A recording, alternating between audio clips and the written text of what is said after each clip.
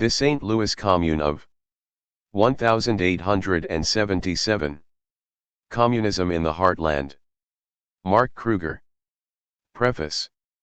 Many years ago, while reading a book on American labor history, I came across a short paragraph that referenced the takeover of the city of St. Louis by its workers during the 1877 railroad strike, led by the Workingmen's Party of the United States, which was at the time the only Marxist political party in the United States. I was surprised that hardly anything had been written about the incident aside from mostly brief references, since it constituted the first general strike in American history and the only occasion when workers took control of a major American city and when the city was ruled by a communist party. I was immediately curious about how the St. Louis General Strike and the St. Louis Commune came to be. What factors led to workers in the United States capturing municipal power from the city's elected leaders and government? Who were the people who led the takeover? Was the action part of a larger revolutionary attempt to gain power? What were the elements that led to such a radical action? What was the government's response? The answers to those questions were largely to be found in both European and American history.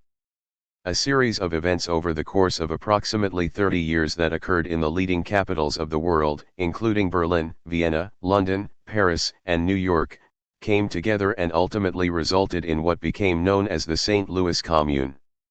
It is especially important today to understand the history of American labor and the philosophy of socialism within the labor movement.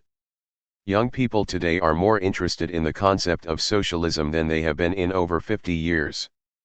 The issue of the gap in wealth between classes is not new, but interest in it has been accelerated by its recent growth and the virtual disappearance of any social net meant to protect our most vulnerable people. The gains of labor over many years have been reduced by continuous attacks upon working people during the past 20 years, not only on those gains but on unions themselves. The 2020 presidential election brought the idea of democratic socialism to the forefront of political focus and reflected its embrace by millions of Americans. The establishment of the St. Louis Commune was the result of a number of historical events both in Europe and in the United States. Without the German Revolution of 1848, the Paris Commune, and the First International, it is doubtful that St. Louis workers would have rebelled as they did against the industrial world that had emerged following the American Civil War. Many books have described and analyzed the German Revolution, the Paris Commune, the First International, and American labor history and the 1877 railroad strike. Jonathan Sperber's Rhineland Radicals and Wolfram Simon's The German Revolution of 1848–49 provide a good background for the 1848 revolution in Germany. Stuart Edwards's 1871 explains the importance of the Paris Commune, and in America by Samuel Bernstein describes the effect of the First International in the United States. The history of the American labor movement, the condition of the working class in the United States, and the railroad strike of 1877 are well covered by Herbert Gutman in Work, Culture, and Society in Industrializing America, Philip Foner's History of the Labor Movement in the United States, and Annals of the Great Strikes in the United States by J. A. Dacus. There has been only one book written about the St. Louis Commune, Reign of the Rabble by David Burbank, which provides an excellent day-to-day description of the Commune's rule of the city. However, none of the existing literature focuses on the effect of European socialism on the St. Louis Commune, the reason the Commune arose, and its nature and philosophical foundations. It is the purpose of this book to fill that void. The history of socialism and labor is relevant and important to the political issues we face today. Hopefully this work can shed some light on those ideas and challenges and the part they played in the establishment of the St. Louis Commune. Acknowledgements. I was fortunate to have had the advice of a number of people and institutions in preparing this work. I want to thank Professors Elizabeth Commer and Bob Swacker, who served as my mentors for many years and whose advice greatly enriched this work. Thanks also to Deborah Benoit, Steve Rinsler, Miriam Karp, Tony Cuneo, and Professor Deborah Henry, who read the manuscript and offered valuable suggestions. Rebecca Kettler and John Siebel were invaluable in translating documents from Old German to English, and Jackie Cox was extremely helpful regarding technical matters. Deborah Weinstein's aid was crucial in securing the photographs that appear in the book. Professor Pat Gregory was very helpful with the intricacies of research, as were the staffs of the following institutions: Tamiment Library and Robert F. Wagner Labor Archives at New York University, the Wisconsin Historical Society, University of Wisconsin Library, Newberry Library, Missouri Historical Society, State Historical Society of Missouri, Mercantile Library, New York Public Library, Chicago Public Library, and the St. Louis Public Library. Thanks also to Nancy Oliver at the St. Louis Public Library, Dennis Northcutt at the Missouri Historical Society, and Nicholas Fry at the Mercantile Library. Special thanks to Matt Bokovoy of the University of Nebraska Press, who patiently offered valuable insights and suggestions while leading me through the publication process, and to my project editor, Sarah Springsteen, and my copy editor, Judith Hoover, both of whom were relentless in their efforts to make this a better book. The Mississippi Valley had been settled and influenced by both the Spanish and the French before the territory was purchased by the United States in 1803. The city of St. Louis was founded near the confluence of the Missouri and Mississippi rivers and grew as a result of the rich fur trade. Furs were purchased from Native Americans or French trappers and sold to eastern markets, much of the product making its way to East Coast and European shops. Many of the original founding families of St. Louis grew wealthy as a result. However, overhunting and changing fashions caused the end of the fur trade, and, as a result, St. Louis capitalists redirected their attention to agriculture, manufacturing, and speculation in real estate. Manufactured goods were sold to pioneers heading west. At the same time, Native American lands were privatized, and rich St. Louisans took control of those previously common areas. One founding family of St. Louis, the Choteaus, obtained hundreds of thousands of acres of land that had been controlled by the Osage tribe. Following the Civil War, huge corporations emerged in the United States, intent on maximizing their power and profits. Corruption permeated American society as those corporate entities grew and spread across the country by bribery and exploitation. Corporate interests sought to expand their markets, decrease their overhead, maximize their profits, and gain political power. Expansion into new areas, lower payrolls, and corporate control of state governments followed.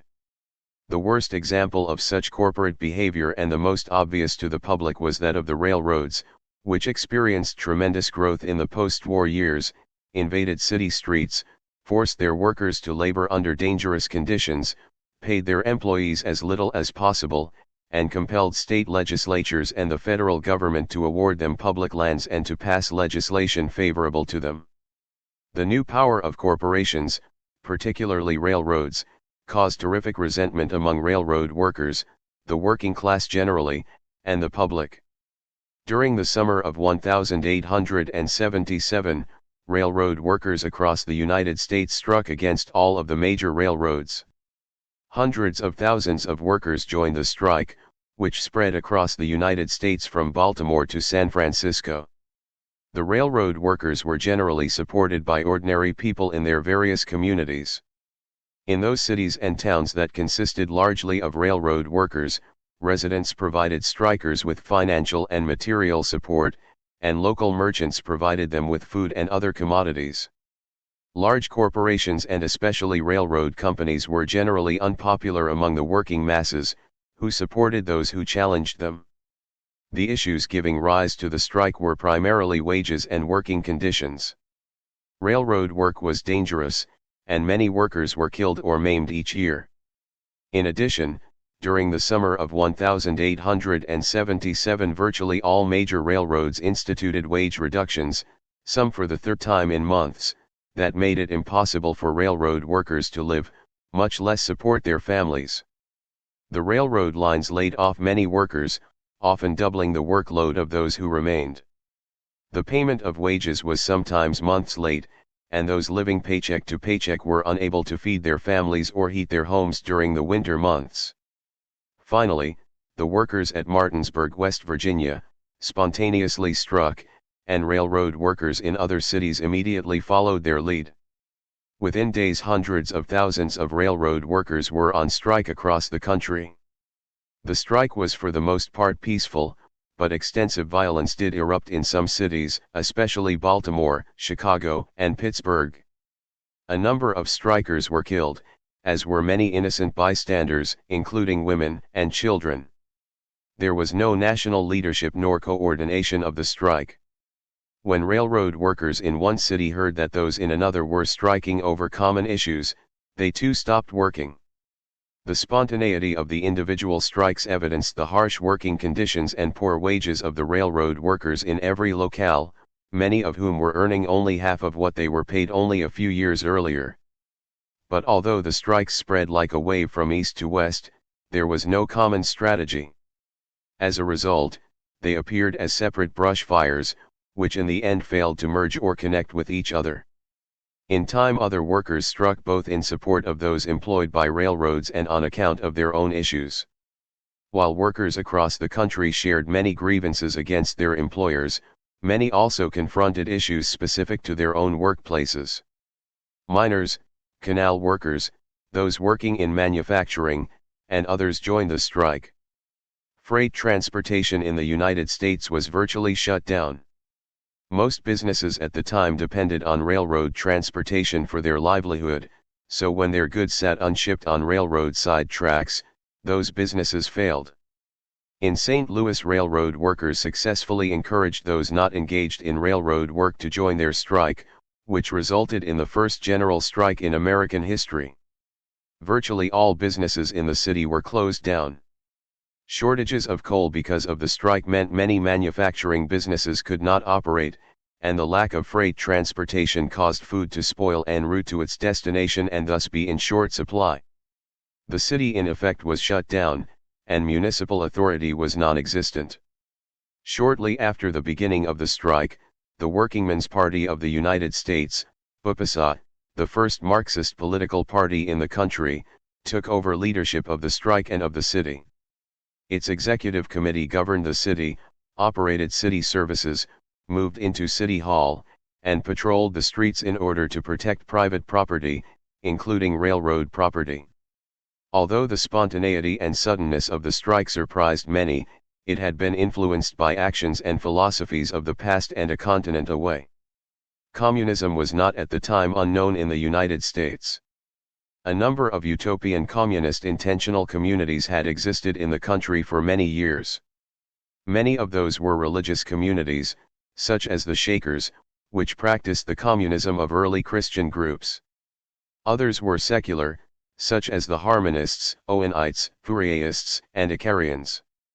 Utopian communists sought to give people some control over their lives by creating communities based on democratic principles and equality and the sharing of resources, and were operated for the benefit of all members. The American utopian socialists were influenced largely, although not entirely, by Robert Owen and Charles Fourier. Owen was a Welsh factory owner who sought to solve some of the problems of the new industrial society.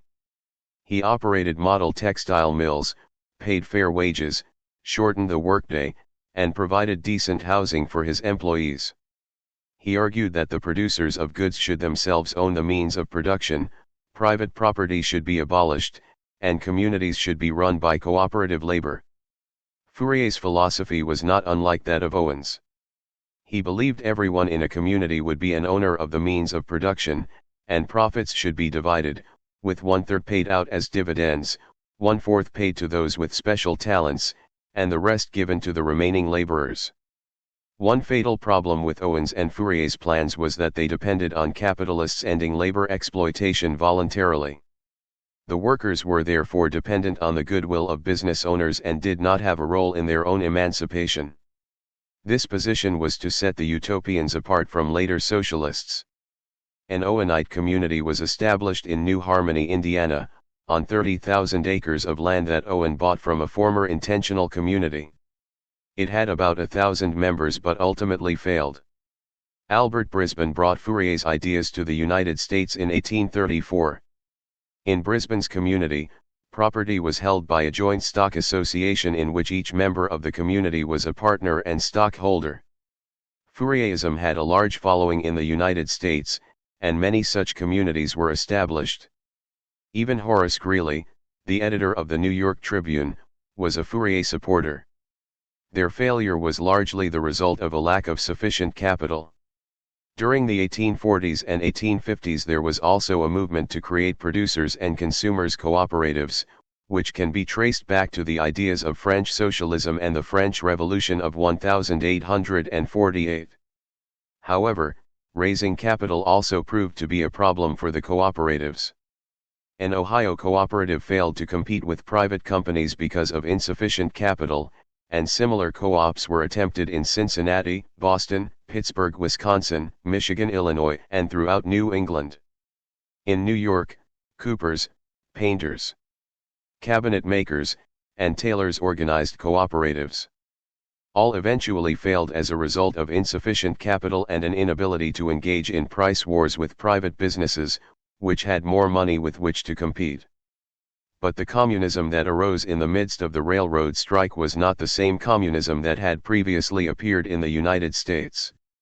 This new communism, like the utopian communism, had its roots in Europe but was the result of new events and a new revolutionary philosophy that had spread and was then spreading throughout Europe. Karl Marx's so-called scientific socialism claimed that class conflict drove society forward and ultimately resulted in a classless or communist society. The achievement of socialism was not dependent on well-meaning capitalists but would be accomplished by the workers themselves as a result of their ultimate confrontation with the bourgeoisie, those who owned the factories and other means of production and distribution. In 1789 in France and again in 1830, monarchies in Europe, remnants of the feudal age, came under attack. The European bourgeoisie demanded more political and financial power that was based on merit, not birth, within their societies. It sought to destroy the feudal rights of monarchs and aristocrats. There was a temporary coalition between the middle-class bourgeoisie and the working classes against the ruling royal families, which both sought to overthrow. However, insurgents were suppressed by the more powerful forces in control of European societies. In 1848 revolution again spread across Europe and for similar reasons. The emerging middle class of merchants and manufacturers again sought to challenge the remaining feudal power of monarchs, aristocrats, and the church. There were demands for a republican form of government, more political power for the new bourgeoisie, and limits on the powers of the church. In Germany, while the revolution was not entirely successful, it did result in reforms. However, the repression by the government there was tremendous, and many German revolutionaries were forced to leave.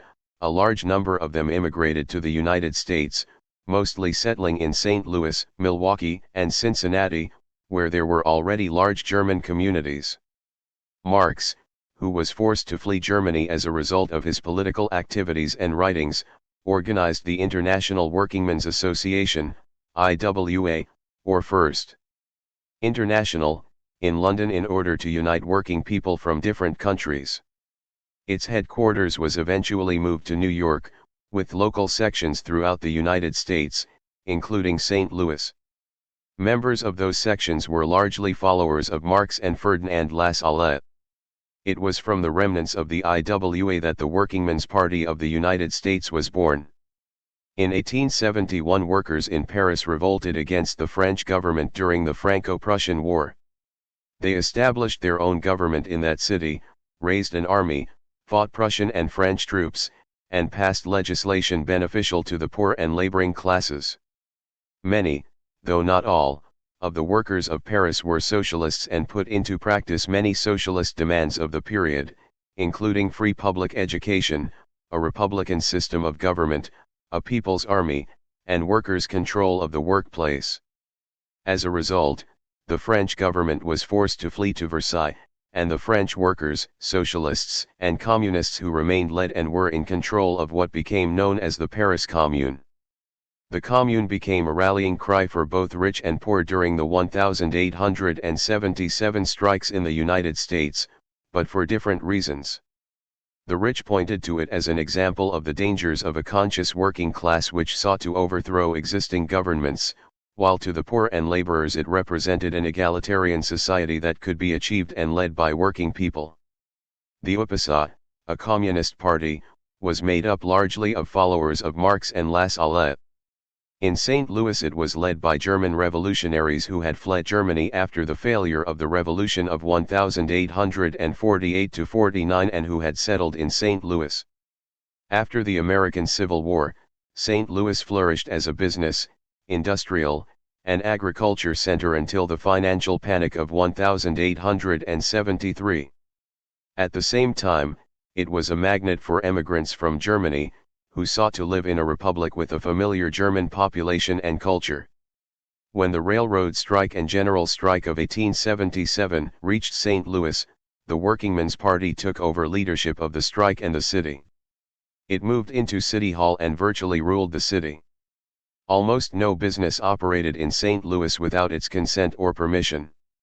The city's elite referred to the emergence of UPSA leadership as the St. Louis Commune, fearfully equating it with the Paris Group. It led the first general strike in American history, and St. Louis became the only city in the United States to be governed by communists. The internationalists have taken control of the strike, same as the communists who took control of Paris in 1870 was the headline in the Missouri Republican on July 27, 1877.1. The internationalists referred to the membership in the First International of the workers who had taken control of St. Louis, while the reference to Paris concerned the seizure of that city and its government by French workers only 6 years earlier. Both the First International and the Paris Commune were in the minds of St. Louis leaders in the summer of 1877, when St. Louis's working class took control of the city and established the St. Louis Commune. The International was a working class organization established in Europe by Marx just a few years earlier and had recently moved its headquarters to the United States. It boasted branches or sections in all major American cities and sought to organize the workers of the world for the purpose of taking power from the bourgeoisie, those who owned the means of production and distribution and who employed wage labor at the cheapest cost to them in order to maximize their profits. Leaders of the First International were largely followers of Marx and Lassalle, although a number of anarchists also belonged to the organization. The International sought to unite workers' organizations throughout the world with regard to their common interests and to support their actions. Had seized power from the French government and the bourgeoisie in the midst of great bloodshed in 1871. Following the Franco-Prussian War, the workers of Paris took control of the city and instituted social reforms along the lines of European socialism. The government of France and many of the bourgeois class had fled Paris for Versailles, and the workers took possession of and operated businesses and factories and the municipal government itself. Marx described the Paris Commune as an example of the dictatorship of the proletariat, which he believed to be a necessary step in a society's transformation from capitalism to socialism. Worker control of the institutions of business and government would result in a more equitable society and the end of the exploitation of man by man. Emerged from the railroad strike of 1877, which began in the East United States and rapidly moved westward, as workers along the railroad lines spontaneously stopped working. Following a series of wage reductions, railroad workers struck in Martinsburg, West Virginia, and Baltimore on July 16. In a matter of a few days the strike spread to Philadelphia and Altoona, Pennsylvania, Cleveland and Cincinnati and Columbus, Ohio, Syracuse, New York, Terre Haute, Indiana, Chicago, Illinois, and numerous other cities along the way. On July 18 the strike grew to include Cumberland, Maryland, and Newark, Ohio. Railroad workers struck in Pittsburgh a day later, and by July 22 railroad workers in Hornellsville and Buffalo in New York and Harrisburg and Reading in Pennsylvania had joined the strike. Philip Van Patten, the National Secretary of the Workingmen's Party of the United States, called on all sections of the party to support the strike and to aid railroad workers across the nation, and also called for government ownership of the railroad and telegraph companies and an 8-hour workday. The strike quickly reached the cities of East St. Louis and their environs. directly across the Mississippi River from St. Louis, East St. Louis, Illinois, in 1877 was a railroad center for transportation and commerce moving horizontally throughout the United States, and most of the railroads around St. Louis came together there. St. Louis and East St. Louis together were second only to Chicago as a railroad center. The railroad industry was the lifeblood of East St. Louis. Even today many residents of the city ignore warnings at railroad crossings, claiming that because so many tracks intersect with city streets, they could never reach their destinations if they stopped every time the gates went down. In 1877 East St. Louis was largely working class, and the villages immediately surrounding it included several company towns and a stockyard that serviced those transporting cattle east. But above all it was a railroad town, and its economy and politics centered around the railroad industry. The railroad workers of East St. Louis watched with interest as, like an out-of-control conflagration, the strikes moved through West Virginia, Pennsylvania, Ohio, and Indiana, ever closer to their city. As workers in city after city struck, National Guards and militias were called out, and violence often erupted.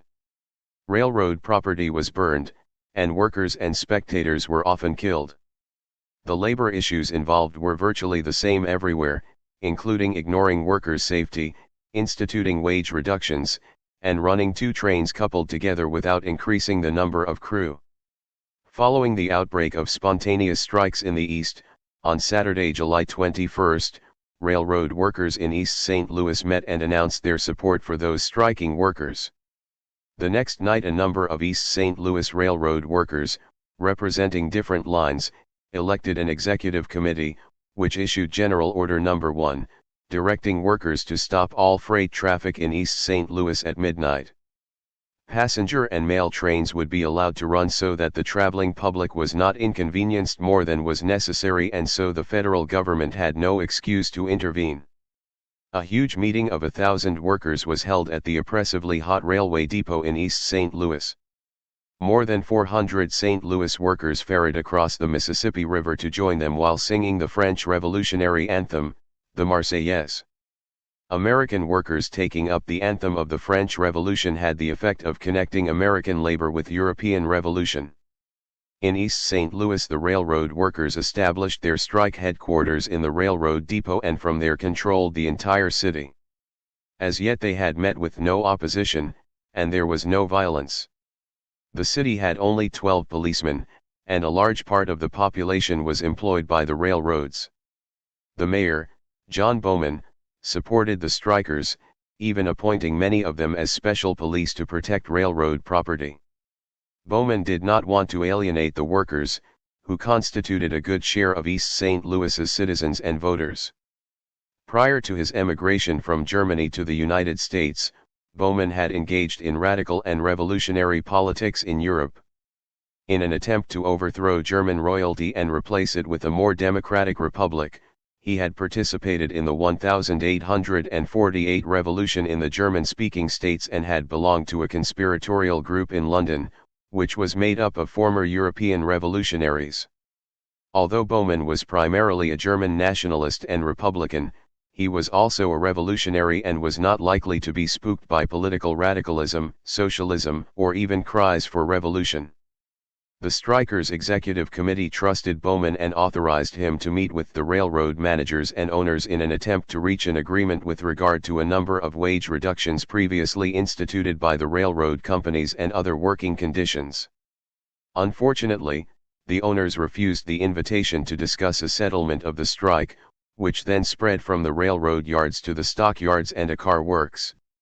Strikers took control of locomotives and telegraph lines between East St. Louis and St. Louis. 3 Several members of the UPSA in St. Louis spoke at the East St. Louis meeting. Peter A. Lofgren, Albert Kurlan, and Henry F. Allen, members of the party's executive committee in St. Louis, spoke to the crowd. Luke Haidt, a prominent lawyer in St. Clair County, Illinois, also spoke and declared that a war was being waged between labor and capital. Also on July 21 a meeting was held in support of the railroad strikers in Carondelet, a community characterized by heavy industry and working-class residents, which had only recently been incorporated into the city of St. Louis. Lofgren and Kurlan also spoke at that meeting. On Sunday, July 22, Philip Van Patten, the National Secretary of the Workingmen's Party, sent a letter to all sections directing them to support the railroad strike and to demand the 8-hour day and the nationalization of all railroads and telegraph companies. Even many of the authorities believed that the railroad workers had legitimate grievances against the railroad companies. Although he had no legal jurisdiction in Illinois, Missouri's governor, when asked what could be done about the situation, suggested that the railroads negotiate over the workers' legitimate complaints. It is absurd to say that the men have no cause whatever of grievance, and the railroad officials should be prepared to negotiate with them in a frank and manly way. While most members of the UPSA in St. Louis were German immigrants, Lofgren was originally from Denmark, spoke German and perfect English, had graduated from the University of Copenhagen, and was a member of the bar in Chicago.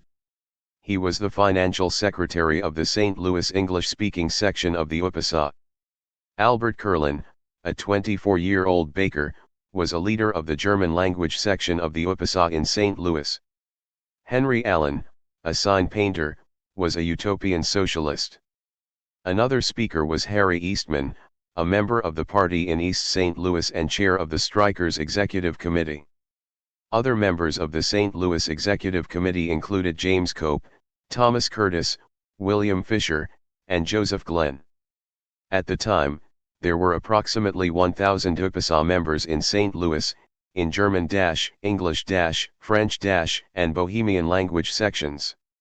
Almost all of the St. Louis strike leaders were members of the working class. 40% were skilled workers, over 25% were white-collar workers or small businessmen, and 25% were unskilled workers. 5 The German influence was greater than that of any other ethnic group. 31% of the strike leaders had been born in the German states, 21% in Ireland, and 21% in the United States. When those German, French, and other immigrants came to the United States, they brought with them their political philosophies and revolutionary experiences, all of which became part of the St. Louis Commune and its leadership. It is therefore helpful to understand what had previously occurred in Europe in order to comprehend what occurred in America. Although the strike was precipitated by wage reductions and dangerous working conditions, larger and more radical issues arose among the workers from the very beginning. According to one speaker at the meeting in East St. Louis, the capitalist was trying to starve the working man, and was educating his children to look down on them, despise and grind them underfoot at every chance. The strike that began over bread and butter issues expanded its focus and took on the elements of class warfare. As had occurred in Europe, most significantly in Germany, the strike occurred at the time that independent artisans were losing their favored place in society and were being forced into the ranks of unskilled industrial wage earners. Skilled artisans had previously enjoyed a certain pride in their work, respect in society, and independence that was absent in the factory system. With the coming of industrial capitalism, they no longer were able to produce their own products, manage their own working conditions, or exist as independent workers who enjoyed the proceeds of their labor. As wage earners, they were limited to the drudgery of piecework, obeyed the whistle of the factory system, and were dependent on capitalists who reaped the profits of their toil. The decision to strike was spontaneous, with no existing railroad-related organization calling for or supporting the stoppage at that time. The Workingmen's Party in St. Louis immediately declared its support for the strike and the restoration of the 1,873 wage scale, which was about 50% higher than that following the wage reductions. The Monday morning after the meeting, the St. Louis papers were full of stories about the strike in Pittsburgh, where a great deal of violence had occurred, many people had been killed, and railroad property was destroyed, including buildings, locomotives, railroad cars, and freight. Since the state militias were, for a variety of reasons, not especially helpful in suppressing the strikes at any location, St. Louis business and political leaders suggested that 2 former Civil War generals who resided in the city, one from the Union and one from the Confederacy, be used to suppress any disorder in the city. Two former enemies who had fought a war to the death only a decade earlier were to unite in order to suppress the working class. At the same time, led by Thomas Scott of the Pennsylvania Railroad and John Garrett of the Baltimore and Ohio, pressure was building in Washington to send in federal troops to break the strike. Proclamations issued by President Rutherford B. Hayes referred to insurgents in West Virginia, Maryland, and Pennsylvania, a description necessary to support the intervention of the federal government. The seriousness with which the government assessed the situation was clearly evident when the Secretary of War authorized Gen. John Pope at Fort Leavenworth to move troops to St. Louis even though no violent or illegal conduct had occurred there. When the strike reached St. Louis, there was no national or local leadership. The strike was expanding east to west quickly as workers spontaneously left their jobs to join their comrades. In the absence of any local direction, the St. Louis UPSA assumed leadership, and the St. Louis Commune was born. The leadership largely consisted of members of the Marxist Workingmen's Party who were German immigrants and who believed that a confrontation between labor and capital was imminent. The party proceeded to hold mass meetings and public marches of thousands of workers several times a day and sought to guide the direction of the strike and the protesting workers. Ultimately, the UPSA issued a call for a general strike by all workers in the city, with the result that virtually all commerce in St. Louis was brought to a standstill. Where the railroad strike was originally fueled by wage cuts within the industry, in St. Louis it became a general strike with the participation of all members of the working class, no matter in which industries they were employed, and was led by a group of communists who declared the railroad owners and other capitalists to be the enemies of the working class who needed to be removed. Whether the strike and the St. Louis Commune were viewed as part of an international communist conspiracy bent on overthrowing the government or as working men who were merely attempting to survive in light of starvation, wages and hazardous duties somewhat depended on one's perspective. St. Louis's wealthy class remembered the bloodshed of the Paris Commune and feared that their city's lower classes would attempt to take away their property and power. Members of the working class saw the strike instead as a last-minute and desperate attempt to survive. There was some evidence to support each view. At a mass meeting at St. Louis's Lucas Market, one worker compared his life to that of a slave and surprisingly concluded that slaves were actually better off than he. At least slaves were fed enough to work, he argued, and their health and lives were of some concern to their owners, who had a good deal of money invested in them. Capitalists, on the other hand, had no interest in the health or survival of their workers, and they had no financial incentive in protecting workers' health or lives. For the capitalist, the incentive was actually the opposite, to pay the workers as little as possible and force them to work long hours and to not spend any money on safety measures. With no capital investment in their workers, capitalists could starve them or work them to death and then easily replace them from the large pool of the unemployed. Because they faced death in any event, workers were desperate to change the system that exploited them. The workers, explained another speaker, might as well be shot as starved to death. There were also signs of what appeared to be European socialist thought growing among the workers. Calls for class warfare and revolution could be heard at gatherings of working-class citizens. A resolution passed at one mass meeting described the work stoppage as oppressed labor exercising the inherited right of revolution against the tyrannical exactions of capital. Demanding that the government take over the railroads, one St. Louis Commune leader, Heartland, declared that the entire working class of the United States was in a condition of revolution. In a very short time, it seemed the railroad strike had developed from one based on bread and butter issues to one that challenged the very nature of industrial capitalism itself. There is no question that the railroad strike evolved from a protest against wage cuts, low wages, and dangerous working conditions to acquire a more radical tone. However, workers were divided as to their ultimate objective. Wages and working conditions were the issues that gave rise to the railroad strike and that existed in every city in which railroad workers struck. However, at mass rallies called by the Workingmen's Party in St. Louis, many speakers attacked capitalism, monopolies, the rich, and the massive corporate interests that had recently emerged in the United States. Workers carried the black and red flags of anarchism and communism as they marched through the streets of St. Louis. Their rhetoric was certainly of a revolutionary nature. But at the same time they also sought a more equitable division of property, even through a mere increase in wages. In none of the actual settlement discussions themselves had workers demanded the forfeiture of private property as part of their demands to end the strike. The seemingly opposing views were the result of not only the thousands of different personalities that participated in the strike but also the speed with which the strike spread and the lack of political direction from its leadership.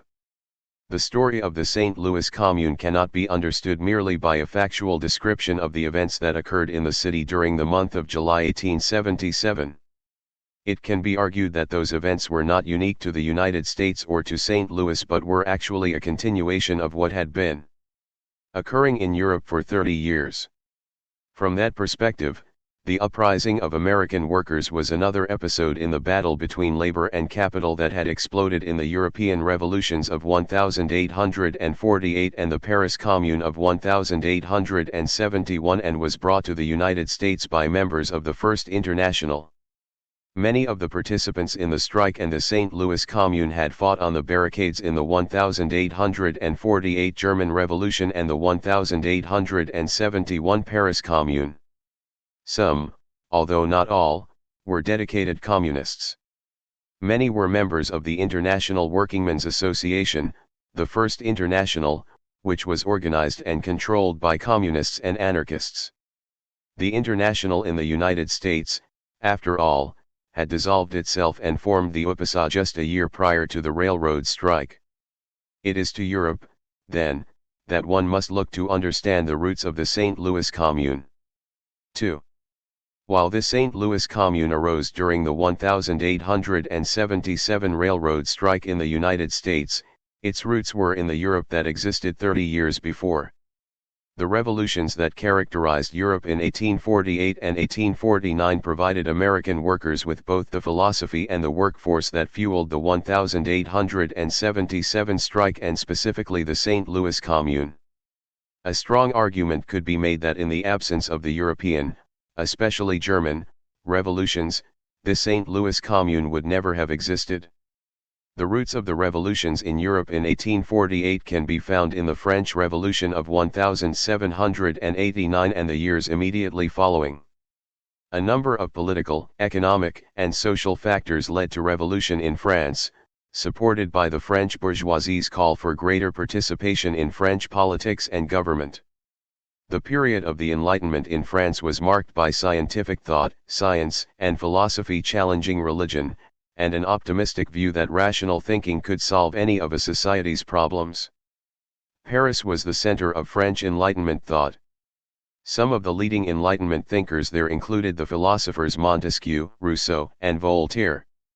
Montesquieu called for the separation of powers in government, so that each branch provided a check on the power of the other branches. Rousseau believed that people were naturally free, that they gave up some of their freedom for the good of society, that all citizens were equal, and that the best form of government was a democracy. Voltaire called for civil freedoms, such as speech and religion in the public sphere, and rational solutions to society's problems. The British philosopher John Locke believed that people were born free and entered into an agreement to form governments in order to protect themselves. The purpose of government, according to Locke, was to protect people's lives, liberty, and property. Enlightenment thought was the philosophical and political basis for the middle-class attempt to gain political power from the European feudal monarchies and aristocracy. Napoleon attempted to spread the philosophy of the French Revolution across Europe. When he was defeated at Waterloo, the Vienna Congress of 1815 attempted to turn back the clock and return France to pre-revolution days, returning the monarch to the throne and suppressing any traces of republicanism that remained throughout Europe. 1 However, the ideas of the French Revolution remained in many areas that had been conquered by Napoleon, including parts of the German states, such as the Rhineland.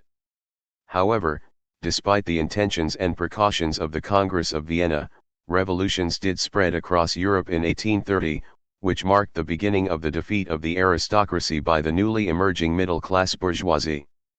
As the middle class grew richer and more successful, it sought to gain commensurate political power. The revolutions of 1830 represented an attempt by the bourgeoisie to establish liberal constitutions that were more democratic and less monarchical and aristocratic. The new power of the growing bourgeoisie resulted in a partial retreat by monarchs, aristocrats, and the church. After 1830, political power in Europe was shifting to the bourgeoisie. While the working class sought more egalitarian ends and social welfare legislation, it was not yet powerful enough to succeed against the monarchy, the aristocracy and the bourgeoisie. The newly emerging bourgeoisie consisted of bankers, industrialists, and manufacturers, while their challengers were small shopkeepers, artisans, and workers. The legacy of the French Revolution was the model it presented for the next generation of European revolutionaries. The Bourbon King Louis XVIII, placed on the throne of France in 1814, was followed by Charles X, who was replaced by Louis Philippe in 1830 after an insurrection in Paris. The working class, which fought on the barricades, felt that their revolution had been stolen by the industrialists and large landowners. Revolts also occurred in Germany, causing some German princes to agree to constitutional government, and an insurrection took place in Russia by Polish nationalists. In the 1820s, Greece successfully rebelled against the Ottoman Empire, and in Italy Giuseppe Mazzini sought to achieve a democratic republic, thereby ousting the Austrians. It was during this time that underground socialist, revolutionary organizations appeared, along with those who would devote their entire careers and lives to the making of revolution. According to the historian Eric Hobsbawm, 3 revolutionary trends emerged after 1815. 1. A group made up largely of moderate upper-middle-class liberals who sought liberal, republican reforms. 2. A more radical democratic group, primarily consisting of lower-middle-class elements, and 3. Socialists, represented for the most part by the working poor. 6. Europe's absolute monarchs perceived each group as a threat to their existence. Those groups had different views of a future society, but all were united by their opposition to the monarchies, the aristocracy, and the church. Industrialization grew in Europe during the late 1830s and 1840s. Following the example of Great Britain, Western Europe was becoming industrialized, including some of the German states. The medieval guild system remained in place for skilled workers until industrialization eventually destroyed it. Railroads were expanding in the 1840s. The Austrian Empire added 30,000 miles of track between 1830 and 1847. France expanded its road system and railroad track, encouraging the growth of other industries. In Germany in 1835, Krupp installed its first steam engine, and the first shafts were sunk in the Ruhr coal fields in 1837. Even in the United States, railroads added approximately 150,000 miles of new track from 1800 to 1850.7. The 1830 revolutions, however, exposed divisions within the opposition to the reactionary 1815 governments. With the growth of the new bourgeoisie came the growth of a new working class, the industrial proletariat, many members of which sought a socialist revolution. The urban poor had few choices that could lead them to better lives. They could not work their way into the bourgeoisie, which required either capital or education, neither of which was available to the poor. As a result, they could either suffer the way things were or revolt against those conditions. Such were their limited choices. The working class poor thus began to unite, forming organizations for their protection. Lower class organizations in the German states, for example, included the German League of the Outlaws, which later became the League of the Just, and still later the Communist League. Moderates split from radicals and working class revolutionaries. Skilled workers, artisans, and small shopkeepers, while sympathizing with the poor, were also property owners and therefore had some identification with the rich and the preservation of private property. They believed they had something to lose in a socialist revolution. While moderate liberalism was more successful in Belgium, France, and Great Britain, it was violently suppressed in Italy and the German states, often with the aid of Austria. With the expansion of industrialism came the growth of the working-class proletariat. As class consciousness grew, so did a labor movement. Led by socialist thinkers, the picture of a new society based on cooperation and collectivism rather than competition and individualism took hold. Socialist leaders introduced the idea of remaking society in its entirety rather than struggling for a few more pieces of bread. This idea, beginning in France and England, spread to other countries. Although all classes were represented, the earliest communists were primarily journeyman craftsmen, carpenters, tailors, and printers, all of whom saw their lives and careers blocked by the end of the guild system and by the replacement of skilled workers by the unskilled. Factories and machines. 8 Instead of practicing their trades, skilled workers were forced to seek jobs operating machinery in factories.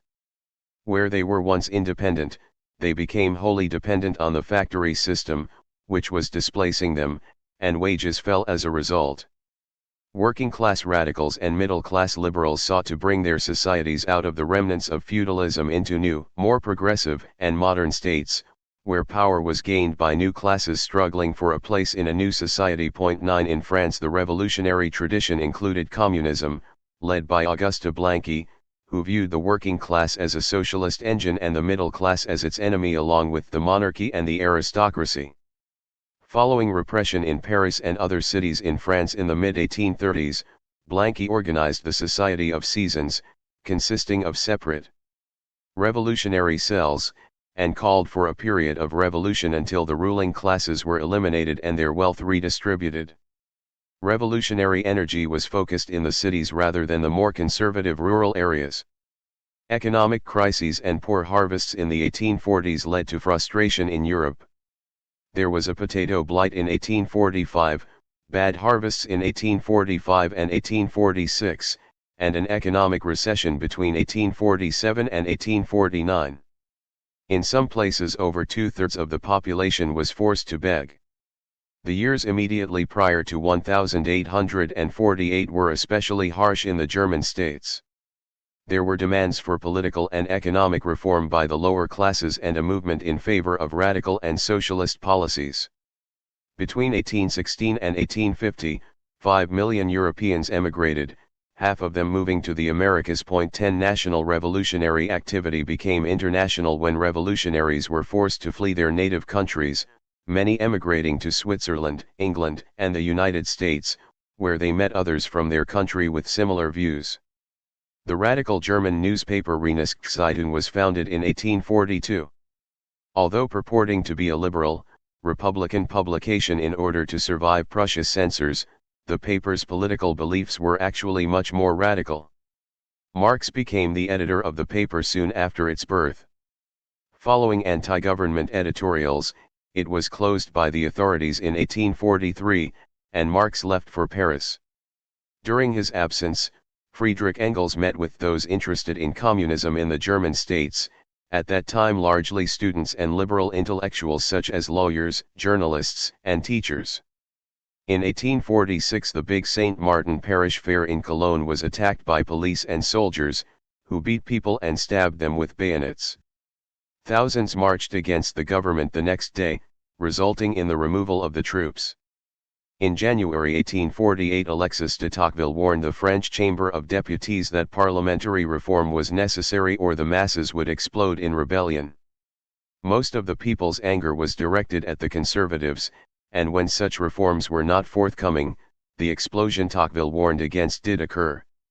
In 1848 revolutions broke out throughout Europe, including France, Italy, the German states, the Habsburg Empire, and Switzerland. A march in Paris to the Chamber of Deputies demanding reforms was attacked by French soldiers, and fighting broke out in the streets. Insurgents constructed barricades and captured an arsenal. Soldiers fired into a crowd, killing 50 people. Fearing for his own position, Louis Philippe called for reforms in order to appease the growing discontent. But he also sent troops to clear away the barricades.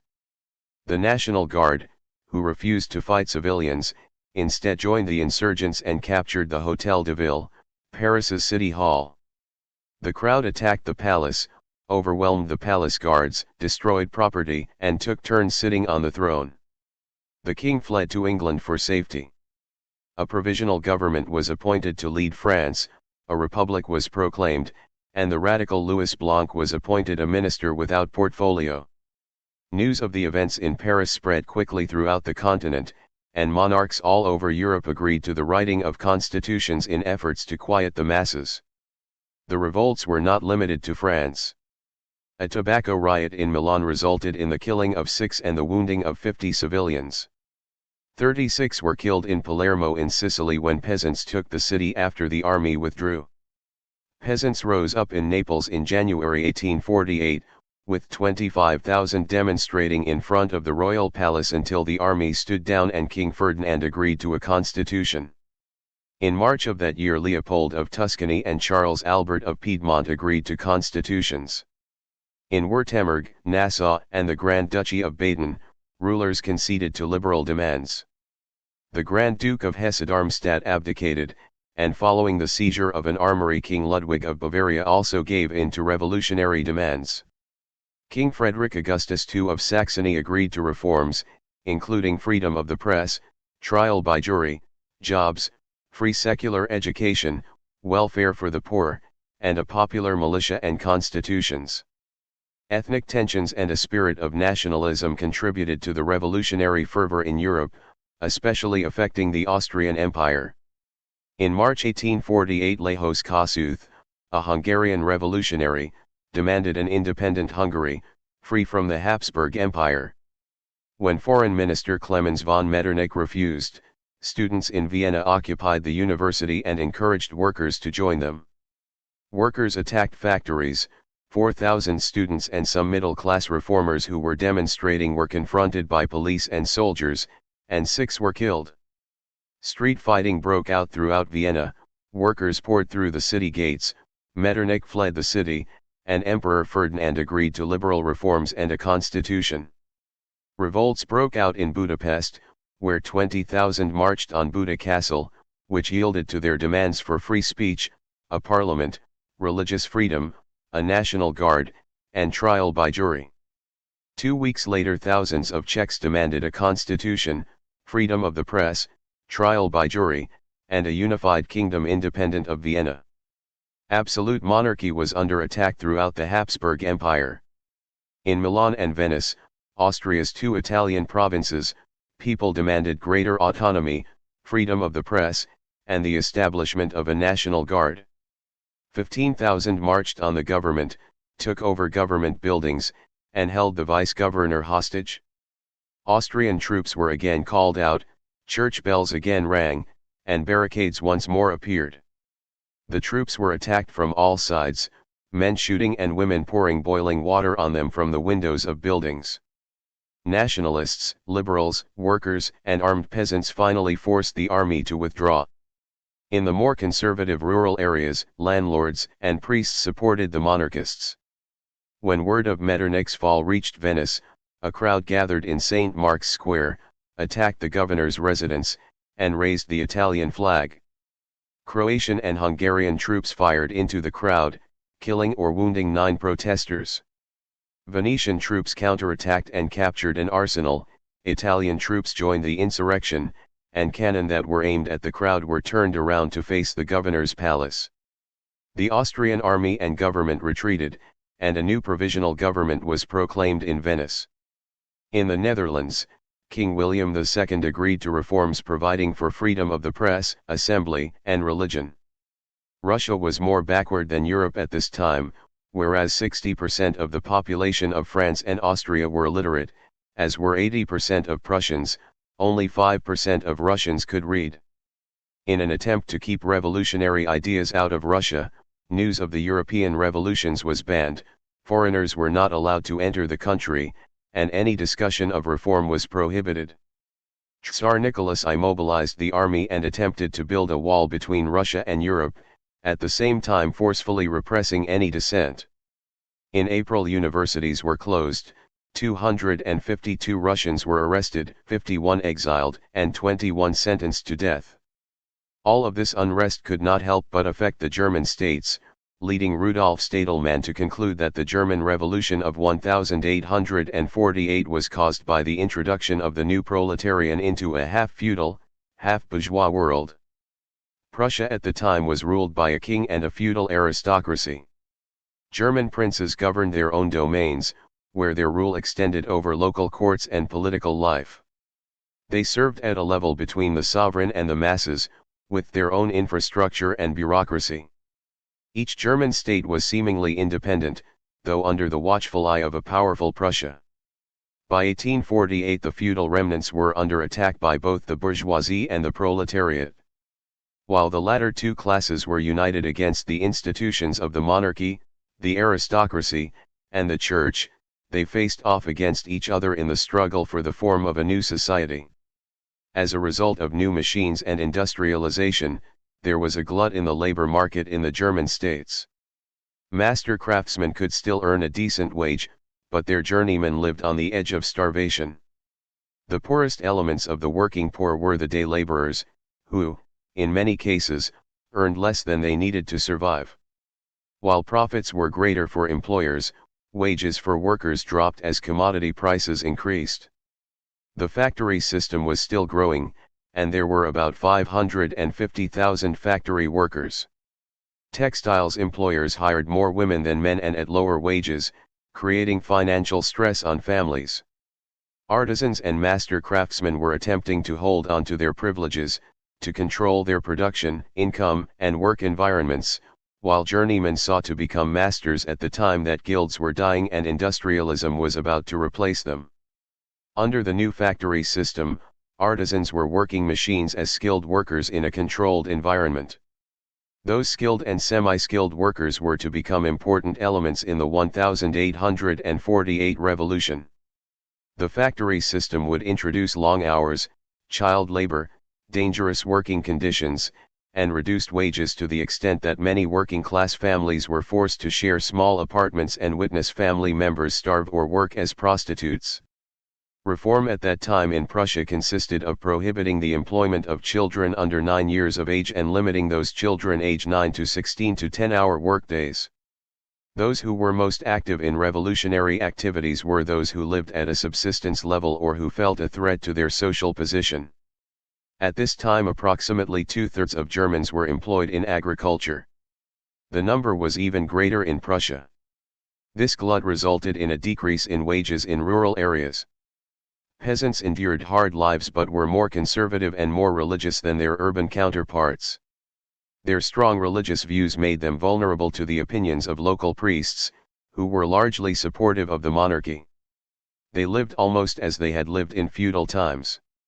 As a result, the liberation of peasants demanded confrontation not only with current law but also with feudal obligations, which were passed down from generation to generation. In many cases liberated peasants became day laborers or other forms of wage laborers, hardly improving their lot. They became, in effect, a rural proletariat. Their existence was marginal, and they survived day to day. Weather and the success or failure of a harvest could determine life or death. The potato blight in 1847, for example, resulted in the deaths of 16,000 in Upper Silesia. Peasants also complained about the unequal division of the common lands and demanded the use of them by all at a nominal price. The prohibition against hunting and gathering wood on aristocrats' lands sometimes made the difference as to whether a family survived or perished. Their frustration sometimes exploded in breaking the law and violence. In one incident, 400 peasants burned down the house of a chief forester and carried off wood from the royal forest. Crowds of peasants often interrupted prosecutions for forest offenses and freed prisoners accused of violating the forest laws. The educated class of lawyers and journalists was dependent on the government or government-sanctioned entities for employment, so the lack of these jobs made them ripe for revolution.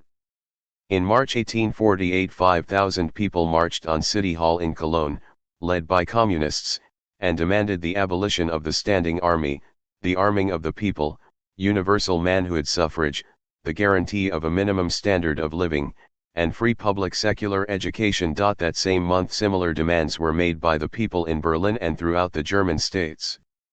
On March an insurrection broke out, and 20,000 Prussian troops were sent to Berlin.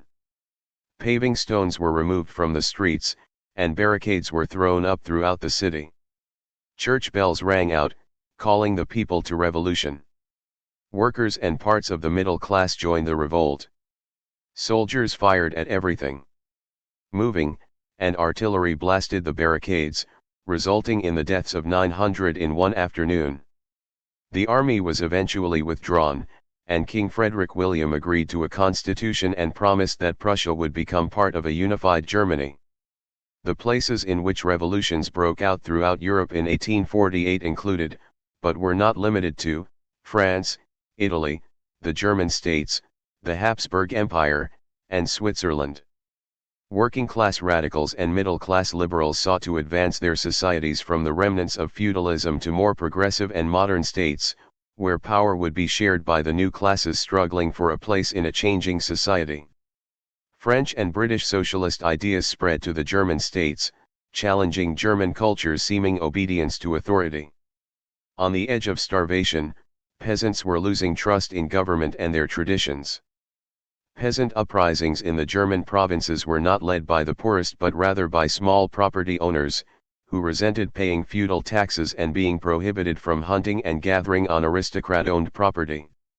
A new philosophy, that political power and wealth should not be based on birth but that all should have an opportunity to better their situations and that everyone should participate in government, was especially strong in the German Rhineland. Other voices calling for a new society were heard on university campuses, where students sought to spread radical ideas to the masses. The German Confederation, dominated by Prussia, placed severe limitations on the press, public assembly, and voting. German social and gymnastic societies, such as the Turnverein, often served as fronts for political discourse and activities.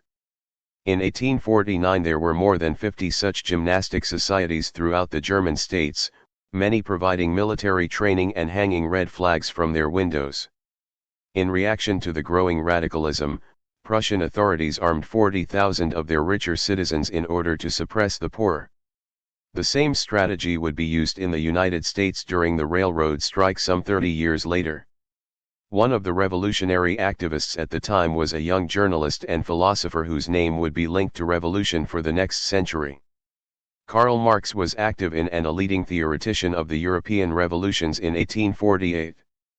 A student of Friedrich Hegel, Marx modified his teacher's dialectical thought into a philosophy supporting communist revolution. He taught that all societies advance as a result of the class conflict caused by a society's changing means of production, and that in 1848 the primary conflict was between the existing monarchies, which represented the feudal stage of social and economic development, and the new bourgeoisie, which represented the emerging capitalist society. Later, Marx explained, the struggle would be between the then ruling bourgeoisie, those who owned the means of production, and the proletariat, those who owned nothing except their own labor power, which they were forced to sell in order to survive. Because the working class in 1848 was new and immature, Marx saw the current battle as between the monarchists and the emerging bourgeoisie. It was therefore necessary to confront the monarchy with a united front of all classes. At a later moment in history, when it was stronger, the proletariat would directly confront the bourgeoisie. Marx set out his philosophy in the German ideology. His manuscript was copied and later published in the United States by another German revolutionary, Joseph Wade Meyer, who later joined German radicals who had emigrated from the German states to St. Louis and served as a colonel in the Union Army during the American Civil War. Marx felt that the German states were far behind England and France with regard to social and economic progress.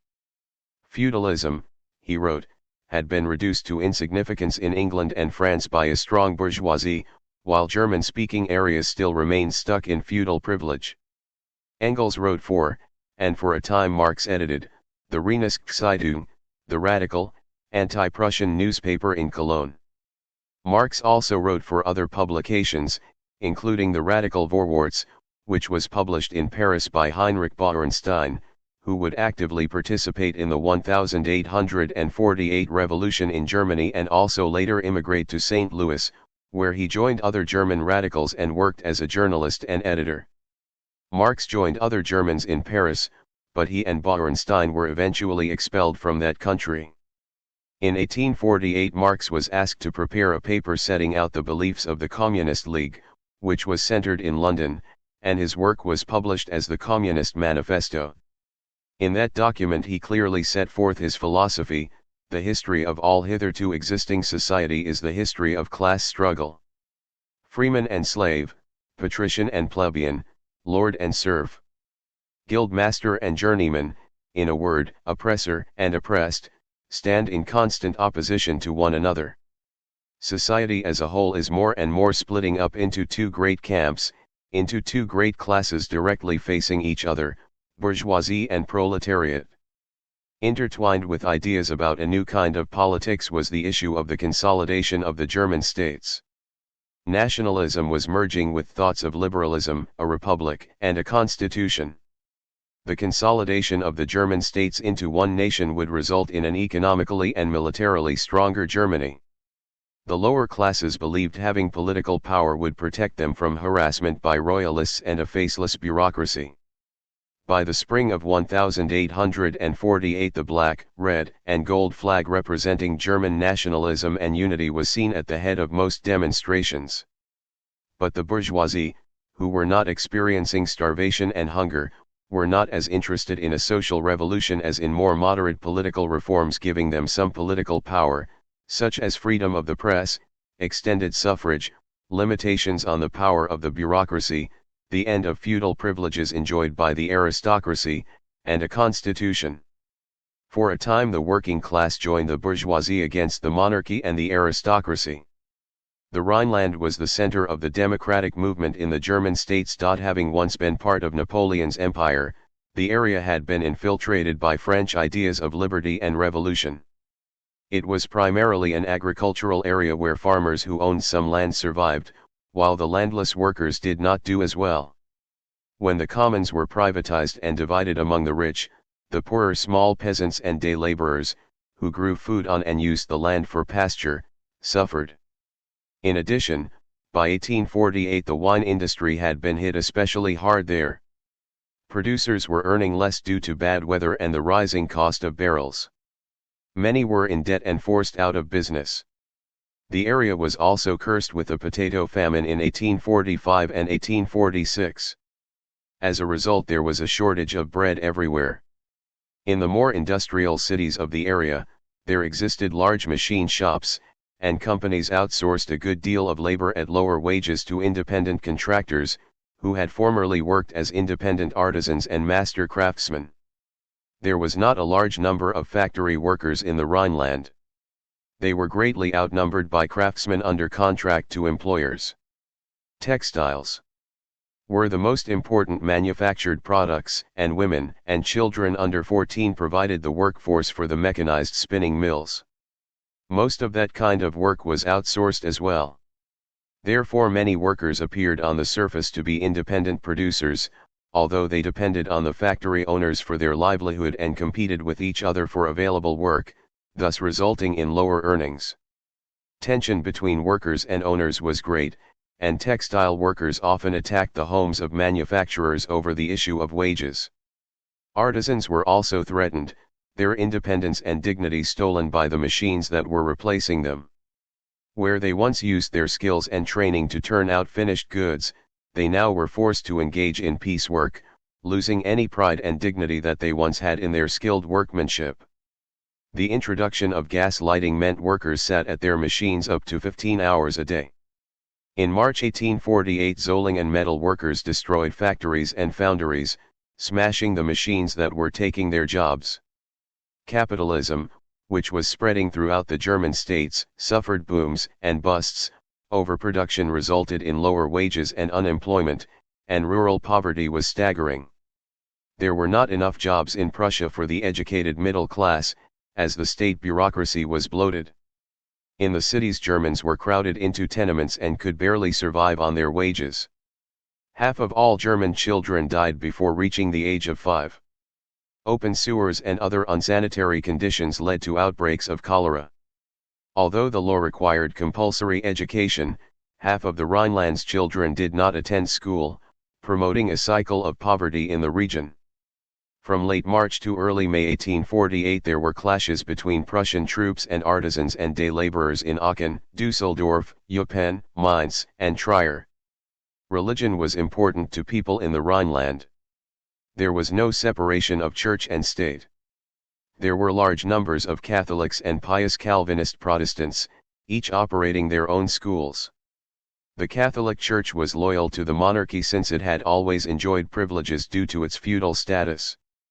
Most Protestants supported the Prussian monarchy. Teachers were subordinate to the clergy, especially in Catholic schools. This fostered a feeling of anti-clericalism among teachers, who generally demanded a secular education where they would not be required to teach courses on religion or answer to the church bureaucracy. Because people in the Rhineland were so affected by Napoleon's influence that his written code of laws was still in effect years after his defeat, the French Enlightenment's rationalism and liberty that he spread throughout the Rhineland made the area's poor peasants and growing proletariat ripe for revolution.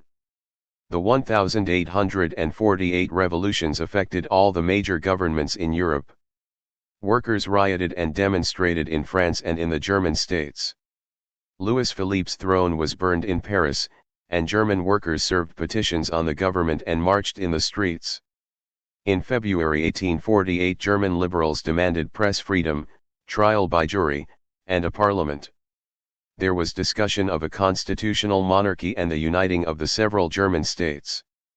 In Vienna, the Habsburg Empire gave up Metternich following demands by the people, thereby attempting to save the monarchy from the threat of republicanism. Still, crowds there destroyed the custom house and attacked machines and employers. Those attending a meeting in Frankfurt demanded a parliament, although not all present were in favor of a republic.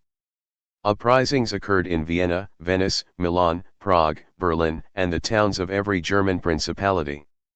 European monarchs were able to keep their position only by agreeing to constitutions that included male suffrage, press freedom, trial by jury, and a limitation on feudal privileges. Protests and rallies in Berlin began on March 6 and continued thereafter. On March 13 and 14, 1848, a nonviolent crowd in Berlin was confronted by the cavalry. A few days later, shots were fired and the square was ordered to be cleared. Barricades were erected in the streets, and in response the large crowd, which was primarily made up of workers, was met with sabers and rifle shots, and over 300 were killed. In order to end the violence, the king met with representatives of the crowd and promised a free press, a legislature, and a constitution in Prussia. But when the aroused crowd demanded the replacement of the military with a civilian guard, more shots were fired, more barricades were constructed, and the angry crowd accused the king of using the army against the people at the exact moment that he pretended to accede to their demands. Fighting continued throughout the night, with social classes joining together in the battle. Aristocrats fled the city. Unsure of the loyalty of his troops, the next day the king ordered the army to withdraw, and a citizen guard was organized and armed. On September 17 some 8,000 people gathered in Waringen under a huge red flag to listen to speeches by Engels and others. A mass meeting in Bernkastel on October 8 drew over 15,000 people.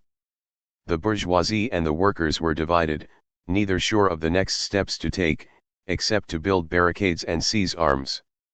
In the southern German provinces, peasants rebelled against feudal conditions and burned records of taxes, deeds, and feudal obligations.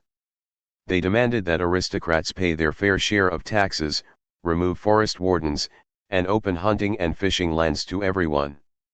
Their concerns were more local in nature and more concerned with local issues and leaders that affected their daily lives.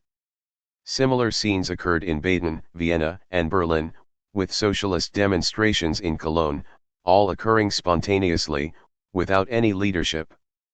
Socialists demanded social reforms, jobs for all, free secular education, the arming of the population, universal suffrage, and freedom of the press and assembly, while the bourgeois liberals demanded state unity and constitutional reforms. Austria, Prussia, and Russia were the conservative opposition to Enlightenment liberalism in Europe. Austria's hold on Italy had been challenged for years, but especially dangerous for the Austrian Empire were the new calls for nationalism. The 1848 revolutions caused chaos within the empire, as rebellions by Czechs, Poles, Hungarians, Italians, Croatians, and Slovenians endangered the future of the Habsburgs. Russia too contained a number of nationalities within its borders. It was especially concerned about uprisings by its peasants and by Polish nationalists seeking independence from the empire. Russia had done its best to keep out Western thought after the Enlightenment, but it was not entirely successful.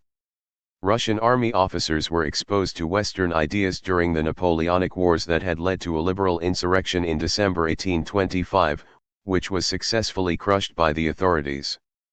In Germany, some workers united with intellectuals and students who were attracted to socialist ideas and the French Revolution.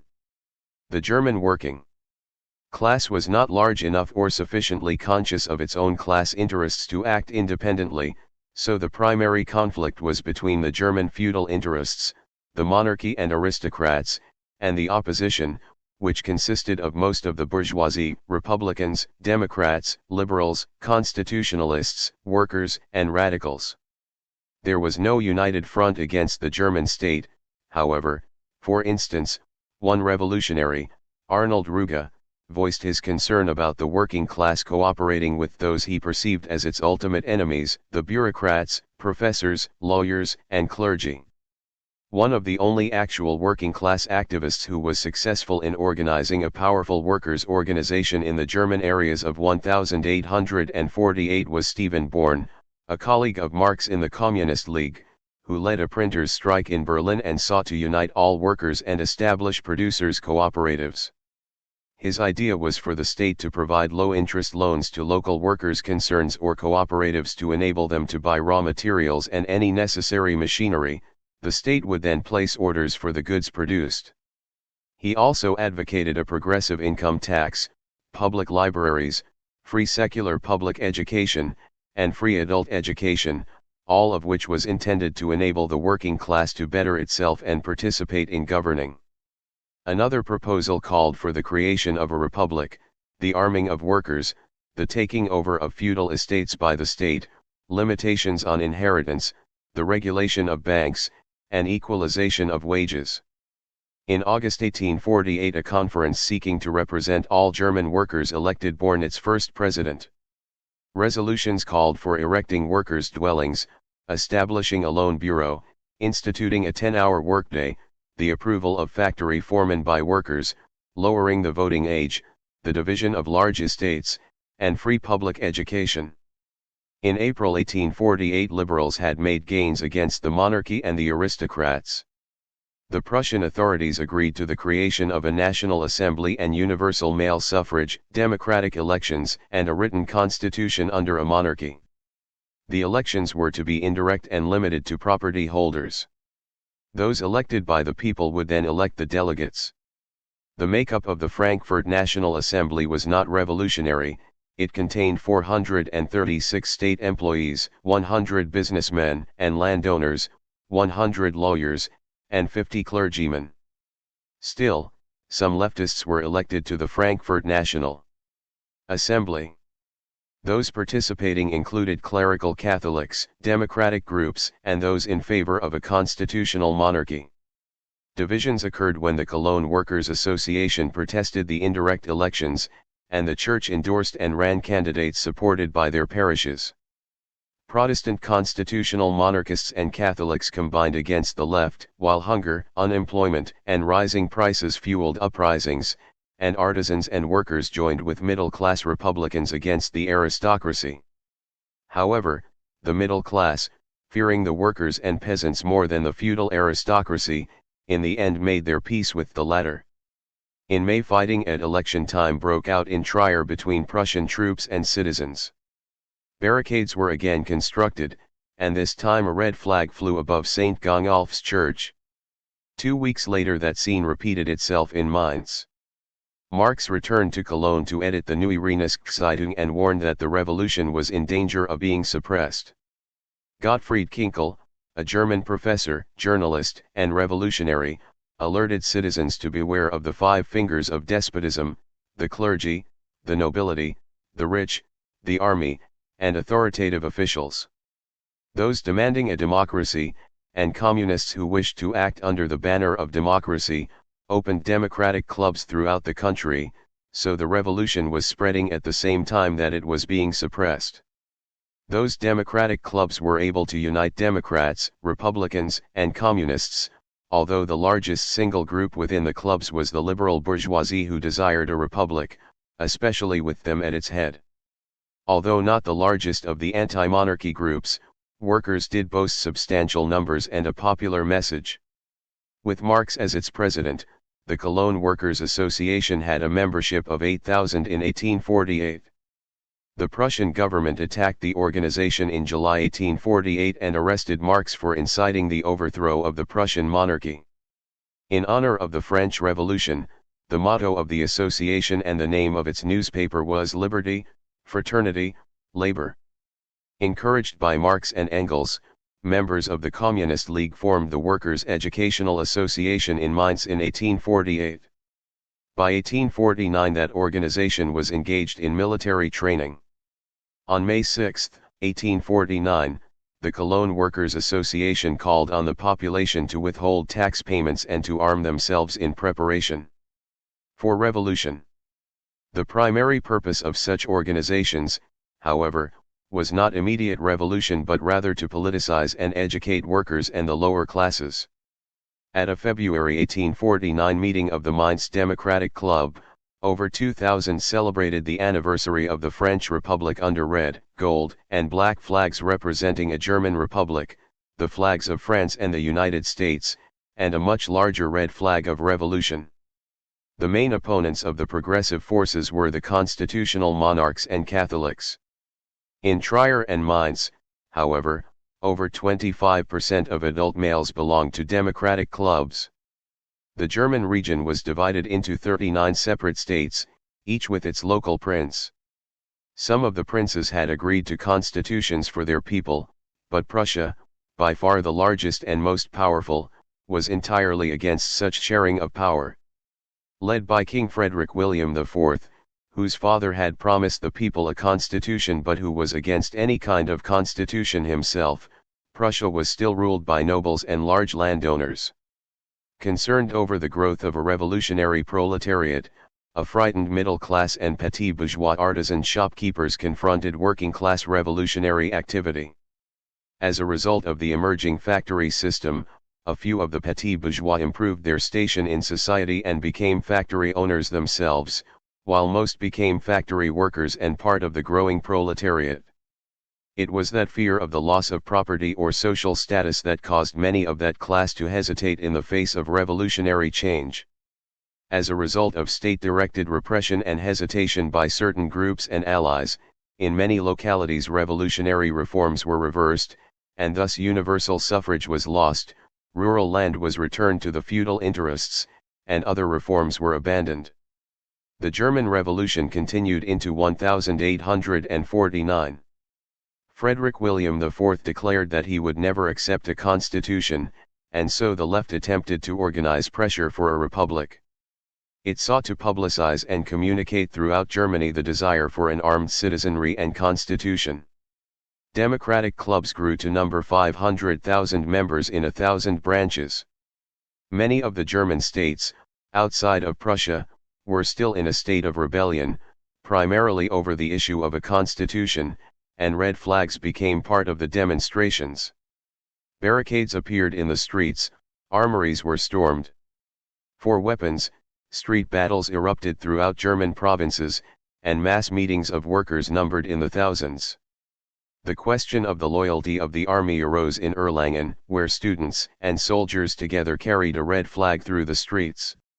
Many of the soldiers refused to shoot civilians from their own areas. Confronted with barricades in Elberfeld, troops refused to engage and left the city. In the same city the local militia denounced the Prussian government as traitors, and 1,000 soldiers joined citizens ready to revolt. The Committee of Public Safety replaced the government there. Engels was placed in charge of the defense of the city but later was asked to leave because the bourgeoisie was afraid that he would declare a Red Republic. Some militias refused to be called out against the people, and only 3 of 800 militiamen called for duty appeared in Krefeld. In May 1849 over 100 barricades were built in Dresden, buildings were burned, and 250 persons were killed in street confrontations. 20,000 at a meeting in Reutlingen approved rebellion and allegiance to a constitution and called for a local constituent assembly, the abolition of feudal burdens, an income tax, the arming of the people, and the abolition of a standing army. Journeymen and government troops engaged in bloody battles in Nuremberg. Participating in those insurrections were the Russian anarchist Mikhail Bakunin and the communists Marx and Engels. The 1848 revolutions in Europe had their roots in the French Revolution of 1789. Monarchists and revolutionaries both looked to France either in fear or for inspiration. The fall of Metternich in Vienna threw gasoline on smoldering revolutionary fires. However, only in France did the monarchy actually fall. In other places a more powerful bourgeoisie, seeking to attain benefits for itself from the monarchy, feared the ascendancy of the working class and sought to control it. Added to the fire were the battles between the left and right wings of the bourgeoisie and the new nationalism of different ethnic groups within Europe. According to Jonathan Sperber, 3 major elements contributed to the German Revolution: 1. The desire and attempt to create a German national state; 2. The clash between the bourgeoisie and monarchy for political power; and 3. A social crisis as a result of industrial modernization displacing artisans and the state refusing to modernize socially and politically. But that interpretation ignores the contribution of the radical workers, intellectuals, and students who were part of the revolutionary movement for social reform, socialism, and communism. It was they who manned the barricades and demanded a structural change in German political life. Students, workers, peasants, and the liberal bourgeoisie united for a time in the fight against reaction and demanded civil and social reforms in German society. The 1848 revolution in German-speaking areas was also the beginning of the German women's movement. Women were active in the revolution as nurses, obtained supplies for fighters, and themselves fought on the barricades. For most Germans, however, the primary issue at stake was the attempt to build a strong, unified German state to replace the federalism of the German Confederation, to end the remaining effects of feudalism, to give birth to a German republic, and to agree on a constitution that provided more political power to the new bourgeoisie and to the German proletariat. 44 The German Revolution of 1848 had a direct effect on subsequent events in the United States. Many German immigrants to the United States after 1848 had been active Republicans, working-class activists, socialists, or communists in German-speaking Europe. They were familiar with socialist philosophy and had fought on the barricades. In the United States they continued the fight for the freedoms they had supported in Europe. They brought with them a radical ideology concerned with the restructuring of society and revolutionary experience. Activists for democratic rights and enemies of slavery, German revolutionaries served in the Union Army during the Civil War, were largely responsible for causing Missouri to remain in the Union, served their new homeland as governors, senators, mayors, legislators, and cabinet members in local, state, and federal governments, and played a major role in the American labor movement, the railroad strike of 1877, and the St. Louis Commune. 3. Emerged during a period in which the United States was undergoing tremendous change and was marked by terrific instability. The Civil War had only recently ended, the South was experiencing Reconstruction, American industrial capitalism was expanding at a rapid rate, as was the federal government, the gap between rich and poor had never been as wide, and the country was in the midst of a major depression. All of those factors contributed to the unrest that ultimately led to the strike of 1877 and the St. Louis Commune. While the Civil War destroyed Southern slave society, businesses and corporations in the North prospered during and after the war. The railroad industry thrived, carrying troops and supplies to battle sites. The closing of the Mississippi River as a means of transportation during the war negatively impacted commerce but resulted in more business for railroad companies. Congress encouraged and financially supported industrial growth and railroad expansion by grants of public land. When the Transcontinental Railroad was completed in 1869, it ensured investment in and the development of the West Point. Between 1865 and 1873 industrial production grew by more than 75%. The young Republican Party supported such internal improvements, but the post-war industrial expansion largely ended in 1873 with the onset of the Depression. The railroads were not immune to the business downturn, and by 1876 over half of existing railroad companies were in receivership.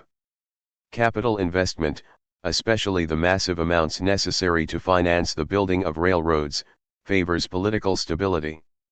The Indian Wars being fought in the West following the Civil War resulted in severe instability on the frontier, where the railroads were expanding.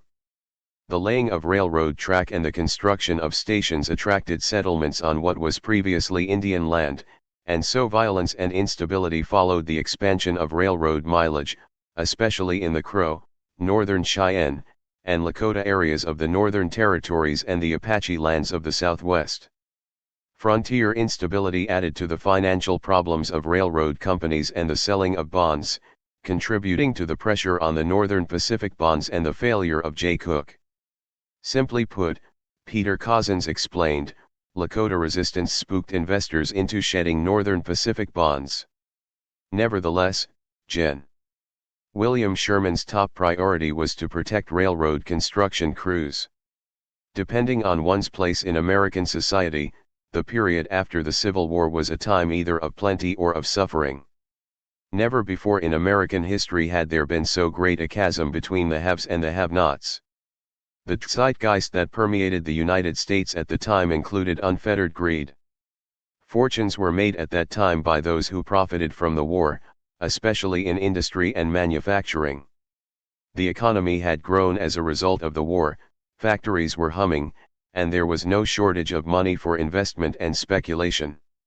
Industrial development was especially strong in the North, while the South's mostly agricultural and feudal economy bore the brunt of the fighting and was stagnant. For its entire history the South had relied on cotton and slavery for its wealth, both of which were destroyed as a result of the war.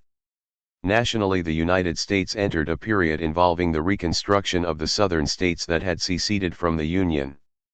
The post-war amendments to the U.S. Constitution, the 13th, 14th, and 15th Amendments, ended slavery, conferred citizenship on those who were born in the United States along with equal protection under the laws of the nation, and provided black males the right to vote. During the period of Reconstruction, attempts were also made to educate and prepare former slaves for lives of freedom and civic engagement. Unfortunately, the death of Abraham Lincoln ended any plans to support newly freed slaves. His successor, Andrew Johnson, though pro-Union, was a Democrat from Tennessee who was sympathetic to the South and its way of life. Johnson did not support the goals of Reconstruction and allowed Southern whites to reclaim their land, which had in many cases been worked by their former slaves in their absence, resulting in newly freed slaves becoming attached to the land as sharecroppers. Black codes were instituted in Southern states in order to control their black populations. The Ku Klux Klan emerged to intimidate African Americans, and the South took on a character remarkably similar to the way it functioned prior to the Civil War. 4 Because of its central geographic location, St. Louis was also a very politically divided city.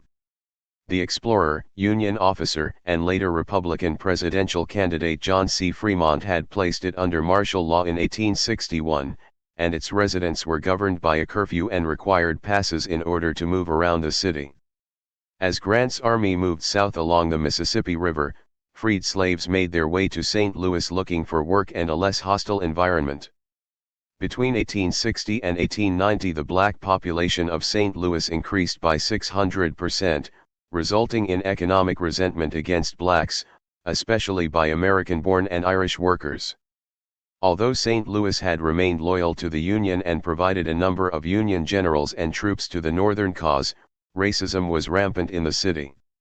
Blacks were required to ride on the outside of streetcars, which was not only dangerous but also very uncomfortable in cold or rainy weather. This St. Louisan Karl Schurz, a former German revolutionary, described the Caribbean as being infested by indolent blacks and referred to Dominicans as lazy and shiftless. Even the Republican German-language newspaper Anzeiger des Westens opposed racial integration.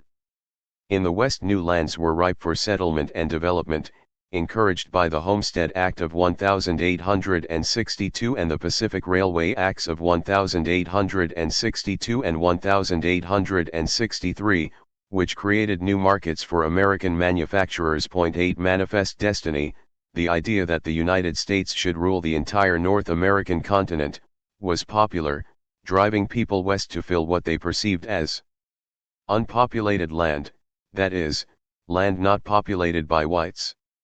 Under the Homestead Act, anyone living on 160 acres of unclaimed land for 5 years became its owner. The historian Frederick Jackson Turner described the settlement of the frontier as a safety valve that released pressure on the cities.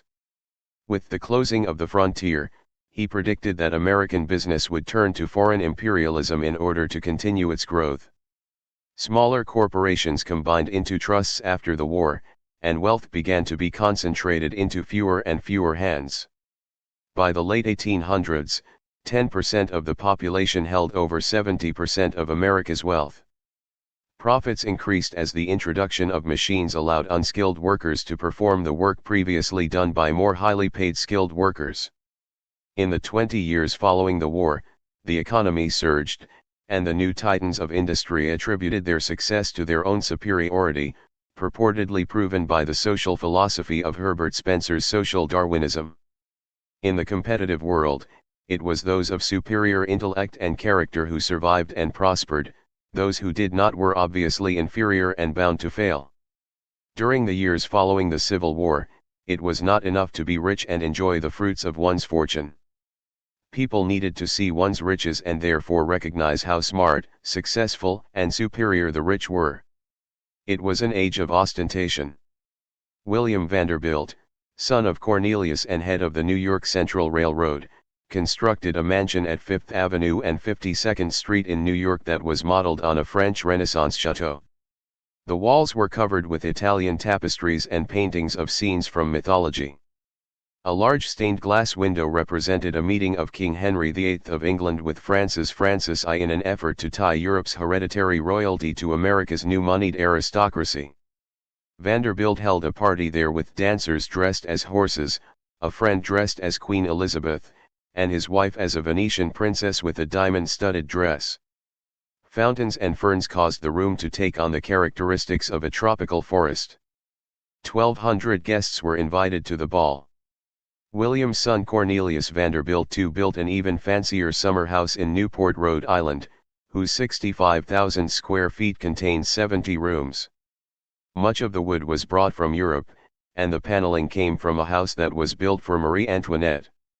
Another son, George Washington Vanderbilt II, built Biltmore, a mansion in Asheville, North Carolina, that was even more magnificent than his father's and brother's mansions. Biltmore's 175,000 square feet contained 250 rooms and its 125,000 acres of land included farms, a church, and a village. The lives of working people were not as glamorous as those of the rich. Long hours of labor in factories, industrial accidents, and child labor were challenged by early organizations of workers. The Knights of Labor, for instance, formed in 1869, sought improvements in the workplace. However, an increase in immigration had the effect of ethnically dividing the working class, which was then making early attempts to unite on a national basis.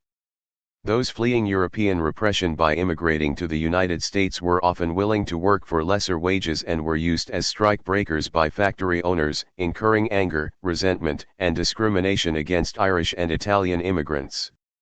The movement of job seekers from rural areas into the cities increased the competition for jobs and filled tenements with the poor. Industrial development at the time was so massive and extensive that it even had the effect of changing the focus and nature of American culture.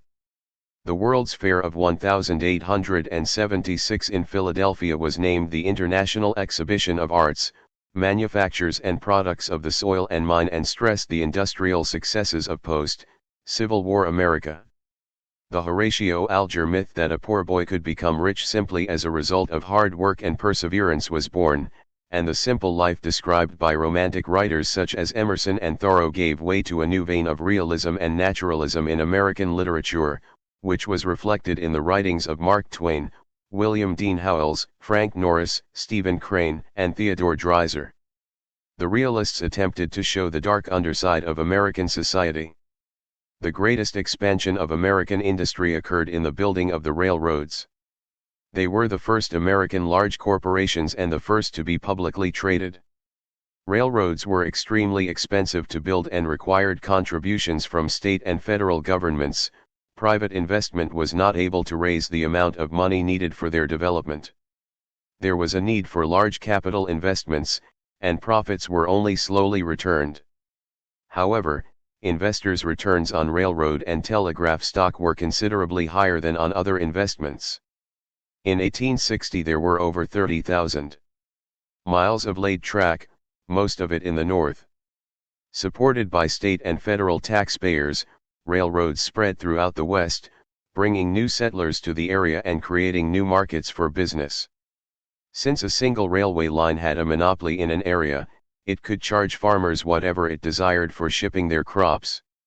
Railroads set high prices on the transportation and warehousing of farm goods and showed favoritism in pricing for large shippers, resulting in the organization of farmers into the Granger movement in 1867 and the passage of the Interstate Commerce Act in 1887. By 1875 the Grange had 750,000 members and 19,000 chapters. Farmers combined to purchase goods and supplies at a lower price and to present a united front to the railroads.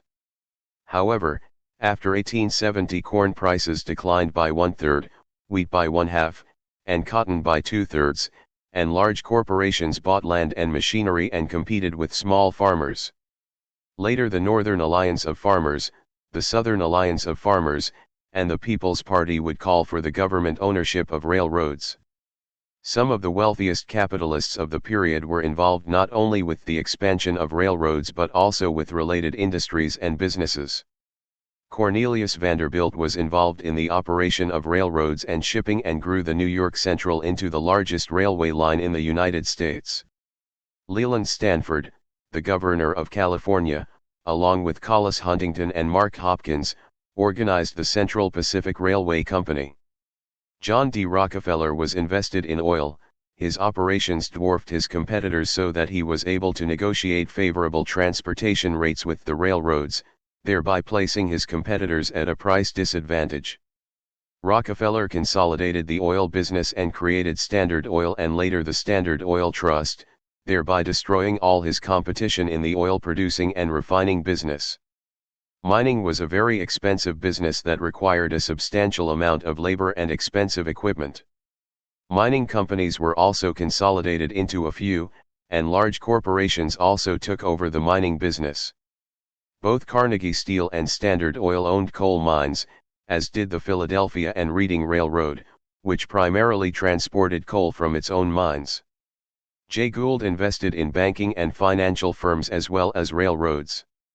At one time he and James Fisk Jr. attempted to convince President Ulysses Grant to suspend gold sales, which would allow Gould to corner the gold market and drive up the price of gold. The move negatively affected the market, and Grant then released gold onto the market, but not before Gould and Fisk sold and took their profits. Both Gould and Fisk were also directors of the Erie Railroad. Andrew Carnegie operated steel mills, but in the past he had worked for the Pennsylvania Railroad as the personal assistant to Superintendent Thomas Scott and later was superintendent of its Pittsburgh division. Carnegie's Union Iron Works produced steel rails for the railroad industry, and he was a partner of a manufacturer of sleeping cars, whose largest customer was the Pennsylvania Railroad Company. Carnegie Steel ultimately became the largest steel producer in the world. Carnegie invested in machinery and automation that enabled him to employ unskilled workers at the lowest wages in the industry, giving him an edge on his competitors with regard to pricing. He also fought efforts to shorten the workday from 12 hours to 8. His harsh labor actions led to the 1892 Homestead Strike, which was crushed by 300 detectives from the anti-labor Pinkerton Agency and 8,000 federal troops. Although they primarily focused on one industry, many of the capitalists of the period expanded horizontally as well as vertically. For example, Carnegie was primarily involved in steel but also invested in mining and the transportation of his commodities. Rockefeller, who was primarily focused on oil, also operated his own railroads. Any cost-cutting measure meant larger profits, so what all of these industry leaders had in common was the payment of low wages, the existence of poor working conditions, the demand for long hours of work, and the fear of union organization by their workers. For the workers this meant a life in shanty towns or urban slums, warehousing in tenement buildings, and the modification of single-family homes into ones able to house multiple families. Working-class life was depicted by Jacob Riis in his classic study of urban slums in New York, How the Other Half Lives. Riis estimated that there were 37,000 tenement houses in New York housing over 1 million people. The overcrowded conditions he described were abhorrent. In Essex Street 2 small rooms in a 6-story tenement were made to hold a family of father and mother, 12 children, and 6 boarders. He attributed the poor conditions to the greed of the rich, the greed of capital that wrought the evil must itself undo it, as far as it can now be undone. Failure to resolve the problem of working-class slums would, according to Riis, result in a massive social explosion and class conflict between rich and poor. The sea of a mighty population, held in galling fetters, heaves uneasily in the tenements. If it rise once more, no human power may avail to check it. The gap between the classes in which it surges, unseen, unsuspected by the thoughtless, is widening day by day. Others also warned of the dangers of unbridled capitalism. Harvard professor Francis Parkman believed that democracy was perverted by capitalism because of the strong value it placed on self-interest, especially in the United States, where individualism was viewed as a virtue. Henry George, a journalist and reformer, suggested that businessmen, manufacturers, and merchants would benefit from railroad expansion but that the working class would suffer from the introduction of foreign goods and the higher rents caused by the increase of land values due to the railroads.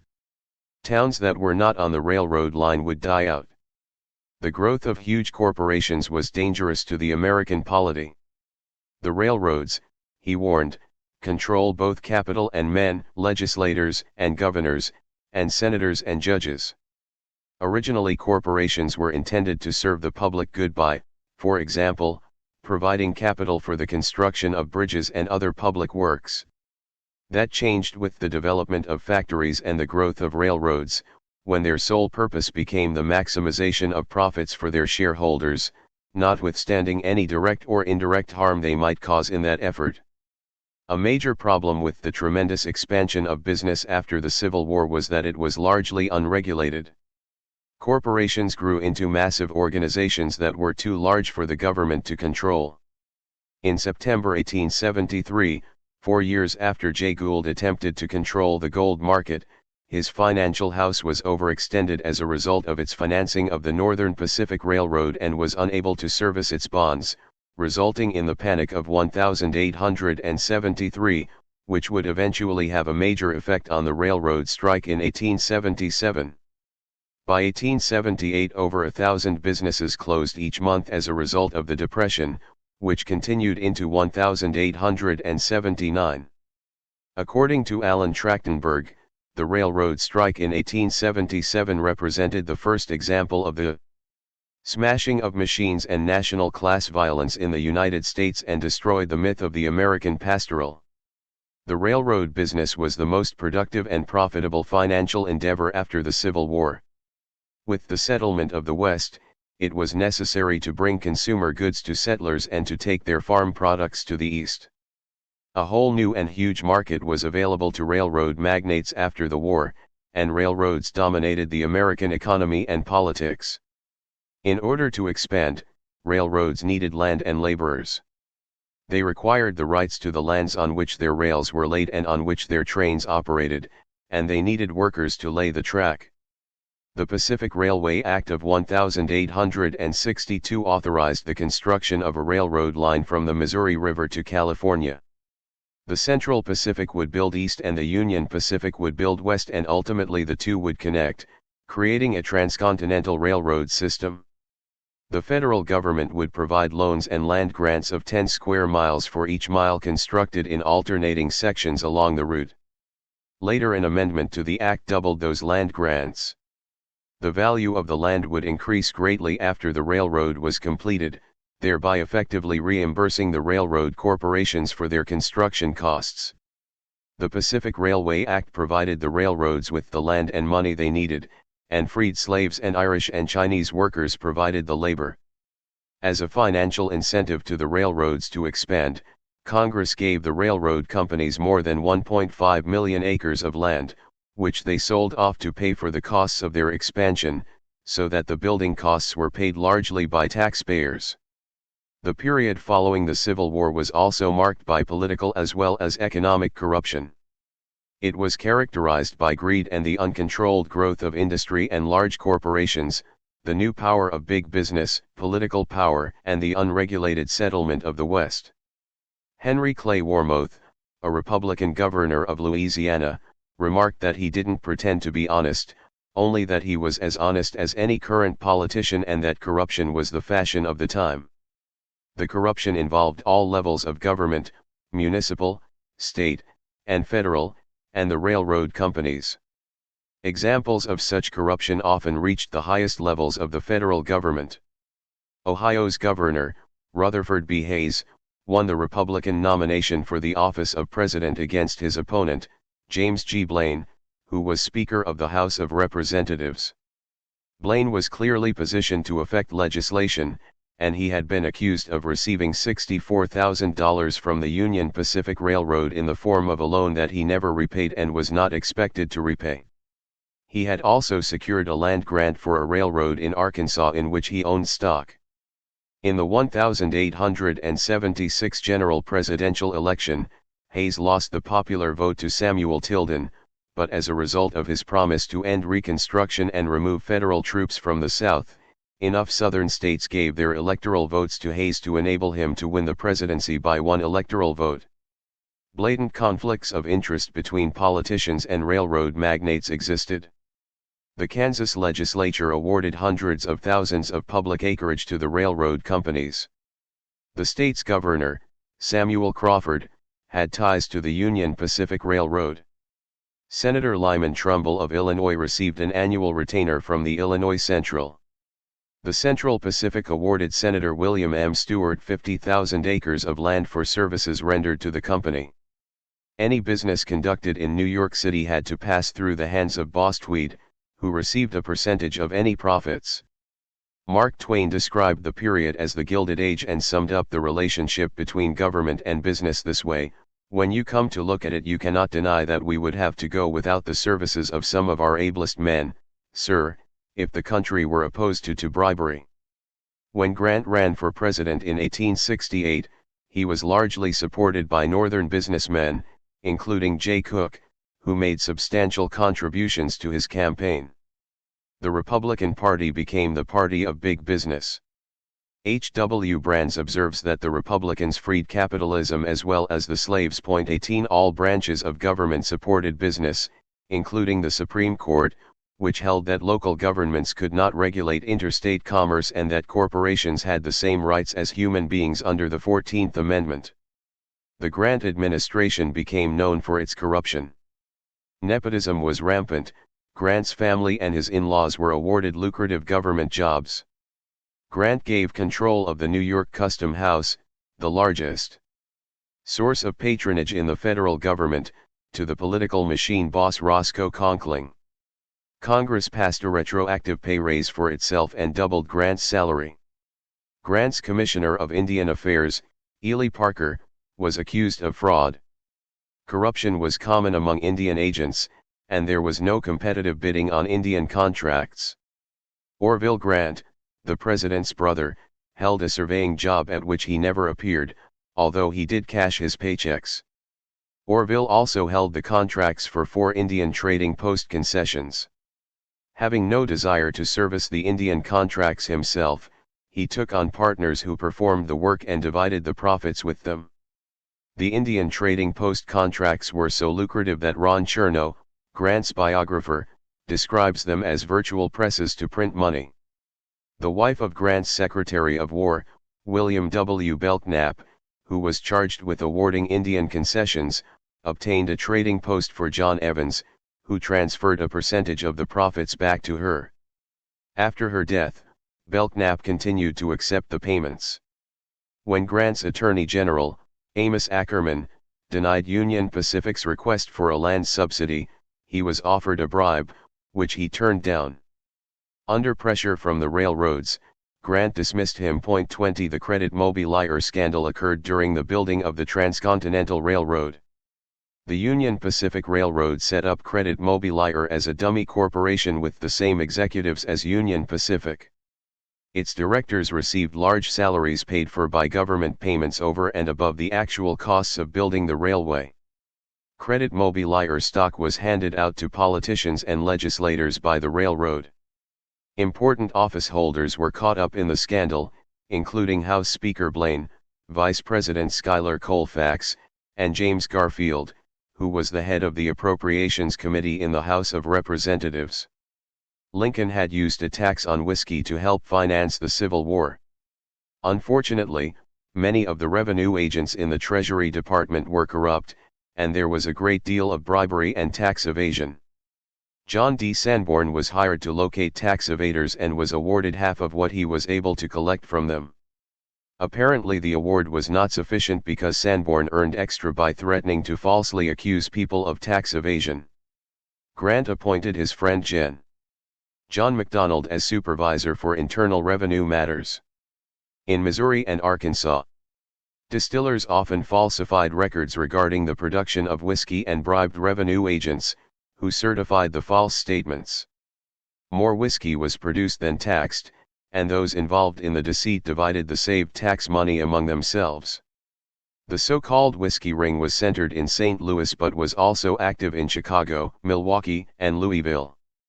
What had emerged from the Civil War was an alliance between people involved in business and government that included bribery and corruption and resulted in economic instability. Although the economy appeared on the surface to be healthy, it was founded on speculation, corruption, and the overextension of railroads. Chernow attributes the post-war corruption in America to the wartime growth of the federal government, the expansion of industry, and the new partnership between government and business. With the failure of Cook's firm in 1873, the stock market collapsed, gold prices fell, banks failed, and depression set in. As a result of the booms and busts that characterized the emerging financial and industrial capitalism, the gap between rich and poor became even greater. Unsafe working conditions, low pay, child labor, and long hours would eventually result in the growth of national unions, labor unrest, strikes, and violence. St. Louis was a microcosm of the nation. It experienced the same benefits and struggled with the same problems that grew out of the expansion of business and railroads. The city was growing at a phenomenal rate, business was booming, and its residents took pride in its development and perceived future success. It was marked by economic and industrial growth, wealth and prosperity, and greed and corruption. Situated on the Mississippi River and considered to be the westernmost eastern city, St. Louis was the principal trade route between east and west until railroads linked Chicago with New York. Based on the fact that the city was rapidly developing into a business and industry center and that it was located in the middle of the country, a local booster named L.U. Rivas began a movement to make it the nation's capital. In October 1869, delegates from 21 states and territories met at the Mercantile Library in St. Louis to discuss the move, which was even favored by the Chicago editor Joseph Medill, Walt Whitman, and Gen. William Tecumseh Sherman. Rivas's book, The Future Great City of the World, was translated into German and was credited with encouraging German immigration to the city. St. Louis was largely a city of immigrants in the mid-19th century. In 1860, 77% of its adult population was foreign-born. Most were from the German states and Ireland. Of its 1860s population of 160,000, approximately 60,000 were born in German states and 40,000 in Ireland. During the potato famine in 1845, almost 1 million Irish immigrated to the United States, many arriving in St. Louis. In the 1850s, the St. Louis Irish Emigrant Society paid the passage of large numbers of Irish, many of whom went to work on the new railroads. The Irish in St. Louis primarily lived in the Carey Patch neighborhood. They mostly worked in unskilled jobs, such as ditch digging and hod carrying. Germans had settled in St. Louis in significant numbers during the 1830s, and another wave arrived following the revolution there in 1848. The later German arrivals were more educated and skilled than were the Irish and the earlier German immigrants. Of those St. Louis residents who were born in the United States, most were descendants of French and Spanish Creoles, some free African Americans, and Easterners who traveled west in search of new opportunities. There were also Bohemians, who had fled the Austro-Hungarian Empire, and French from the Alsace-Lorraine region, which was conquered by Germany in 1871 in the Franco-Prussian War. Immigrants usually settled in neighborhoods and wards according to their ethnicity. The Know-Nothings had emerged from the Whig Party and were rabidly xenophobic. There was the usual fear among the general population that new immigrants were different and therefore untrustworthy and that they would take American jobs. Therefore, not all were welcomed with open arms, even by those who denied having any bias against ethnic groups. Edward Bates, who was to serve as Attorney General under Lincoln, accused them of coming to the United States in order to bring disorder and violence, and the older French families of St. Louis described new arrivals as wild radicals. There were frequent clashes between Irish and German immigrants and Know-Nothings and among immigrant groups themselves. In August 1854, after a riot had erupted over voting by immigrants, Meriwether Lewis led a volunteer group that attempted to return order to the city. The more conservative elements believed that immigrants brought with them ideas of red republicanism, socialism, and free living. The leading citizens of St. Louis were from conservative Southern Protestant and French Catholic families. Before the Civil War, St. Louis was a conglomeration of French and Spanish cultures with a large free black population, an anti-slavery city located in a slave state. Never containing a great many slaves, by 1860 St. Louis's slave numbers had been reduced to approximately 1% of its population. Most worked as servants in the homes of the rich. Many free blacks and white women achieved some success both before and after the war. Unlike British common law, whereby women gave up all rights to property and any legal status upon marriage, Spanish law was much more progressive, so that women continued to own the property they had brought to a marriage and received half of a deceased husband's estate. As a result, many St. Louis women, including free women of color, were able to own significant assets in their own right from the early days of the settlement of St. Louis. One free black woman, called only Esther, had been the mistress of a St. Louis merchant and owned an entire city block, 2 houses with lots, and 2 farms in her own name. Free blacks in St. Louis were said to control several $1 million worth of real and personal property. They were described as a colored aristocracy. The Germans who arrived in St. Louis after 1848 were more educated and more radical than the earlier German immigrants. There was division between the two groups, between Catholics and Lutherans, liberals and radicals, and those who were against religion of any kind. Many of the later arrivals had been professionals in Germany. They were sometimes, not without reason, criticized by the older German immigrants for being haughty. Not yet fluent in English, many new immigrants became journalists and published German-language newspapers. The Anzeiger des Westens became one of the most read German-language papers in the West. With the influx of German immigrants and changes in national political parties, politics in the city and in Missouri became more complicated. In the late 1840s, Missouri was politically divided between Democrats and Republicans and later liberal Republicans. In a contest for the U.S. Senate, the small farmers in the state supported Thomas Hart Benton, a lawyer and newspaper editor and liberal Republican, who had the distinction of having shot Andrew Jackson in a duel. Large landowners favored Henry Geyer, who supported slavery and represented the slave owner in the Dred Scott case. For a time, Missouri was represented by only one senator because the governor was hesitant to appoint anyone in the overly heated political environment. St. Louis was a center of free labor and anti-slavery sentiment, and its new German immigrants hated the very idea of slavery. Many German immigrants who arrived in the area had chosen to settle across the river from St. Louis in southern Illinois because they refused to live in a state that allowed slavery. Many chose to farm the Missouri River Valley, although a good number who had never farmed before failed at it and ultimately moved to St. Louis.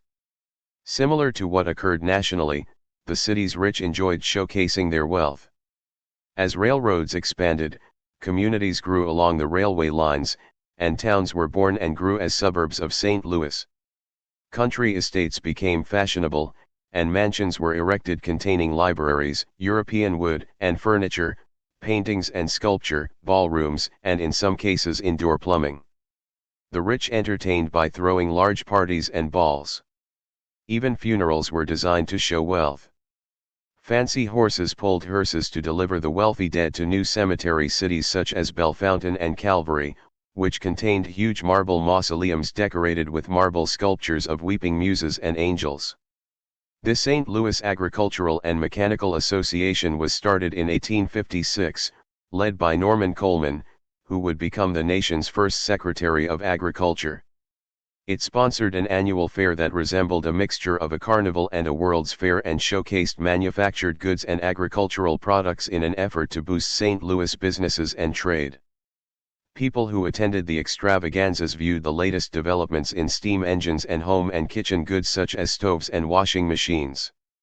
Some St. Louis businesses prospered economically during the Civil War, although most suffered financial loss. Those businesses that were able to attract government contracts during the war did well. St. Louis was a major ship manufacturing center and served as the western supply base for 1 million Union troops. Hundreds of millions of dollars flowed into the city from the U.S. government alone, from September 1, 1861 to December 31, 1865. The Commissary of the Department of the West spent $230,700,000 in the city for supplies and transportation. St. Louis boasted both small businesses and large factories and manufacturers. Carondelet, which was incorporated into the city of St. Louis in 1876, was a major center for shipbuilding and iron works. The Belcher Sugar Refining Company took in over 63 million pounds of raw sugar in 1874 and produced 53 million pounds of refined sugar.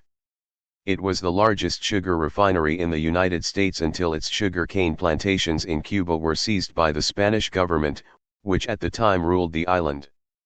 The Excelsior Stove Works was the country's largest stove manufacturer, producing over 20,000 stoves a year. St. Louis led the nation in flour milling by the 1870s. The Yeager Milling Company milled 1,200 barrels of flour each day and 6,000 bushels of winter wheat in 24 hours. Joseph Journeau consumed 500 barrels of flour each day in his cracker-making factory, selling his product as far away as the West Indies. Dozier, Whale, and Company produced 1,500 barrels of crackers a day. St. Louis was second only to Boston in the production of shoes in the United States. 28 large iron ore deposits existed near Carondelet.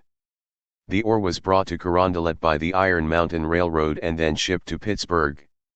In 1868, businesses in Carondelet began the iron industry there, building large furnaces, factories, and railroad connections. The Vulcan Iron Works emerged as the largest business in Carondelet. Its monthly payroll was $50,000, and it employed 850 men. Carondelet was referred to as Birmingham on the Mississippi 29 due to its large German immigrant community. St. Louis had boasted local breweries since the 1820s and numbered over 30 at the end of the Civil War. By 1876 it was the largest beer-producing city in the nation and had the largest number of breweries. Because beer spoils quickly, markets for it were necessarily local until Adolphus Busch made use of refrigerated railroad cars and pasteurization and marketed Budweiser on a national basis, producing 40,000 bottles of beer a day. The Lemp Brewery stored its beer in underground caves that could hold 50,000 barrels. Other breweries in the city included the Anthony and Kuhn Brewery, the Griesediak Brewery, the Marquard Foster Brewery, and the Fritz and Wainwright Brewery. The American Wine Company owned 3 stories of underground caverns and used up to 3 million pounds of grapes a year in its winemaking. By the middle of the 19th century, St. Louis businesses were doing very well. The luxurious Planters House Hotel, where Planters Punch was invented, was a meeting place for the discussion of business and politics and was the largest hotel in the West. The Southern Hotel was completed in 1865 at a cost of $700,000. The population of St. Louis had doubled in 10 years, and the city's businesses flourished. 29 railroads served St. Louis. There were 108 boot and shoe shops and 45 brick and tile manufacturers. The Union Press Brick Works manufactured 90,000 bricks every day, while the Lockleed Fire Brick Company produced 14,000 bricks every 10 hours. The St. Louis riverfront was crowded with hundreds of boats arriving and departing with goods. Meat processing was another major business in St. Louis. Henry Ames and Whitaker and Sons each slaughtered and processed 1,000 hogs a day. In 1874 the Union stockyards opened and held 25,000 hogs and 2,000 head of cattle. A year earlier the National Stockyards opened across the Mississippi River from St. Louis and was served by 12 different railroads. St. Louis also emerged as a major tobacco center, processing chewing tobacco, cigars, snuff, and pipe tobacco. Liggett and Myers operated an immense facility in St. Louis. The city was second only to Richmond, Virginia, in tobacco products. A major chemical company was founded by the Mallinckrodt brothers, and the Singer Machine Company manufactured sewing machines. The St. Louis Type Foundry supplied type and other printing merchandise throughout the West. Since its founding, St. Louis had had a virtual monopoly on the West's fur trade, and many fortunes had been made in that business since the early days of the city's settlement. The American Fur Trade Company was dominated by the Choteau family, descendants of one of the founders of St. Louis. James Astor had interests in St. Louis fur companies. By the end of the 19th century, the city ranked second in meatpacking plants, third in milling, third in pressed cotton, and second in the West in capital investment in manufacturing. Banks were important in financing the development of the city.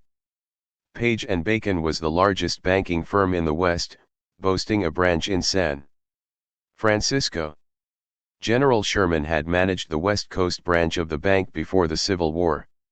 It financed the last section of the Ohio and Mississippi Railroad, which connected St. Louis with the East.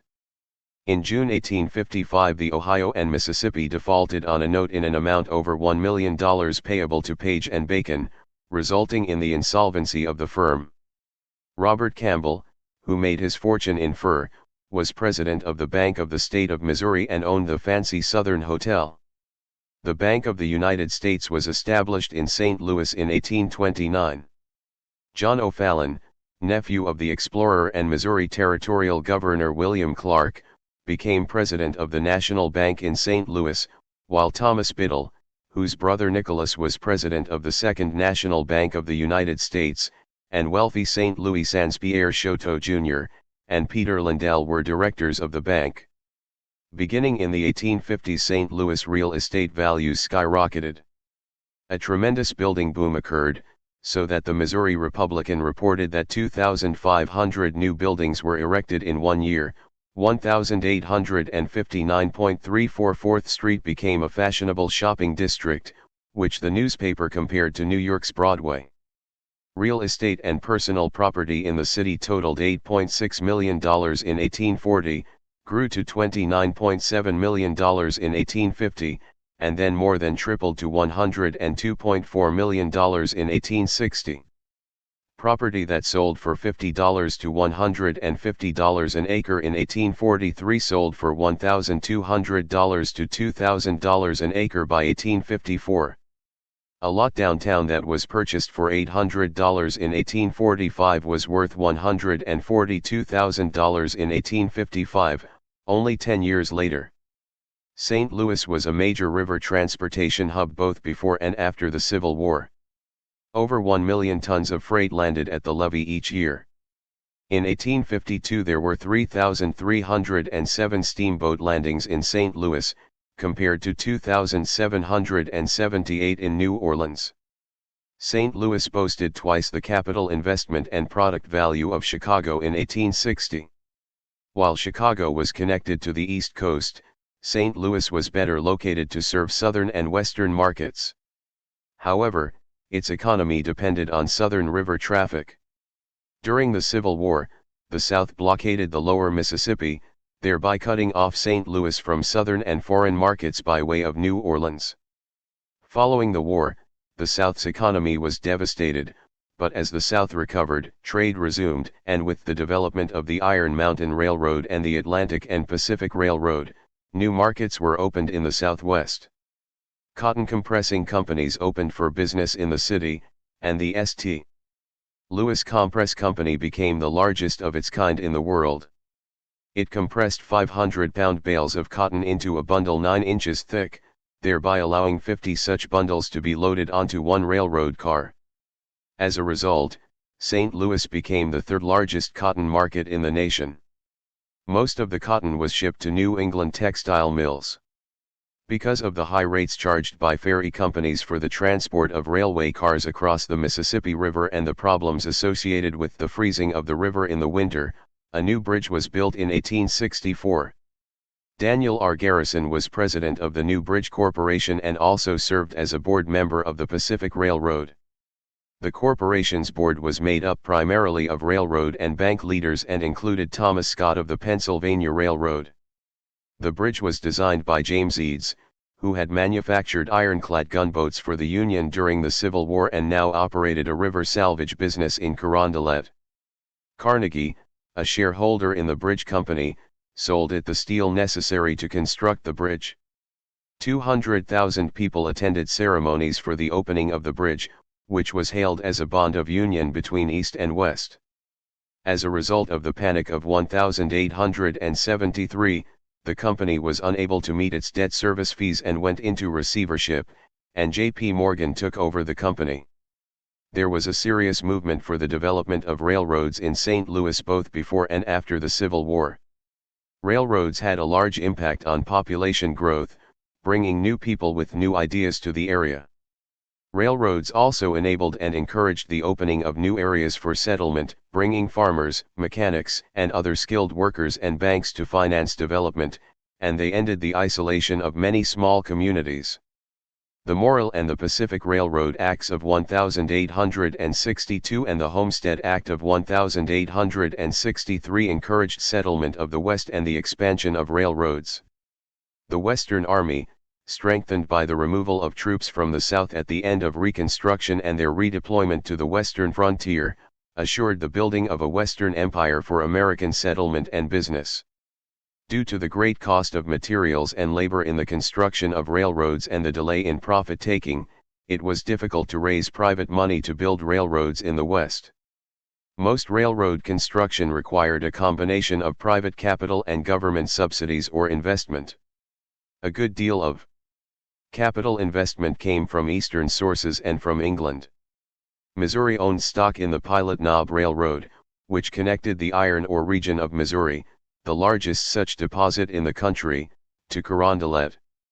By 1860 Missouri had guaranteed bonds of $7 million for the Pacific Railroad, $4.35 million for the Northern Missouri Railroad, which sought to connect Missouri agriculture to Iowa and Minnesota, $3 million for the Hannibal and St. Joseph, $3.5 million for the St. Louis and Iron Mountain, and almost $4 million for the southwest branch of the Pacific. The state-authorized bonds for railroad construction at that time totaled approximately $25 million. In May 1857, half of the bonded debt of the city was for railroad construction. In the 10-year period prior to the Civil War, Missouri spent more money on railroad building than did any other state. The construction of the Iron Mountain Railroad was spearheaded by John O'Fallon and James Lucas, two of St. Louis's richest citizens. Mayor Luther Kennett, a vice president of the Pacific Railroad, became the president of the Iron Mountain. Eastern financial interests also were invested in the new railroads in Missouri. Jay Gould took control of the Northern Missouri Railroad, leased out the Missouri Pacific Railroad, and controlled the Missouri, Kansas, and Texas, and the St. Louis, Iron Mountain, Southern, and Texas and Pacific Railroads. By 1873, Gould had acquired a large portion of Union Pacific stock and controlled the Kansas Pacific, the Denver Pacific, and the Central Pacific Railroads. In 1879, he bought a controlling interest in the Missouri Pacific and became its president. A.J. McKay purchased the failing St. Louis and Iron Mountain Railroad from a Missouri State Commission and immediately resold it to Thomas Allen for a very significant profit.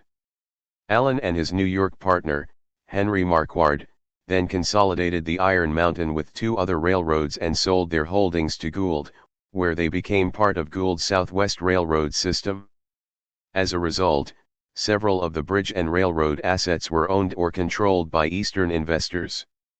In 1849, Missouri business leaders obtained a charter for the Pacific Railroad to connect St. Louis with the Pacific Ocean, but a major fire in the city and a cholera epidemic that year put those plans on hold until groundbreaking finally occurred in July 1851. In 1865, a train connected St. Louis with Kansas City and took only 14 hours to travel the distance of 250 miles. A number of lines connected Missouri with Texas, including the Texas and Pacific, the International and Great Northern, and the Cairo and Fulton. By 1874, lines connected St. Louis with Houston and Dallas. In 1870, the Missouri, Kansas-Texas Railroad acquired land grants to build a rail line all the way to Mexico. The Missouri Republican boasted that Mexico would soon become part of the St. Louis commercial empire. St. Louis was in competition with Chicago as the Western Railroad capital of the United States. Much of the Eastern investment money flowed to Chicago, leaving St. Louis behind in the rivalry.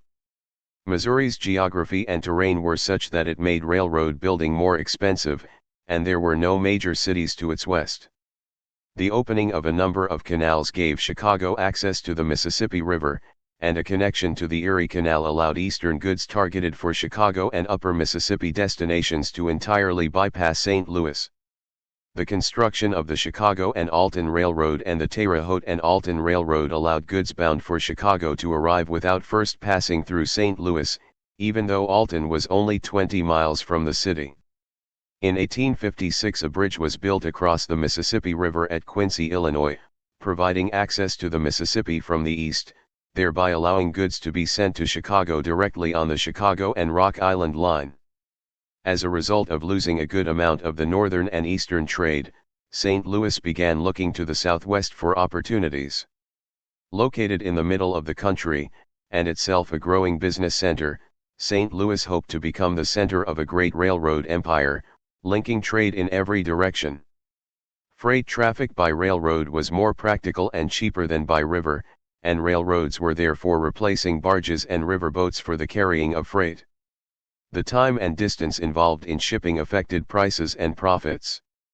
Rivers were long and winding, while railroad tracks went in a straighter line, so that, for example, St. Louis was 612 miles from Pittsburgh by train and twice as far by boat.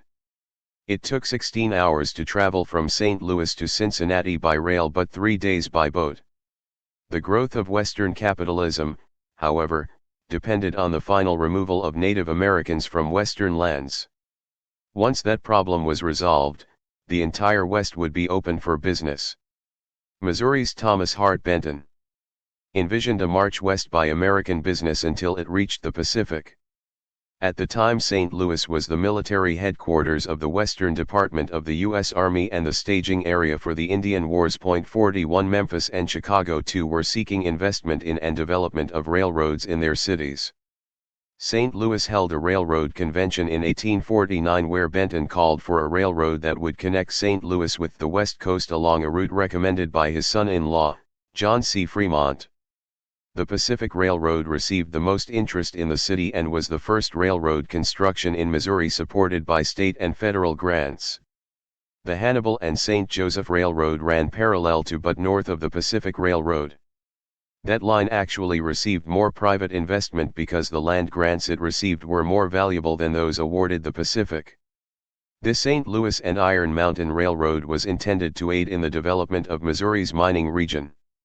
Railroad construction resulted in Missouri becoming one of the fastest growing states in the nation with regard to population and agricultural output between 1850 and 1870. By 1870 Missouri was the fifth most populated state. The increase was mostly in rural areas, making Missouri an agricultural leader. Between 1850 and 1870 the number of farms in Missouri grew threefold, from approximately 54,000 to 150,000. Its wheat crop in 1870 was 5 times what it was in 1850. Many of St. Louis's major business firms profited from railroad construction. In 1860 the city was comparable to Pittsburgh in manufacturing and iron work factories. In 1853 the Pacific Railroad purchased 600 tons and the Western Division of the Ohio and Mississippi Railroad 250 tons of spikes from St. Louis companies. The Palm and Robertson Foundry and Machine Shop produced locomotives for the Pacific Railroad, each of which required 24,500 pounds of cast iron, 9,200 pounds of plate and sheet iron, 12,000 pounds of rolled iron bar, and 2,500 pounds of hammered iron. Lucas and other St. Louis elites organized the Union Locomotive and Machine Shop for the purpose of manufacturing locomotives and other items needed by the railroads. O'Fallon, Lucas, and Charles Choteau formed the Missouri Lumber and Car Manufacturing Company to build passenger, freight, cattle, coal, and other railroad cars. Since the stock in some of these companies sold for $500 a share, investment was limited to the wealthy residents of St. Louis. As with any new industry, many of the railroad companies failed, and others were consolidated into major lines. Many people lost money due to corporate bankruptcies, while others were able to profit from those losses. The St. Louis and Iron Mountain Railroad, the Southwest Pacific, the Cairo and Fulton, and the Platte County were foreclosed on and went into receivership. The Iron Mountain Railroad was bought by Thomas Allen. Part of the reason for railroad failures was the cost of converting track to another gauge so that railroad lines could connect with each other. Operation of the Pacific Railroad was suspended for that reason. The Pacific defaulted on interest, principal, and taxes in the amount of $11 million owed to the state of Missouri, and the state sold the railroad's assets at a loss of $10 million. Private capitalists made huge profits buying state-owned railroads at immensely discounted prices. The Atlantic and Pacific Railroad, which was part of the Pacific Railroad's southwest portion, had been taken over by the state and sold to Fremont, who defaulted, and the line was then sold again, and ultimately was bought by Allen. Missouri sold its interest in the North Missouri Railroad, which had cost the state $2 million, to Henry Blow for $200,000. Blow was a congressman and ambassador during his career, and his family had owned and set free the slave Dred Scott. Twain humorously but accurately described the shenanigans that characterized railroad investment and the race for quick profits during what he called the Gilded Age. "We'll buy the lands," explained he, "on long time, backed by the notes of good men, and then mortgage them for money enough to get the road well on.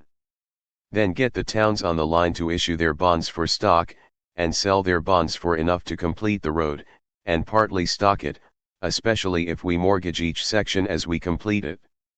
We can then sell the rest of the stock on the prospect of the business of the road through an improved country, and also sell the lands at a big advance, on the strength of the road."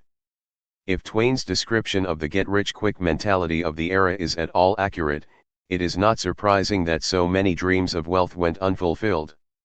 As was true on a national scale, corruption was rampant in St. Louis. One of the greatest examples during this period was national in scope and involved the whiskey ring.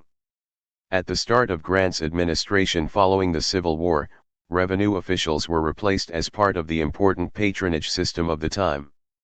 In October 1869, John McDonald was named Supervisor of Internal Revenue for the Missouri District, which included Missouri, Arkansas, and Indian Territory. McDonald, a friend of Grant, together with William McKee, a co-owner of the Missouri Democrat, Orville E. Babcock, Grant's secretary, and C.W. Ford, the district collector of revenue for St. Louis, were all at the heart of the scandal. Only part of the whiskey produced was reported for tax purposes. The rest was sold with no tax paid on it and the extra profit pocketed. Half of the liquor tax saved was to go to the distillers and half to members of the whiskey ring. Between November 1871 and November 1872, 4 distillers paid approximately $300,000 to the 5 members of the ring.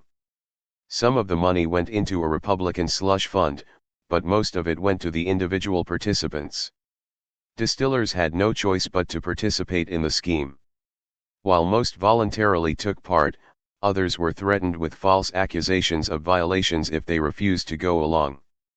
Babcock warned members of the ring of planned federal investigations and intercepted a letter from St. Louis lawyer Jesse Woodward to John W. Douglas, the Internal Revenue Commissioner in Washington, D.C., that warned of the scam and provided evidence in the form of documents and witnesses. Benjamin H. Bristow, Secretary of the Treasury under Grant, became suspicious of the small amount of revenue received from whiskey sales and began an investigation. He determined that only 1/3 of the whiskey being distilled in St. Louis was being taxed, though it was difficult to obtain proof because the entire system was corrupt. Finally, Bristow submitted the results of his investigation to Grant, who ordered the seizure of distilleries in St. Louis, Milwaukee, and Chicago. 16 distilleries were seized in St. Louis alone. An analysis of the business of one of them for 1 month showed that taxes had been paid on only 1/3 of the gallons of whiskey shipped. Ultimately, prosecutions were brought. Babcock was acquitted of the charges against him when Grant offered to testify on his behalf. He did, however, resign as Grant's secretary. McKee was convicted and sentenced to 2 years in prison and fined $10,000, however, he served only a small portion of his sentence. McDonald was convicted and sentenced to 3 years in prison, but served only 1 year. Joseph Pulitzer attempted to shine a light on St. Louis corruption.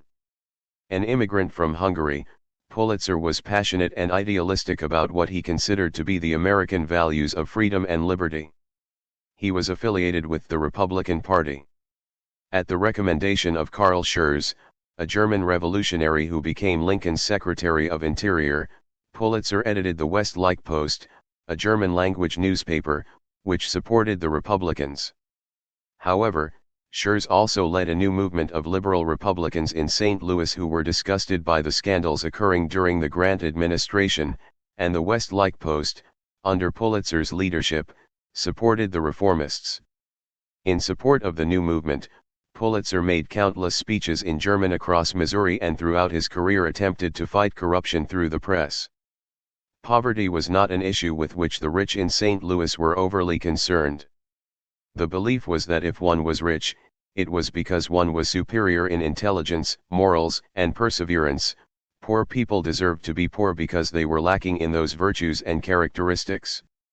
While the wealthy businessmen were recreating French chateaux and Versailles-like entertainment, many others in St. Louis were living in or on the verge of poverty. Most of the Irish immigrants were unskilled and competed with free blacks for low-paying jobs. Many were unemployed, women and children worked at starvation wages, and holding a job did not guarantee a decent life. The post-Civil War period in the United States and in St. Louis was characterized by economic growth, the emergence of large corporations, and the concentration of wealth into fewer and fewer hands. The rich survived the unstable markets that marked the period and even prospered by buying failed businesses at extremely low prices. The concentration of wealth occurred at both the national and local levels. Railroads emerged as the most profitable and powerful of American businesses. Their wealth and power enabled them to affect national policy and to control city and state governments, which not only failed to regulate them but even financially supported them with gifts of money and land. Greed was the major characteristic of American business, and wealth and power marked the new corporate world. At the same time, the poor and working class struggled to survive in a world where those who controlled it sought to profit by exploiting the most vulnerable. Wendell Phillips, an abolitionist and supporter of labor and women's rights, feared that the United States was becoming an aristocracy of capital. 47 This was the environment that greeted new immigrants in the 1860s and 1870s. German immigrants had fought for a more democratic republic in the German states, a fairer division of wealth, and greater political power for working people, and would continue that battle in their new homeland.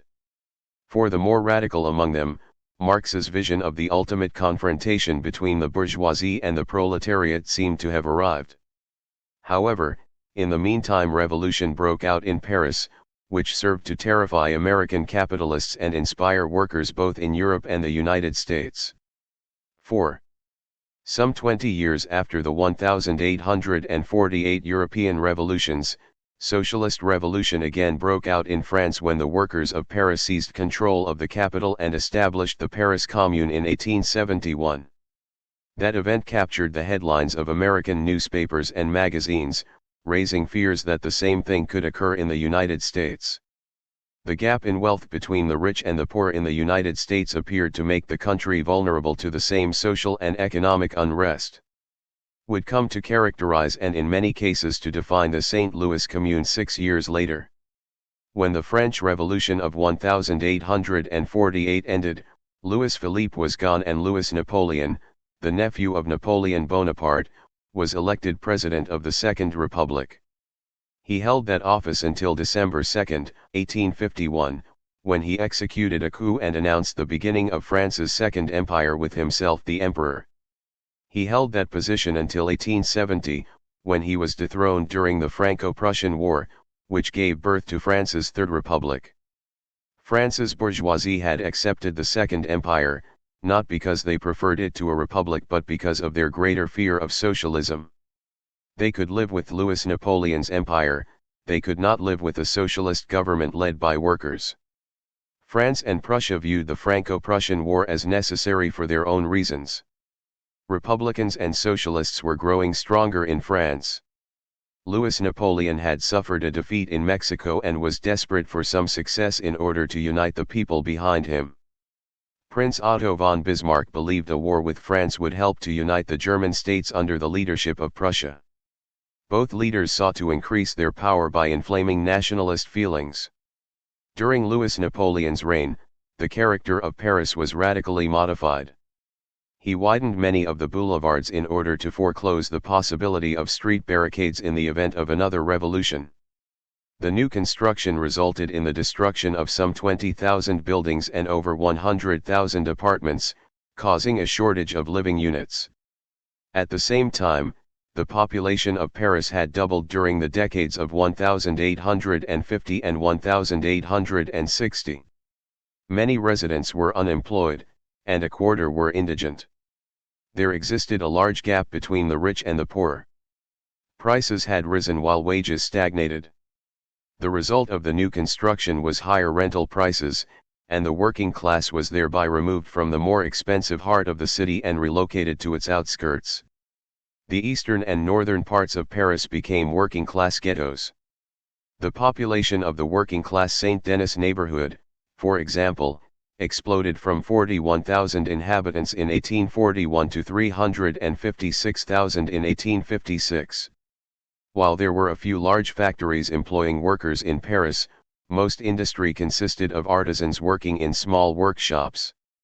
Unions were prohibited, and skilled workers felt threatened by the new machines and the employment of unskilled workers to operate them. The use of unskilled workers resulted in lower wages. Industry had developed quickly, so that the number of machines used in industry in France increased from 5,332 in 1850 to 27,958 in 1870. Police spies were everywhere, and the police force grew under Louis Napoleon from 750 to over 4,000. During 1870 there was growing demand for a republic and local autonomy in Paris, and Louis Napoleon was compelled to grant some constitutional liberties, primarily to the bourgeoisie. There had been a feeling of unrest in Paris for some time.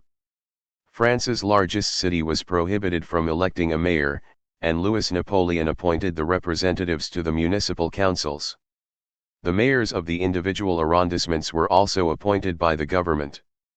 By 1870 there were demands for municipal autonomy and republicanism. Working-class members met with radical elements to discuss political change. These meetings drew massive crowds. Over 20,000 attended one such gathering. France declared war on Prussia on July 19, 1870. Unfortunately for Louis Napoleon, the French army was ill-prepared for the war, while the Prussian army was well organized and well trained. Just over a month after the beginning of the war, the French army was surrounded and surrendered at Sedan, where Napoleon was taken prisoner. In his absence, a governmental vacuum existed, and Paris proclaimed the Third Republic.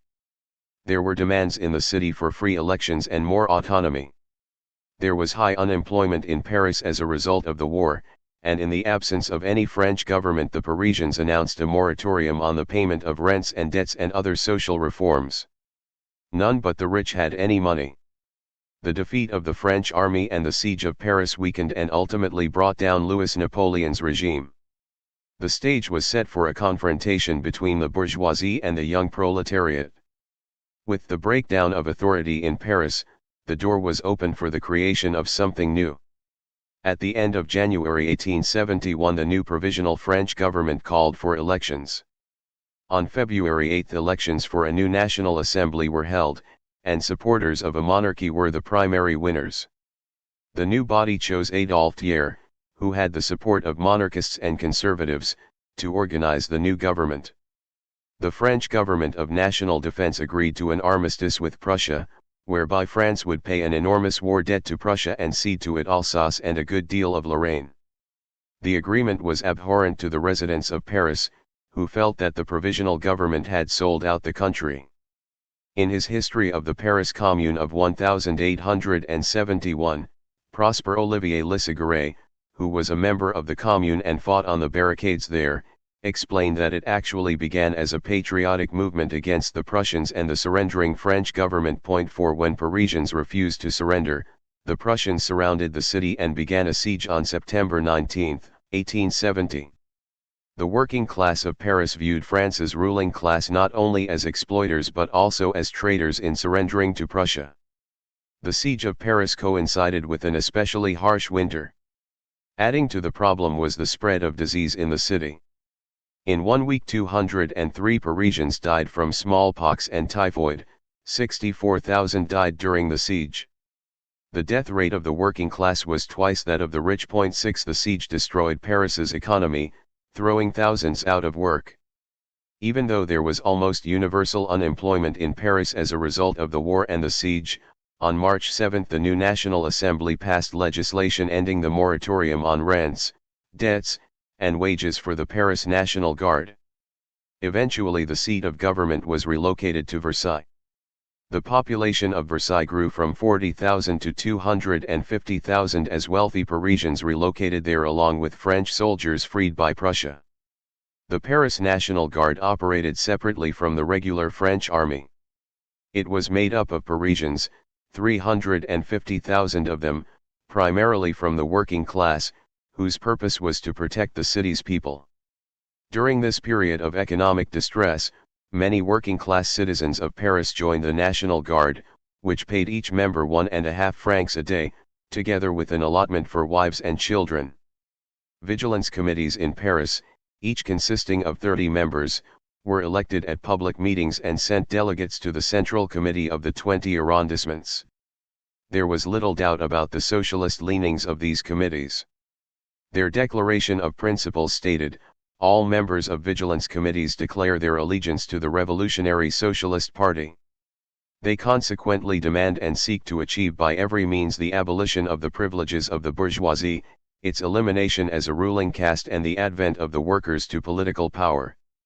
In March 1871 the Vigilance Committees joined the Central Committee of the National Guard, whose meetings sometimes attracted up to 2,000 people. Officers were elected by members of the National Guard.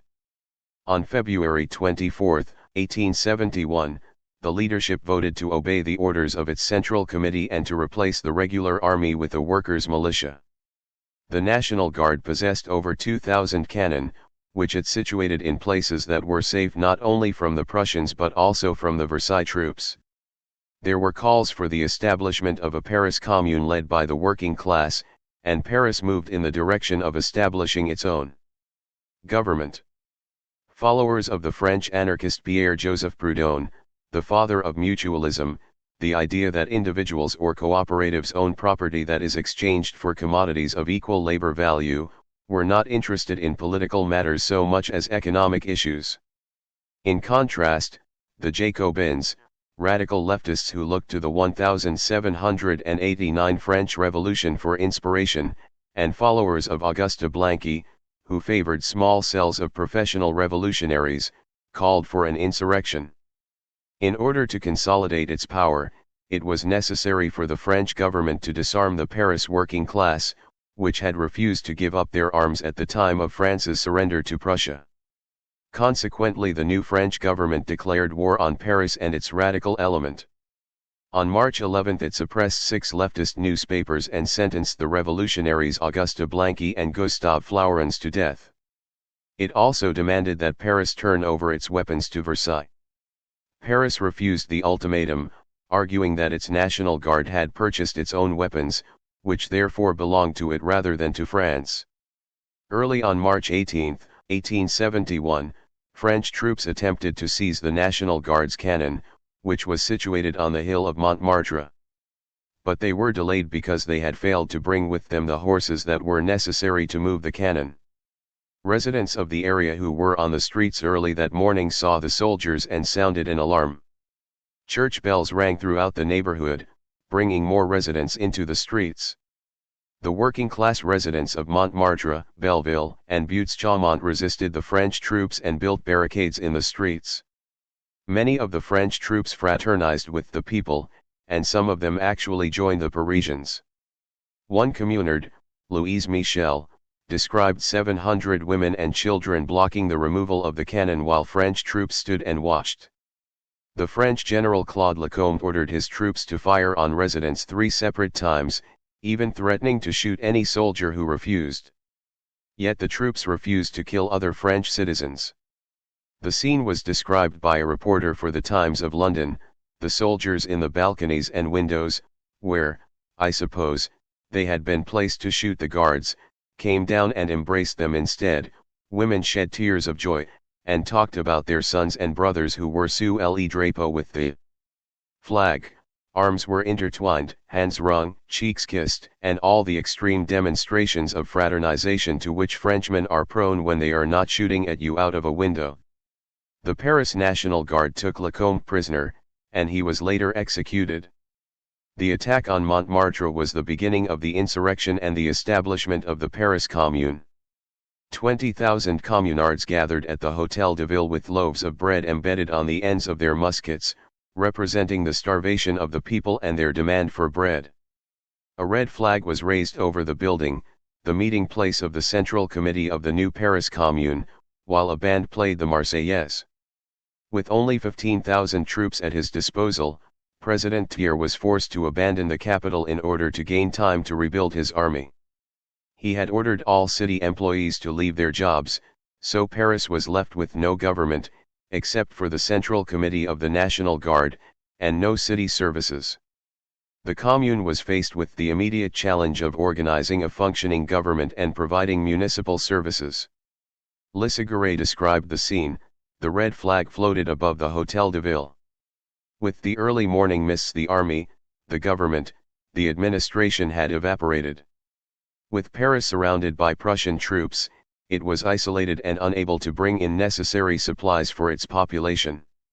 As a result, prices soared and Parisians suffered from a lack of food and other necessaries. In their desperation, the poor were compelled to eat whatever they could find, including dogs and rodents, while the rich butchered and feasted on animals from the Paris Zoo. There were demands for the free election of municipal officials to lead the new commune and to organize governmental services. At this time, most of the French army was still being held prisoner by the Prussians and played no part in the unfolding events in Paris. The question then arose as to the Parisians' next move. Blanqui believed that a revolution was possible only if made by a group of dedicated revolutionaries. 3,000 of his followers were in Paris at the time, divided into separate cells of 10 members each. They constituted the only organized revolutionary group in France. The Blanquists called for an immediate attack on Versailles, before Thiers could prepare his government and army for an attack on Paris. At the time, Versailles was disorganized, and most of the French army, 250,000 troops, were still prisoners of the Prussians. It was doubtful that Thiers could fend off an attack by Paris National Guard forces. The Proudhonists, on the other hand, called for the establishment of a model community in Paris that would win the support of the rest of France. Others argued, however, that in order to establish legitimacy, it was necessary for the new commune to hold elections. Leaders had arisen in the city, but not having been elected they had no legal right to hold specific leadership positions. This group insisted that Parisians were not a disorganized mob and that the holding of elections would show that the commune was a legitimate decision-making body. The Central Committee of the National Guard chose to hold elections in order to establish a legitimate government before taking any other action.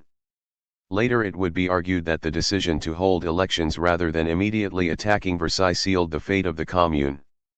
In the meantime, 85 positions were filled on the communal council by an election. The Jacobins won 40 seats, the mayors and their supporters 9, members of the International, primarily followers of Proudhon rather than Marx, won 17 seats, and the Blanquists won only 9 seats. Half of those elected were from the working class. The establishment of the Paris Commune was not planned in advance. It came about spontaneously as a result of the Franco-Prussian War, the fall of Louis Napoleon, France's humiliating terms of surrender, and the attack on Montmartre. Even then Parisians hoped for a compromise agreement that would establish a republic in France and more rights and autonomy for Paris. The Commune leadership sent an offer of settlement to the National Assembly in Versailles. It demanded that Paris be allowed to elect the mayors of the city's various arrondissements, that the prefecture of police be abolished, that the French army remain outside of Paris, that the Paris National Guard be empowered to elect its own officers, that the moratorium on rents be re-established, and that the National Assembly declare a French Republic. The National Assembly refused the offer and instead blamed the Paris insurrection on socialists and the First International. The charge against the International was ridiculous. It was taken by surprise by the events in Paris, which were spontaneous and dependent on the factors discussed above. At the same time, workers in Paris began to think about more radical changes. When word spread of the revolt in Paris, insurrections broke out in other French cities. Residents of Lyon declared a republic and demanded a continuation of the war against Prussia, their own autonomous municipal authority, and social reforms. Revolutionaries also seized power in Marseilles, Narbonne, Saint-Étienne, Le Creusot, and Limoges. Georges Clemenceau led a group of arrondissement mayors to Versailles in another attempt to end the standoff, but Thiers turned them away, hoping to buy more time for an attack on Paris.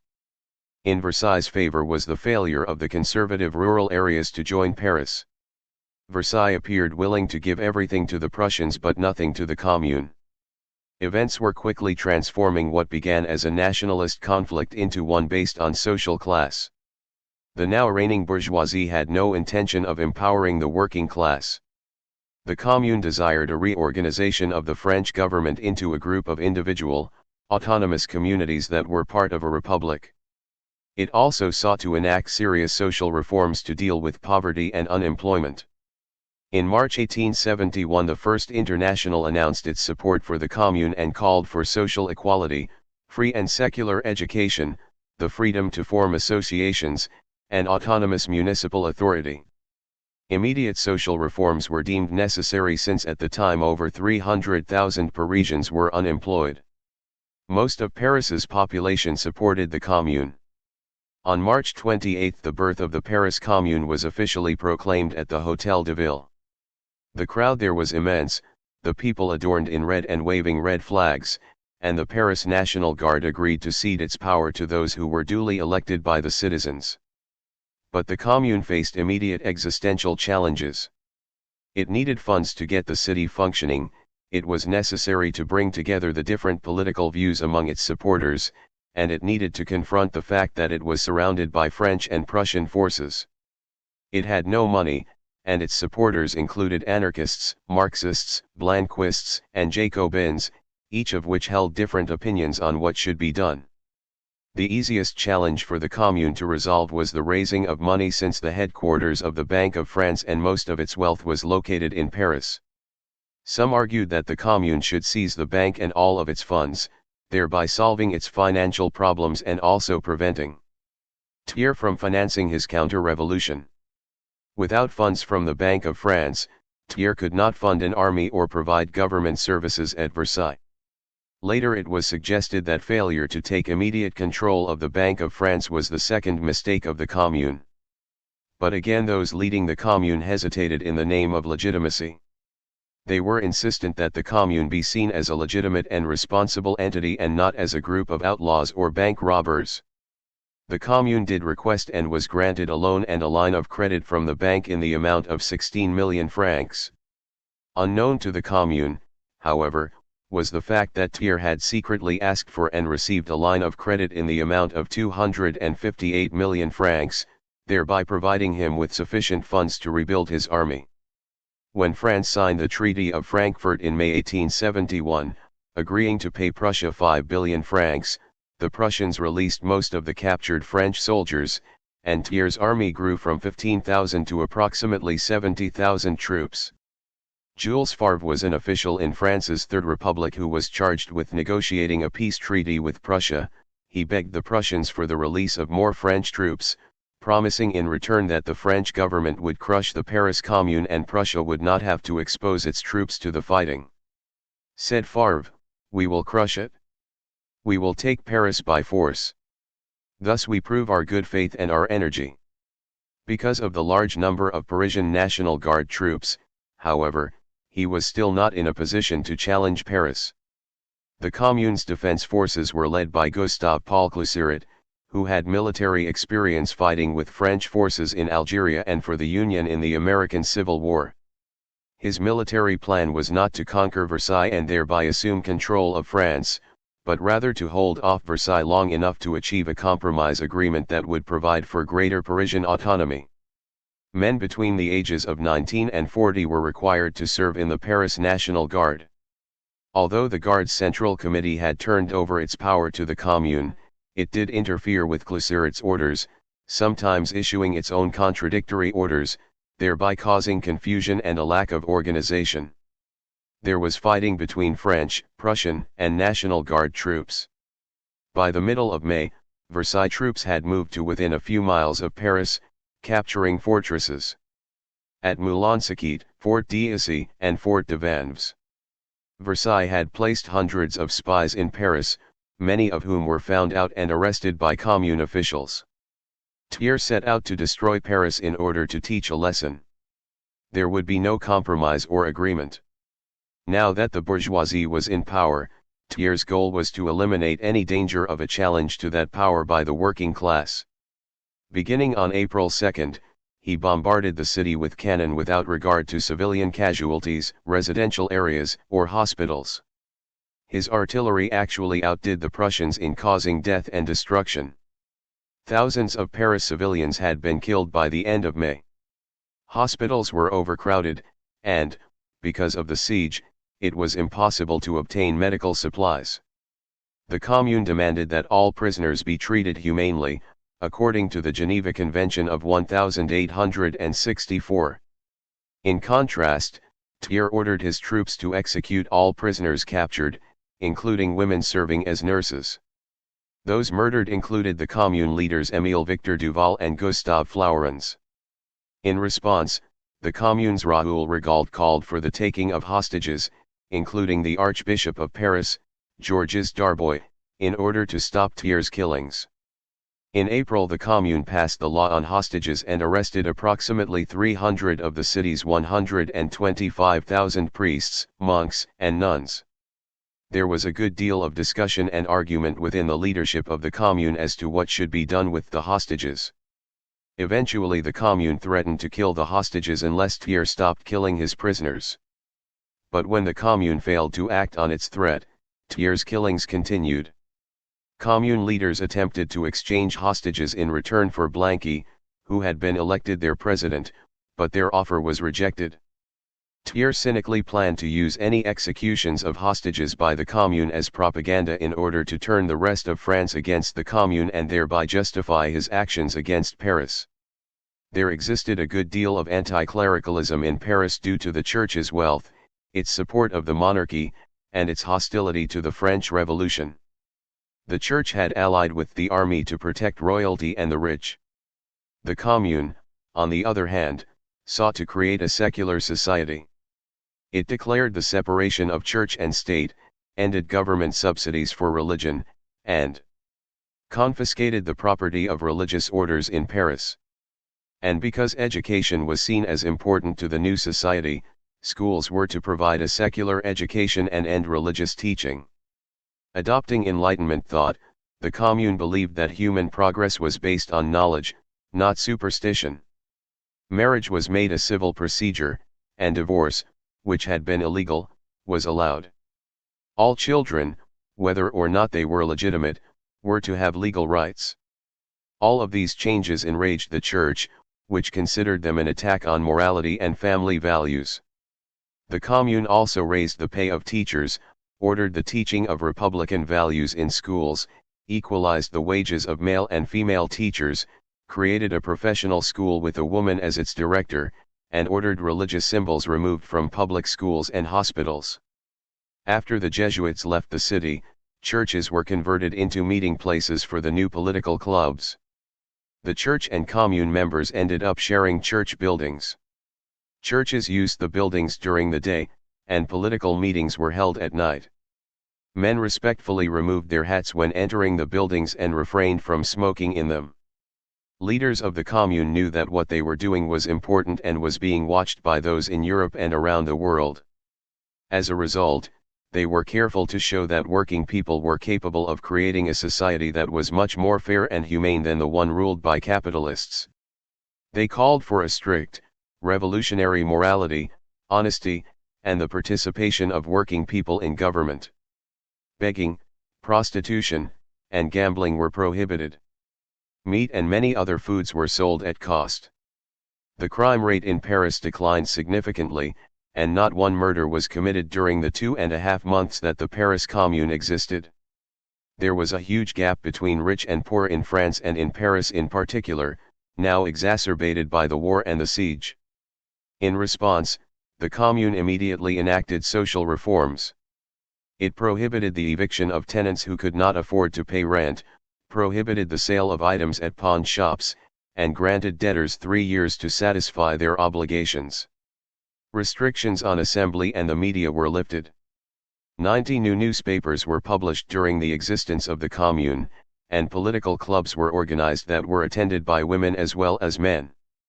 The status of women, who had endured second-class status by the Catholic Church and the French government, was also improved.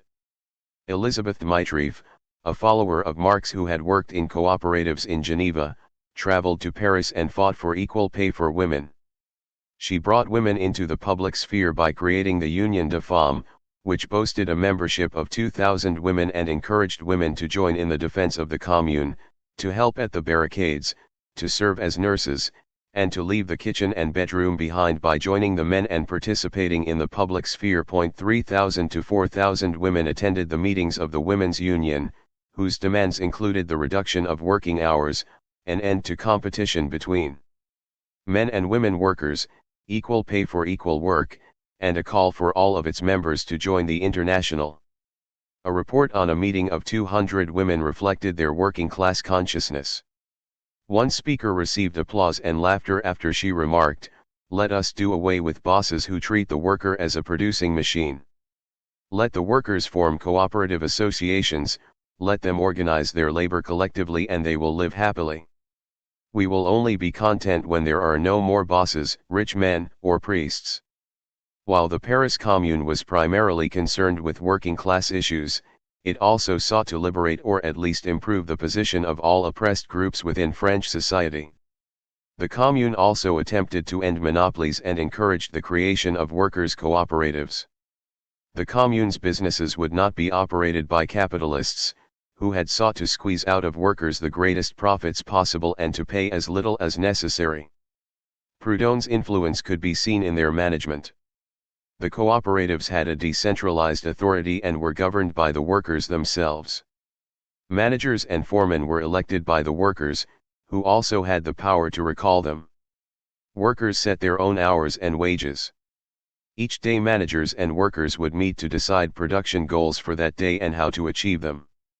Businesses that had been abandoned by their owners who had fled to Versailles were converted into cooperatives. Either rent would be paid to the previous owners or the value of the business would be determined by a jury and paid to them. Night work, which was always a complaint of bakers, was abolished. A maximum salary of 6,000 francs a year was established for all workers, including public officials. Regulations established for factory cooperatives specifically set out the new democratic rules for labor and management. The manager will be elected by all of the workers and will be liable to be revoked if found guilty of failing in his duty. The shop foreman and the charge hand will also be elected by all the workers. There will be a council meeting every day without fail, after the shift ending at 5:30 p.m., to discuss the next day's work and the reports and suggestions submitted by the manager, the shop foreman, the charge hand or the worker delegates. The council will be composed of the manager, the shop foreman, the charge hand and one elected worker from each workbench. The delegates will be completely replaced every fortnight, half of them will be replaced every week. Thus the workers were responsible for production, and every worker had his or her turn at participating in the governance of the workplace. Attempting to regain a sense of normalcy, the Commune supported musical concerts and gave away tickets to the Comédie Française. It established pensions for widows and children of communards killed fighting, even those children who were considered illegitimate. The Vendôme column, a symbol of Napoleon Bonaparte's greatness, which depicted him as a Roman emperor dressed in a toga, was destroyed. The Commune would not sanction a symbol of conquest and militarism. While the leaders of the Commune planned a new world on a grand scale, those in charge of Paris's defense were both inexperienced and unorganized. A committee of public safety was created. Soldiers in the National Guard, although numerous, were not well trained or disciplined. The leadership of the Committee of Public Safety even disagreed with the Central Committee of the National Guard about who was in charge of defending the city. Spies for Versailles were active throughout the city, relaying information to the French troops. On May 21, while 15,000 Parisians enjoyed a concert outside the Tuileries Palace, 130,000 French troops with artillery breached the city wall and entered Paris. Killing took place on a massive scale. Anyone living in Paris was considered by French forces to be a revolutionary and an enemy of the French government. There was fighting street by street throughout the city, while people built barricades in order to slow the advance of the Versailles troops. In response, Versailles forces entered buildings on parallel streets and fired down on the barricades while cannon blew them apart. The Commune was not prepared for the attack and was able to raise only about 20,000 men to fight the invaders. Different orders emerged from different Commune offices. All the while, Versailles troops worked their way through the city, killing anyone in their path, including women and children. Consistent with Thiers' orders, the French troops took no prisoners. 500 men who had surrendered were shot to death in the church of Saint-Eustache. Civilians as well as fighters were massacred, including pregnant women. 300 communards were shot at the Church of the Madeleine, an incident made famous by Edouard Manet, who depicted the slaughter in a lithograph. Many of those killed had fought for France against the Prussians only a few months earlier. A soldier who refused to kill women and children was shot by a Versailles officer. A man, his wife, and child, and the doctor attending the child were all shot. The streets of Paris were described as covered with blood like the floors of a slaughterhouse. Versailles troops continued the house-to-house killing. There was no rational plan as to who would live and who would die. Social class, however, often determined whether a person would survive. Foreigners were targeted. If a foreigner remained in Paris, it was thought that he or she must be an international communist and therefore a threat to the French government. One English student was killed because his name was Marx. Gen. Louis Valentine, Thiers' prefect of police, claimed that just remaining in Paris was a crime to be punished. Yet most Parisians had not worked in months and had no money to leave the city, even if they so desired. Anyone who wore working-class clothes or whose hands reflected manual labor was considered guilty and was shot. The destruction of the Paris Commune was an attempt by Versailles to destroy the Parisian working class. 700 communards were shot near the Pantheon. Rigaud was placed before a wall and shot. One Versailles soldier admitted that women, small children, and infants were killed by French troops, and rape often preceded the killings. In response, frustrated and angry French citizens broke into the prison holding Archbishop Darboy and executed him.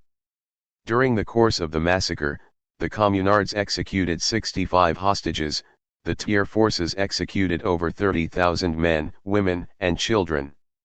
The murderous conduct of the Versailles troops was not designed simply to gain control of Paris. The killing continued for days after the Commune fell and after all of its leaders were dead. Thiers' goal was to wipe out as many people as possible and provide a lesson to anyone who thought of challenging those ruling the government in the future. Troops were brought in from the countryside and fed false stories of the Commune's horrors. The people of Paris had been presented to the rural troops as less than human animals, who were more like France's colonial subjects and not real French citizens. French troops even showed pride in their slaughter. Gen. Gaston Galliffet paraded in front of a group of captured working-class Parisians and announced, "I am Galliffet. People of Montmartre, you think me a cruel man. You're going to find out that I am much crueler than even you imagined." The immense amount of killing was planned in advance by Versailles, which specified that mass executions would take place at the Parc Monceau and the École Militaire. In the course of 4 days in May, 3,000 men and women were killed in the Luxembourg Gardens. There was nowhere to run to escape the Versailles killing machine. The Prussians had the city surrounded and turned over anyone trying to escape. On the Boulevard Prince Eugene, Versailles troops lined up and shot 52 women and 60 men. When some communards were promised that their lives would be spared if they surrendered, they did surrender and were immediately shot. A British journalist estimated that in the Lobau neighborhood over 1,200 were killed in 24 hours. The London Times reported that even those caring for the wounded were shot. Communards were lined up and shot, their bodies falling into graves dug beforehand for that purpose. Thousands of bodies lay in the graves, and corpses littered streets all over Paris. It was not enough to kill those who resisted the Versailles army. Thiers wanted anyone who supported the Commune to be found and punished. It did not matter if innocent people were caught up in his search. Reflecting the class nature of the killing, Versailles offered 500 francs to anyone who turned in a socialist or a traitor. Neighbors denounced each other, so that within the 3-week period from May 22 until June 13 the police recorded 379,823 denunciations. Pierre Vassinier, a journalist, wrote, "The victorious bourgeoisie showed neither pity nor mercy. It had sworn to annihilate the revolutionary and socialist proletariat forever, to drown it in its own blood. Never had a better occasion presented itself, and it profited by it with ferocious joy." As French troops spread throughout Paris, National Guard members and others retreated to their own neighborhoods in a last-ditch effort to organize and build barricades of paving stones, sandbags, and mattresses. The defense of Paris, never well organized or coordinated, was at this time in a virtual state of anarchy. Each neighborhood fought its own war, isolated from each other. In Belleville, workers fought until they ran out of ammunition. At Parc de Buttes-Chaumont and Père Lachaise Cemetery, 10,000 communards were machine-gunned to death. Residents of the Rue de Rosiers were lined up against a wall and shot. All patients in a commune hospital were killed. Communards made a final stand at Père Lachaise, with vicious fighting among the tombstones. The dead were buried along a wall of the cemetery in a mass grave. The killings continued long after there was any resistance. 20% of those killed were women. More people were killed in the last week of May than in any battle of the Franco-Prussian War. Repression followed the destruction of the Paris Commune and the slaughter of the residents of Paris. The punishment for the experiment in self-government, which had lasted only 3 months, continued for years afterward. Although Thiers had issued orders that no prisoners be taken from among the communards, his directions were not always followed. Thousands were taken into custody at the end of the fighting. Some 40,000 men, women, and children prisoners were forced to march the 20 miles from Paris to Versailles, many dying or being shot along the way. Military courts were established, held short hearings, and performed immediate executions. 26 separate courts continued to hear cases until 1875, 4 years after the Commune's end. 30 Not all of those convicted by the military courts were executed. Some were sent to French prisons in New Caledonia in the South Pacific, where France warehoused its political prisoners. One such prisoner was the French revolutionary Louise Michel, who at her trial told the judges that if they were not cowards, they should kill her, since every heart that beats for liberty has no right but to be shot. 31 Whether Michel, who had bravely fought on the barricades, sought death after witnessing the massacre in Paris or was simply deriding her judges as murderers of those who demanded liberty, is unclear. What is clear, however, is that she was among the bravest of the communards. 4 years afterward the French government attempted to convince other countries to return communards who had escaped Paris. A French government estimate of the number of Parisians killed as a result of the attack on the Paris Commune was 30,000. The Municipal Council of Paris estimated the number killed to be closer to 100,000. Versailles tried to cover up evidence of the extent of the killings. Bodies were removed from the streets and buried in mass graves, and those graves were camouflaged so that they were not recognizable as such. Versailles denied that it had murdered civilians, blaming those deaths on the Commune and the First International. The official government report on the Commune blamed socialists, anarchists, and the International for the bloodshed. Nevertheless, Versailles was condemned by working-class and labor newspapers all over the world. The capitalist press, however, generally supported the destruction of the Commune, notwithstanding the overwhelming and unnecessary violence perpetrated by the Versailles government. The New York Herald, for example, opined, "Make Paris a heap of ruins if necessary, let its streets be made to run rivers of blood, let all within it perish, but let the government maintain its authority and demonstrate its power."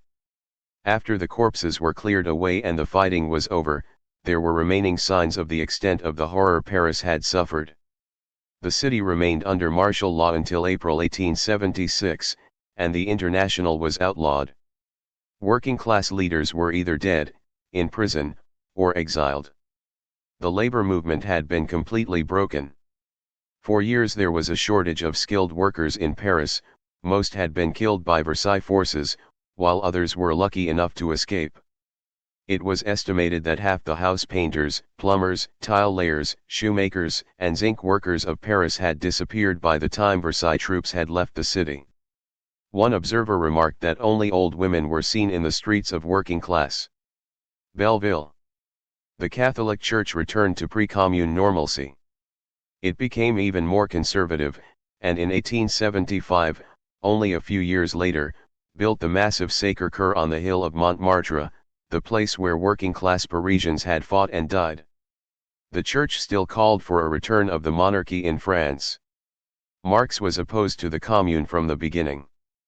He believed that the working class was not sufficiently developed and united to confront both the Prussians and the capitalists, and so he predicted its failure. The Paris Commune, he said, did not represent a revolution against capitalism by a developed proletariat. It was more of an alliance between small shopkeepers and artisans that had aroused the imagination of Paris's poor and working class. However, that did not diminish its importance. In a letter to a friend, Marx wrote that even if it could not succeed, the Commune represented a new stage in the battle between the workers and capitalists of the world and was of historic importance. The true secret of the Paris Commune, Marx wrote in the Civil War in France, completed just days after the fall of the Commune, was this. It was essentially a working-class government, the produce of the struggle of the producing against the appropriating class, the political form at last discovered under which to work out the economical emancipation of labor existed from March 18 until May 28, 1871. 8 of those 10 weeks was spent fighting off attacks by the French government. It was only in their spare time that members of the Commune were able to attempt to build a new society. The majority of the Commune were workers. Approximately 12% were petits bourgeois, small shopkeepers and such, so it had a real working class character. Half were in the metalworking or construction industries, fewer from the older crafts, such as cabinet makers or shoemakers. Nevertheless, it was largely composed of skilled workers, joined by a smaller number of the new industrial proletariat or factory workers. Skilled crafts were becoming industrialized, and artisans were in part making a last stand against the effects of that industrialization. At the same time, although not yet developed into a unified, class-conscious body, the young working class was making its first stand against the new industrialization. The Commune occurred at that moment in the transition of the working class from artisans to factory workers, when more workers were becoming wage earners than skilled craftsmen and therefore more proletarian. This new workforce was developing a political consciousness and an interest in socialism. The laws passed by the Commune were not strictly socialist, but they were socialist in nature. They did not abolish private property, but the moratorium on rents and debts, the prohibition against night work by bakers, and the establishment of workers' cooperatives were in the interests of the poor and working class. The Commune could not be expected to construct a socialist society during the 10 weeks that it existed. Building a socialist society is a process, not something that can be completed in 2.5 months. Yet it is important to understand that the Commune was engaged in that process. Some, but not all, of the communards were socialists. Yet the policies that they instituted had a working-class character and socialist personality. Bakunin attempted to explain the socialist direction the Commune assumed. We must realize, too, that the majority of the members of the Commune were not socialists, properly speaking. If they appeared to be, it was because they were drawn in this direction by the irresistible course of events, the nature of the situation, the necessities of their position, rather than through personal conviction did, however, represent a democratic and working-class experiment in government with a socialist perspective. It filled all important municipal offices by election, subject to recall by electoral means. It instituted universal suffrage and open debate on political issues. Different views were aired and tolerated, some of them diametrically opposed to others. Leaders compromised with each other, even when it meant supporting positions different from their own. Proudhonists, for example, agreed to allow workers to form unions, while Blanquists, who believed in small, conspiratorial revolutionary cells, supported the open and democratic nature of the Commune's governmental structure. At the same time, the Commune was a working-class attempt at self-government. Workers were in control of Paris, businesses and factories were transformed into workers' cooperatives, where no one person profited from an enterprise, but where the entire community benefited. The workers elected their foremen and determined their own hours of work, working conditions and salaries, and even set limits on their own wages. Social programs were organized to aid the poor. The people of the Paris Commune attempted to create a more humane civilization and to show the world what a city controlled by ordinary working people would look like. Many leaders of the American working class supported the Paris Commune and aided its survivors. American labor had participated in the First International since its founding. The National Labor Union had declared its agreement with the principles of the International at its Congress in 1870. So there was a direct link between American labor and European socialism. Even the American abolitionist Wendell Phillips wrote in favor of the Commune, declaring, "The men who led the Commune were among the foremost, the purest and the noblest patriots of France, men who unlike Thiers and his assassins never bowed to Napoleon." The general strike in St. Louis was compared to the Paris Commune by both capitalists and socialists, businessmen and workers. To the capitalists of 1877, the strike represented a danger commensurate with the actions and violence that occurred in Paris only 6 years earlier. They feared a working class that was organizing and developing the consciousness of a united group that felt oppressed and that looked to seize power from the capitalists. To workers, the Commune represented an attempt by working people to end their exploitation and to institute a new and fairer system that permitted them to live comfortable lives with dignity. Both groups called upon the memory of the Paris Commune to make their points. Whether the memory of the Commune was a boogeyman that needed to be destroyed or an example to be followed depended on one's perspective. The fact that the Commune had failed did not diminish its importance as a symbol for working people struggling for a better life. Eric Hobsbawm describes the Commune as a heroic defeat. According to William Morris, its material failure and destruction did not lessen its importance and effect on later events.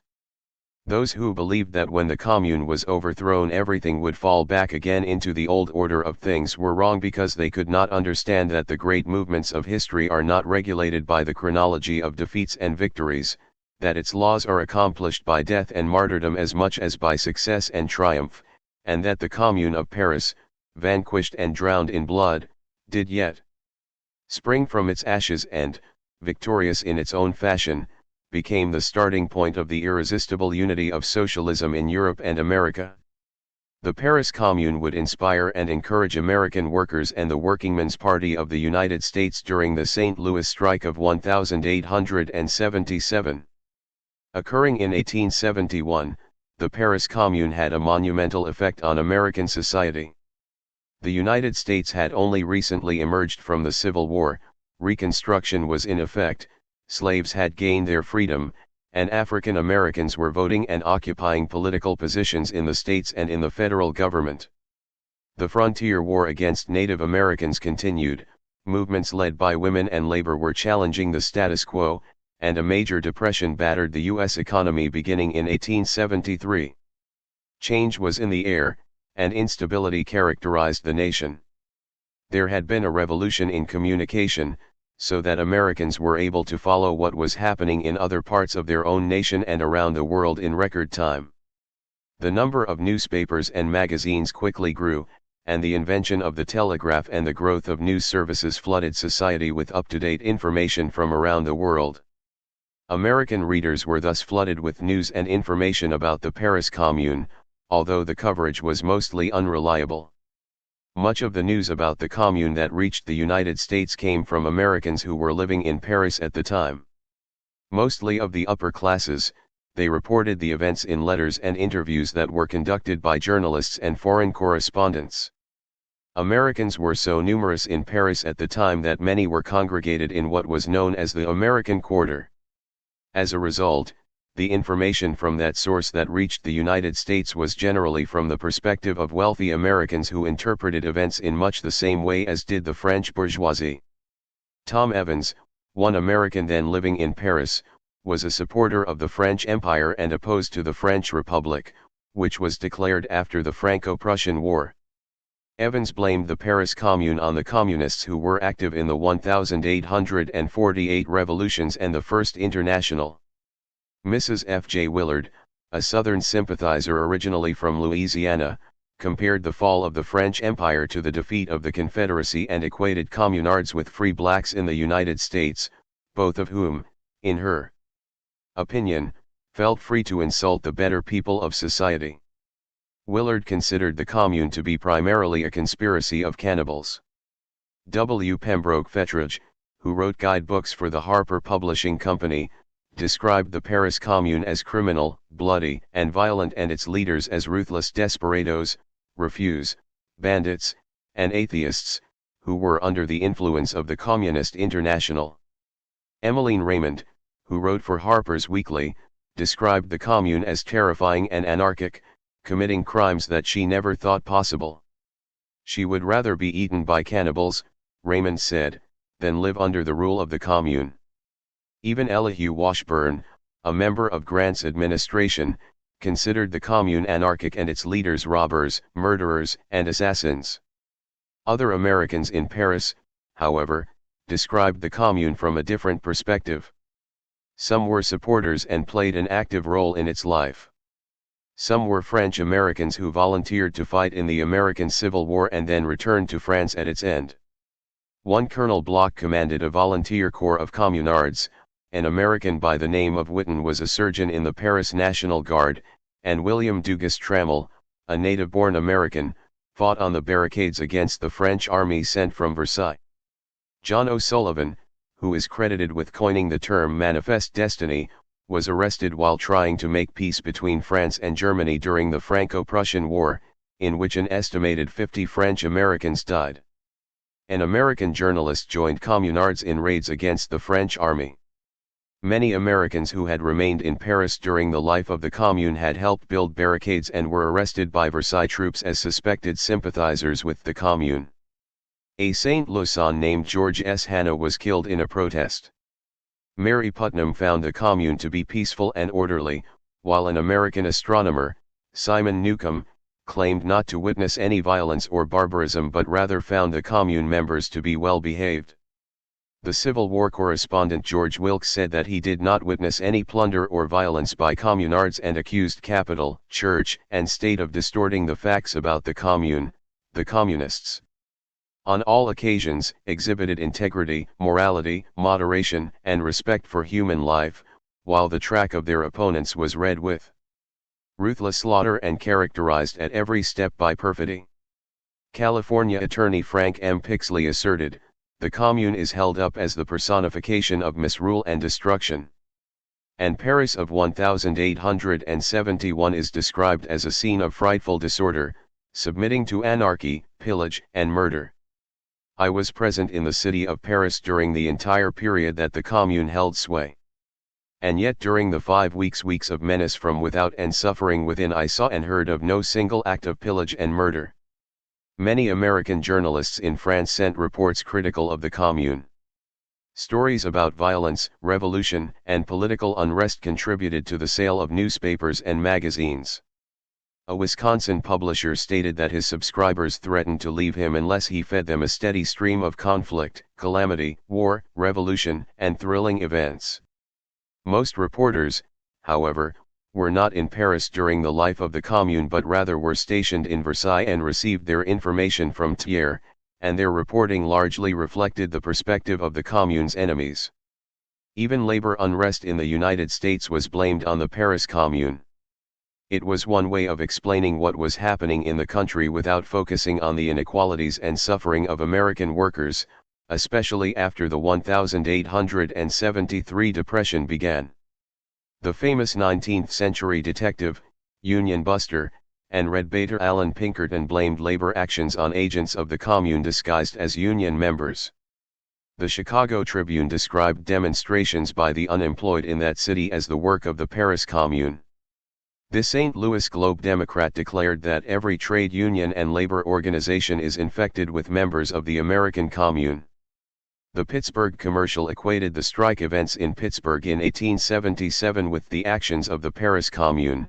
It was as though the French Commune had suddenly been vomited over us, and all the scenes characteristic of the Commune were reenacted in the city of Pittsburgh.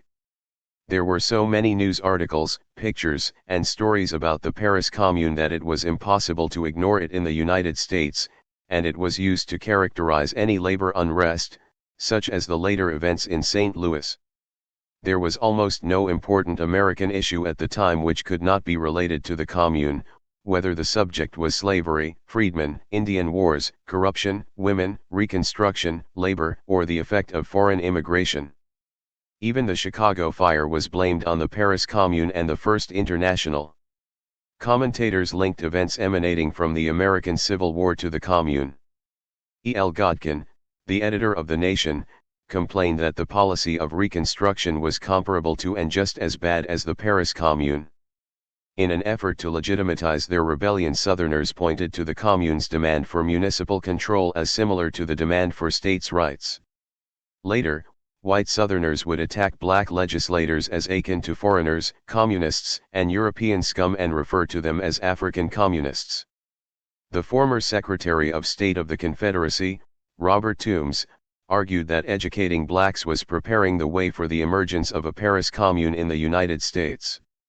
When a black militia marched in South Carolina in 1874, locals complained that even the Paris Commune did not surpass such subversion of God's law and order. During the summer of 1871, when the Colored National Labor Union held a labor conference in Houston, a Galveston newspaper warned that the organization of black labor would end like the Paris Commune, with its sea of blood and its ocean of fire. 48 Attacking the legitimacy of the Commune provided a weapon that could be used against corrupt political leaders.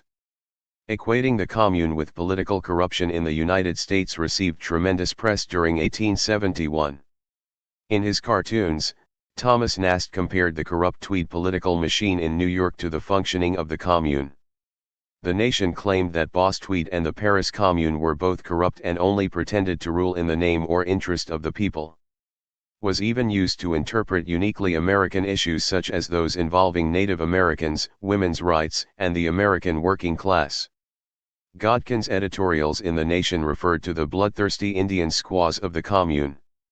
The Chicago Tribune compared Parisian workers to Comanche hordes. One New Mexico newspaper opined that the murdering and plunder of the Commune would put the Apaches to shame. Communards were compared to what were described as savage Indians, and American workers were equated with Indians and Communards. The failure of Native Americans to recognize the concept of private property was said to be comparable to the views of workers and communists. Such comparisons were especially cynical since it was the Communards who were massacred by government troops. The struggle for women's rights was another example of the Commune's perceived harmful effect on American society. Even the clergy joined in blaming the social upheaval threatened by the issues of women's rights and religion on the Paris Commune. Reverend Charles Boynton linked the Paris Commune to the American women's movement and its danger for the practice of religion in American society. In a sermon given in Washington, D.C., Boynton denounced Charles Darwin and the International as other threats to religion. The Catholic Church referred to the Communards as enemies of God. American labor unrest was not attributed to poor working conditions, low wages, or the greed of capitalists, but rather to the effects of foreign influences, especially communists. Attempts were made, even by men of the cloth, to dehumanize American workers by comparing them to Indians and to Communards. The 1877 labor unrest in the United States was specifically blamed on the Paris Commune. Henry Ward Beecher referred to the railroad strike that year as a very great crime induced by foreign elements. It was due to the importation of foreign ideas, which he called abominations, and was simply un-American. One Chicago clergyman called for hunting down striking workers as if they were mad dogs. The president of the Union Theological Seminary, Roswell D. Hitchcock, called communism the most hateful word in the English language. In Paris and in Pittsburgh, he said, it meant wages without working, arson, assassination, and anarchy. He added that society must smite it with the fury of lightning. One commentator called for bullets and bayonets to be used against striking workers, just as Thiers had used them against the Communards, and the Reverend Joseph Cook suggested that the nation needed a Thiers in every city. The significance of the Paris Commune was recognized by both workers and capitalists during the railroad strike in 1877 and during the existence of the St. Louis Commune. For the workers it was an example of a democracy led by average citizens, which provided fair wages, safe working conditions, and a social safety net for the unfortunate. Capitalists, on the other hand, saw the Paris Commune as an entity that would deprive them of their power and property, under the rule of the most undesirable elements of society. References to the Commune and the application of its characteristics to American society have been made since 1871 and continue even today.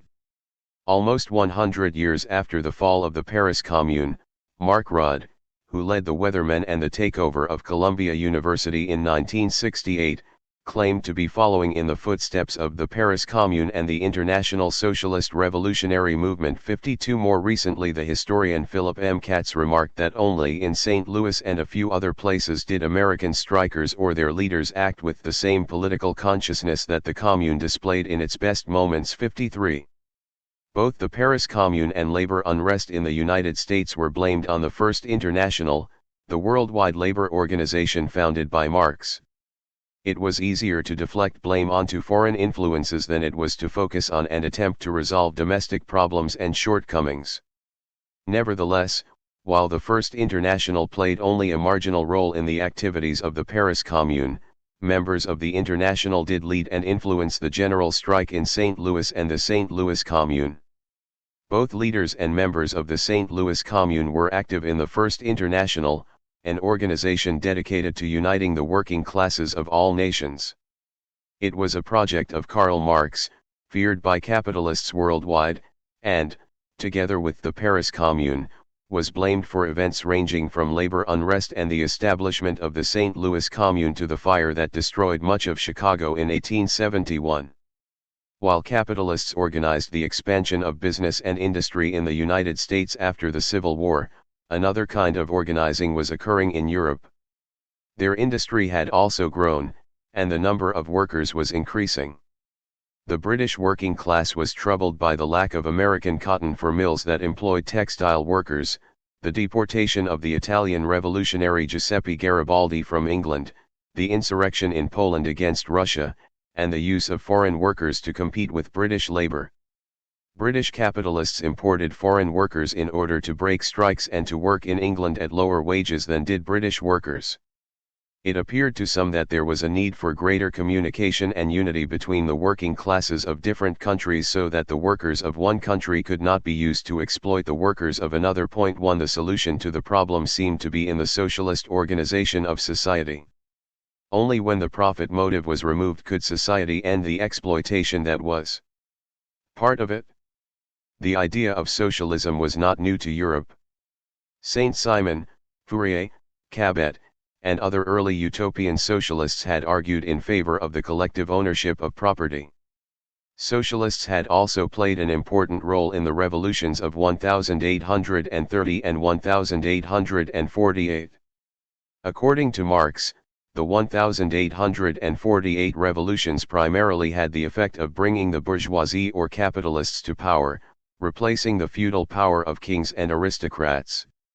The bourgeoisie had fought against European royalty in order to achieve certain rights, such as freedom of the press, the right to assemble, freedom of speech, freedom of religion, and republican government. But those, Marx explained, were merely bourgeois rights, which arose with the ascension to power of the bourgeoisie. Writing in the German Ideology, Marx explained that the ideas of the ruling class are in every epoch the ruling ideas, i.e. the class which is the ruling material force of society, is at the same time its ruling intellectual force. Human rights were different. Bourgeois rights empowered the capitalist class but did not guarantee working people the right to a living wage, enough food to eat and feed a family, or enough fuel to heat a home in the winter. They are rights, but the limited rights of a bourgeois society. Said Marx, they do not free man from religion, but give him religious freedom. They do not free him from property, but give him the freedom of property. They do not free him from the indignity of trading, but give him freedom to trade. According to Franz Mehring, Engels explained in The Condition of the Working Class in England that the development of large-scale industry gave birth to the modern proletariat, which the industrial system dehumanized and physically, morally, and intellectually crippled, and which would eventually overthrow the bourgeois system. It would occur first on a national basis and later internationally. When the working class displaced the bourgeoisie and came to power, the nature of rights would also change. There would be no exploitation of man by man, workers would receive the true value of their labor, not what was simply necessary for them to survive and to work another day. Everyone would have the right to a free secular education, and actual power would be exercised by working people. London at the time was home to many of the radical political refugees from Europe's revolutions. The English labor movement was active and, perhaps more important, had an international perspective. The London Trades Council in 1860 organized a demonstration of 50,000 people to welcome Garibaldi to London. In 1863 it held a public meeting in support of Abraham Lincoln and against slavery. Also in 1863 George Auger, Secretary of the Trades Council, wrote an address to the workmen of France from the working men of England, proposing that they formalize their solidarity. All workers, regardless of national boundaries, shared interests with each other instead of with the capitalists of their own nations. On September 28, 1864, workers from various European nations met at St. Martin's Hall in London to create a new organization. Marx was elected to the General Council and charged with writing the inaugural address and to establish the organization's rules and program.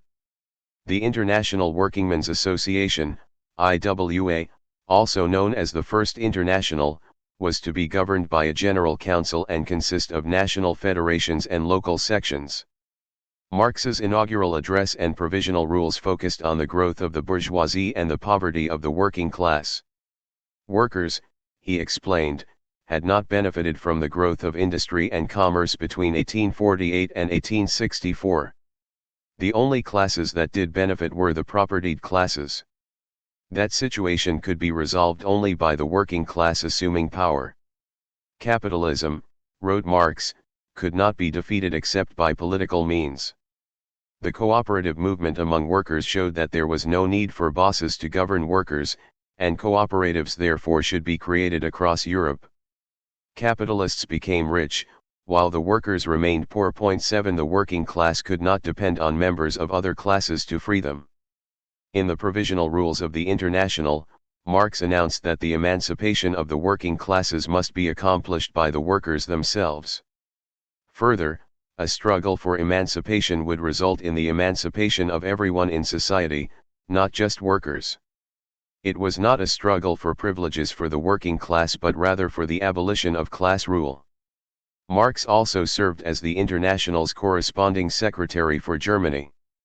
Two followers of Marx, Hermann Jung, a Swiss watchmaker, and Eugene Dupont, a French musical instrument worker, became the corresponding secretaries for Switzerland and France.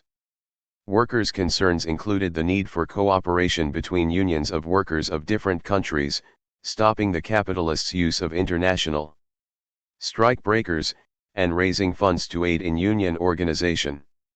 Some of the goals of the First International were specified in the instructions for delegates to the First Congress in Geneva in 1866.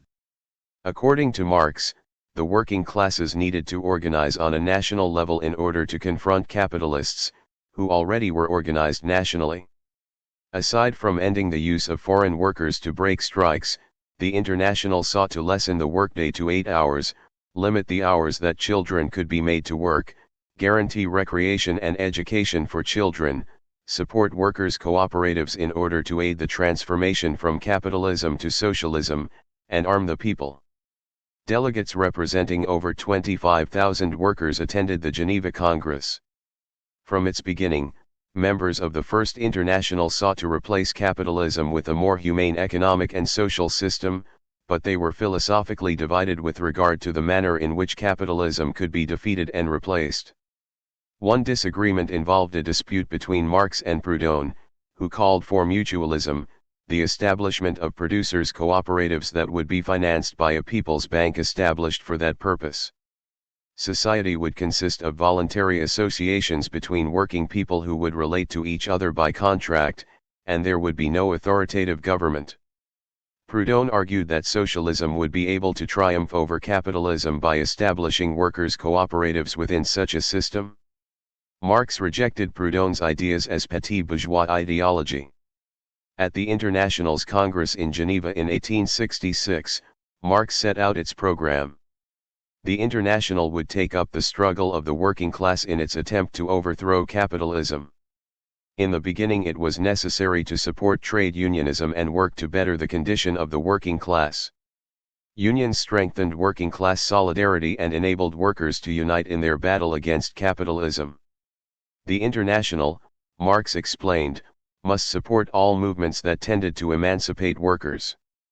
The purpose of the International was to establish cooperation between working class organizations in different countries in order to aid in the emancipation of all working classes around the world. The International supported workers in their struggles notwithstanding national boundaries. When mine workers in Belgium revolted and were crushed by the government, the International defended them and their cause. It supported strikes by building workers in Geneva in 1868 and weavers and silk workers in the fall of 1868 in Basel. When employers in Basel demanded that workers sever their relationship with the International, the workers refused, held a strike, and ultimately won. In the United States, the National Labor Union, Washington Trades Assembly, Communist Club of New York, General German Workingmen's Association, striking transportation conductors and paper workers in New York, and other associations of workers all looked to the International for support. The General Council even resolved to stop the emigration of replacement workers from Europe to the United States in the event of strikes. 13 Dissent within the association continued at the 1867 Lausanne Congress and the 1868 Brussels Congress. However, Marx's position finally prevailed at Brussels, and that Congress called for the nationalization of land, mines, and other private assets. The Congress also decided that the governing General Council would remain in London and that both individual workers and organizations were allowed to be members. The International provided information on the separate conditions and activities of the working classes in various countries, so that ideas could be exchanged and the actions of one could be supported by other members. The International grew throughout the 1860s and served as a data clearinghouse, encouraged a solidarity of interests, confronted the problem of foreign strike breakers, and supported strikes in different countries. In England, members of the International generally came from craft industries rather than heavy manufacturing. The sections in France, Belgium, and Switzerland were especially strong and active. The organization was weaker in the German states and the Austro-Hungarian Empire, where repression after the 1848 revolutions was great. But there was still disagreement among some of the members. Ferdinand Lassalle was active in the German Revolution in 1848, supported German unification, and was a member of the International. He and Marx later confronted each other with regard to the proper direction workers should take in the battle against capitalists. There remained, however, some tensions between workers of different countries. English workers viewed the Irish as scabs who came to compete for their jobs, while the Irish felt that the English acted superior and arrogant toward those they saw as part of a British colony. Marx viewed that conflict as weakening the English working class and a reason to support Irish independence. The German revolutionaries Wilhelm Liebknecht and August Bebel brought workers from outside the Prussian state into the International. As described earlier, in July 1870 Louis Napoleon, who established France's Second Empire, declared war on the North German Confederation and surrendered 6 weeks later, whereupon a republic was declared in France. The French government of national defense agreed to indemnify Prussia for the cost of the war and for the disarming and occupation of Paris, and later transferred control of the Alsace-Lorraine region to Prussia, resulting in the rebellion by workers in Paris. The Russian anarchist Bakunin appeared at an insurrection in Lyon, proclaimed himself the leader, and announced the abolition of the state. The state, however, chased him back to Geneva. Revolts also occurred in Marseilles and Toulouse. By the end of September, Prussian troops had occupied France, outside of the city of Paris. Auguste Blanqui and his followers attempted to establish a revolutionary government, and the French government fled Paris and re-established itself at Versailles, effectively turning the capital over to the workers. The outbreak of the Franco-Prussian War saw working classes of different countries attempting to cooperate with each other on the issue of war. They saw themselves as having more in common with their working brethren abroad than they did with the rich of their own countries. European workers' organizations expressed their brotherhood with other workers across Europe. French and Prussian workers exchanged letters calling for peace between their countries. American workers supported their efforts. Section 2 of the International, located in New York, called upon French workers to turn away from war and instead to revolt against Louis Napoleon, and on November 19, 1870, some 2,000 people attended an anti-war meeting at Cooper Union in New York, which was sponsored by the New York sections of the International. The meeting was led by Marx's friend F.A. Zarga, and speeches were presented in English, German, and French. Charles Sumner, a U.S. Senator and abolitionist, sent his greetings, and Sections 1 and 2 of the North American Federation of the International issued a joint anti-war statement alleging that the real purpose of the war was to weaken labor. The Cooper Union meeting passed a number of resolutions, including a condemnation of the war against the new French Republic, sympathy for both the French and Germans who were suffering as a result of the war and against the annexation of the Alsace-Lorraine region by Prussia. It called on the U.S. government to act to end the war and for the establishment of a court for international arbitration, for an end to standing armies, and for unity against monopolists, speculators, and despots. 15. Refusing to submit to Prussia, the workers of Paris remained in control of the city, threatened by both the Prussians and the new French government.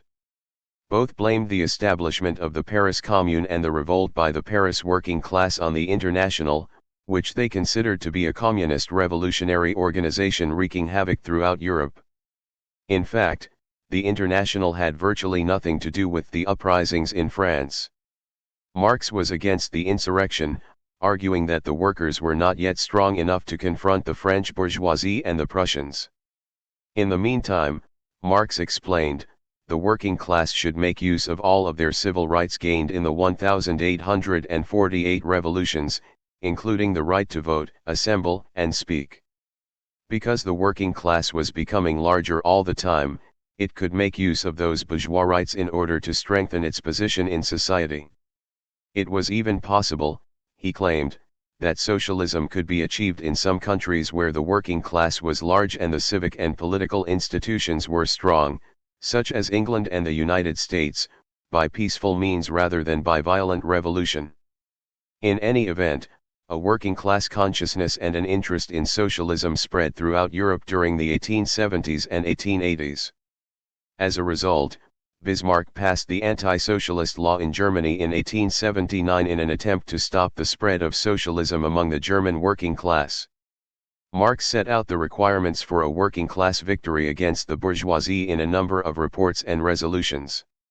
In his 1868 report to the Brussels Congress, he insisted that in order for national workers' movements to be successful, only an international bond of the working classes can ever ensure their definitive triumph. As long as workers were divided by national boundaries, it was impossible for them to overthrow the bourgeoisie. He also warned of divisions within the working classes, which were being exploited by the capitalists.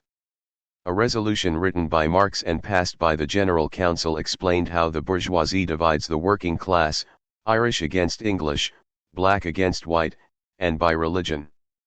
Engels added to Marx's analysis by including rural elements against the urban poor. The reasons that the rural population was more likely to support the conservative bourgeoisie, Engels explained, was because rural people were more religious, less educated, and isolated in the countryside.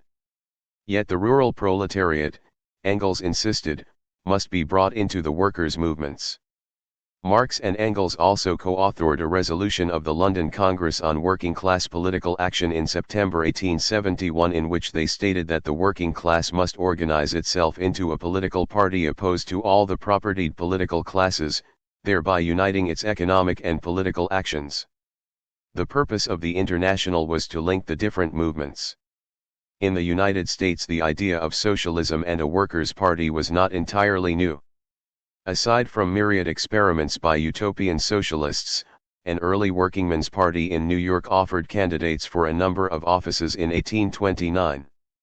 Its issues focused on the abolition of debtors' prison and a free public education. 18 Reaction to the International by those in power was tremendous, and the repression of radicals and members of the International occurred throughout Europe. In July 1870 leaders of Austrian workers were charged with and convicted of treason, as were leaders of the Pest Working Men's Union in what is now Hungary. In September 1870 members of the German Social Democratic Workers' Party were imprisoned, while in France Jules Favre called on all European powers to crush the International. Spain moved to suppress the International in the spring of 1871. Leaders of Austria and Germany agreed to coordinate efforts to smash the International in August 1871, and leaders of Austria's Social Democratic Party were arrested and charged with high treason. In November 1871 members of the Brunswick Committee in Germany were convicted and imprisoned. France passed a law in March 1872 that made membership in the International illegal, and Italy banned the Naples section of the organization. That month Babel and Liebknecht were convicted of treason in Leipzig, and in May 1872 members of the Danish Central Committee of the International were imprisoned for holding a meeting. Even the Pope felt the need to attack the International, calling it a diabolical organization and adding, "These gentlemen of the International, who are no gentlemen, are to be feared because they work for the account of the everlasting enemy of God and mankind." The Pope's opinion was probably based not so much on theology as on the International's attack on the Church's support of the aristocracy and moneyed property. The International possessed nowhere near the power with which it was credited by political rulers and the capitalist elite. It was always short on funds and divided by factions. Yet it became the favorite target of governments throughout Europe and later in the United States, ultimately being blamed for the 1877 railroad strikes there and the St. Louis Commune, which were actually spontaneous events that caught members of the International by surprise. Any unfortunate event occurring anywhere in the world seemed to be blamed on the International. Marx summed up the situation: when the Great Conflagration took place at Chicago, the telegraph round the world announced it as the infernal deed of the International, and it is really wonderful that to its demoniacal agency has not been attributed the hurricane ravaging the West Indies. Governments described the International as a secret revolutionary organization, though there was very little secret about it. Section meetings and goals were public, notice of the meetings were publicly announced, and results of proceedings were published. Members of the International posted and passed out broadsides on the street which set out its program, notices, schedules of the meetings of different sections, and resolutions passed by the organization. One leaflet, for instance, titled Program of the Internationals, set forth the organization's goals: a reduction of the hours of toil, nationalization of land and the implements of labor, railroads, canals, gas works, telegraphs, expresses, and the organization of every department of production and distribution, supplying the necessaries of life at cost, and guaranteeing direct employment to the people, on the basis of equal compensation. Every facility for the acquisition of useful secular knowledge, to be guaranteed by government, and free to all. Complete political and social equality to all, without regard to nationality, sex, or condition. No interference with, or preference for religious opinions. All persons subscribing to the above principles are invited to attend meetings and become members of the association. The remainder of the broadside set out the different meeting dates and places of the various sections of the organization. It was hardly a secret, underground group. With the suppression of working class groups and the International, there again arose differences of opinion within the organization. At the Hague Congress in September 1872, half of the delegates were French and German. Marx's leadership of the International was challenged by Bakunin, whose revolutionary activities had earned him years in prison and banishment to Siberia. Bakunin had aided in the growth of the working class movements in Spain, Italy, and Russia, but whereas Marx argued that revolution would be made by the working class, Bakunin argued that it would be led by young people, the peasantry, and the unemployed. Bakunin agreed that the working class was being exploited but believed that any kind of authority was bad, even that held by workers. The church and the state existed solely to control people. Instead, argued Bakunin, society should consist of independent associations, communes of individuals who would organize themselves at the provincial and national levels. Political power would be replaced by voluntary economic association.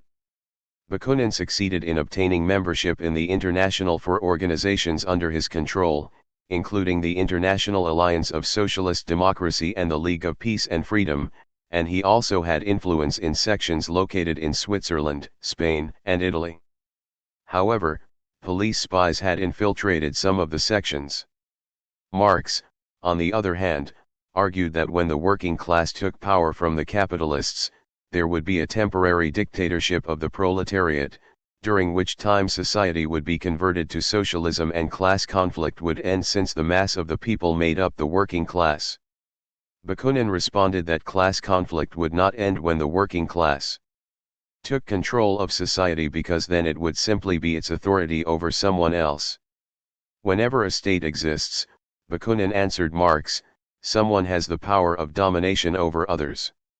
If Marx's scenario came to pass, the rural peasants would be subordinate to the ruling urban proletariat. Those who were formerly workers would be in control and would not give up their power, so the period of the dictatorship of the proletariat would not be short, but rather it would be permanent. Bakunin's strength was primarily among the anarchists in Italy and Spain. At first the American press virtually ignored the First International. By 1871, however, the International and the Paris Commune were receiving a good deal of attention in the American media. The Chicago Times credited the International with the revolt of the Paris Commune, even though few members of the Commune were members of the International or followers of Marx. The Commune was primarily led by Jacobins, descendants of the ideology of the French Revolution, and followers of Blanqui and Proudhon. Of the 92 Commune leaders elected on March 28, 1871, only 17 were members of the International. In any event, the newspapers exaggerated and distorted news of the Paris Commune. As a result of the publicity, the Commune made the International famous and appear extraordinarily powerful, so that some saw it as part of an international conspiracy determined to destroy society. Took on the appearance of merely the first step in a planned world revolution. The New York Herald claimed that the International was so powerful that it could grow and expand indefinitely, resisting any efforts by the rest of the world. The New York Journal of Commerce warned that the September 1871 demonstrations in favor of an 8-hour workday would end with a takeover of the country by communism. When Marx was interviewed by 2 American journalists, he responded that the International was only a union of workers with the common desire to liberate themselves by political means. The Massachusetts abolitionist Wendell Phillips chastised the press for its distorted reporting on the Commune, which, by refusing to submit to Prussia, he considered an example of French patriotism. Phillips was a supporter of labor and thought American workers could resolve their problems by organization, education, cooperation, and, most important, by voting. As a result of news of the events in Europe, American employers, newspapers, and the church were wary of what they saw as communist attacks on American traditions and institutions. Especially scary to them was news of the Paris Commune, as some saw the conditions that gave rise to revolution in Europe as being similar to those in the United States, where workers were exploited and barely able to survive. Others, however, believed that the labor situation was different in the United States. Europe, they felt, was marked by despotism and tyranny, while the institutions in America were more humane and fair. Any labor problems came from those misusing the system, so it was not necessary to destroy existing institutions in the United States as it might be to do so in Europe. While the most radical of the European radicals sought the elimination of private property, American workers were more likely to seek reforms within that system. Phillips saw no danger from communism in the United States. Strikes, he said, were not communism, they were merely the consequence of inhuman conditions imposed on workers by industry leaders. Workers in the United States included those who were native-born and immigrants from Europe. The problems of the American working classes actually were similar in many respects to those experienced by Europe's workers.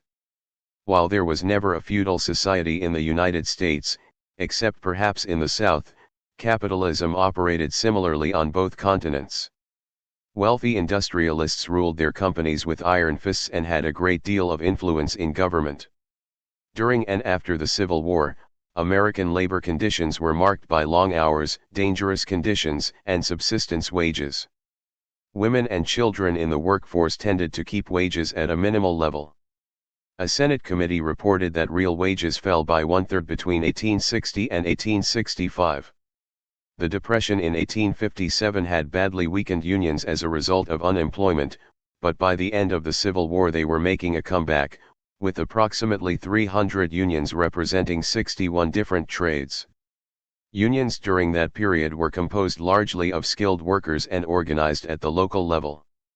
However, by the late 1860s and early 1870s some workers' organizations were seeking to unite all members of a particular trade across the country. The National Labor Union was founded in Baltimore in 1866 and called for the creation of international unions, the organizing of unskilled workers, and the 8-hour workday. Although the National Labor Union stressed cooperation between labor and capital, the General Council of the International did invite it to send a representative to its Second Congress, and near the end of its life in 1870 the National Labor Union declared its support for the First International. 28 By 1873 there were 32 national unions in the United States with a total membership of some 300,000 workers. Some American labor organizations did view the labor problem with an international perspective. Those groups primarily consisted of immigrant workers. Approximately 1 million Germans immigrated to the United States during the 1850s, several thousand of whom had participated in the 1848 German Revolution.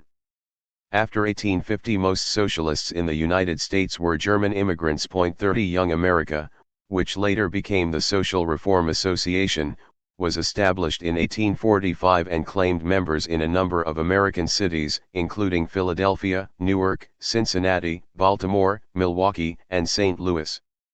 Marx's friend Joseph Wade Meyer was active in the American Workers' League. The various organizations represented many different, radical views, including anarchism, socialism, and utopianism. Zarga was a member of the Communist Club in New York, which included refugees from the 1848 European revolutions. There were so many radical Europeans living in New York that they were able to celebrate revolutionary anniversaries with their own gatherings and parades. Over 5,000 people participated in one such parade, while another 100,000 lined the parade route. Another 10,000 marched in December 1871 in support of the Paris Commune. When the Communist Club in New York joined the International as part of Section 1, it had only 20 members, mostly German immigrants. Section 1 of the American Federation of the International in New York grew and was extremely active in support of local unions and even unions in Chicago, Milwaukee, and St. Louis. According to Samuel Bernstein, the First International could be considered a training ground for labor leaders who later participated in establishing the American Federation of Labor. 32 It also worked with African American workers, which many workers' organizations refused to do at the time. The National Colored Labor Convention voted to send a delegate to the International's Fifth Congress in Paris in 1870, although it was postponed as a result of the Franco-Prussian War. The New York sections were the most active within the International. European radicals who escaped Europe mostly lived in New York, including those who fought in the revolutions of 1848 and some survivors of the Paris Commune, such as Eugene Potier, who had composed the revolutionary song the Internationale in 1871. With the expansion of the First International, European and American workers connected over shared issues and interests. The French community in St. Louis consisted of early French immigrants, Creoles who moved there from Louisiana, and later French arrivals. In 1866 it established a French-language socialist newspaper, La Tribune Française. In 1868 the St. Louis section of the Union Républicaine de Langue Française was formed, led by Georges Bauer, who had been a member of Cabet's utopian Icarian community. French sections of the International were also formed by the Union Républicaine in New York in 1870 and in St. Louis in 1871, and in July 1872 a German section of the International was formed in St. Louis. Otto Wademeier, Joseph's son, was the first International St. Louis correspondent. An English-speaking section of the International was formed in St. Louis in 1872. The French Radical Club in St. Louis founded the Union Républicaine de Langue Française in 1868, with branches of the organization in New York, Newark, Paducah, Kentucky, and San Francisco. While the organization generally supported Marx, it was also affected by the utopian ideas of Fourier and Cabet and some followers of Proudhon. The International eventually united the French-American members into Section 2.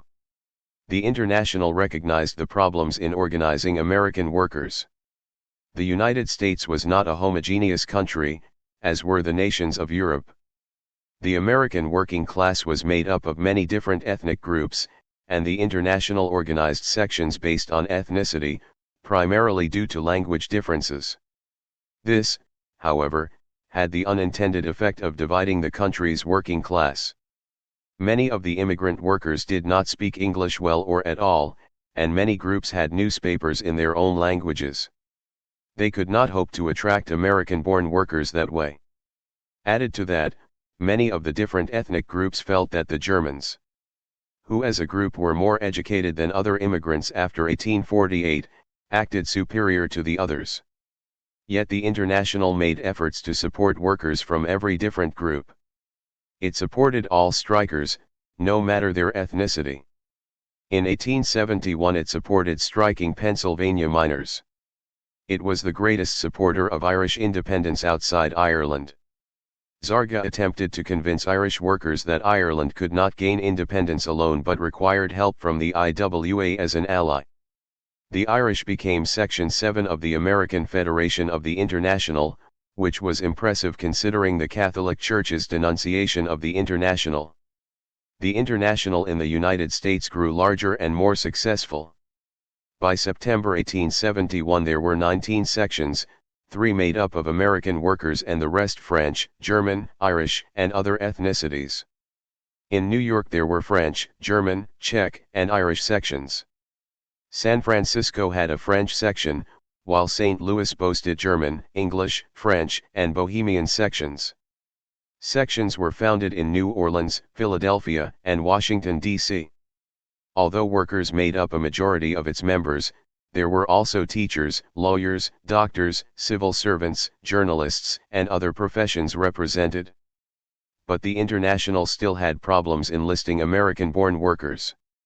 It attributed the problem to the fact that most Northern workers were immigrants who had come to the United States for economic reasons, that workers in America generally accepted small reforms as progress, and that the leaders of American labor misled the workers for their own selfish reasons. Some literature in the United States admitted to the poor working conditions and low wages that characterized the situation of American labor. The Civil War, some felt, had caused the concentration of capital and distorted the American economic system. But, many argued, it was only a matter of putting things back on track, and that could be accomplished by voting. Unlike Europe, they argued, the United States was a place that valued fairness, where everyone played a part in civic life and where all could participate in government. Some said that the United States was still a country where a person could get rich if he worked hard and didn't drink his wages. Theodore Banks, a member of Section 9 of the International, replied that laws were actually made by the rich in their own interest and not in the interest of the poor. The average person had no defense against giant corporations, which controlled the government. Divisions within the International continued to arise. There remained the fights between the followers of Marx, Bakunin, and Proudhon. In addition, members were divided between the positions of Marx and Lassalle. While Marx believed that it was necessary for workers to have their own political party, he felt that could occur only when labor was sufficiently united and strong. The International's primary task was to build labor organizations and to encourage and aid workers in coming together as a group and to recognize their common interests. Then it would be ready to engage in politics. Lassalle, on the other hand, argued that labor must immediately participate in politics and run candidates for political office. The state, he argued, could actually support the workers in attaining their goal of freedom. Lassalle actually did obtain expanded suffrage in Germany by working with Bismarck. With the working class growing in numbers, a workers' political party could be elected and take control of the government. Although all supported the Paris Commune, they disagreed on its ultimate meaning. Followers of Proudhon and Bakunin viewed it as an anarchist experiment, while Marx saw it as an example of the dictatorship of the proletariat. The extreme poverty that existed in both rural and urban settings after the Civil War resulted in the creation of social welfare organizations.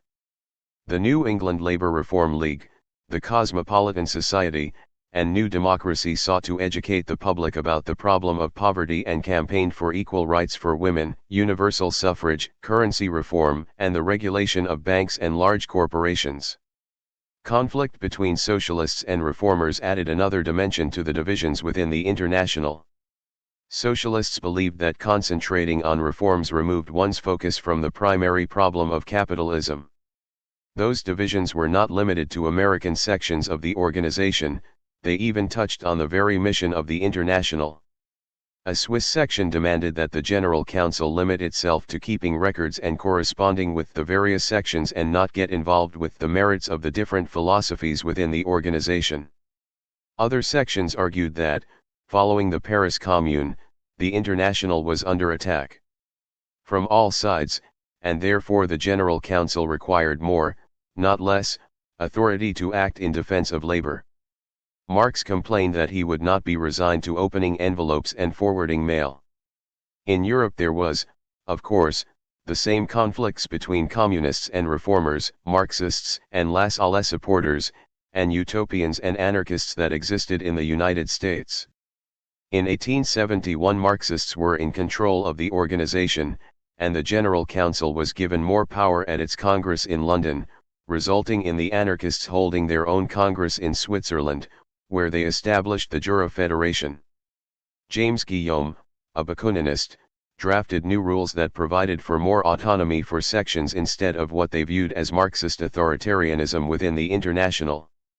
Members of the International from Italy, who were largely anarchists, supported the move and held their own Congress in Rimini in August 1872 and called for abolishing the General Council, while sections from Germany, England, and Holland supported the General Council.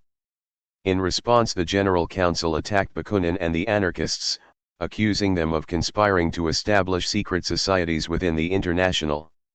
There were even divisions within individual sections of the organization. Section 1 in New York, for example, contained both Marxists and followers of Lassalle. It originally was born as a result of the merger of Zarga's Communist Club with the Lassallean Group. Section 2 harbored utopian socialists. A Fourierist group became sections 9 and 12. Other sections harbored reformers among its communist members. Josiah Warren, a member of the First International, was an American anarchist who had lived in the utopian socialist communities of New Harmony in Indiana and Modern Times on Long Island. Another member was Stephen Pearl Andrews, who had also lived at Modern Times and viewed anarchism as the march toward freedom for the individual. A follower of Warren, Ezra Heywood, founded the New England Labor Reform League in 1869. Heywood believed in a society with a minimum amount of government that consisted of small property owners who created and exchanged products of equal labor value. He opposed labor unions and ultimately became an advocate of free love. Section 26 in Philadelphia included followers of Fourier. The anarchist Louis Mascrier was opposed to representative government and the nationalization of land, which he claimed diluted the power of the individual, and instead envisioned a society made up of small homesteads. He advocated a landowning society within a loose federation in place of government. Divisions within the International became more complicated in the United States. Victoria Woodhull led Section 12 in New York, which experimented with spiritualism, atheism, and free love. Woodhull was a reformer who called for cooperation between labor and capital. Section 12 challenged the power of the Central Committee in the United States and requested that the General Council put it in charge of the American branch of the International. Section 12 represented a kind of radical countercultural movement, which was attracted by the International's desire to remake society but did not necessarily fit within the revolutionary working-class philosophy of the organization. Complaints against Section 12 alleged that its philosophy and conduct were not consistent with the philosophy or program of the International, but rather that the group had its own agenda, that it was nativist, and that the advocacy of free love was not the purpose or mission of the International. The Central Committee attempted to resolve the matter by requiring that 2/3 of any section within the International be composed of wage earners. The conflict with Woodhull went to the heart of what the International was supposed to be. Was it a labor association or a multi-issue reform organization? Finally, the General Council ordered the two sections to unite, to abide by its decisions, and to draft rules that did not conflict with those of the International. It reiterated the 2/3 wage earners rule and suspended Section 12 from the International until the next Congress met and decided the issue.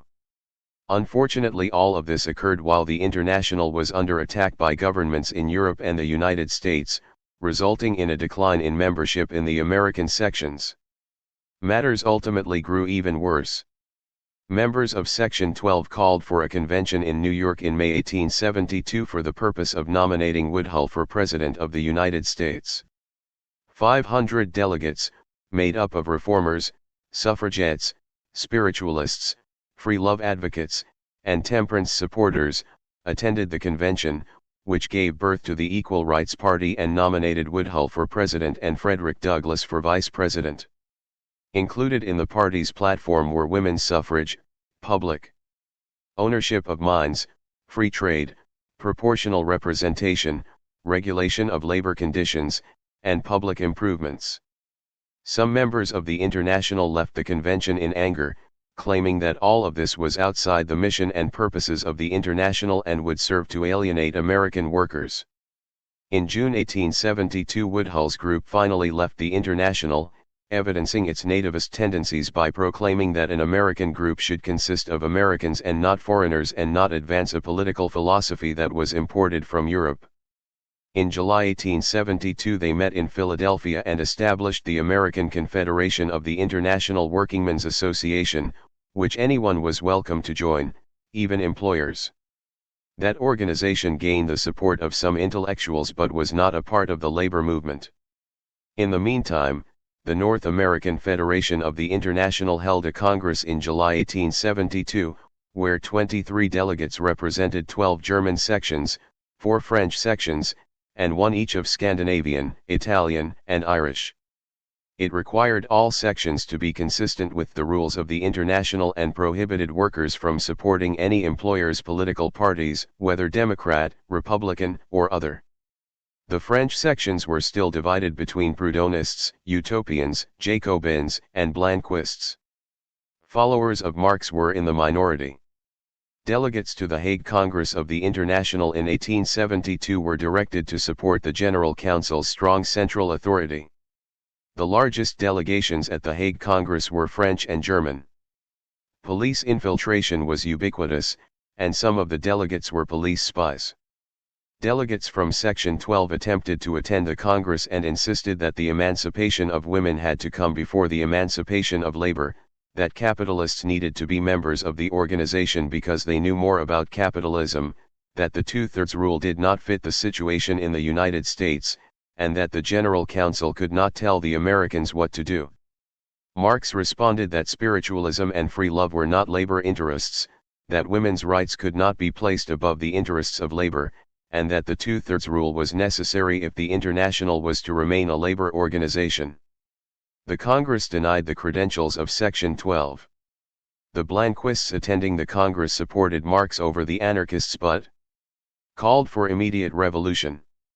They eventually left the Congress, and Marx won subsequent floor battles with the anarchists. Then Engels shocked the Congress with a pre-arranged motion to move the location of the General Council to New York. London was the birthplace of the International and where the General Council had sat since its inception. The reason for moving the International's leadership to another continent was Marx's concern about the attempts of the European anarchists to take over the organization. He wanted to move its leadership and records to a safe place far from them. There was much discord in Europe, many European workers were emigrating from Europe to the United States, and there was less police repression in America. There was not yet the suppression of socialist organizations by the government of the United States as there was in Europe. As a result, American members were able to meet with workers, propagandize among them, and organize and educate them. The Blanquists opposed the move, claiming that leaving Europe would subject the working class there to repression with no one to defend them. Nevertheless, the General Council and therefore the leadership of the International was relocated to New York. Responsibility for the International was now on the shoulders of the North American Federation.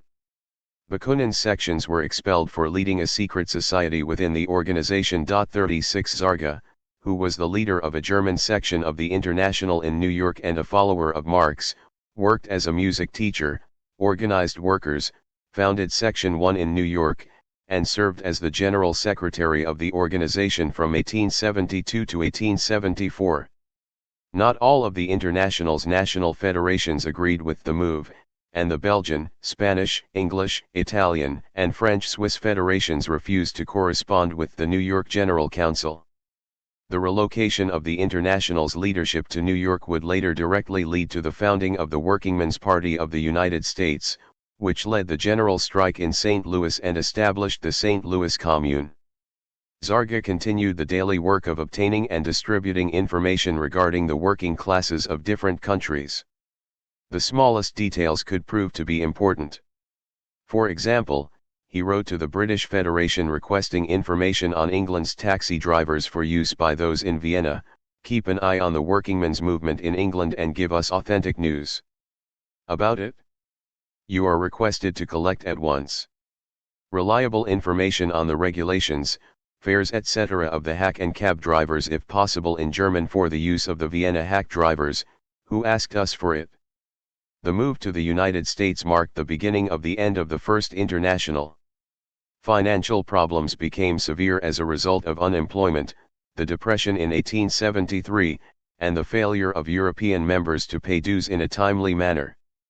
The great distance between the General Council and Europe and the loss of experienced European revolutionaries also weakened the organization. It needed to operate a socialist press, support family members of deceased Paris communards, and support strikers in the United States and Europe, and it did not even have enough money to pay for postage. Letters from Zarga in New York to a St. Louis section, for example, described the need for funds to publish a paper supported by the International. They can sell all papers they are able to print, Zarga explained, but do not have the money necessary to continue to publish. He went on to describe fundraisers and festivals that were planned in New York in an effort to raise money and suggested that St. Louis sections do the same. The anarchists and Blanquists left the International, went their own ways, and set up their own organizations. In 1874 the London Trades Council broke with the International. The French and Italian governments suppressed whatever remained of it in their countries and imprisoned many of its leaders, and the Dutch Federation dissolved itself. The General Council could not even afford to send a delegate to a Congress in Geneva in 1873. Even the anarchists were divided among themselves over the issues of direct action, the general strike, and propaganda by deed. In the meantime, St. Louis had a small but active membership in the International. Most of its members were French and German immigrants. The Germans were the most politically active ethnic group, many of them refugees from the 1848 revolution.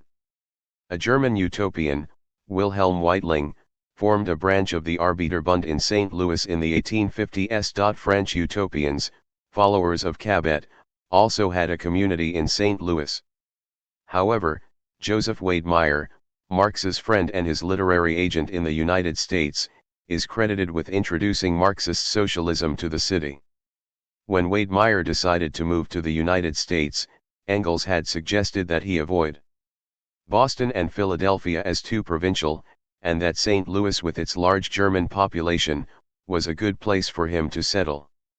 Wade Meyer arrived in St. Louis in 1861 and served as a captain of artillery during the Civil War under John C. Fremont and later as a lieutenant colonel of the 2nd Missouri Light Artillery, when he fought Confederate guerrillas in southern Missouri. He later became a colonel in the 41st Missouri Infantry and commanded an area that included St. Louis. He was active in Republican politics in St. Louis and edited Die Neue Zeit, a German-language newspaper. Marx sent him a copy of his inaugural address to the First International, and Wade Meyer had it published in the Daily Press, a St. Louis labor newspaper started by printers. The Daily Press was the first American paper to cover Marx's inaugural address. In 1864 Wade Meyer was elected auditor of St. Louis County and published an article in favor of the 8-hour workday movement. He died in the midst of a cholera epidemic in St. Louis in 1866. James E. Cope was another international member active in St. Louis. An English shoemaker, Cope was a founding member of the First International and served as a member of the General Council in London. He settled in St. Louis during the 1870s, was active in the Marxist Workingmen's Party of the United States, and emerged as a leader of the St. Louis General Strike in 1877 and the St. Louis Commune. Another friend of Wade Meyer, Herman Meyer, had organized working-class groups in New York and settled in St. Louis at the start of the Civil War, where he continued his work. Most important for the St. Louis General Strike and the St. Louis Commune of 1877 was a Congress held in Philadelphia in 1876, consisting of remnants of the First International and various socialist organizations, which formed the Workingmen's Party of the United States. The St. Louis sections of the International were represented in Philadelphia by Albert Kurlan. The following year the UPSA, led by Kurlan, would take control of the St. Louis General Strike and rule the city on behalf of its working people. Dying not in a single event but rather more slowly, as by 1,000 cuts, the International faded away in time, dissolving in July 1876. Its eventual death in the United States cannot be attributed solely to the American elements, since its end also occurred in Europe. Jonathan Sperber attributes its demise to the ideological struggle between Marx and Bakunin. However, there are certain American elements that did contribute to its death. Most members of the International in the United States were foreigners. They came from many different countries and spoke different languages. There was therefore a problem communicating with each other as well as with American-born workers. Most lived in their own ethnically based neighborhoods, further separating them. They attempted to convince American workers of a European philosophy, which was new and different from any with which American workers were familiar. As infrequently embraced as it may have been, there was a belief in America of class mobility, where one was not necessarily condemned to spend one's life in the class in which one was born, as was common in Europe. America was a place where oppressed people came to experience freedom, where people could start their lives anew. Everyone, including the poor and working class, had certain civil rights. There were expanding industries and vast, purportedly empty lands for settlement where one could own a farm free from oppression. There was the Horatio Alger myth, that anyone could become rich if he or she was willing to work hard and follow the rules. Some of these beliefs contained a modicum of truth, especially when contrasted with the more rigid class lines in Europe. But for the overwhelming majority of people, they were exactly that, myths. Most poor people would remain poor throughout their lives, and their children would continue to live in poverty. Most working-class people would work long hours in unsafe conditions for a subsistence wage, as would their children.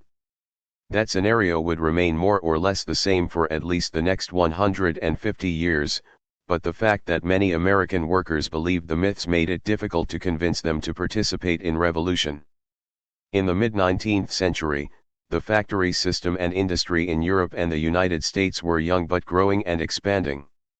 Independent artisans and skilled workers were finding it impossible to ply their trades. The growing use of machines in the factory reduced skilled workers to unskilled wage earners, resulting in less dignity for them as well as lower earnings. Their particular skills were no longer necessary to produce the goods. Peasants and farmers, not able to make a decent living in rural areas, moved to the cities looking for work in the new factories. A higher density of the urban population, together with lower wages, resulted in the growth of tenement buildings and urban slums. The new machinery was not constructed with the safety of workers in mind, and so factory work was dangerous. At the same time, the working classes in Europe and the United States were young and developing.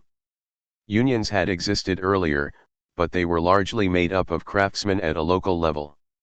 Was an attempt to unite and support workers on a national and international basis. As corporations grew into national and international organizations, it was necessary for labor to do the same. The International attempted to provide a way for workers in different countries to be aware of what was happening to others and to provide a means of communication between them. Its international congresses brought workers from different countries together on a regular basis. It supported workers' struggles wherever they occurred, often collecting money from workers of one country to aid strikes in another. It was the first time workers had organized on an international scale. The American branch of the International strongly supported labor's fight for the 8-hour workday. By May 1872 it had supported strikes by 100,000 workmen representing 32 trades in states in the East and the Midwest. It decided that even though workers were divided by crafts, they would unite over interests they had in common, such as wages and hours of work, and that employers would conspire and unite against them. Like all movements, there were differing views on what the ultimate goal should be and how to achieve it. Some argued for liberal reforms in the present, others for a workers' revolution. Communists sought a classless society, where there would no longer be exploitation of workers by capitalists. Anarchists such as Proudhon and Bakunin desired to do away with all government and replace it with voluntary, economic entities. Marx believed that the working classes must develop a self-consciousness as a separate class and build their strength in unions and workers' organizations before they could politically take control of society. Lassalle, on the other hand, called on workers to create their own political party immediately and begin running workers for public offices. The organization that attempted to unite all workers was itself divided. Still, the First International did succeed in creating a mechanism for workers to come together and seek common aims, whatever their national origins. It aided in the organization of workers, supported their struggles, and provided an ideological basis for the labor movements. Served to connect American workers to those in Europe and with socialist philosophy and movements around the world. It linked European working class struggles with those in the United States and provided an organizational structure for American workers to come together with other workers who had engaged in revolutionary activity. Its ideas were such that virtually every capitalist country in Europe feared it and sought to destroy it, wherever it existed. Would affect history long after its demise. Members of the organization were active in the American labor movement and served as leaders of the St. Louis Commune. 6. The condition of the American working class. By 1877 the American working class was desperate. Wages were low, many were unemployed, working conditions were unsafe, the United States was in the fourth year of a major depression, and large corporations strongly influenced or virtually controlled many states and the federal government. The situation was ripe for labor unrest. Prior to the Civil War, the production and sale of commodities in the United States took the form of personal transactions between producers and consumers. Most producers were self-employed or worked in small shops. Many learned their trades from skilled artisans and later opened and operated their own businesses. Production was characterized by the independence of the shop owner and personal service. Consumers knew those who produced their goods, and the artisans were generally self-sufficient. Producers took pride in their work, which they created and produced from beginning to end. They were respected by others because of their skills and were able to earn a decent living. Those who worked for artisans were able to learn a trade and perhaps one day open and operate their own businesses, reflecting the social mobility possible for skilled workers. The labor issues that emerged after the Civil War reflected the transition from individual artisan to factory wage laborer. In the 1860s and 1870s, unskilled immigration from Germany, Ireland, and Italy aided in the growth of industrial workplaces and the transition to wage labor. With the growth of European immigration to the United States, especially the influx of unskilled labor from Ireland, the new factory system and urban poverty posed a problem for the working class. The skilled worker no longer created a finished product in which he could take pride, but rather was forced into the industrial system where he labored on only a small part of the production process and ultimately performed work that could be done by unskilled workers. As a result, he earned less and, perhaps more important, lost the pride of craftsmanship and his individualism and independence. With the rise of industrial capitalism came the factory wage earner, who experienced less community respect and who was entirely dependent on the factory owner for his wages and for his job. He no longer sold the product he created, but rather sold his labor and, in the end, himself. 1 In addition, journeyman artisans could no longer hope to one day be independent producers themselves. The evolution from individual producer to factory wage earner brought with it a certain tension and resentment on the part of workers. An artisan with his own shop controlled his own working conditions. In a factory setting, that was no longer the case. The factory environment and conditions were determined solely by the owner. This was a major lifestyle change for the skilled worker and destructive of his independence. One worker who quit her factory job complained about her obedience to the ding-dong of the bell. As a result of the factory system, great numbers of largely unskilled laborers massed together in the urban slums of the larger cities. The 19th century depressions had taken their toll, leaving great numbers of workers unemployed or working for starvation wages.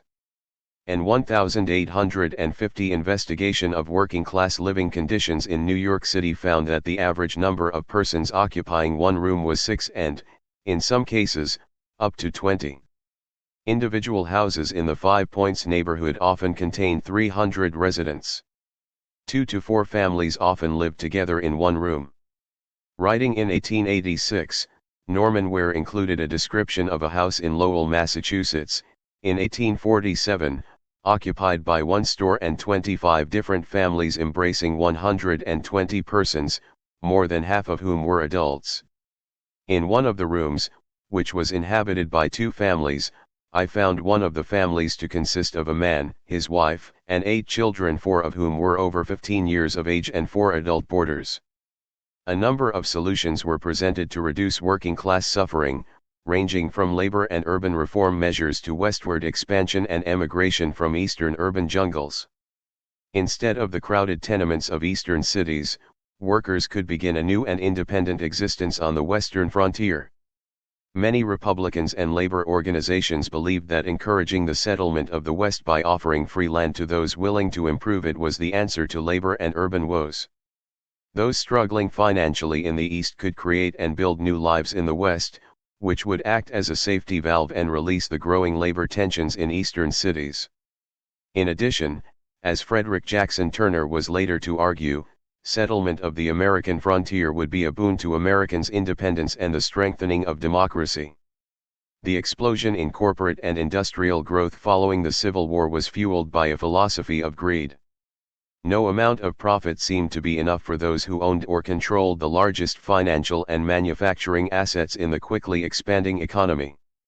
The very purpose of corporations had changed through the years from the consolidation of capital to be used for public improvements and benefits to earning as much money as possible for shareholders.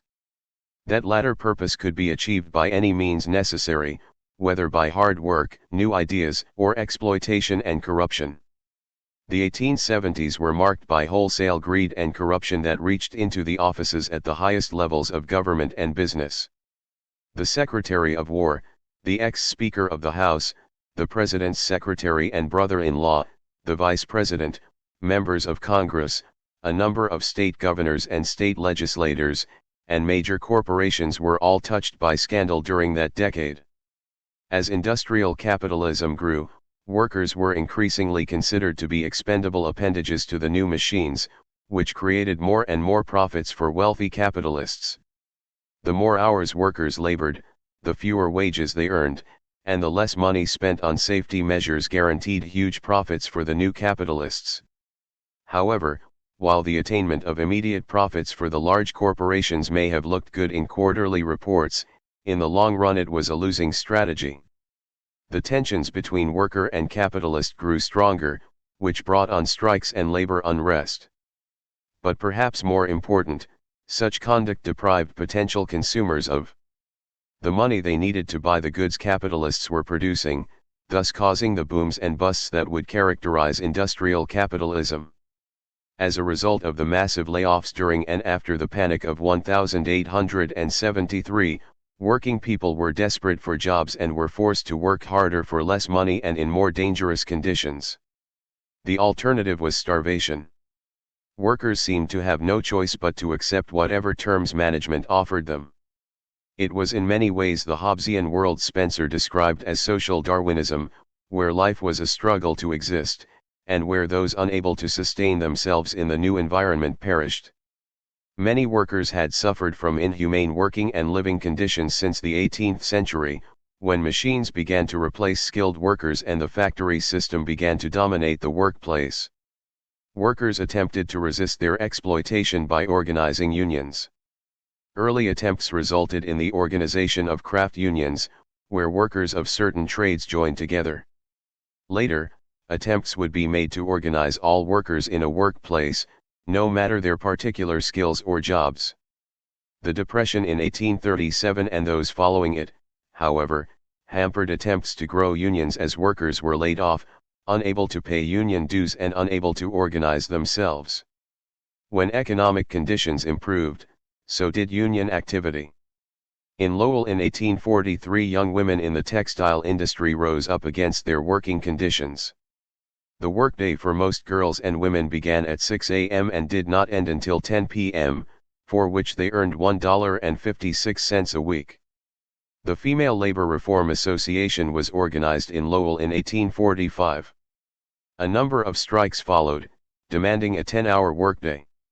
Defenders of the longer workday argued that it was necessary in order to protect the morals of the young women operatives, who would otherwise be exposed to immoral attractions during their free time. In September 1845 in Pennsylvania, 5,000 women struck for a 10-hour workday. Utopian socialists joined the 10-hour movement, and the New England Convention in Boston in October 1844 called for the freeing up of public lands, producers' cooperatives, and the 10-hour workday and endorsed Fourierism. Some states passed legislation limiting the workday to 10 hours, but industrialists responded by requiring workers to sign contracts agreeing to work more than that even though they were not legally obligated to do so. In the midst of successive depressions, there was always a large pool of unemployed who would agree to submit to any capitalist demands. When workers took over factories in protest of the forced work agreement, companies often answered by reducing wages accordingly. Although workers were being paid for the time they worked, wages were so low that families often could not survive on them. Middle-class reformers began to support the position of labor in the 1850s. Labor issues then expanded from hours and wages to include child labor. Children were especially exploited in the textile mills. Samuel Slater's first mill was operated by 7 boys and 2 girls, ranging in age from 7 to 11. Children were recruited from almshouses for work in the mills. 9 At a mass meeting in Trenton, New Jersey, in September 1847, workers demanded the 10-hour day and a limit on child labor. In the Rhode Island mills in 1853, there were 59 children under 9 years of age, 621 between 9 and 12, and 1,177 between 12 and 15. In 1851, New Jersey finally enacted legislation limiting the workday to 10 hours. One of several challenges to uniting the working class was that workers often had different interests.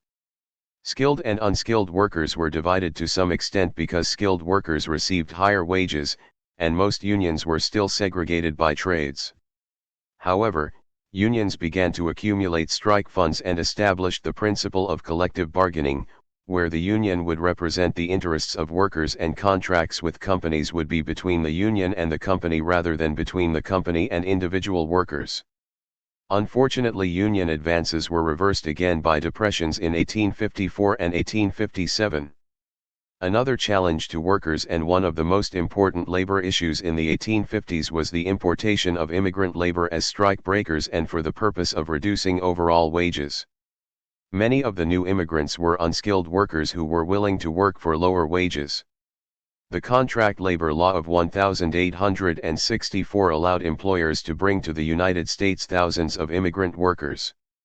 Between 1840 and 1850, over 1.7 million immigrants arrived in the United States, and another 2.6 million between 1850 and 1860. Immigrants made up a large part of American cities. In 1860, 47.6% of the population of New York City was foreign-born, as was 49.9% of the population of Chicago and 59.7% of St. Louis. The issue of immigrant labor used to break strikes and lower wages was an important one recognized early by Marx and the First International. One factor that apparently was not considered by capitalists who brought in foreign workers, however, was that many of them came with a European class consciousness and radical philosophies. This was especially true of immigrants from England and Germany.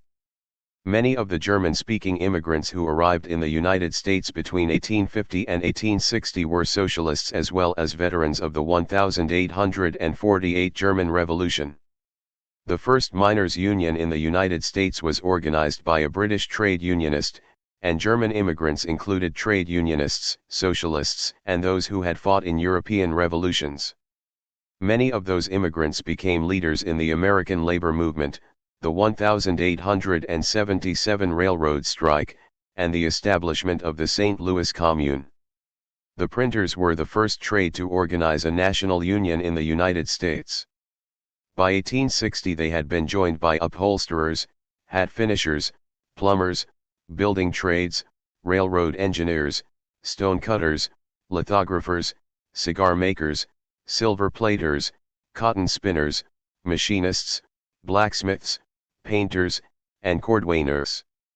However, national unions were, for the most part, weak or non-existent in most trades in the mid-19th century.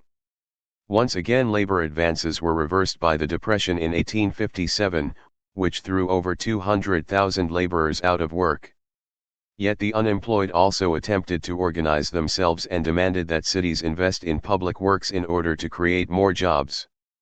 On November 5, 1857, over 12,000 unemployed workers attended a demonstration in New York's Tompkins Square, a customary meeting place for left-wing radicals at the time, where the speakers reflected a growing class consciousness among the proletariat and the unemployed and attacked capitalists as responsible for the current situation.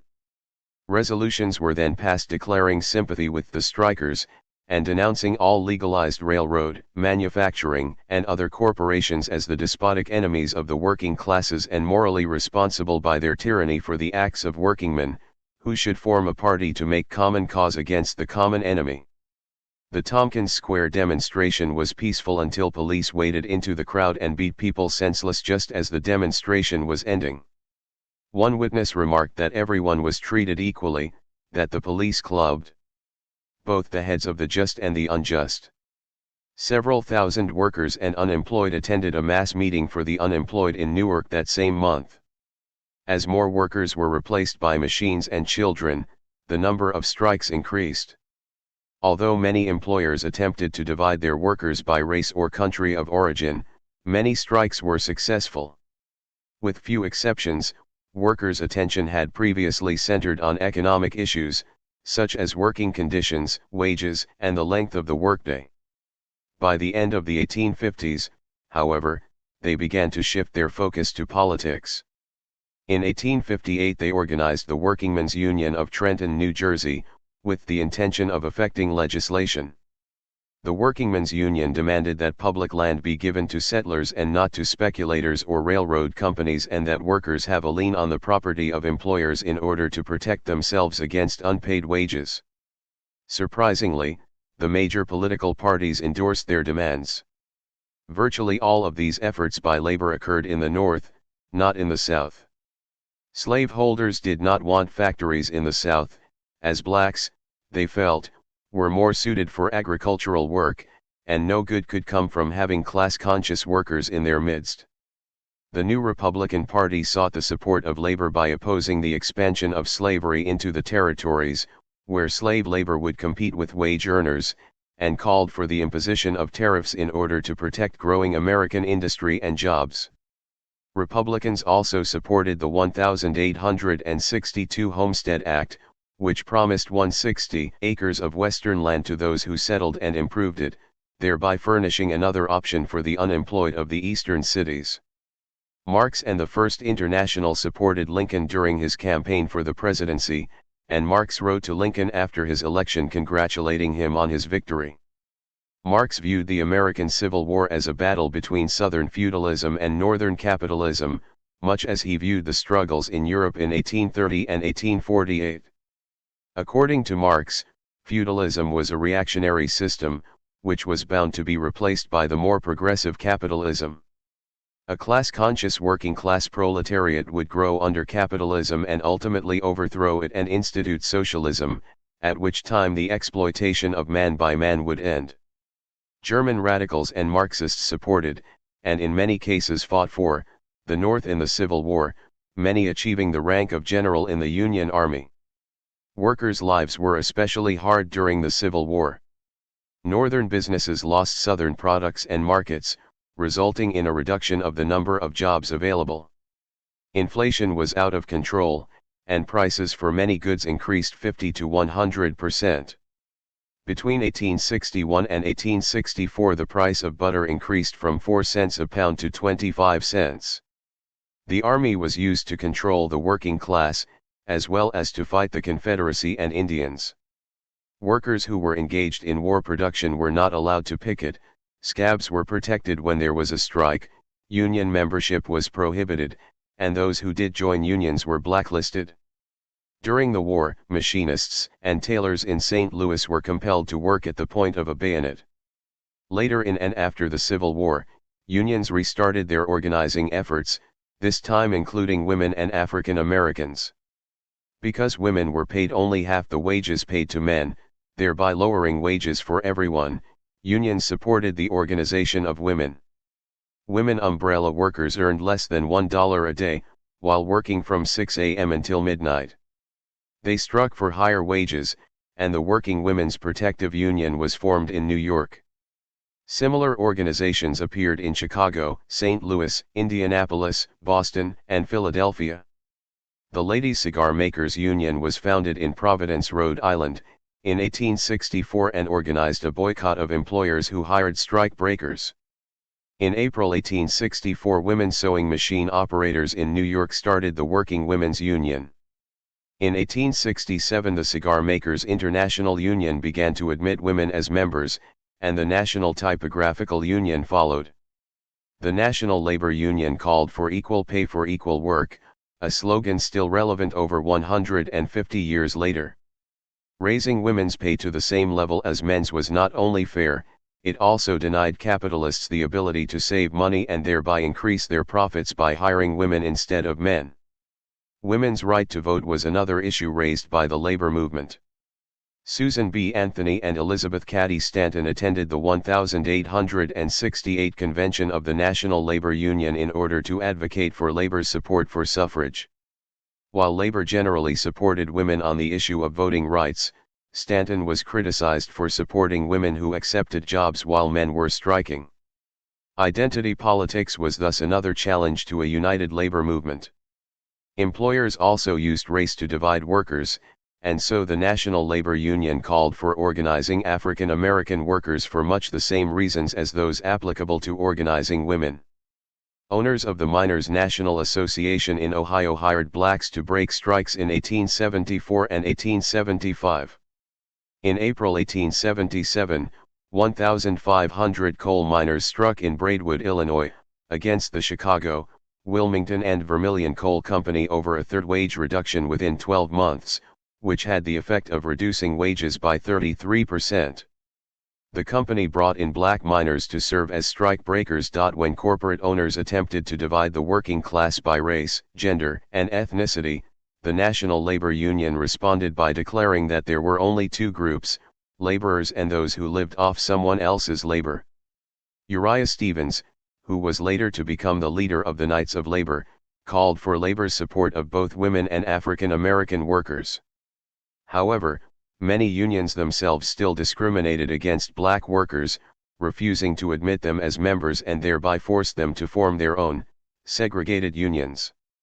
In 1870 the National Colored Labor Union called for a legislative lobby to work toward equality for blacks, an educational campaign directed at white workers, and support for cooperatives and homesteads for African Americans.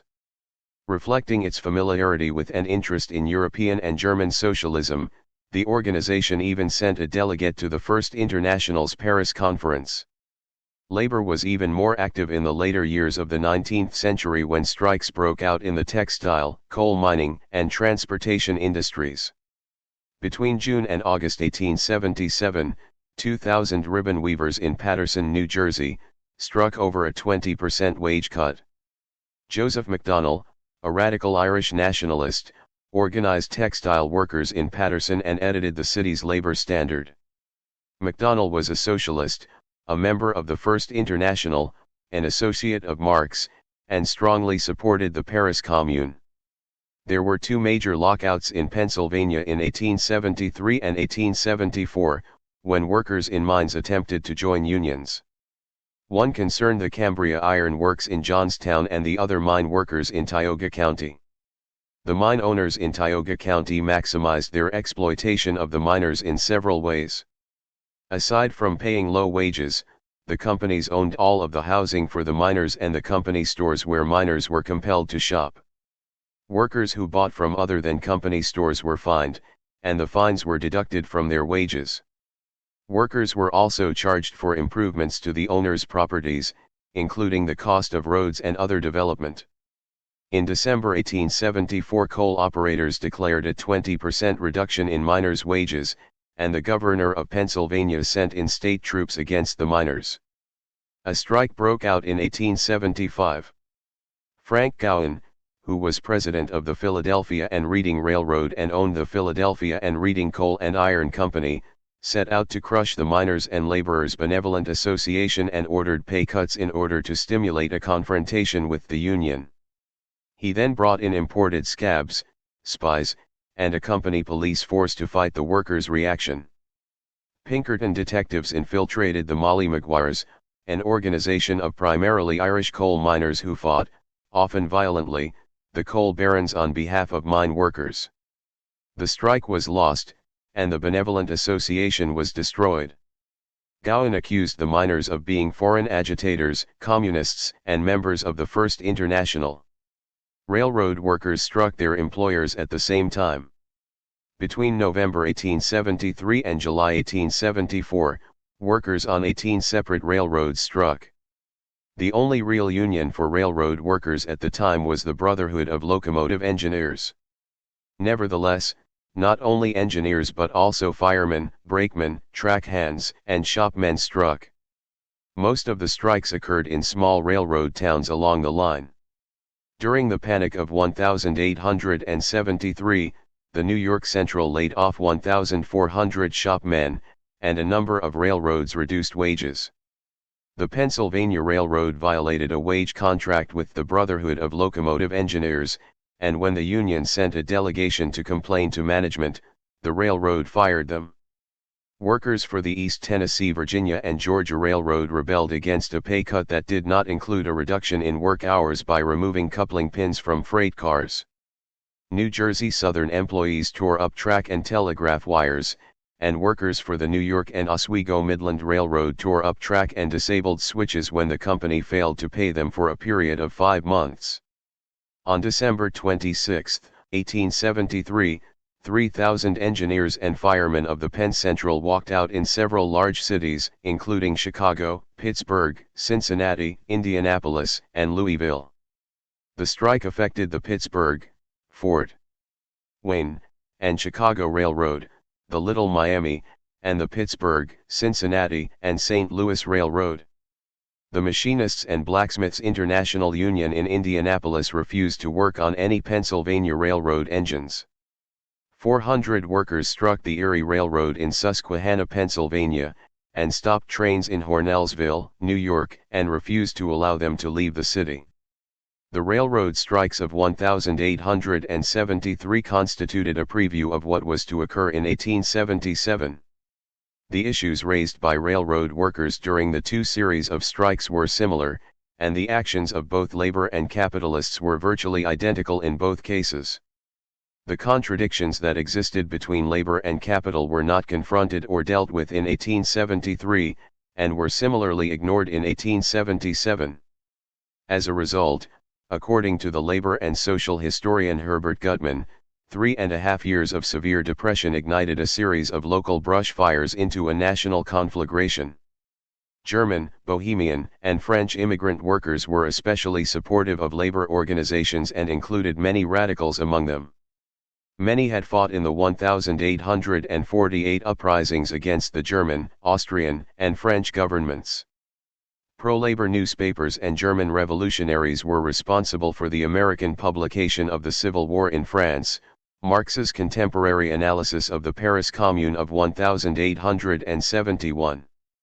They worked with the First International in an attempt to stop the importing of strike breakers from Europe, organized sections of the International in the United States, and founded socialist newspapers and organizations. In April 1869, the New York Compositors Union asked the First International for help against European strike breakers, and the International called on its various sections in Europe to resolve the problem. In 1869, the National Labor Union sent a delegate to the Basel Congress of the International. Much of the American labor movement was thus affected by European organizations and events. The German communist F.A. Zarga led the First International after Marx moved its headquarters to New York. In 1857, Zarga founded the Communist Club, which became a section of the International in the United States. By 1872 there were 30 sections and 5,000 members of the First International in the United States, who were also active in the American labor movement. The German General Workingmen's Union was founded in New York in 1865 and 2 years later merged into the First International. It primarily consisted of Lassalleans, who stressed political action by workers. It merged into the Communist Club in 1868, and Zarga became president of the Social Party of New York. At the end of 1870, 10 American sections of the International formed themselves into the North American Central Committee of the First International. Section 1 in New York brought black workers into the organization and held demonstrations in support of the Paris Commune, reflecting American labor's support for the French insurrection. When the Panic of 1873 threw thousands of workers out of work, the American sections of the First International attempted to organize the unemployed. They demanded public works to aid employment, and the First International supported huge demonstrations of the unemployed in New York and Chicago. In 1875, the Irish United Workers of America affiliated with the First International. There was some tension between the German and Irish immigrants, especially with regard to the Catholicism of the Irish and the German radical freethinkers.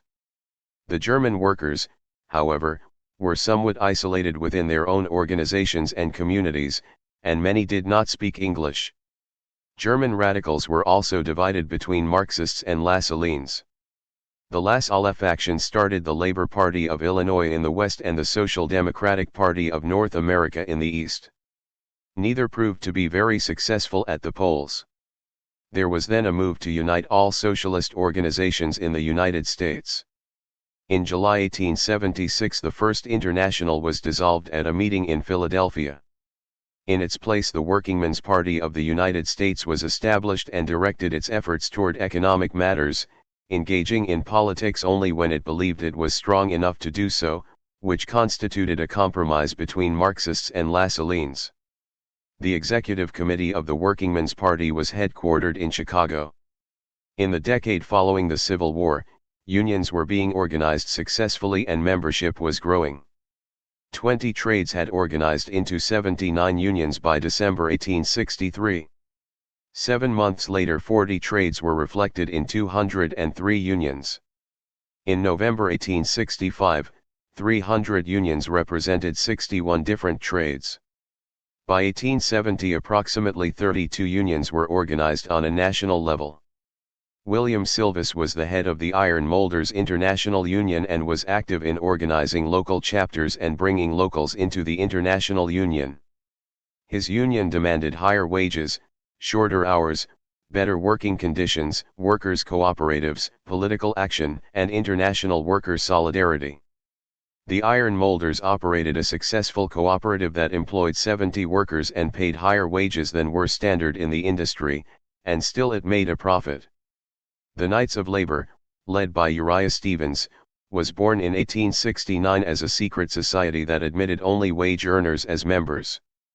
The Knights called for the uniting of all workers, notwithstanding their particular trades, and advocated cooperatives and the end of racial discrimination within the labor movement. But as the employees began to organize nationally, so did industry. Setting out to destroy unions, companies employed lockouts, blacklisting, and the infiltration of unions by spies who reported back to the employers.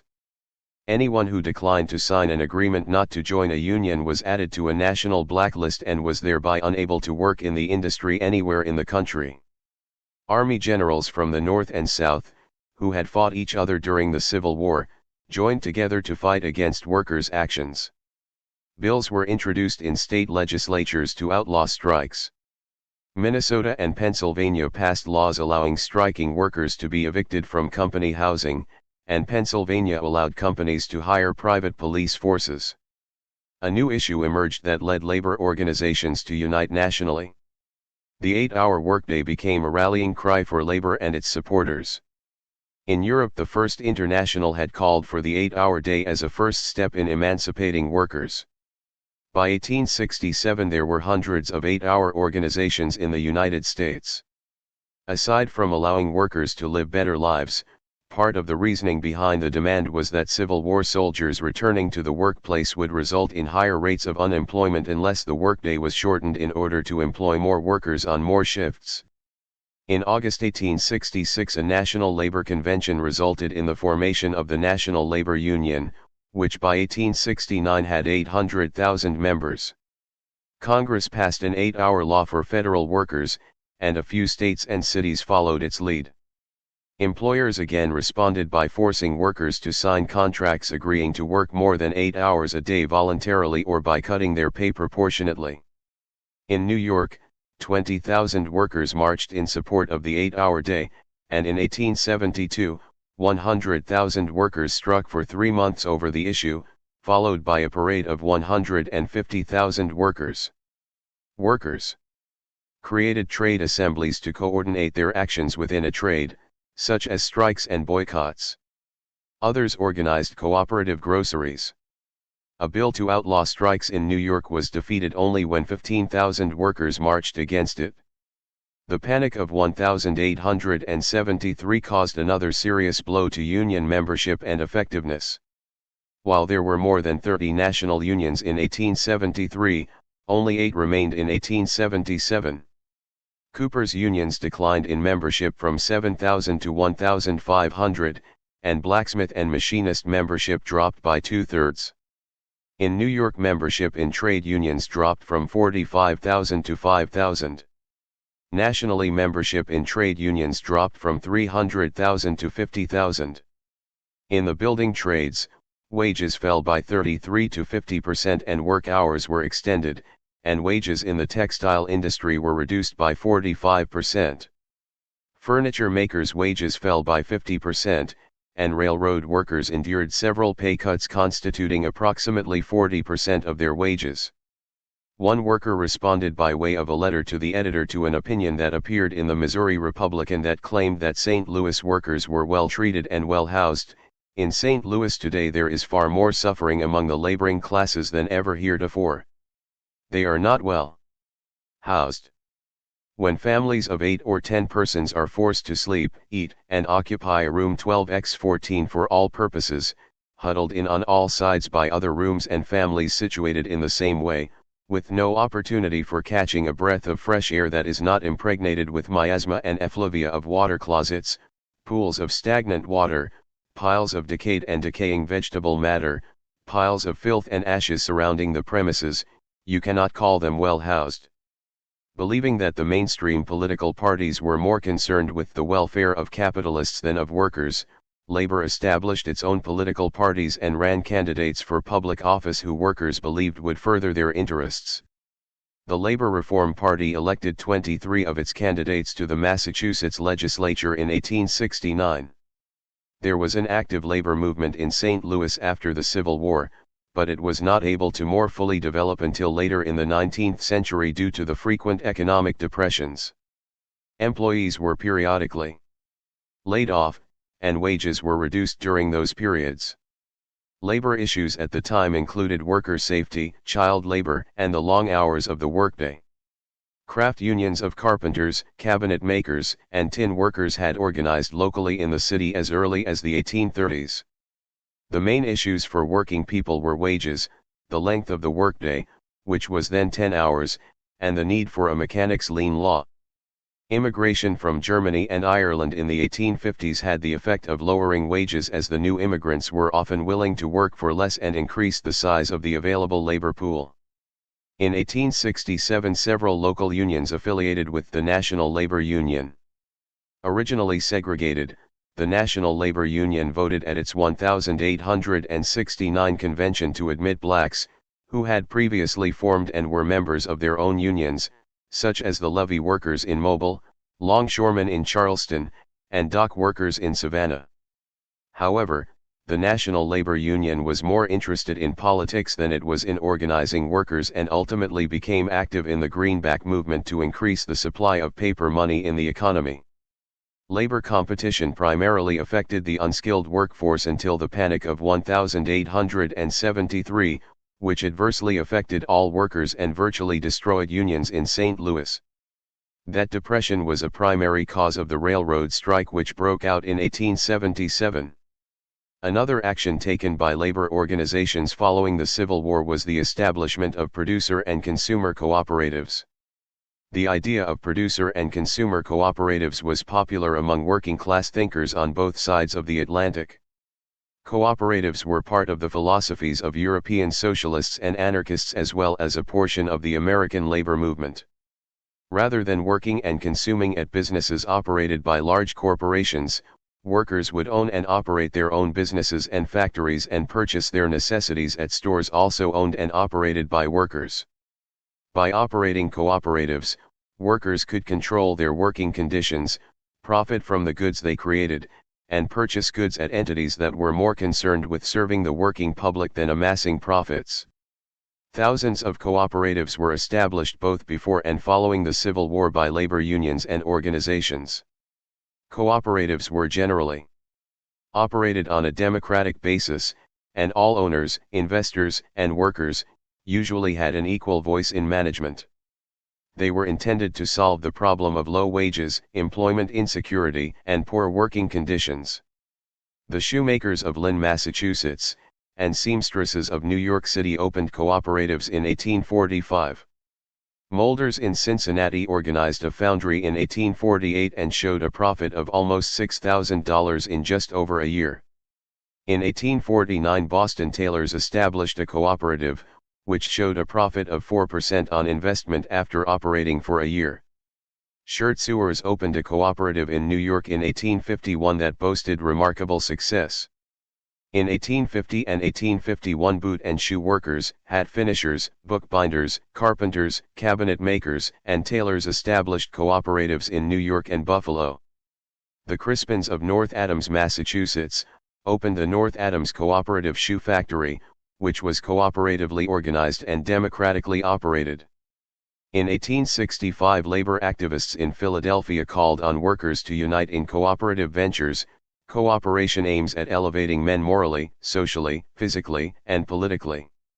This it does by freeing them from cankering cares of poverty and wretchedness which chain millions to a merely animal existence.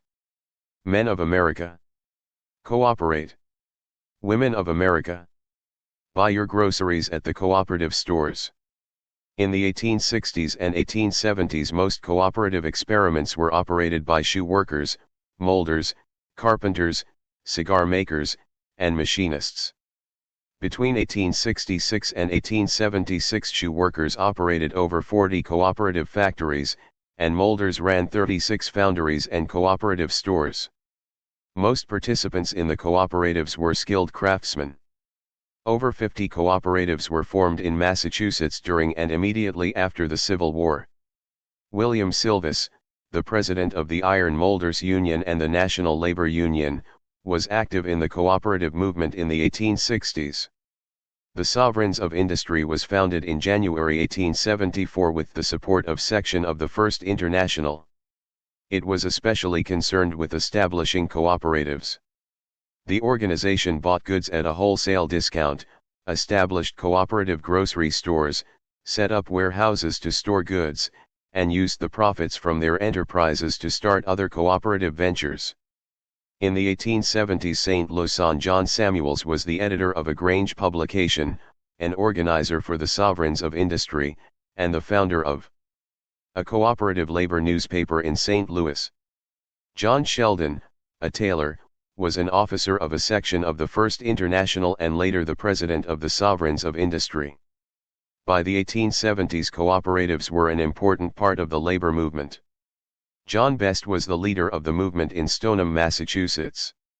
He started the Stoneham Cooperative Boot and Shoe Company.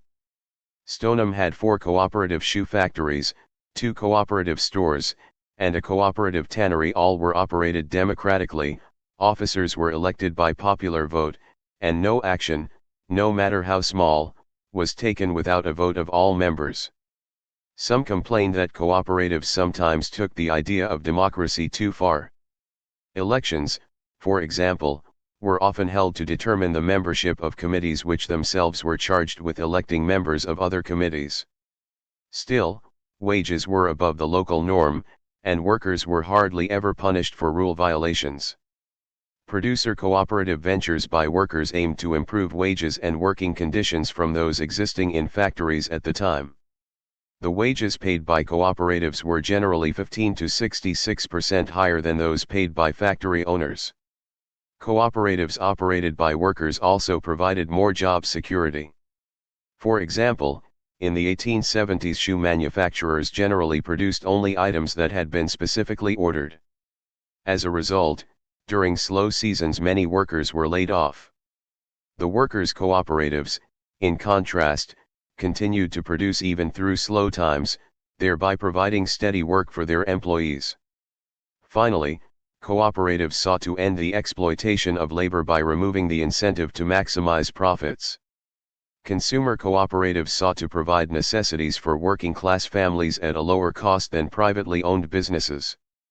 Again, they were not primarily interested in garnering the greatest profit possible. They were usually based in the working-class communities and served as meeting places for friends and neighbors, thereby contributing to the sense of working-class community. Unfortunately, most cooperatives eventually failed as a result of the depressions in 1857 and 1873. Most were undercapitalized, as workers simply did not have the extra money with which to survive financial crises. But while they existed, they provided workers with a decent living, the pride of ownership and labor, and the dignity that was absent from the factory setting. For a while they provided hope for the most vulnerable. A poem in the Iron Molders Journal of May 1877 reflected that sense of mutual aid, cooperation, and community. Brothers, for years we've struggled vainly in a hopeless uphill fight. But at last the clouds are breaking before a gleaming light. For brothers, 'tis the only way, this cooperative plan, by which labor may rule labor, and a man may be a man. But the tyrants watch us keenly, us the men they so oft stung. They hope to see our prospects blasted, and to hear our death knell rung. But we have nailed our colors to the mast, so we are bound to do our best, and thus, the cooperators of the East, send a greeting to the West. The American working class during the mid to late 19th century experienced a substantial change in daily life. Wage-earning factory workers largely replaced skilled artisans and small producers and shopkeepers. Machines replaced workers and destroyed individual businesses operated by skilled workers. Wages were low, and working conditions were poor and often dangerous. Both men and women worked long hours for little reward. Workers' unions and organizations were born, grew, and perished during the various depressions.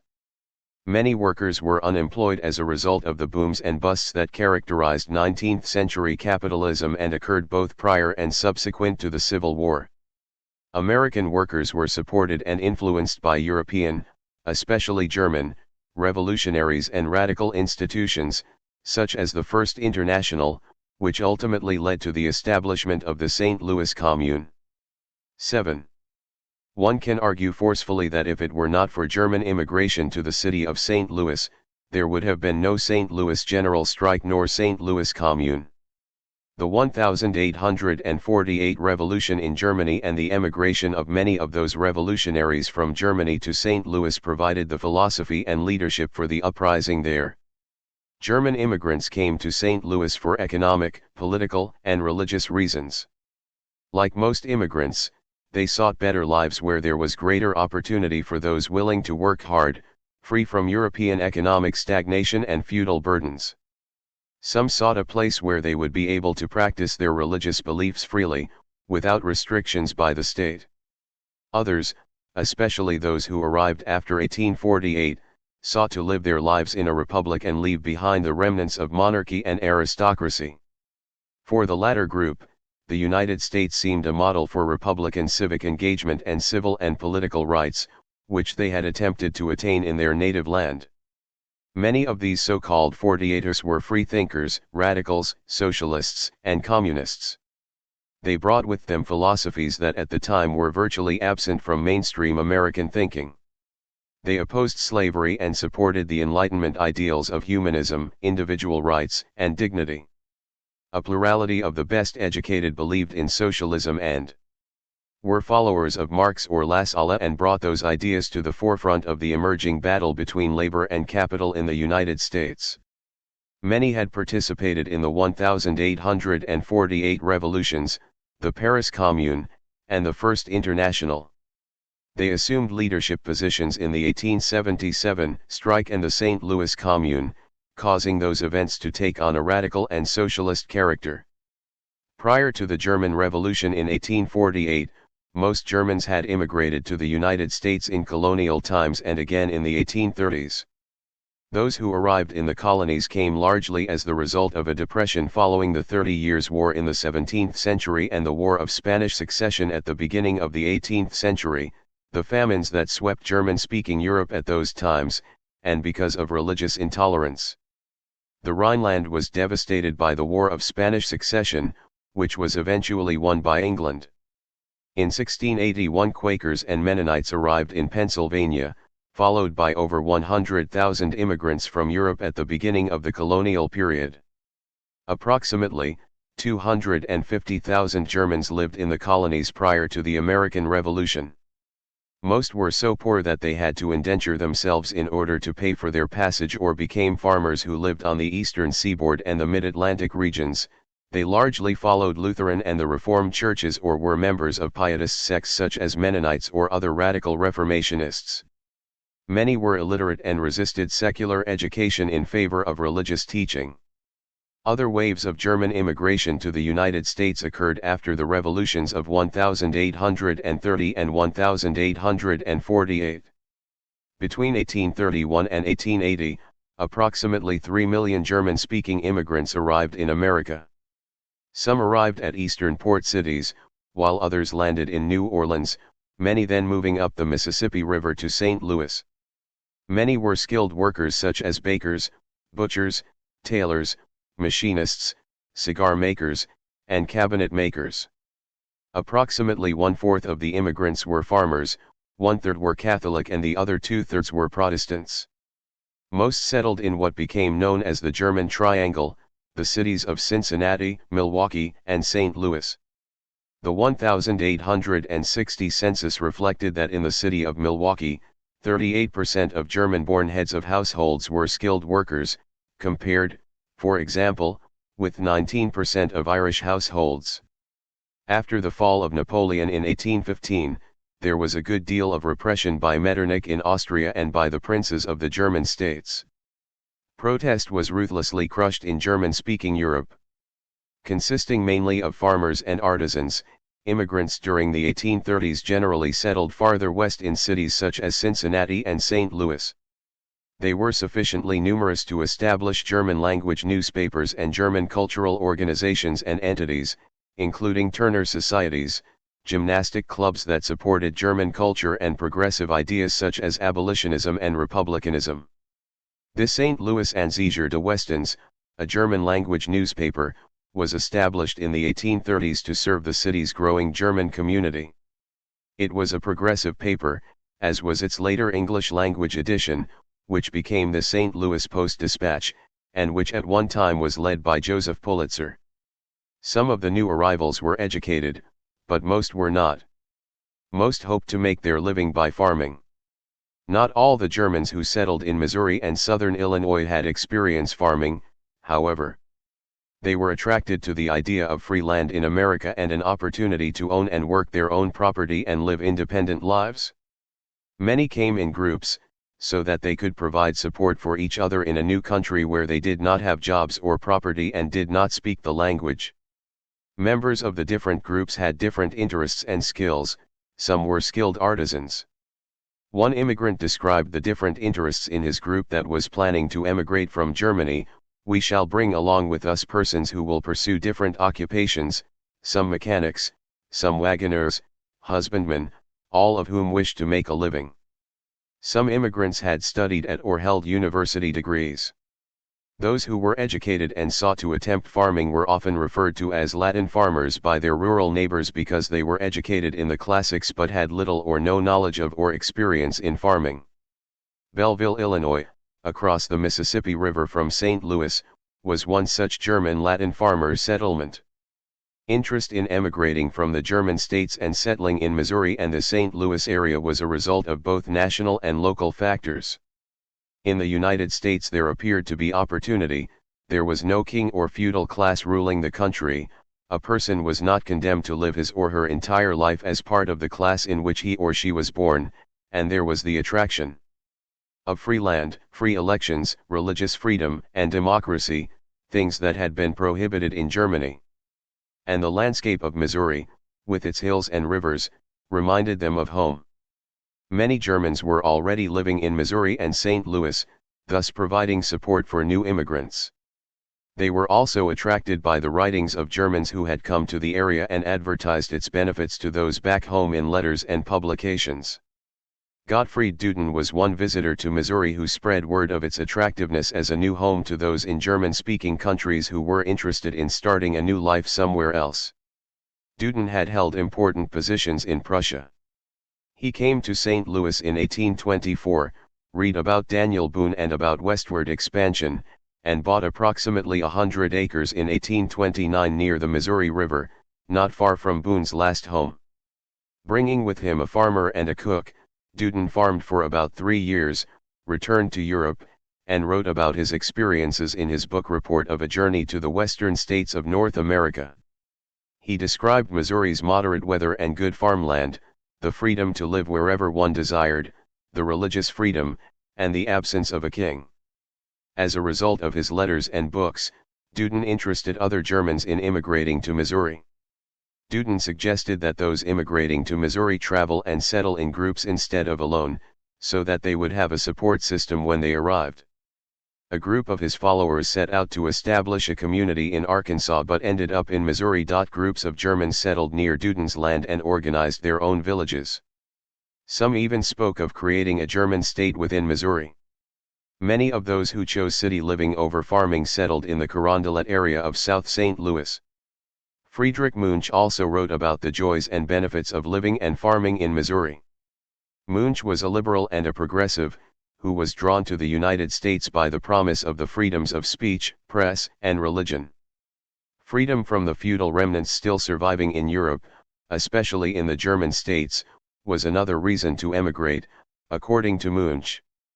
In the United States one was limited not by the status of birth but only by the extent of one's willingness to engage in hard work.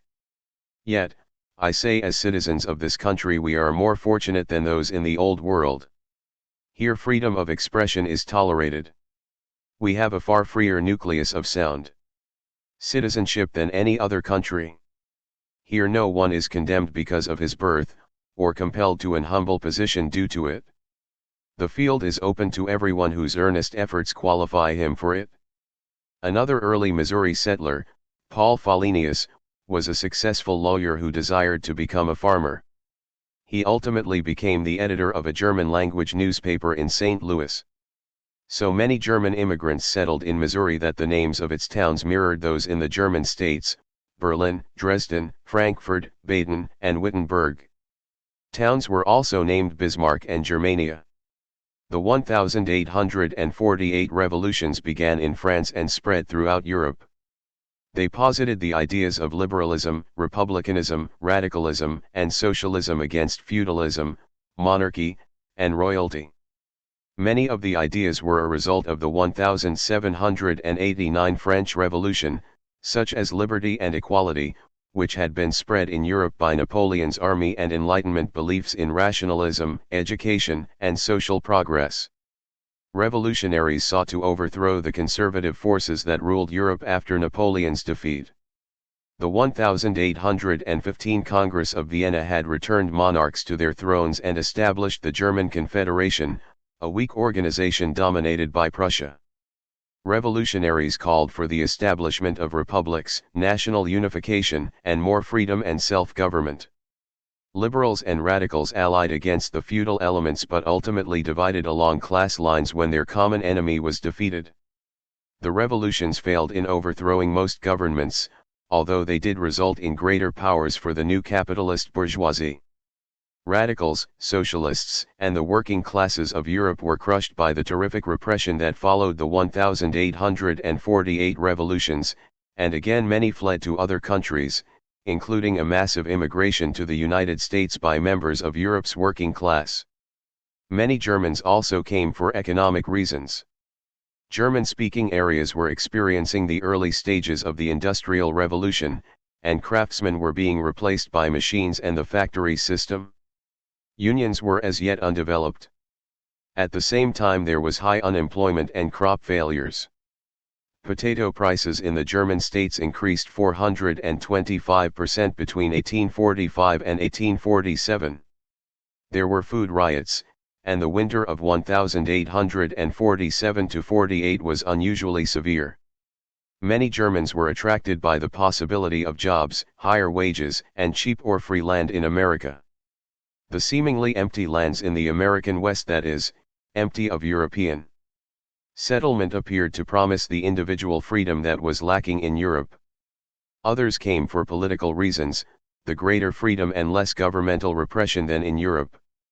Many of the later arrivals who tried farming failed in the endeavor and eventually migrated to the cities. The picture of a rural, independent existence was charming, but not necessarily a good fit for educated professionals, who eventually rejected the difficult physical work of farming. In the little time they had for recreation, their farmer neighbors did not share their desire for discussions about history and philosophy. Frederick Witt described the Ohio Latin farmer who worked the fields in a dress coat and top hat, and Frederick Olmsted told of one 48er who, in his country home, served coffee in tin cups placed on Dresden saucers and whose bookcases were filled with the classics and sweet potatoes. Cities proved to be more popular places to live for those who gave up on rural life. German saloons in Milwaukee, for example, were said to witness political and philosophical discussions at a high intellectual level. David Goebel, a German professor of math, found that farming was not for him and moved to St. Louis to take a job with the U.S. Land Survey Office.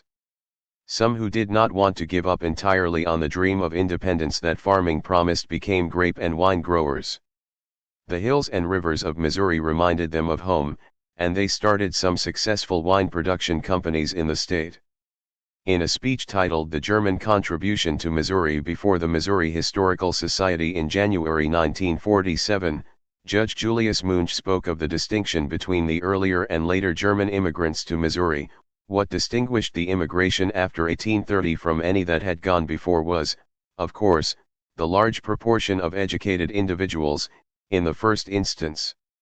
Munch went on to say that St. Louis had as many German-language newspapers as English ones, reflecting the literacy of the new immigrants. The total foreign-born U.S. population increased 85% during the 1850s. 12 in 1848, 62,684 Germans entered the United States. In 1854 that number grew to 229,562. The increase was supported by some of the German governments, which sought to rid themselves of those they viewed as troublemakers. Advertisements by American steamship and land companies, attempting to increase their business, attracted more Germans to American shores. The Society of St. Louis was founded in 1859, growing out of the St. Louis German Immigrant Society, which was formed in 1847. The societies provided interpreters and aided immigrants in obtaining work.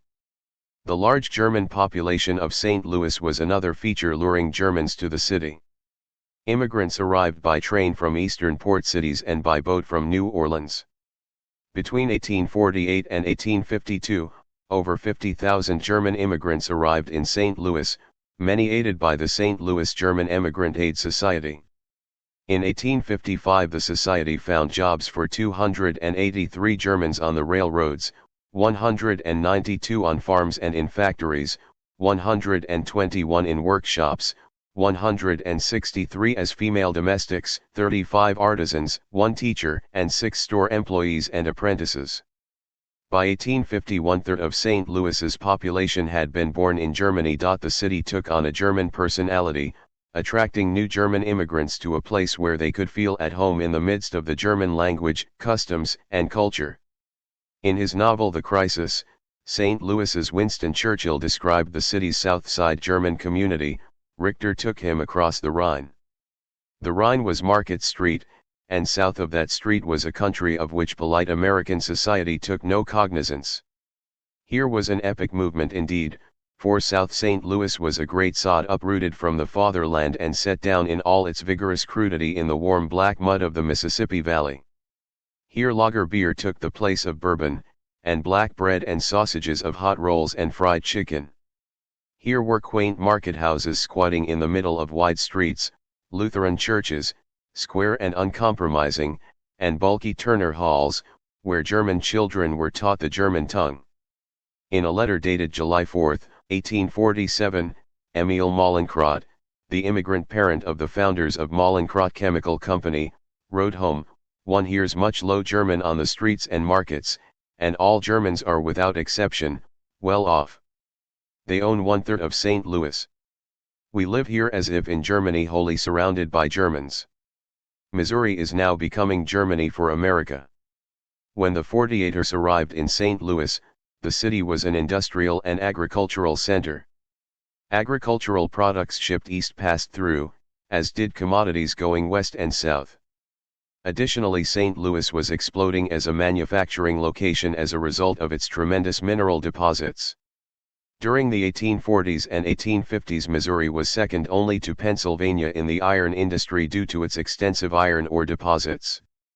The industry flourished during and after the Civil War, as Carondelet foundries built Union gunboats and steel rails for the expanding railroads. The city was also growing quickly in population and geographically, spreading farther and farther west from its eastern border on the Mississippi River. The population of St. Louis had grown from 74,000 in 1849 to 750,000 by 1880. In an April 1841 letter, Mallinckrodt described the riches to be made in real estate as a result of the city's phenomenal growth. "The city of St. Louis has grown within a distance of 5 minutes from our place and will soon be useful to us. In a few years we shall be living in the middle of the city and will earn a great competence through our property." By the end of the 1840s one could almost triple one's investment in real estate within just a few weeks. Last April I bought a place of 7 acres for $3,700 and was offered $9,500 for it in 6 weeks. St. Louis will be greater than London. Mallinckrodt was not the only one to recognize St. Louis's explosive growth and future. In a letter from Karl Bernays, a journalist and friend of Karl Marx, to Heinrich Bauernstein, Bernays prophesied the city's future. St. Louis is on the way to becoming the greatest city of the Union, it progresses with such giant strides. The greatest trading centers in Europe, Hamburg, Marseilles, and Le Havre, are trifles in comparison with St. Louis and its future. Remarking on the future of the city, the Mississippi Blatter foresaw St. Louis as a unique success. St. Louis will someday be the capital of an empire of 50 million free people. Friedrich Hecker was a Baden intellectual who immigrated to the United States in September 1848. He tried his hand at farming in German settlements in southern Illinois, across the river from St. Louis. Hecker had been a Democratic radical in Germany and brought those views to the American stage. He had participated in the German Revolution, seeking a democratic government, and he believed strongly in the American Republic and its Constitution. He believed that land ownership enabled people to become independent citizens, and he was one of the few Latin farmers who was successful at it. Hecker was one of the founders of the Republican Party. He was active in the Civil War, where he was a member of Franz Sigel's 3rd Missouri Volunteer Regiment and later served as a colonel in the 82nd Illinois Volunteers, the liberal Republican reform movement, and a number of presidential campaigns. While Hecker was not a revolutionary socialist, he did believe that the community should help the individual, that communities should associate with each other, share tools, purchase together in bulk, and act in a cooperative fashion. The Democratic press in Chicago called Hecker, a frequent speaker on political matters throughout Illinois, the most influential German in America. In 1869 he helped Carl Schurz, a co-owner and publisher of the Westlake Post, get elected to the U.S. Senate from Missouri. Although they no longer lived in German states, the Germans who settled in America followed events there carefully. They retained an interest in German unification and republicanism. The German-language newspapers were filled with news of German events. Money was raised in every German-American community for political refugees and revolutionaries who remained in the German states. Dinners and benefit concerts were held to raise funds to send home. Weekly newspapers grew into dailies in order to satisfy the demand for news from the old country. Many Germans returned home in order to work for the establishment of a republic. Germans from Europe also toured the United States in order to raise interest in and money for another revolution. Gottfried Kinkel, who was wounded in the Revolution of 1848, was arrested and sentenced to life imprisonment, and then was freed by the efforts of Carl Schurz, traveled to America from London for that purpose. A crowd of 5,000 listened to him speak in Philadelphia. In Cincinnati his speech was accompanied by a torchlight parade and a speech by the city's mayor. Another torchlight parade greeted him in Milwaukee. In St. Louis he engaged in a 5-hour debate with Bauernstein. Parades and meetings were held in many cities that hosted a large German population. On May 8, 1848, over 100,000 attended a parade and service for those who died in the 1848 revolution. In Baltimore the mayor, a senator, and Gen. Sam Houston addressed a German patriotic meeting. In April 1848 in Milwaukee a king was burned in effigy and Germans, Irish, French, and Scandinavians marched amid fireworks. Also that month St. Louis Germans, together with French, Italians, Poles, and Irish, participated in a huge demonstration which included a torchlight procession. Illinois' Lieutenant Governor Gustav Kerner spoke in Belleville, Illinois, and several hundred copies of his speech were sent to the German states for distribution. Resolutions were passed calling for a German republic and the unification of the German states. A crowd of 20,000 cheered Hecker, the German Republican and revolutionary, when he arrived in the United States in 1848. Hecker called for the establishment of a permanent revolutionary society to be located in St. Louis. There did emerge divisions in German communities between the 48ers and the older German residents. Those who had lived in the United States for some time were referred to as the Greys, and the newcomers were known as the Greens. The Greens were more highly educated and wealthier. Many had been professionals in Germany, lawyers, journalists, or teachers. Unlike the earlier immigrants, the Greens came primarily for political rather than economic reasons. Having been leaders in Germany, they felt that they should lead the American German communities. Many of the Greys felt that the Greens were too arrogant and intolerant. Other factors that affected the division among Germans were religion and politics. The lives of the more religious Germans centered on their churches, while radical Germans joined clubs reflecting their political interests. Older German residents were largely Lutheran and some Catholic. While the Catholics appeared to be more moderate, Missouri German Lutherans were very conservative. The Missouri Synod was led by Dr. C. F. W. Walther, an extreme conservative who referred to abolitionists as atheists, socialists, and communists. On the other hand, the 48ers were primarily freethinkers, irreligious, or atheists. The churches in the German states had largely supported the governments and their police states, so they were fervently opposed by the 48ers, whose membership included Republicans, radicals, socialists, and revolutionaries. They viewed the earlier immigrants as uneducated, almost illiterate, and reactionary, and believed that it was up to them to save German culture from the Philistines. While many German immigrants followed mainstream religions, the new arrivals contained a good many freethinkers and atheists. The Free Congregation of North St. Louis was one such group. Its purpose was primarily the education of youth by suitable school instruction from which was to be excluded all religious thinking. In the place of the latter, pure moral and ethical teaching was to be substituted.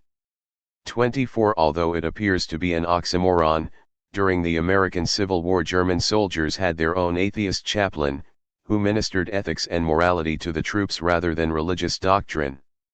The German writer Christian Esalen and many other German intellectuals were opposed to all faith-based religion, especially Catholicism, and sought to bring enlightenment to America by lecturing, operating newspapers, and writing pamphlets. The editors of the Antiplaft of St. Louis attacked both Catholics and Lutherans. A meeting of German freethinkers in St. Louis marched on a Jesuit monastery, where rumor claimed that a German was being held prisoner. Milwaukee's Volksfreund newspaper called for all Jesuits to be hanged. Bauernstein's Anzeiger des Westens was consumed with opposition to the Jesuits, representing his personal views. A papal nuncio was sent to Cincinnati, where 1,000 protesters who blamed the Catholic Church for the failure of the 1848 revolution hung his effigy on a gallows. Historian Carl Friedrich Witt claimed that some German freethinkers outknow nothing the know-nothings in their prejudice against the Catholic Church. 48ers met in clubs, coffee houses, and saloons in St. Louis and Milwaukee to discuss politics. Before much time had passed, many talked about returning to Europe to fight in the next revolution. They organized militias in different cities, where they could train militarily and return to Germany at a moment's notice. They sought American aid in bringing about such a revolution, but such talk died down after a few years when they became more settled. They then turned their attention to reform in the United States. Their interests in reform extended from opposition to temperance and the Sunday Blue laws to anti-slavery. Many of the 1848 radicals had experience in journalism and started German-language newspapers in their new communities. By 1880 approximately 80% of all foreign-language newspapers in the United States were German. Those papers were generally liberal or radical in their political views. The leading German-language newspapers in St. Louis were the Anzeiger des Westens and the Westlake Post.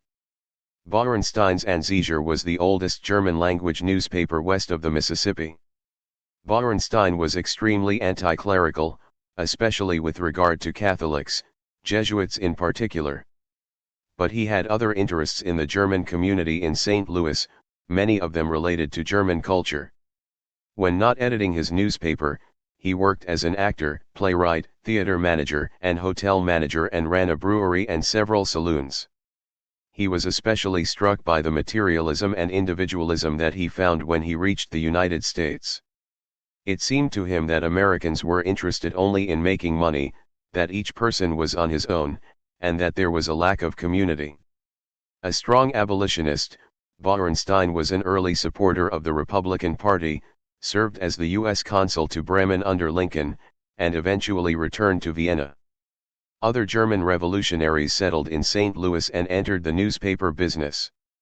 Karl Bernays, a friend of Marx, was a lawyer and partner of Bauerstein. He arrived in the United States in 1848, served as a colonel in the Union Army, and later was U.S. consul to Zurich. Karl Danzer, also known as Karl Danzer, fought in the 1848 revolution in Germany, became editor of the Anzeiger des Westens, and in 1857 founded the Westlake Post. Emile Pretorius came to St. Louis in 1853 after earning a doctorate in law. He worked as editor of the Westlake Post and later founded Die Neue Zeit, which eventually merged with the Westlake Post. He was an abolitionist and a Republican, worked to elect Lincoln in 1860, and supported complete equality for blacks. In 1867 Carl Schurz joined Pretorius at the Post, which became one of the most important papers in the upper Mississippi Valley. Schurz had participated in the 1848 revolution in Germany and would later become Grant's Secretary of the Interior, as well as a Missouri senator. Nevertheless, although Schurz traded the barricades for a more mainstream political life in the United States, many Americans, especially from the South, found it impossible to ignore his more radical past. An Arkansan named Joseph Elder wrote to attorney James Brodhead in June 1861, "Look at the appointments made by Lincoln, to name one, as a type, and that one enough to damn him to eternal infamy in the eyes of a Christian, the appointment of the blasphemous Red Republican infidel Karl Schurz." 28 Like the Paris Communards, the 48ers supported free secular education and sought to remove the teaching of religion from the schools. In the United States, they established German-language schools and evening schools for adults, as well as series of lectures on important subjects. Franz Sigel, who became a Union general during the Civil War, taught at such schools in St. Louis. They also brought the concept of kindergarten to the United States. Schurz's wife was active in the kindergarten movement. The first such school in the United States was opened in the Carondelet area of St. Louis by Susan Blow. They also instituted schools for the training of teachers. St. Louis and other Germans made important contributions in other areas related to their interest in education. The suggestion that druggists should be trained in chemistry was raised by the 48ers. N.O. Sander, a radical journalist, founded the American Pharmaceutical Society in St. Louis in 1858 and the St. Louis College of Pharmacy in 1863. In 1854 1/3 of the doctors in New York were German immigrants who had received much more intensive training than did American doctors, who were required only to attend a year's worth of lectures. A St. Louis surgeon, Dr. Louis Bauer, founded the College of Physicians and Surgeons. Dr. Adam Hammer opened a German medical school in St. Louis in 1859. Dr. Philip Weigel was the Surgeon General of Missouri during the Civil War. Dr. Gustav Karl Erich was Surgeon General of Ohio troops during the Civil War and later served as Dean of what became the Medical Department of Western Reserve University. Dr. Ernst Schmidt served in the American Civil War, was Chief of Staff at Michael Reese Hospital in Chicago, ran for mayor in Chicago in 1879 on the Socialist Labor Party ticket, and was treasurer for the Defense Committee for the Haymarket Anarchists. Dr. Abraham Jacob was prosecuted in Germany for his participation in the 1848 revolution. He was a socialist who, after immigrating to the United States, studied and wrote about the health of immigrant children living in tenements. He founded the American Journal of Obstetrics, was president of the American Medical Association, and received honorary degrees from Yale, Harvard, Columbia, and the University of Michigan. The survivors of the 1848 revolution in Germany contributed to still other fields in American society. Henry Villard was a journalist and war correspondent who married the abolitionist publisher William Lloyd Garrison's daughter and later became president of the Oregon and California Railroad and the Northern Pacific Railroad Company. He helped Thomas Edison establish his electric company. Heinrich Steinweg started a piano manufacturing company that grew to one of the largest in the world. Germans also held a virtual monopoly in the brewing of beer. Many 48ers owned breweries throughout the United States, including C.F. Kiefer in Philadelphia, C.W. Schmidt in Cleveland, Meinrad Kleiner in Cincinnati, Carl Gem in Quincy, Massachusetts, the Lenk brothers in Toledo, Ohio, and Matthias Fromm in Davenport, Iowa. The arts was another area in which the 48ers contributed to American culture and society. Theodore Kaufman came to the United States in 1850 and opened and operated an art school in New York, where the political cartoonist Thomas Nast was one of his students. Henry Ulka fought on the barricades in Berlin in 1848 and later was chosen to paint a portrait of President Grant, which hung in the White House. Ulka's natural science collection resides in the Carnegie Institute in Pittsburgh. Julius Bien arrived in the United States in 1848 and gained fame for producing the plates for Audubon's Birds of America. He also prepared most of the maps issued by the U.S. government until 1900. John Jindal was a Chicago architect who served as chairman of the Illinois Board of Public Works and president of the Michigan-Illinois Canal Board. He designed Chicago's Lincoln Park. German immigrants founded and operated some of the most important businesses in St. Louis, the Helmbacher Forge and Rolling Mills Company, the John J. Gondel Lumber Company, the Regina Flour Mill, the William J. Lemp Brewing Company, the Netterhuth Packing and Provision Company, the Mallinckrodt Chemical Works, the St. Louis Iron and Machine Works, and the Gast Wine Company. Laboring 6 days a week, German workers looked forward to rest and recreation on Sundays. In the German states, Sundays were often spent socializing with friends and family at local beer halls, which provided food, drink, and music for dancing. St. Louis's Camp Spring Garden was filled with German families on Sundays. Beer and sausages were sold, people danced, and families socialized. Concerts were held on Sundays at Union Park in South St. Louis, and festivals were held at Concordia Park. One celebration that occurred after the end of the Franco-Prussian War drew hordes of people celebrating the unification of Germany, and the victory of Germany over France. All the German element of St. Louis took part in it. All the singing societies, Turner societies, church organizations, without consideration of their faith, all German lodges, and other societies participated with complete unity of purpose. The festival collected $20,000 for the Germans wounded in the war. In St. Louis, the Gambrinus Society held a parade on May Day in 1858 in support of lager beer, and hundreds of Germans marched behind floats. Beer was synonymous with freedom, family, and recreation for the German immigrants and was therefore important to them. However, partying and drinking on Sundays conflicted with the American Christian view of the manner in which a Sunday should be spent.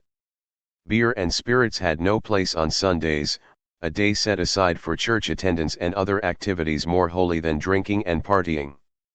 The cultural conflict was fanned by the St. Louis police, who had been placed under state control by a pro-Confederate governor and who were ordered to enforce Sunday closing laws against German recreational places. St. Louis Mayor Washington King instituted policies supported by the Know-Nothings in 1855 and closed Irish pubs and German beer gardens on Sundays. He did, however, allow hotel bars to remain open. Bigotry was masquerading as morality, a hypocrisy that did not go unnoticed in the German community. One 48er described a St. Louis Sunday in the United States as the whole city in a cemetery. In St. Louis, some Germans advertised their planned Sunday fun in Bauernstein's newspaper, resulting in his arrest and conviction for contempt of court.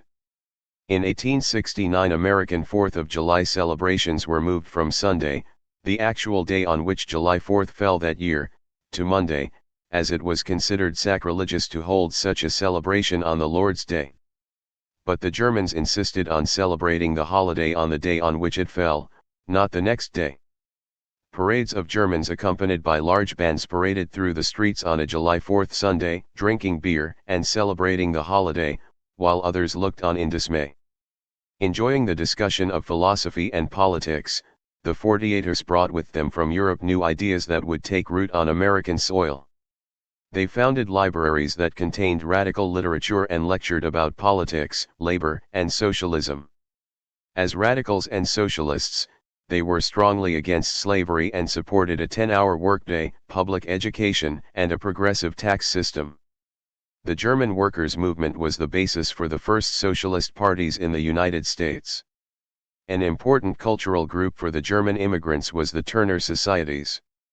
Founded in Berlin in 1811 as gymnastic societies, Turner groups existed in the United States earlier than 1848. However, they were especially popular with the 48ers. The Turner Societies believed in the adage mens sana in corpore sano, a sound mind in a sound body. While primarily sports and cultural organizations, in the German states they were also used to hide certain revolutionary activities. Turner Society members had trained revolutionaries in the German states in 1848 and had fought on the barricades with them. They had been suppressed by Metternich in the Austro-Hungarian Empire. In the United States, Turner Societies became the center for German radicalism and abolitionism during the 1850s. The Turners supported free public, secular education, and many Turner members served in the Union Army. Every major American city with a meaningful German population hosted one or more Turner groups. A Turner group was started in Cincinnati in 1848, in Milwaukee and St. Louis in 1850, and in Chicago in 1852. By 1855 there were Turner Societies in 26 states. St. Louis was the main location for fostering Turner activity in the United States. They sometimes had a difficult time functioning and attracting members in more southern locations because of their abolitionist views. The 48ers brought their radical views to the American chapters of the organization. Once again, their beliefs did not significantly differ from those who had supported or fought in the 1848 Revolution or the Paris Commune. The Turners demanded social welfare legislation, more rights for women, labor reform, secular education, an 8-hour workday, child labor laws, a progressive income tax, and public ownership of utilities. While they sought to reform certain parts of American society, they also admired it for its republicanism, lack of artificial class lines, and especially its Bill of Rights, all things they had fought for in the 1848 Revolution. In 1846 the National Turner Society supported the Free Soil Party. The Louisville Platform of 1854 called for an end to slavery, the end of racial and class privileges, anti-clericalism, free land for settlers, equal rights for blacks and women, a shortening of citizenship residency requirements, internal improvements supported by the federal government, prison and educational reforms, and more social legislation. One response to their demands was a riot by Know-Nothings in Louisville in 1855. The St. Louis Turners sponsored weekly lectures on progressive topics, had rifle drills, trained in Prussian military tactics, and formed the first companies of the 1st Regiment of the Missouri Volunteers. They established a library, a burial society, and a singing society. They began military drilling in 1861 in support of the Union, and their gymnasium was converted into a barracks. While most of Missouri supported the Confederacy, the St. Louis Turners were strongly anti-slavery and pro-Union and largely contributed to the defeat of Missouri's Confederate sympathizers. The movement of the Turners towards socialism was initially rejected as foreign to American thought and politics. A German Workers' Party was founded in Detroit in 1850, which was supported by many German-language newspapers, many of them published by German radicals. Gottfried Kellner was one such radical newspaper editor in Germany and later in New York and Philadelphia. Henry Meyer arrived in the United States in 1852, was influenced by Marx's friend Joseph Wade Meyer, worked in Milwaukee and St. Louis, and organized various sections of the First International in the United States. F.A. Zarga was a musician who fought in the 1848 German Revolution and arrived in the United States in 1852. In 1859 he joined the German Communist Club in New York and became the General Secretary of the First International when it was relocated from London to New York.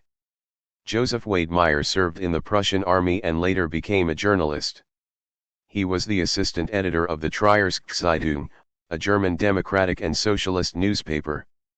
In 1845 he became editor of the Westfälisches Dampfboot, another socialist paper. Wade Meyer was a friend and follower of Marx and defended Marx's view of scientific socialism. He fled Germany for Switzerland, from which he later immigrated to the United States. He arrived in New York in 1851 with a letter of introduction from Marx to Charles Dana, the managing editor of the New York Tribune, a powerful Republican newspaper.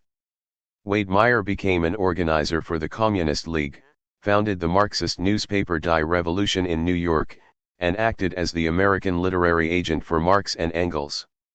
As such, he published Marx's 18th Brumaire of Louis Bonaparte and the Communist Manifesto and carried on a regular correspondence with Marx and Engels. Wade Meyer formed the Proletarian League in New York, which marked the beginning of the Marxist movement in the United States. He lived in Chicago, Milwaukee, and St. Louis. In Milwaukee he worked as a surveyor and was a regular contributor to the Illinois Staatszeitung, the leading German-language newspaper in the Midwest. He served in the American Civil War as a colonel, and after the war he wrote for the Neue-Zeit in St. Louis and served on its editorial board. He was given command of the St. Louis district during the war. He started branches of the First International in the United States, was elected county auditor in St. Louis, and died of cholera in St. Louis on August 20, 1866. Unlike European countries, the United States has, from its very beginning, consisted of different races, nationalities, and religions. As a result, the American working class was divided by those same factors. Wade Meyer sought to unite all working people in the United States as a class, irrespective of their other differences. The Proletarian League brought together German trade unions to form the American Workers' League in an attempt to unite American workers. German unions such as the carpenters, shoemakers, tailors, painters, and cigar makers sent delegates to a meeting of the Central Committee of the American Workers' League. In August 1863 40 trades and over 2,000 members met in support of striking house painters and called for the formation of a general trades union. In a notice to workers in April 1853, Wade Meyer wrote, "It is essential that we form one organization without distinction as to crafts and national origins, that we may rise up against our tyrannical oppressors, the capitalists and monopolists, in united fashion." The 48ers included not only revolutionary Marxists in their number. Several utopian communists came to the United States after the 1848 revolution hoping to create intentional communities of like-minded people who would govern themselves democratically and share their assets equally. Utopian communism had a long history in the United States and included groups such as the Shakers, the Harmonists in Pennsylvania, the New Harmonists in Indiana, the Amana Colony in Iowa, Oneida in New York, Brook Farm in Massachusetts, Icarians in Illinois, and the various Fourierist colonies. With 19th-century Europe in an uproar, many sought new lives without conflict or exploitation in America. Dozens of utopian communist experiments were attempted from the east to the west coasts during the 19th century. Wilhelm Weitling was a member of the League of the Just, a French secret society. His vision of communism was a combination of primitive Christianity, French utopianism, and rationalism. Weitling organized the first German Congress in the United States, edited German-language newspapers, and worked for labor and social reforms. Other utopian communists in America were Joseph Steiger in Cleveland, Fritz Honecker in Milwaukee, Sebastian Seeler in New Orleans, and Franz Arnold in Chicago. Plans to unite disparate groups often ran into trouble in America. During the 1850s, when many of the 48ers were attempting to settle into their new homeland, there was a huge influx of Irish immigrants as well as Germans. The British textile industry required more cotton with the introduction of the steam engine, and British absentee landowners converted their farms in Ireland to growing cotton. Already poor and hungry, the Irish were dependent on the potato for their survival. When the potato famine struck Ireland, hundreds of thousands died. But another 1.5 million, who were largely unskilled, immigrated to the United States. There they competed with free blacks and other unskilled workers for jobs, causing friction between the groups. The Irish largely found work in mining and building the railroads. Germans emigrated from Europe largely as a result of bad harvests, religious persecution, and the failure of the Revolution of 1848. The United States advertised itself as a melting pot of people from different countries and cultures, but despite its self-portrait of welcoming the oppressed, nativism has always been a part of American culture. Many Americans were intolerant of those different from themselves and resented having to support poor immigrants who came from Europe owning virtually nothing. They accused the immigrants of taking American jobs, driving down wages, and importing communist ideas. There were therefore religious, political, and economic motives for their nativism and intolerance toward foreigners.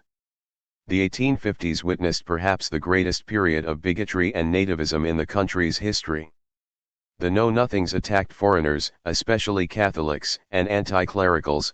They demanded voting restrictions on foreigners, a residency requirement of 21 years for citizenship, the prohibition of land grants to unnaturalized foreigners, anti-Catholic laws, a requirement that only native-born Americans could qualify to hold public office, and the reading of the Protestant Bible in public schools. Some saw the Catholic Church behind the increasing political power of immigrants. A mob threw rocks through the windows of the Anzeiger de Westens newspaper in 1852, the next year a German group was attacked in New Orleans, and in Hoboken, New Jersey, German picnickers were attacked, beaten, and arrested. In 1855 Know-Nothings took control of German Americans' polling places in Cincinnati in an attempt to keep them from voting, resulting in 3 days of rioting. Incidents occurred in Columbus, Louisville, Baltimore, and other American cities. St. Louis Irish and German immigrants were divided along ethnic lines. By 1860, 16% of St. Louis was Irish, many of whom were pro-slavery since most Irish immigrants were unskilled and would have to compete for work against free blacks. Germans added to the ethnic tension by their attitude toward the Irish, who they felt were promiscuous, violent, and simple tools of priests and politicians. Catholic priests in turn viewed the Germans as infidels and anarchists.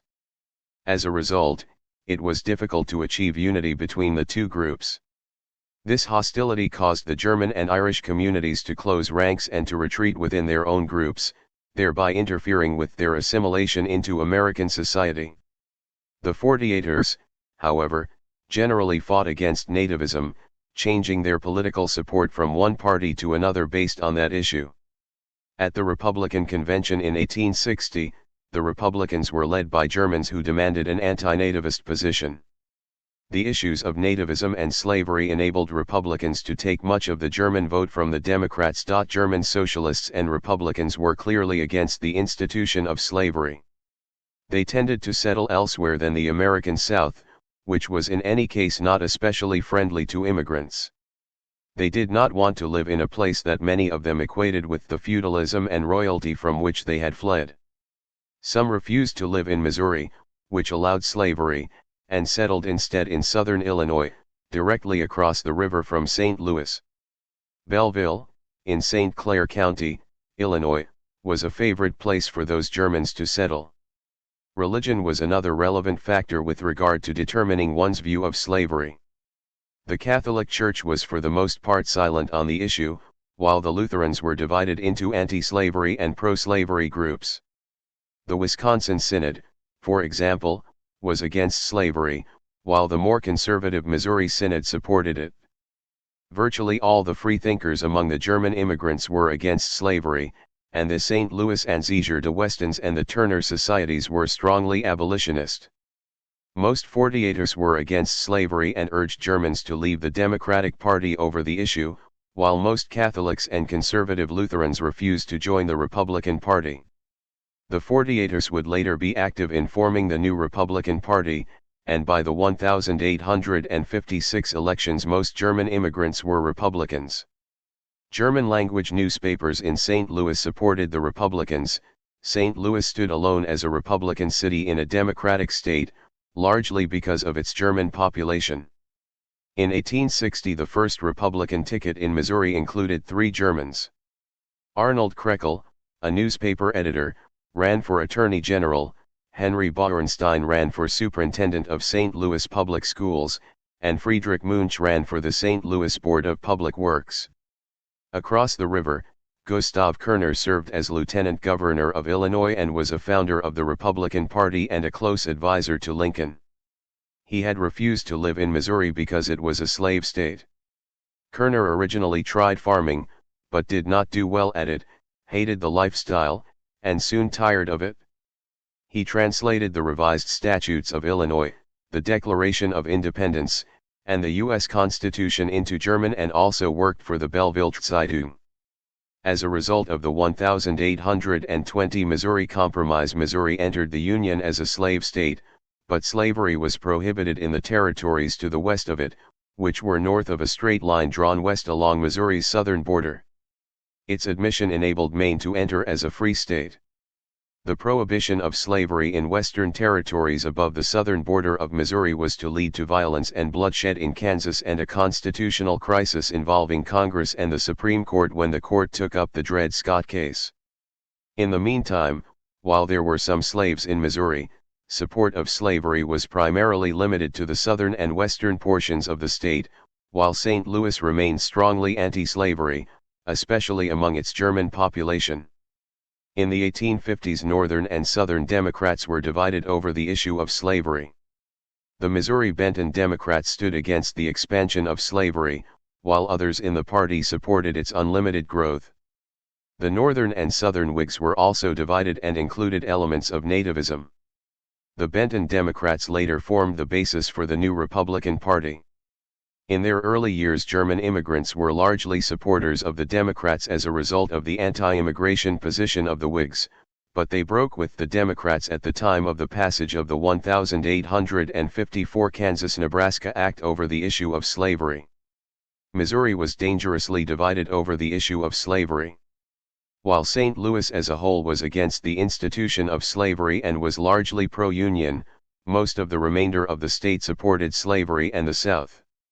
Western Missouri Confederate bushwhackers led raids into neighboring Kansas and burned the town of Lawrence to the ground. Their belief in liberty and freedom drove many Germans, especially 48ers, to enlist in the Union Army during the Civil War, to the point that German enlistment was much greater than the German percentage of the population. In 1861 there was a struggle for control of Missouri between pro-slavery and anti-slavery forces.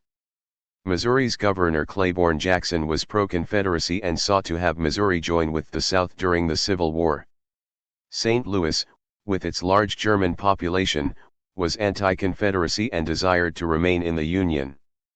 Outside of St. Louis, Missouri was overwhelmingly Democratic. In the election of 1860, the Republican Abraham Lincoln received only 10% of the vote in Missouri. Out of 2,600 votes cast in Boone County, Lincoln received only 12.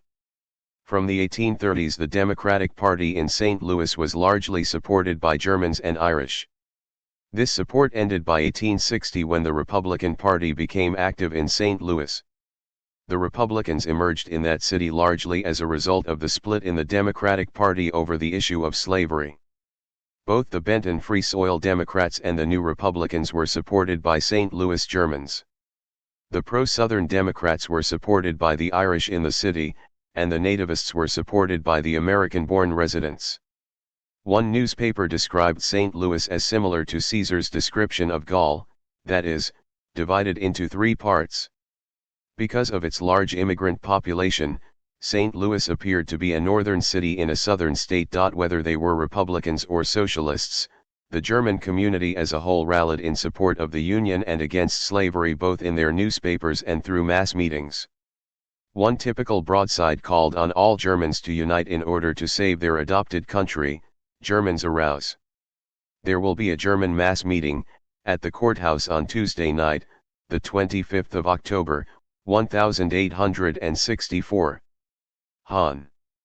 Fred Hasorek, Karl Schurz, and John Habermel, ESQ, are expected to address you in the German language.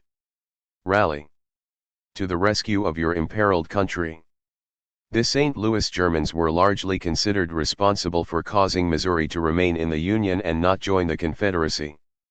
At the beginning of 1861, Republicans organized 16 militia companies totaling 14,000 men, most of whom were German. The Federal Arsenal in St. Louis, under the command of Gen. Nathaniel Lyons, which was not well guarded, contained approximately 60,000 muskets and 90,000 pounds of gunpowder. The St. Louis Turner Society offered its services to Lyons in his attempt to hold the arsenal against pro-Confederacy forces. One Missouri regiment of volunteers, largely German immigrants, was commanded by Gen. Franz Sigel, another by Col. Heinrich Bauernstein, and a third by Nikolaus Schutter. Frank Blair commanded the 4th Regiment. Sigel had been a professional soldier in the Prussian army but abandoned that career because of his progressive views. He joined the revolutionaries in 1848 and commanded 4,000 men during the German Revolution. Sigel had been considering traveling to Italy to fight for its unification when the American Civil War broke out, so instead he volunteered to serve in the Union Army. In 1861, new recruits in St. Louis were 80% German, and Sigel's 3rd Regiment consisted almost entirely of men born in Germany. A Missouri state militia was ordered to St. Louis by the state's pro-Confederacy governor for the purpose of taking the city's arsenal. The militia was poorly trained and equipped both before and after the Civil War, a fact that would become important during the railroad strike of 1877. Troops from St. Louis City and County, on the other hand, were strong Unionists with substantial German populations, who had gained military experience in the Franco-Prussian War and the 1848 Revolution. The state militia that supported the Confederacy was no match against these more experienced troops. 700 members of the state militia arrived in St. Louis for the purpose of taking the arsenal. Theodore Olshausen, an 1848 revolutionary and the editor of St. Louis's Westlake Post, compared the scene to Paris in 1848 and to Baden-Palatine in 1849.498,000 men under Lyons's command, including the German regiments, surrounded the encampment of the state militia and other Southern sympathizers at Camp Jackson and forced them to surrender. 600 Southern sympathizers were taken prisoner, which resulted in a riot in St. Louis and 28 deaths. 50 While Sigel emerged a hero after the Camp Jackson confrontation, his subsequent military experience was not as successful. Sent to southwest Missouri to keep Confederate armies from consolidating, he failed in that mission and retreated from the Battle of Carthage. He later convinced Lyons to initiate a military maneuver, which again ended in defeat when Sigel lost control of his troops at the Battle of Wilson's Creek, resulting in Lyons's death. Nevertheless, Sigel's military career was aided by political factors. Remaining popular with the large German community, he was promoted to Major General when Frank Blair needed German votes during his run for Congress and was made commander of the Department of West Virginia when Lincoln required German votes in the election of 1864. Although Sigel was totally dedicated to the Union cause, he had little military talent. He also made a poor showing at the Second Battle of Bull Run, where he was accused of shooting another Union general. Gen. Henry Halleck wrote to Gen. William T. Sherman to argue that it almost constituted murder to give a command to Sigel. Finally, Grant removed Sigel from his command. By 1862, Missouri had produced 4 German generals for the Union Army, and Karl Schurz had raised a substantial number of German troops who fought for the Union at Chancellorsville and Gettysburg.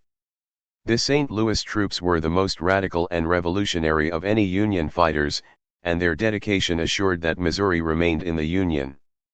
According to Jonathan Sperber, of all these militias, the one in St. Louis was the most overtly revolutionary. Formed by émigré German Democrats living in that city and manned by immigrant gymnasts, it disarmed secessionist forces, seized the St. Louis arsenal, and helped overthrow the pro-Confederacy governor of Missouri in April 1861, saving the state for the Union. The importance of and contributions by pro-Union Germans in St. Louis cannot be exaggerated. Robert E. Lee supposedly remarked that if it were not for the Germans, the Confederacy would have won the Civil War. Grant added that if St. Louis had fallen into Confederate hands, the Union's Mississippi campaign would have been focused on taking that city instead of Vicksburg. Engels and Marx, living in Europe, also recognized the importance of the St. Louis Germans to the Union cause.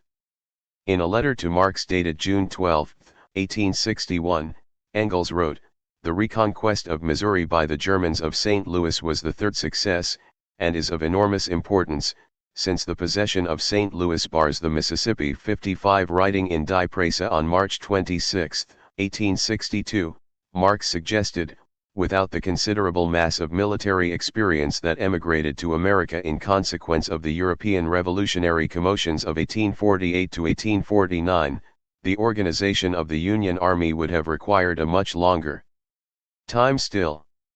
The war that had united most Northerners against the South ended, and labor unrest again surfaced in St. Louis. The partnership between German revolutionaries and American liberals broke down over issues of social class, which eventually led to the St. Louis General Strike and the St. Louis Commune. Inflation caused prices to increase 56% between 1860 and 1864, and 68% by 1865. Railroad expansion quickly doubled the number of miles of track, machines replaced workers, and monopolies grew.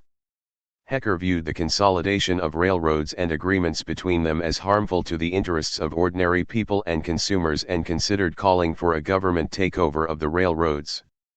Strikes broke out throughout the North, including the city of St. Louis.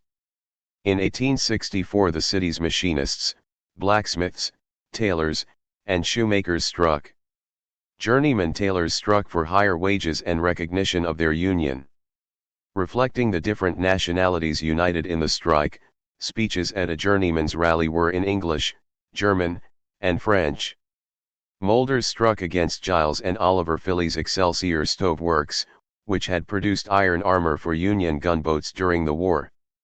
Philly fired the leaders of the strike, and Gen. William Rosecrans declared martial law against the workers. The German press in St. Louis supported the strikers, and Karl Bernays, the editor of the Anzeiger, wrote a letter to Lincoln complaining of the actions taken by Rosecrans against the nonviolent strikers. The social crisis that would explode in 1877 was emerging before the end of the Civil War. The Northern unity that had existed during the war broke down and workers replaced the Confederacy as the enemy of the newly emerging industrial class. Northern and Southern generals, who once fought against each other, were about to confront the working class together as allies. Those German radicals and socialists who courageously volunteered to fight for the United States and saved Missouri for the Union were about to be attacked as traitors, communists, and anarchists when they led the railroad strike in St. Louis and established the St. Louis Commune. 8. Following the 1848 revolutions, the Paris Commune, the First International, German immigration, and the Panic of 1873, the National Railroad Strike of 1877 was the final event that gave birth to the St. Louis Commune. The poverty and harsh working conditions that beset the American working class equally applied to those employed in the railroad industry. Railroads emerged as the first and greatest national corporations following the Civil War. Speculators gained control of many railroad companies, resulting in rate wars, monopolistic practices, longer work hours, lower wages, and the termination of any workers who complained. It was no longer possible for employees to discuss problems with their bosses, since in most cases the bosses were now a board of directors thousands of miles away.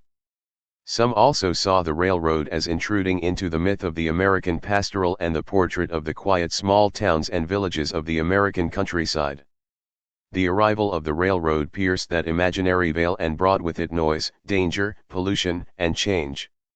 Ralph Waldo Emerson considered the whistle of the locomotive the voice of the 19th century announcing its arrival, and Leo Marx called the railroad the Industrial Revolution incarnate. Henry Adams saw it as replacing the cross and the Virgin in American culture. Railroad track in the United States grew from 30,000 miles at the time of the Civil War to almost 200,000 miles by the end of the 19th century. During the 1870s, pay cut followed pay cut in the industry, as railroad workers were forced to work longer hours in a very dangerous workplace. Engineers were often forced to work up to 20 straight hours. Between 1873 and 1880, wages in the industry as a whole were reduced by almost half. Deaths and maiming were everyday occurrences in railroad yards and on city streets. Because of the large number of unemployed desperate for jobs, workers were easy and cheap to replace. They were expected to do as they were told and to be appreciative of having a job, no matter the conditions. Every worker was, according to the historian Robert Bruce, in competition with his hungriest rival. Writing in the Railway Review in 1880, Willard Smith remarked, "It seems to be generally considered that all that is necessary is that the men should keep quiet and obey orders." People were so desperate for work that Jay Gould even claimed he could hire half of the working class to kill the other half. 6 During the Depression in the 1870s, more than 1 million men were unemployed and would have worked for next to nothing. Those unemployed traveled from place to place looking for work. Capitalists and Pinkertons considered them tramps, as if not having a job was a choice they had made. With more than one family sharing 2 or 3 rooms, the tenements were breeding places for crime and disease, and few working-class children attended school. As a result of the 1873 Depression, much of the working class was unemployed. They often met in mass meetings together with workers, demanding public works and social programs to create jobs. Trade unions and the American section of the First International in New York held a mass rally at Cooper Union in New York demanding an 8-hour day. A march of 20,000 occurred in Chicago, and a parade and meeting held in Tompkins Square on New York's Lower East Side was broken up by police. There were strikes in Massachusetts textile mills and the coal districts of Pennsylvania, where 19 members of the Molly Maguires, the organization made up largely of Irish coal miners, were executed. In 1874 more than 90,000 were homeless and forced to sleep in the streets and in police stations. Railroad work was an extremely dangerous occupation and often resulted in the loss of fingers, hands, and legs and even in death.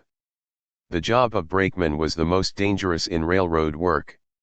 In Massachusetts 42 railroad workers were killed each year, half of them brakemen. There were so many accidents that insurance companies did not want to insure railroad workers. The Ohio Railway Report for 1877 contains some examples of the injuries suffered by railroad workers.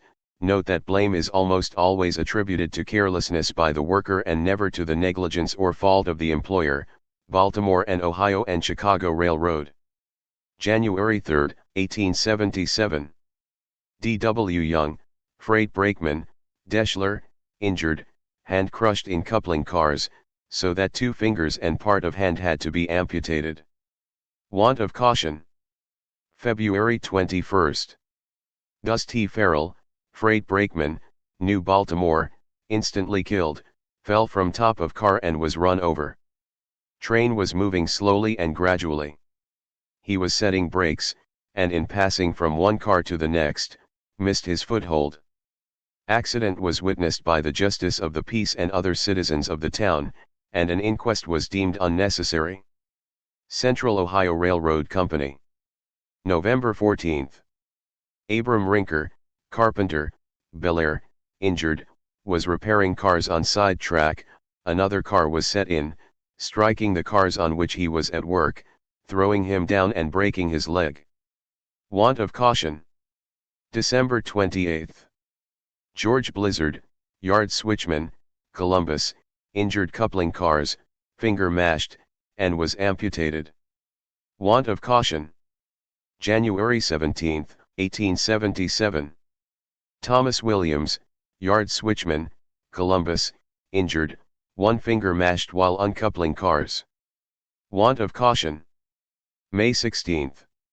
Ira Bell, freight brakeman, near Camel Station, instantly killed by explosion of engine. Inquest by Elza Turner, J.P., Guernsey County, acting coroner, and verdict reached in accordance with the facts, attaching no blame to the company. S.C. Baldwin, tonnage fireman, fatally injured by same explosion, died evening of same day. No inquest. November 18. W.F. Holmes, brakeman, Denison, injured, fell off train and run over, leg crushed and subsequently amputated. Want of caution. Pittsburgh, Cincinnati, and St. Louis Railroad. July 31. R.J. Tobin, brakeman, Denison, injured, hand smashed while attempting to make coupling. Want of caution. In none of these instances was the railroad found to be at fault. Railroad companies in the late 1870s were for the most part profitable enterprises. The Pennsylvania Railroad Company was the largest enterprise in America and employed over 200,000. It exercised immense political power, as did other railroad corporations. When the Pennsylvania State Militia suppressed a strike in 1874, a labor weekly referred to the Erie Railroad as George III and the Pennsylvania state government as Parliament. Almost all materials were by that time shipped by rail. By 1877 only 10% of freight tonnage passing through St. Louis was by riverboat or barge, 80% of all grain that was shipped east came by rail. Railroads were given valuable real estate by state and federal governments, and many lines, such as those owned by Jay Gould and Jim Fisk, had a monopoly in certain geographic areas, setting prices as they desired without fear of competition. Although the railroad companies blamed the need for pay cuts on the Depression, the earnings of the Pennsylvania Railroad were higher in 1877 than they were in 1876, when they paid a very large dividend of 8% to stockholders. The B&O paid an even larger dividend of 10% at the same time as it cut wages by 10% for the second time in 8 months. Engineers struck the Baltimore and Maine Railroad, which had cut wages 10% while paying a 6% dividend to shareholders and raising the compensation of officers of the company. At the end of 1876, the Boston and Maine cut the wages of its employees by 10%, and the next month it raised the salaries of its president and superintendent. Adding to the problems of low wages and dangerous working conditions was the fact that railroad workers sometimes worked only a few days a week, were required to pay for their own room and board at expensive company-owned hotels during layovers, and were not paid for travel back home from their destinations. So, for example, if a railroad worker went out on a run on Monday and late over Tuesday and Wednesday, then did another run, he was not paid for Tuesday and Wednesday and was forced to pay high prices for room and board for those days in a company-owned hotel. He was then required to buy a ticket for his return trip, so that his earnings for that portion of the week were negligible. Workers also were often paid in company scrip and forced to shop in company stores, where the products were of low quality and overpriced. Engineers and firemen often were required to pay for damage to their engines and were fired for failure to do so. The dangerous jobs of brakemen and firemen often paid less than that of an unskilled worker. Many railroad workers had their wages reduced by up to 50% by July 1877. There were railroad strikes before 1877, but they were generally small and rural. They did, however, share many of the same characteristics as the 1877 strike. Although railroads were the largest employers, the Panic of 1873 had destroyed or weakened the railroad unions.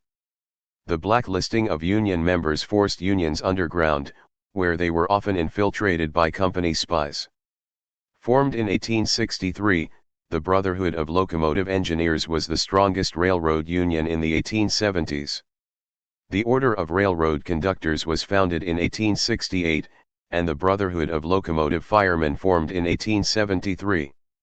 Railroad workers' grievances included wages, the fact that wages were sometimes held up for months, the requirement to trade in company stores, and safety concerns. Regarding the strikes in 1873–74, Herbert Gutman notes that there was no central direction but rather only local leadership, that there was immense local support for the strikers, who were members of the communities where the strikes occurred, and that the 1877 conflagration generally followed the same pattern as the earlier strikes. 12 Workers won some of the early confrontations. For instance, engineers won a strike against the Central in New Jersey, resulting in the rescinding of a wage cut, and the Grand Trunk Railway of Canada was forced to rehire union leaders it had fired. As a result of the Panic of 1873, thousands of railroad workers were laid off, others were forced to work longer hours, and the railroads instituted more pay cuts. The Pennsylvania Railroad cut wages 10% on November 30, 1873, in violation of its contract with engineers and firemen. The East Tennessee, Virginia and Georgia Railroad cut the wages of its employees unilaterally by 20%. When the Pennsylvania Railroad Union sent a delegation to discuss the wage cut with the railroad's western superintendent, the entire delegation was immediately fired. In 1874, New Jersey Southern Railroad workers protested working conditions by tearing up tracks, removing coupling pins, and disabling locomotives. Similar actions occurred on the New York and Oswego Midland Railroad and on the Louisville and Nashville Railroad. That same year in Hornellsville, New York, workers refused to allow trains to leave the yard, and 1,000 workmen on the Erie at Susquehanna struck over the issue of wages. The B&O advised the U.S. Treasury Department that no freight trains were leaving Chicago for the North or the West because of the strikes. 200 engineers and firemen stopped rail traffic in Logansport, Indiana, on the Pittsburgh, Cincinnati, and St. Louis Railroad. In virtually all of the strikes there was strong community support for the strikers. David Stoll argues that not only those associated with railroads hated the railroad companies, but also ordinary residents of cities who had no direct relationship with the railroads. The railroads were disruptive of municipal activities and dangerous for ordinary citizens. In addition, they represented visible, uncontrolled industrial capitalism to those who lived or ventured into city streets. There was, Stoll writes, spontaneous rebellion of urban residents against one of the most direct and damaging ways they experienced capitalist industrialization outside of the workplace, namely, the use of city streets by railroads. In working-class neighborhoods, women and children used the streets for shopping and recreation. Because of the lack of storage space in tenements, more shopping trips to stores were necessary. A lack of parks in poorer neighborhoods made the streets a public play space for children. Peddlers and the pickup and delivery of piecework done in working-class homes made traversing the streets both necessary and dangerous. By invading the streets, the railroad was the most visible part of capitalism and urbanization. The trains running through neighborhoods were both noisy and dangerous, especially as the urban population grew. From 1860 to 1880, Buffalo's population increased by 91%, Albany's by 46%, and Syracuse by 84%. From 1868 to 1880, deaths from trains increased nationwide by 59% and injuries by 178%. Hundreds of non-railroad workers were killed each year in New York State alone. In addition, sparks given off by trains caused fires in neighboring buildings. The railroad strikes unleashed people's frustration with the railroads in urban areas, accounting for the support railroad workers received in their communities.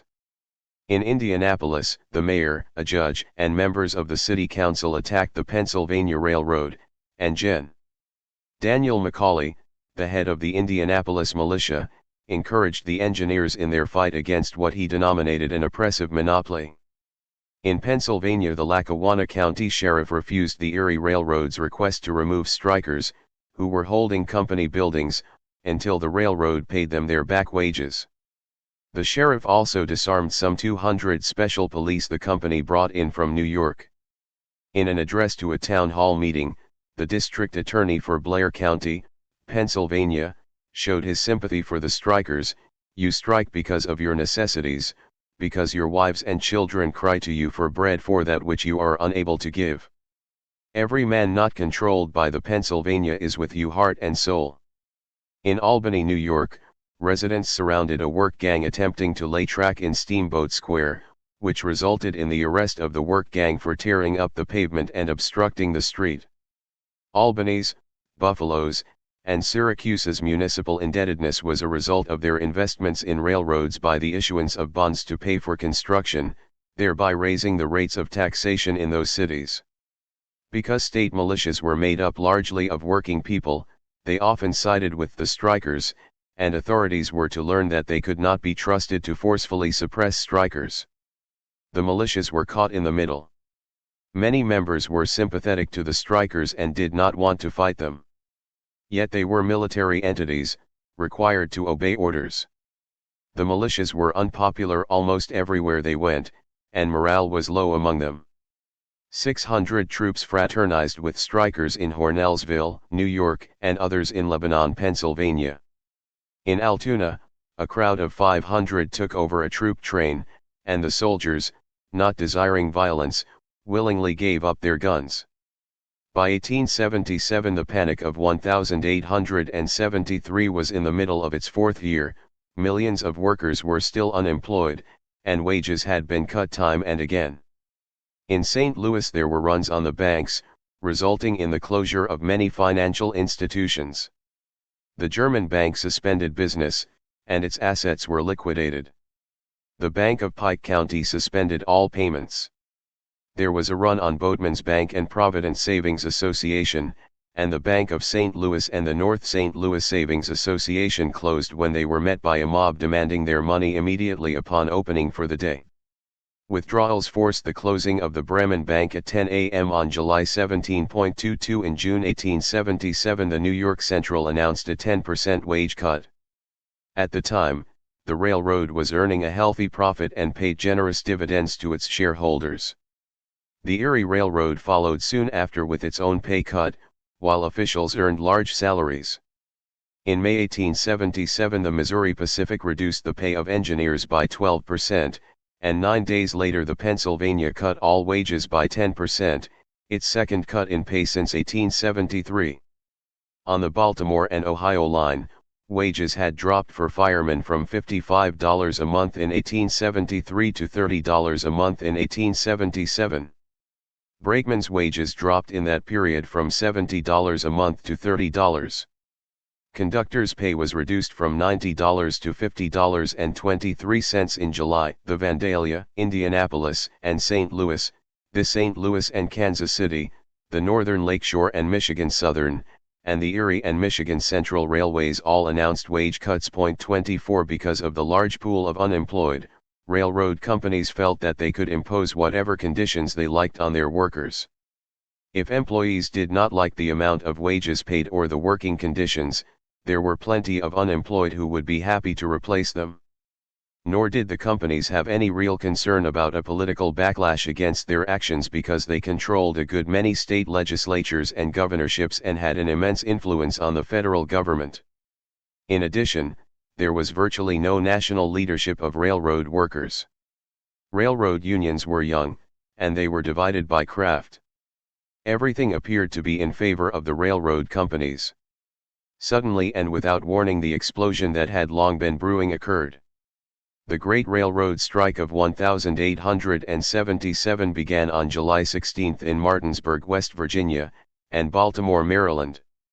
Martinsburg was located approximately 100 miles from Baltimore and was a major hub of the Baltimore and Ohio. The Pennsylvania Railroad also passed through Martinsburg. Almost all the railroad workers there were members of the Trainmen's Union. The B&O had cut wages 10% for the second time in 8 months. In 1877 a train usually had 1 locomotive and 18 cars. A double-header had 36 cars with locomotives at each end. Double headers required much more work and were extremely dangerous for the brakemen, who were required to move from car to car on moving trains in order to set brakes.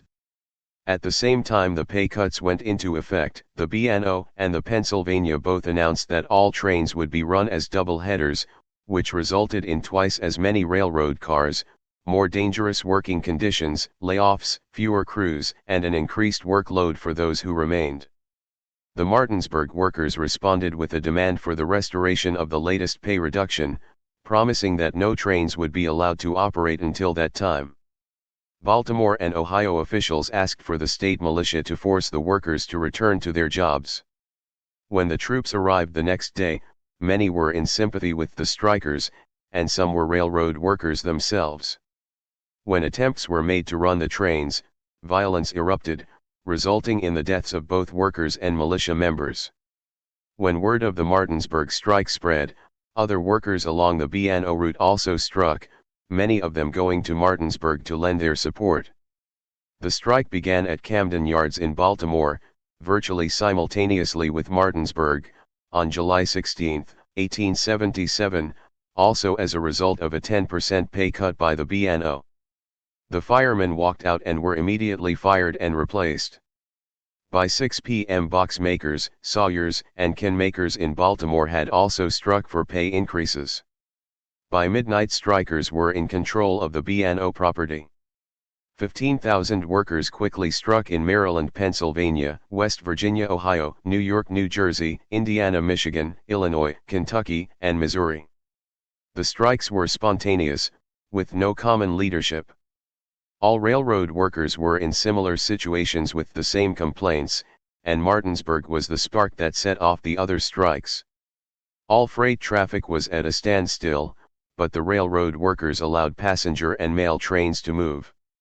They were conscious of public feeling and did not want to alienate people from their cause by making travel inconvenient, and they did not want to interfere with the mails and thereby give the federal government an excuse to intervene. When a militia arrived at Baltimore's Camden Yards, it was met by a crowd of several thousand hurling rocks and stones. Thousands of unemployed railroad workers and young people joined the crowd. When the militia tried to move the crowd back with the use of bayonets, the soldiers were chased into the depot, and the crowd physically removed from the train the engineer and fireman, who at that point had not joined the strike. The militia attempted to retreat to an armory, but only half the men made it, and 25 militia members were injured along the way. Once in the armory, they realized that their position was not sustainable. But they were trapped. The crowd surrounded the building, cutting off any escape. Whenever a militia member attempted to leave the building, he was pelted with stones. While the militia was unable to move, police patrolled the railway yards. Finally, the surrounded militia attempted to break out of the armory, shooting as they exited the building, and marched down the street in an attempt to reach the railway depot. They were surrounded on the street, and rocks and bricks were hurled at them by the crowd and from windows of buildings along the way. Police were driven back by pistols and bricks, and tracks were torn up. A crowd of 15,000 surrounded the depot. A fire broke out, and when firefighters arrived their hoses were cut by the crowd. J. A. Dacus compares the scene in Baltimore to the Paris Commune. The scenes of the night of the 20th of July, 1877, in the city of Baltimore, were not unlike those which characterized the events in the city of Paris during the reign of the Commune in 1870. The B&O stopped all passenger trains as well as freight. Almost 1,000 can makers and box makers joined the railroad workers and struck over wage issues. Governor John Carroll, after meeting with John Garrett, president of the B&O, ordered the Maryland National Guard into Cumberland and Baltimore, and 500 federal troops were ordered to Baltimore. Crowds gathered at the strike sites to watch. The railroads were unpopular in the cities and towns along their lines both because of how poorly they treated their workers and because the railroad workers were often residents of those towns. The workers moved railroad cars onto sidings and drove locomotives into the roundhouses. No trains would move, they said, until the latest wage cut was restored. When the mayor ordered the arrest of some strikers, a crowd surrounded them to keep away the police. People filled the rail yards, too many for authorities to control. The company made attempts to move the trains, but each was stopped by the crowds. At Martinsburg, at the request of the BNO, the governor called out the state militia and ordered it to the city. Significantly, much of the militia was made up of railroad and other workers, who were more sympathetic to the strikers than they were to the railroad companies. Many of them were residents of Martinsburg. The militia was led by Charles Faulkner, who told the strikers that he was sympathetic to their complaints but that he had to follow orders and move the trains. A striker changed a switch that would have directed the train back into the yard.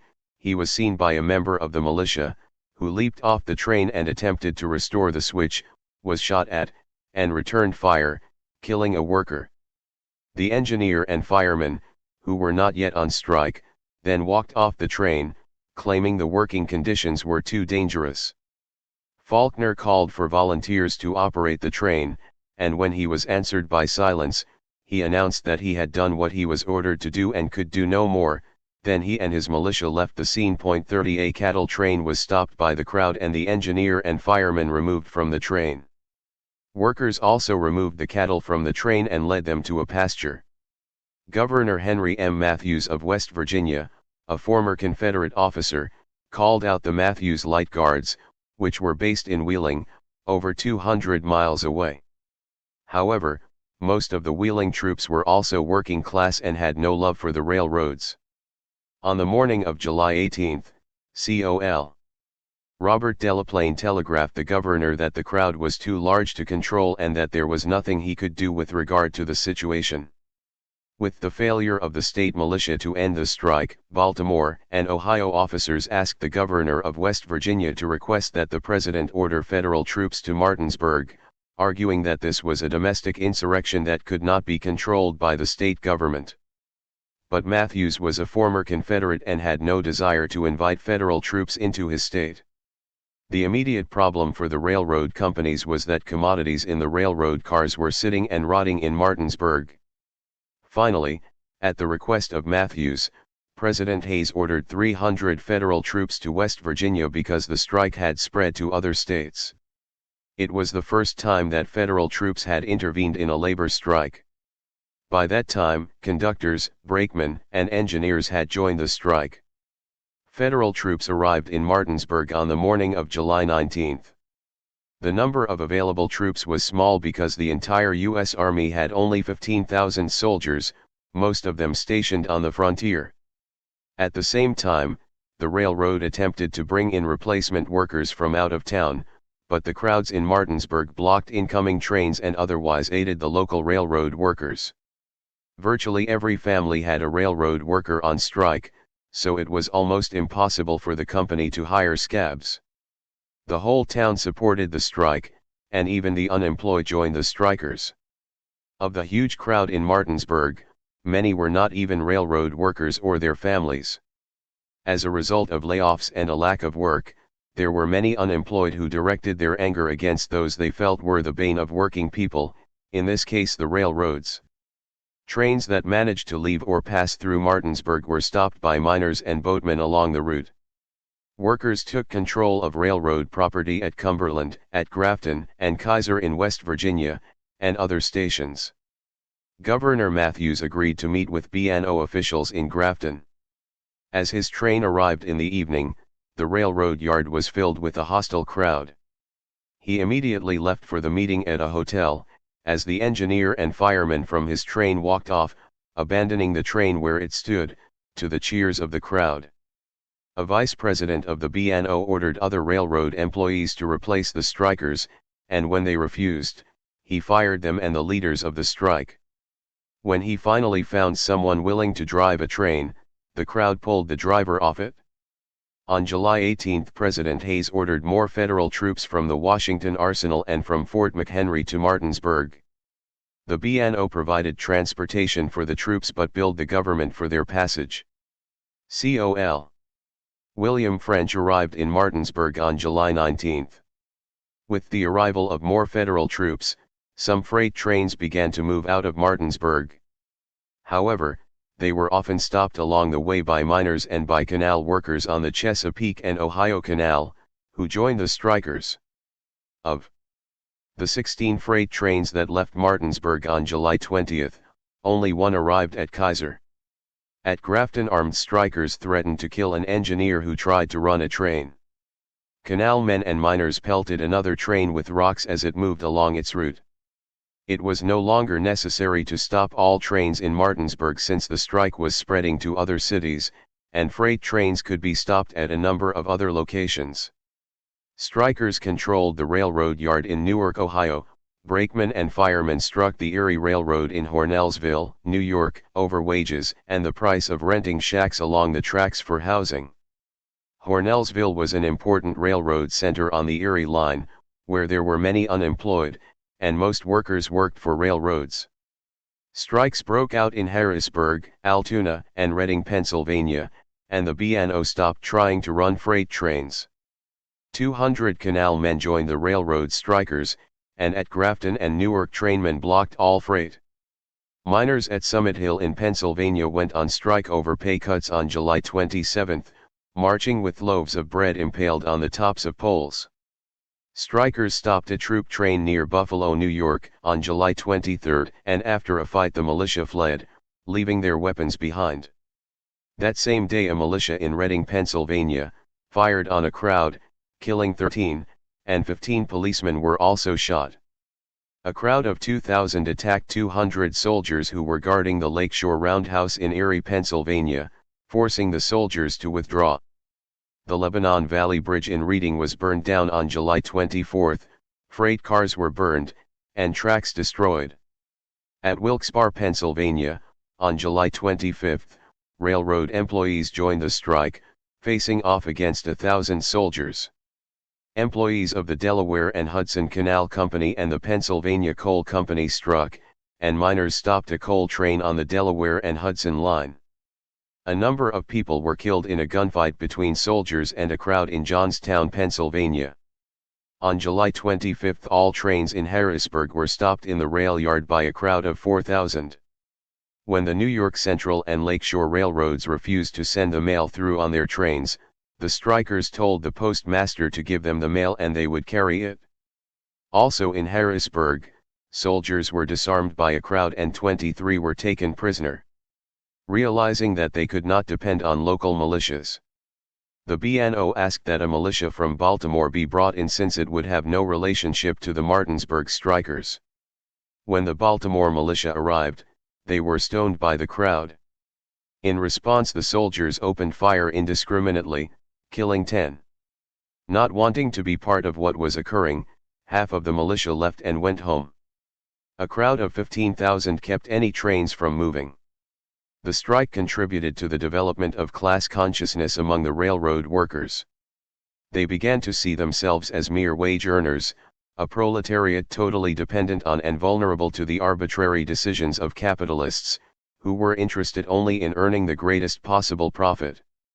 Divided by craft, so that sometimes firemen would replace engineers when the latter struck, they realized that they needed unity, coordination, and leadership. Railroad workers secretly organized the Trainmen's Union in June 1877. Thousands of workers joined, including conductors, brakemen, firemen, switchmen, and engineers. Within a few weeks the union had expanded to include railroad workers from Baltimore to Chicago. Robert Ammons was elected leader. The B&O ordered that all members of the union be fired. Company spies infiltrated the union, and those who could be identified as members were discharged. The firings began only 4 days after the union was formed. The workers now viewed themselves as being in opposition to the owners and managers of the railroad. Although they all worked for the same company, they had no interests in common. Instead, the interests of management were directly opposed to the interests of workers. As one worker explained while summing up their new class-conscious perspective, "I won't call employers despots. I won't call them tyrants, but the term capitalists is sort of synonymous and will do as well." Taken by surprise by the outbreak of the strike, by July 20 the Workingmen's Party of the United States began holding rallies in support of the railroad men. Dacus, a strike observer at the time, claimed that the Workingmen's Party was behind the upheavals in Baltimore and other cities. In an editorial, the Missouri Republican recognized that the strike represented class conflict between what Marx designated the bourgeoisie and the proletariat. The question in which they have their origin is one that society shrinks from grappling with. It involves the whole relation between capital and labor, and is aggravating the hostility of that relation every day. A few days later the paper again editorialized on the seriousness and the class nature of the conflict, a seemingly European experience new to the United States. The strike of the employees of the Baltimore and Ohio Railroad and of other lines to which the movement has extended is certainly entitled to the distinction of being designated as the greatest conflict between capital and labor so-called, ever witnessed in this country. Pittsburgh was a heavily working-class city. Even its newspapers attacked the greed of the railroad companies. Much of its working class consisted of German and Eastern European immigrants, many of whom had experience with revolution and socialism in Europe. Most were factory workers, although some worked for railroads.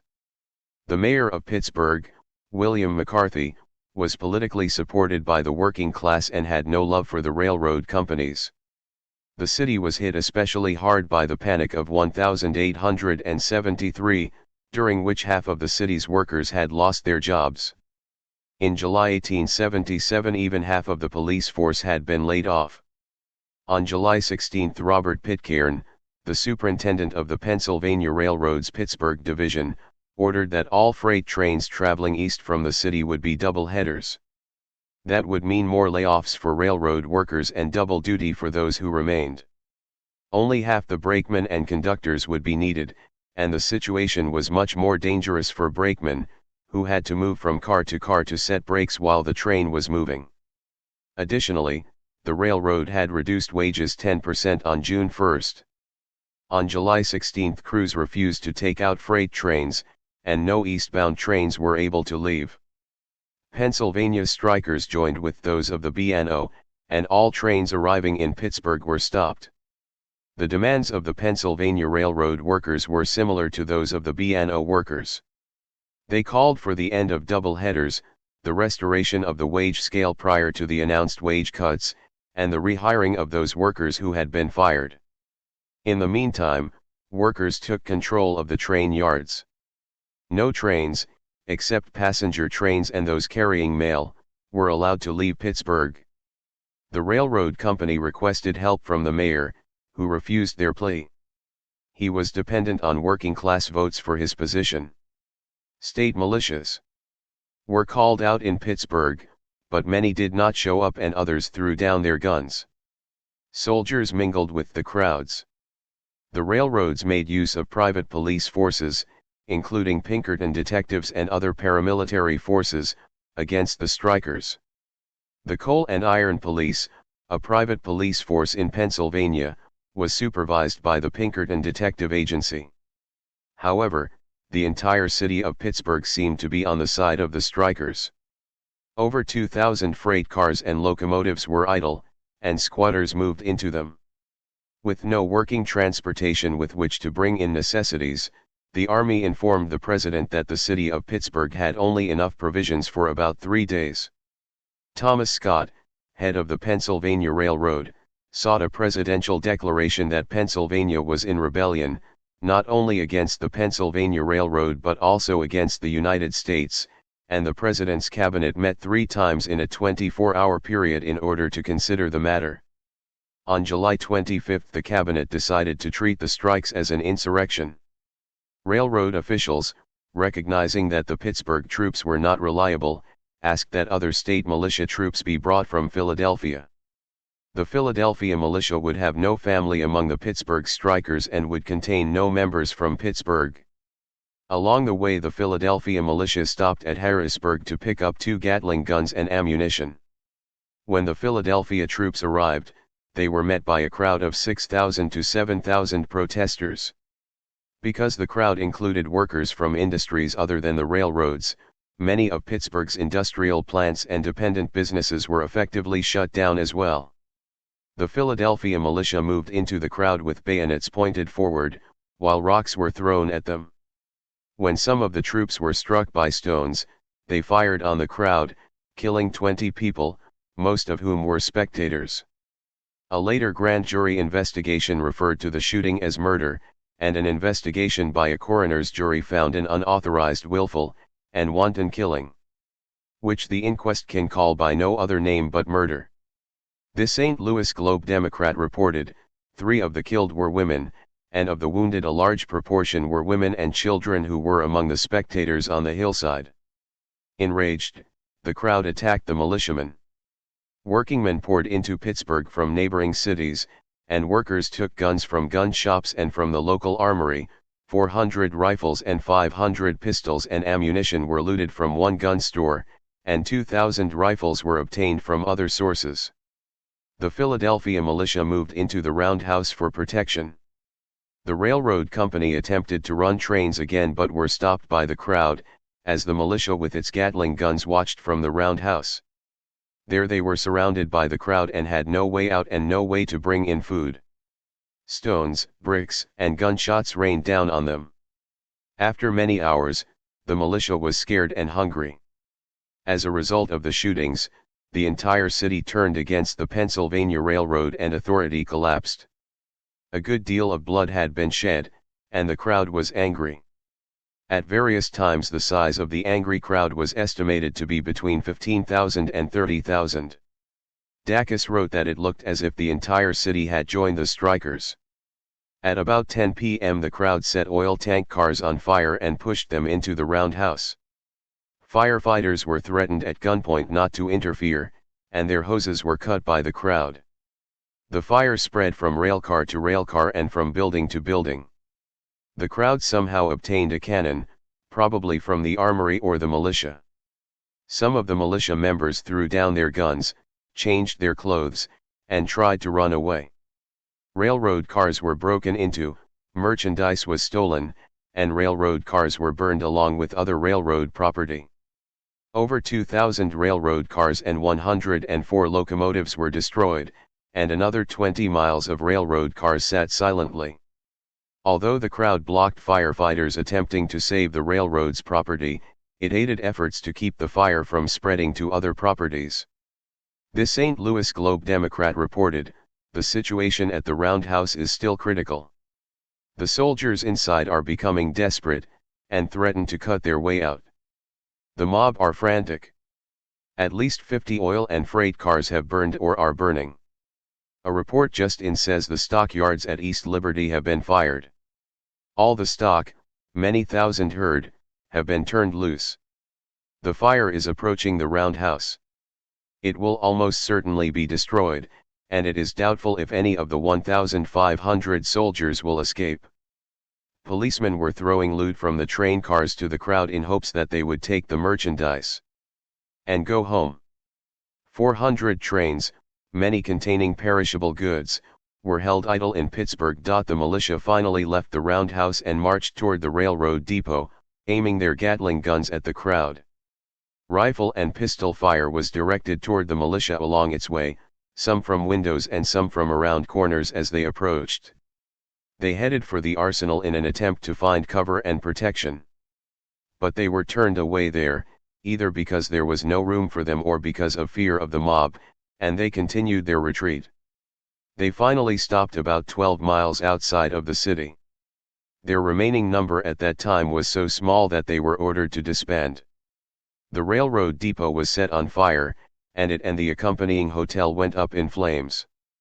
The fires ultimately destroyed 104 locomotives, 2,152 railroad cars and other railroad property, 12 tenement buildings, several businesses, and a dozen houses. The freight depot and offices of the Pittsburgh and St. Louis Railroad were burned. The focus of the crowd appeared not to be limited to the railroad companies. A grain elevator, owned not by a railroad but nevertheless by a monopoly, was also burned to the ground. 24 people were killed that Saturday and Sunday. Only 3 of the dead were railroad workers and 4 were militia members. The rest were ordinary citizens. According to the Globe Democrat, the trouble had started when the Philadelphia troops, who had been sent here to suppress the strikers, fired upon the crowd. The terribly fatal effects of the shots fired by the troops exasperated the citizens as well as the strikers, and in less than an hour thousands of workingmen from the rolling mills, and coal miners and various manufacturing establishments hurried to the scene of the conflict, determined to have revenge on the troops and railway officials. It was stated that Gen. Pearson, commander of the 6th Division of the State Guards, had directed the troops to fire before any resistance had been made, and the fact that many of those killed and wounded had gathered on the hillside merely as spectators, served to increase the bitterness of the crowd. When a call went out for volunteers for a citizens' army or committee of public safety to confront the strikers, only 100 men appeared, though more joined later. As a result of the pressure on authorities due to the extreme violence, the city armed these volunteers with guns and baseball bats. Some of the city leaders suggested that the railroads offer at least a token concession to the strikers, but railroad officials refused, believing that they could expect unlimited help from the federal government. The Pennsylvania Railroad's Thomas Scott had been an assistant secretary of war during the Civil War and was largely responsible for the compromise that placed Rutherford Hayes in the White House. In 1876 the Texas and Pacific Railroad needed $300 million from government bonds, and Hayes agreed to support the measure if Scott could make him president. It was Scott who delivered the Southern states that elected Hayes. The railroads were determined to win the strike and destroy the unions, whatever the cost. The companies refused to meet with workers' organizations or discuss any kind of settlement. An officer of the Erie Railroad said that any demonstration would be speedily put down even if it should be found necessary to sacrifice life. This was to be a showdown between capital and labor, and the railroads intended to teach the workers a lesson. In the future, the railroad companies argued, workers would abide by terms determined by the railroads and no one else. The immense price being paid by the railroads in loss of property would therefore be worth it in the long run. The Roundhouse riot in Pittsburgh resulted in the arrest of 139 people, almost all of whom were working class. Over half were unskilled or semi-skilled, most of the others were unemployed. Pittsburgh, like Baltimore, according to Dacus, was the American version of the Paris Commune. The fiendish spirit of the Commune had taken possession of an incredibly large proportion of the people of Pittsburgh. As if confirming the effect of European socialism and revolution on American workers, the Paris Commune was repeatedly cited as an example of what was occurring in the United States. Younger workers appeared to be more radical than their elders.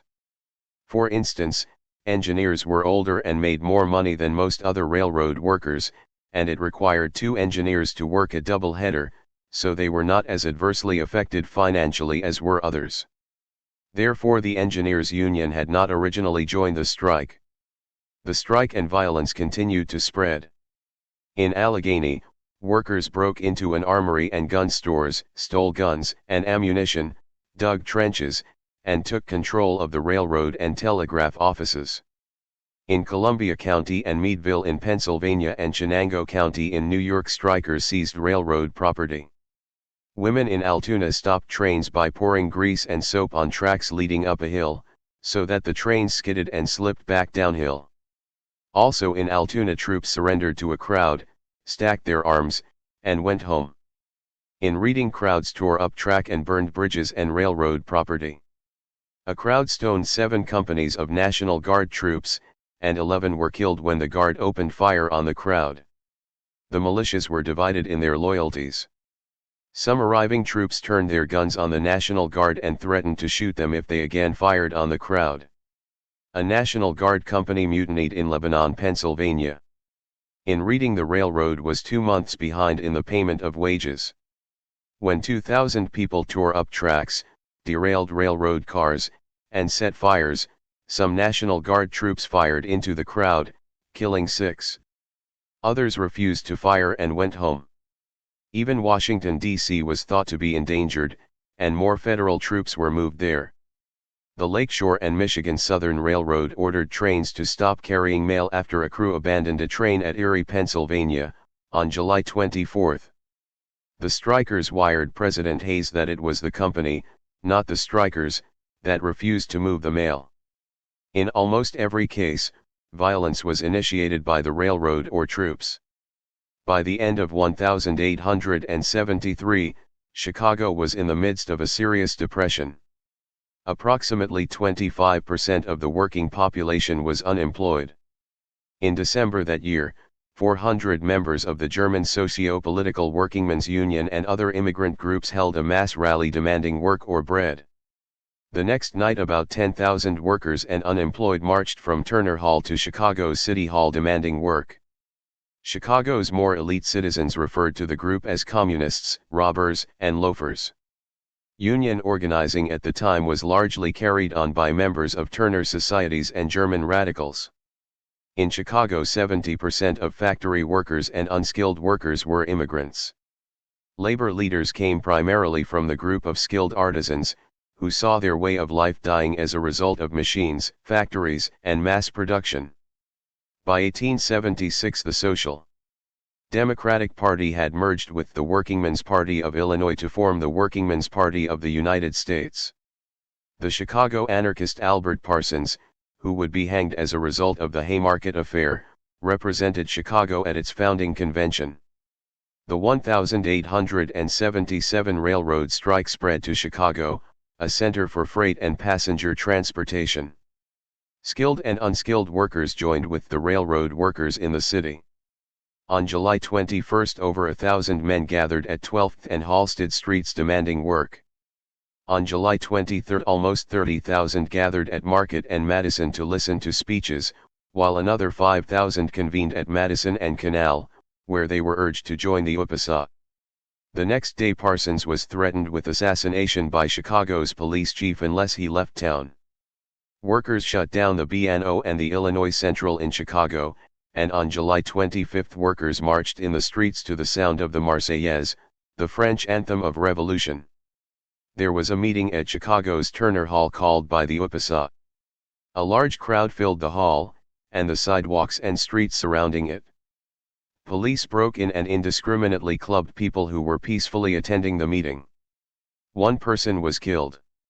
Thereafter more than 6,000 citizens attended a rally organized by the UPSA and demanded the nationalization of the railroads. The next day crowds closed down the rail yards and called out factory workers to join the strike. A crowd of 5,000 gathered at Southside Rolling Mills, where they stopped all work and then proceeded on to other establishments, shutting down brickyards and tanneries. Police, supported by the National Guard and federal troops, fired into the crowd, killing 3. The next day an armed crowd of 5,000 fought police in the streets. On July 26 the street battle between police and 5,000 workers and sympathizers around the Halsted Street viaduct resulted in a police cavalry charge in which 18 people were killed. A squad of mounted soldiers attacked the crowd, firing on them with cannon and rifles and waving sabers. 7,000 workers within a 5-block radius fought with and threw stones at police, who fired on the crowd until they were almost out of ammunition, and then retreated while the crowd chased after them. Police reinforcements arrived and fired into the crowd, while the cavalry charged. The Globe Democrat described Chicago as an armed camp, controlled by armed workers. In the midst of a revolution, the busy hands of trade are transformed into stockades. The dry goods stores are arsenals. The grocery stores are fortresses, and everybody is a militiaman for the time being. There is absolutely nothing but riot and disorder going on. These have taken possession of the city, and although they have been to a certain extent held in check up to tonight, they have managed to control the city during the day, and promise to control it during the night. Federal troops were called away from fighting Indians in the West in order to fight workers in Chicago. Gen. Philip Sheridan was recalled from fighting Sioux on the frontier to face workers in Chicago. General Sheridan was to meet Gen. Sherman today at the mouth of Little Bighorn River, and he there received notification to return to Chicago without delay. It was a time of growing political consciousness as well as one of action. People who were not formerly involved in labor issues suddenly became politicized. Many people, including Lucy Parsons, the wife of the Haymarket martyr Albert Parsons and a labor agitator in her own right, became educated in radical politics in those days in Chicago. It was during the Great Railroad Strike of 1877 that I became interested in what is known as the labor question. Unlike the B&O, the Chicago and Northwestern, weary of the strike and attendant violence, agreed to the demands of the strikers. One issue that would continuously arise was the status of railroad companies that were bankrupt and in receivership, such as the Erie Railroad. Legally those lines were owned or controlled by the federal government, and after courts issued restraining orders enjoining strikes or interference with the operation of the trains, strikes against them were considered to be actions in contempt of federal courts, a decision that would be used in many localities against strikers. In Syracuse, Albany, and Buffalo, militia appeared on the scene even before workers voted to strike. On July 23, railroad workers in Syracuse voted to send a letter to William Vanderbilt, owner of the New York Central, demanding that a July 1 pay cut be restored, and warning that a strike would begin if it was not.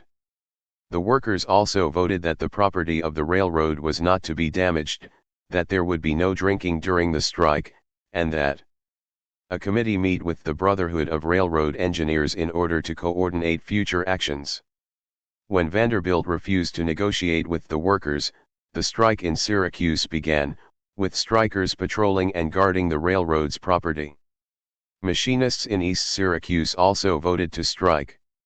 While the workers promised that no trains would leave Syracuse, that threat added little to the conversation, since most trains were stopped before ever reaching the city. The strike was called off when Vanderbilt promised to sit down and discuss matters with the railroad workers as soon as calm was restored. Of course, he had no intention of doing so. The New York Central was his railroad, no one was going to tell him how to run it, and so he would not give in to labor's demands. Bargaining with workers was not in his interest, nor in the interest of the United States. After interviewing Vanderbilt, one reporter wrote, "The owners of the road could not consent to let the employees manage it. There are great principles involved in this matter," said Vanderbilt, "and we cannot afford to yield, and the country cannot afford to have us yield." The policy of not allowing workers to have any say or any power in matters of their wages or working conditions was not limited to Vanderbilt. In a letter from railroad trustee J. H. Wilson to Carl Schurz, Wilson made clear that only he would determine the conditions in which the railroads under his command would be run. "I am managing property now in the custody of the U.S. courts, and I shall certainly not permit my employees to fix their own rate of wages, nor dictate to me in any manner what my policy shall be." Over 1,000 people attended a railroad workers' meeting on July 23 in Albany. Their demands were similar to those in Syracuse and elsewhere: restoration of the pay cut and a raise in wages. They voted to send the demands to Vanderbilt. The next day half of Albany's workforce failed to appear for work. 600 workers walked through the rail yards encouraging others to join the strike, while military forces were called in. The governor was a stockholder and director of the Erie Railroad. That afternoon 1,000 people, most of them not railroad workers, met outside the Capitol, marched to the rail yards, stopped men from working, destroyed switches, stopped trains, and removed rails. During the afternoon the crowd doubled in size. By Wednesday, July 25, hundreds of soldiers had arrived in Albany, and together with federal troops, the police, citizen patrols, and Civil War veterans from the Grand Army of the Republic, took over the rail yards and crushed the strike. Vanderbilt continued to refuse to negotiate, and under the threat of 2,000 troops and 8 pieces of artillery, the railroad workers went back to work. Workers in Buffalo struck on July 21. The next day crowds joined them as 1,500 congregated at a roundhouse. The crowd stopped all freight trains but allowed passenger trains and the mail to pass. A 90-car train with livestock was stopped and disabled. The crowd grew as the day went on, and the police were greatly outnumbered. Authorities tried to move a freight train at 4 p.m., but it was stopped by the crowd. On July 23 a large crowd met at the East Buffalo Rail Yard. The strike by firemen and brakemen on the Erie Railroad spread to include the New York Central and the Lakeshore and Michigan Southern. Engineers joined the strikers, and all work in the railroad shops was stopped. A Buffalo and Jamestown Railroad train was halted by workers, until they realized that the company had not reduced their wages, at which time it was allowed to proceed with railroad workers protecting it. Workers stopped a train full of militia members on its way to Buffalo, and armed workers forcefully took their weapons from them. Gunfire erupted, 12 were injured, and an 18-year-old boy was killed. One of the cars was set on fire, and when the crowd attempted to push it into the roundhouse, railroad workers stopped them. Buffalo police asked for citizens' help as the strike grew on July 24. Members of a workers' committee who tried to negotiate with railroad management were fired. A crowd of 500 attacked car shops of the New York Central Railroad, where a militia was housed. The crowd pushed its way in through the front of the building, while the militia escaped through the back. A number of the New York Central's railroad cars were burned. Thousands of troops occupied Buffalo, weakening the strike. Interestingly, the majority of the crowds were not railroad workers, demonstrating the anger of residents against railroad companies. The speed with which the strike spread to so many locations made it impossible for state and federal troops and militias to respond effectively. When General W. F. Smith, the president of the New York Police Department, requested that certain regiments be sent to New York City, General A. Shaler, who commanded the 1st Division of the New York National Guard, responded, "It will afford me pleasure to comply with said demand, except that I shall be compelled to substitute the 12th Regiment for the 8th, which is now en route for Buffalo." As the railroad strike spread, workers in other industries walked out in support or over their own issues. Even newsboys joined the strike in Detroit when the evening news raised the price it charged them for papers. They stopped selling the newspaper and destroyed all the papers they could find until the company reduced their cost to the prior amount. In McKeesport, Pennsylvania, National Tube workers joined the strike, then a mill and car works company, and Carnegie workers and Braddock car workers also joined. Miners struck, as did Jones and Laughlin steel workers. In Buffalo, crowds called out workers, factories were closed in Harrisburg, and in Zanesville, Ohio, the unemployed joined in and shut down factories and stopped building construction. A crowd of 2,000 marched and called out workers in Columbus, Ohio. 4,000 workers attended a mass meeting in Cincinnati, where the speaking was in German, and a communist flag was displayed. Black and white workers struck together in the South. The Texas and Pacific Railroad workers struck over a 10% pay cut. In Louisville, Kentucky, black and white sewer workers struck, and a crowd of 500 stoned the Louisville and Nashville Railroad depot. Crowds shut down most of Louisville's factories. 7,000 people responded to a Workingmen's Party rally in San Francisco, which demanded an 8-hour day and government operation of the railroads. The movement in San Francisco was weakened by racism against Chinese workers, which resulted in rioting. At a low ebb in 1877, cigar makers were inspired by the railroad strikes. Workers at the DeBary cigar factory in New York laid down their tools and struck for higher wages. Samuel Gompers, then president of Local 144, led the strike and negotiations for cigar makers, winning a wage gain of 15%. A unique feature of the relief program was the operation of a cigar factory by the union. The factory was purchased by the Central Organization of Cigar Makers to provide work for some of the strikers. About 2,400 workers were employed in the shop, a percentage of their wages being deducted to pay for the factory. Marx and Lassalle had fought for many years over the correct course to take with regard to the proletariat's battle against the bourgeoisie. Marx believed that emphasis should be placed on organizing unions around economic issues in order to strengthen working-class organizations and class consciousness among workers. Only when that was successful should workers create their own political party. La Salle, on the other hand, thought that workers should enter the political arena immediately with their own labor parties. At the 1875 Gotha Congress, followers of both theorists came together, and in the United States they formed the UPSA, a communist organization, which ultimately sought to overthrow the capitalist bourgeoisie in the United States. The UPSA made some electoral gains in Chicago, Milwaukee, and Cincinnati and published 24 newspapers, only 8 of them in English. The party was not responsible for the railroad strike in 1877. In fact, the spontaneity of the strike and the speed with which it spread took the party by surprise. It did hold mass meetings in a number of cities, including Philadelphia, Newark, Paterson, Brooklyn, San Francisco, and New York, in support of the strike once it broke out, some of them attracting upwards of 10,000 people. However, only in St. Louis did it take over leadership of the strike and of the city itself. The railroad strike of 1877 shook American society to its core. Not only was it the greatest strike by workers in American history, but it also introduced and spread European revolutionary and socialist ideas throughout the American labor movement. Capitalists' fear that their world was on the brink of disaster cannot be exaggerated. The strike constituted a confrontation between labor and capital that had never been seen before in the United States. According to Philip Foner, the 1877 railroad strike brought the United States closer to a social revolution than anything other than the Civil War.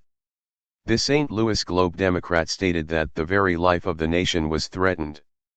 The Pittsburgh Leader editorialized that the strike appeared to be the beginning of a new civil war, this time between labor and capital. Writing in 1877, Dacus said that it seemed as if the whole social and political structure was on the very brink of ruin. Altogether there were more than 50 killed and 100 wounded as a result of the railroad strike.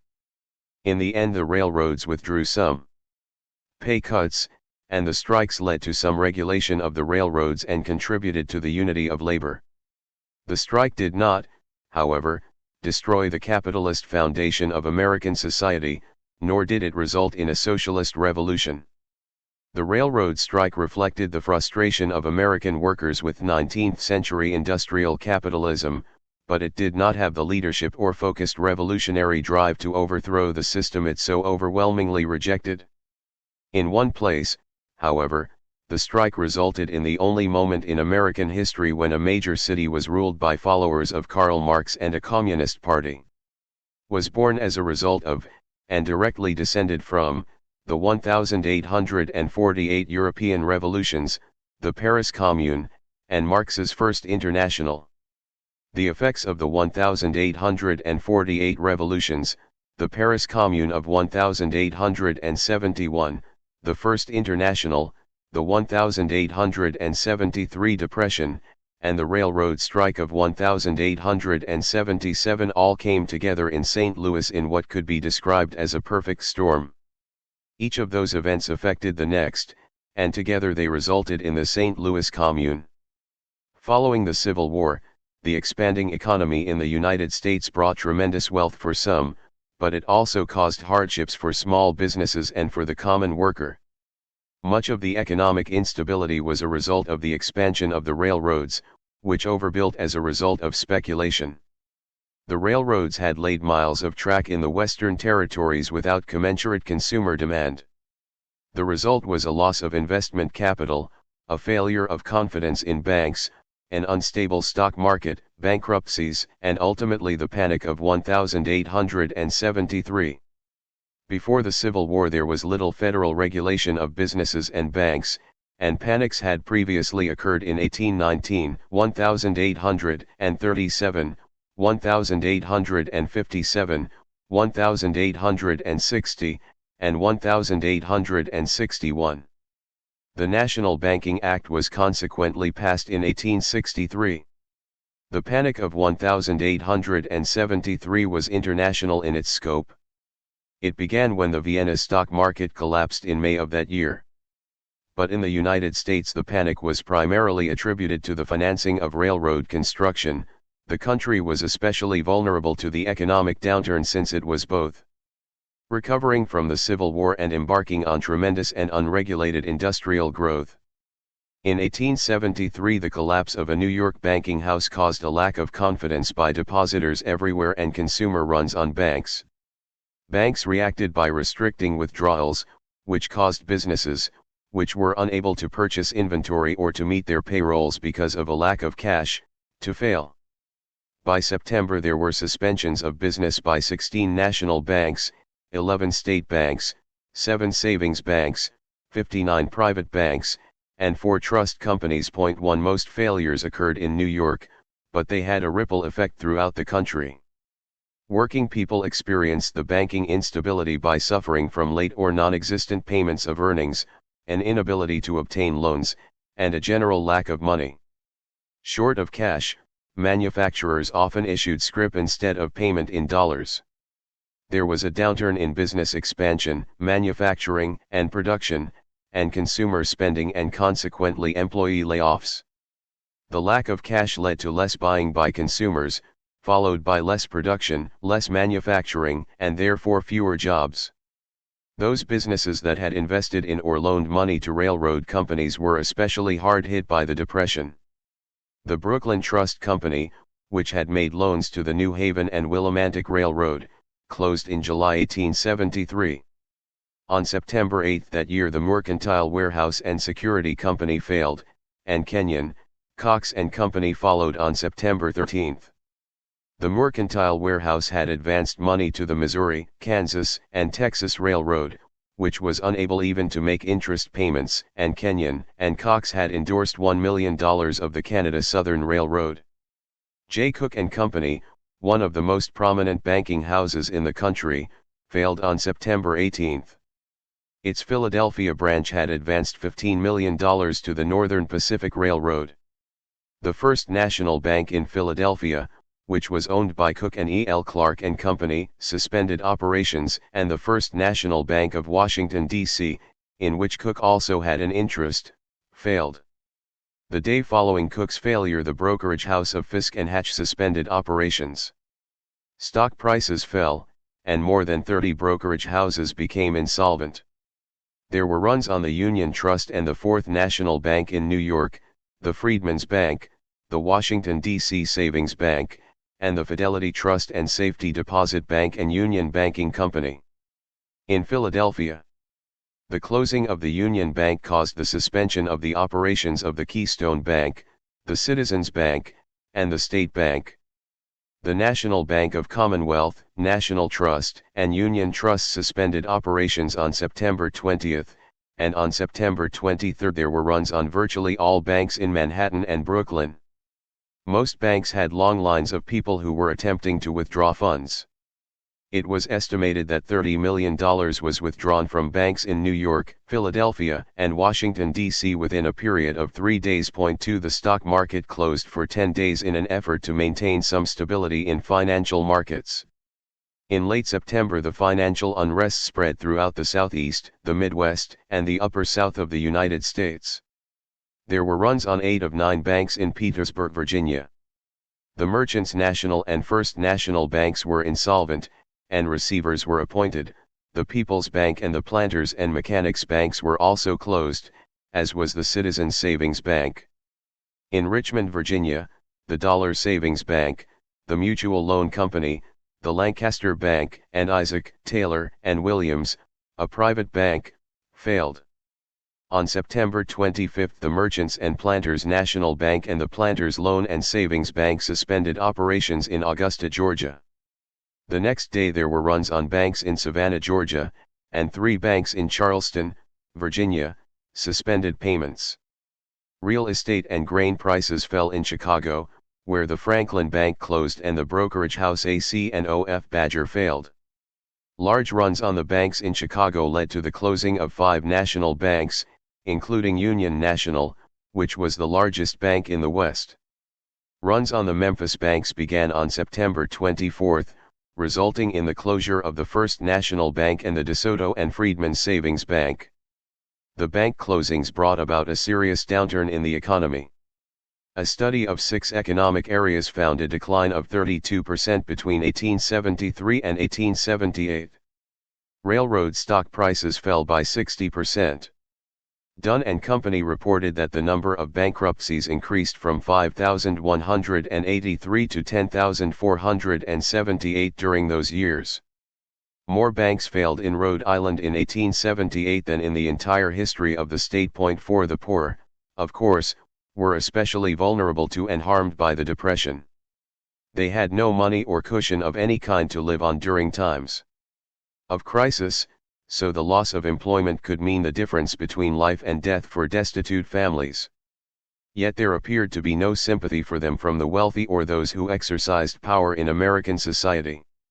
It was, after all, the time of the social Darwinist philosophy, according to which society evolved by the dying off of the weaker of the species and the survival of the fittest.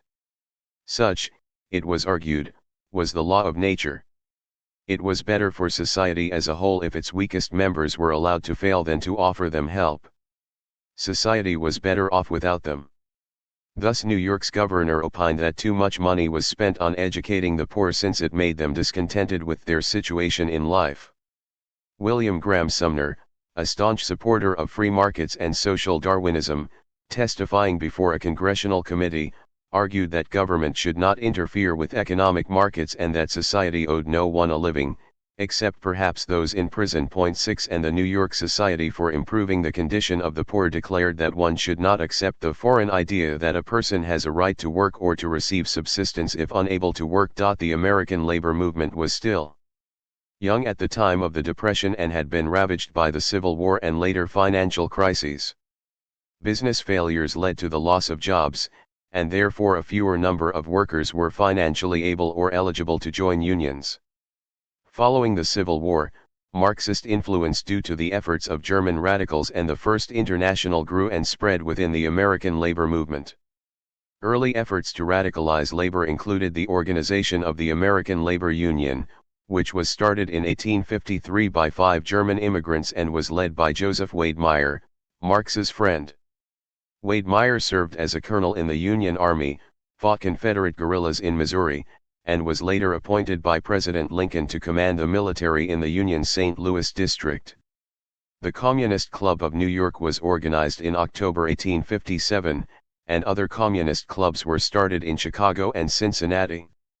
All opposed slavery and encouraged African Americans to join as full members, which was unusual given the blatant racism at the time.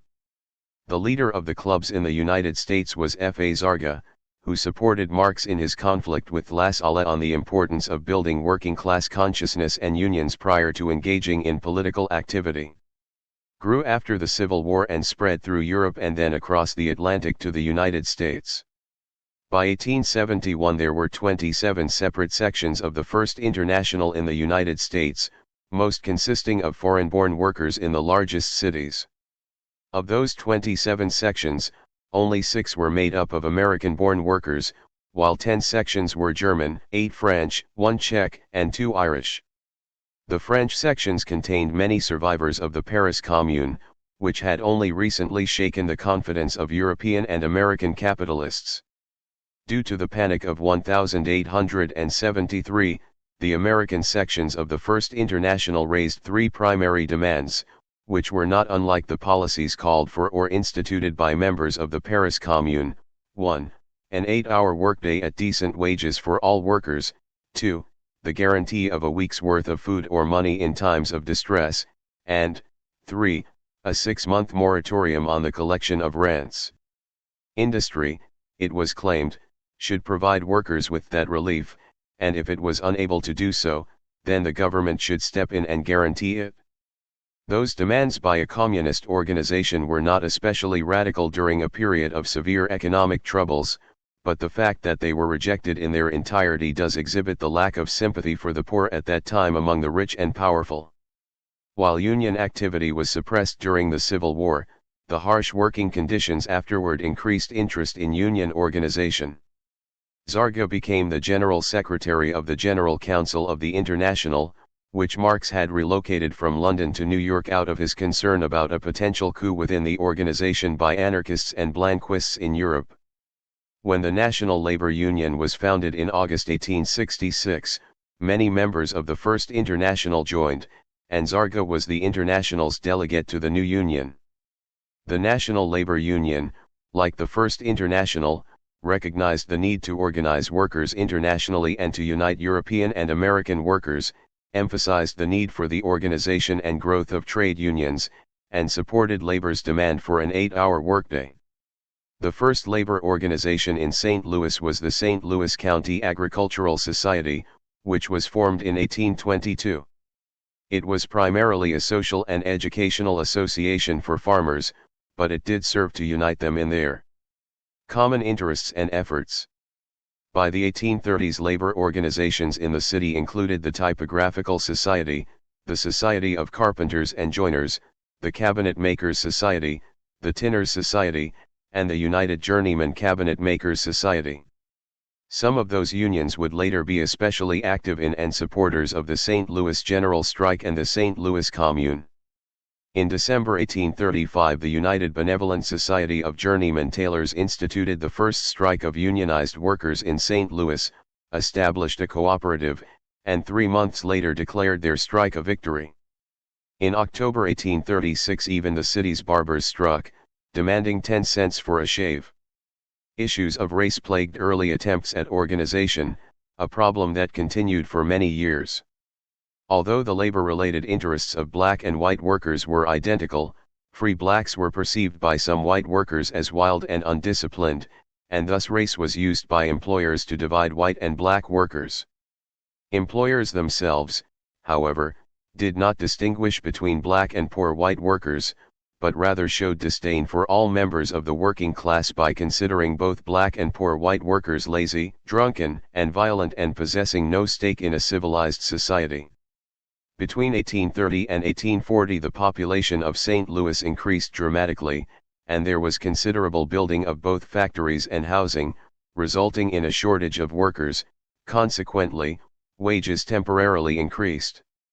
The pay of common laborers increased from 75 cents to $1.75 per day, and the wages of iron workers and carpenters rose almost 50%. Also, the 10-hour workday had become a national issue in the 1840s, and St. Louis labor organizations began demanding a 10-hour day in 1837 and showed an interest in politics in order to affect national and state legislation.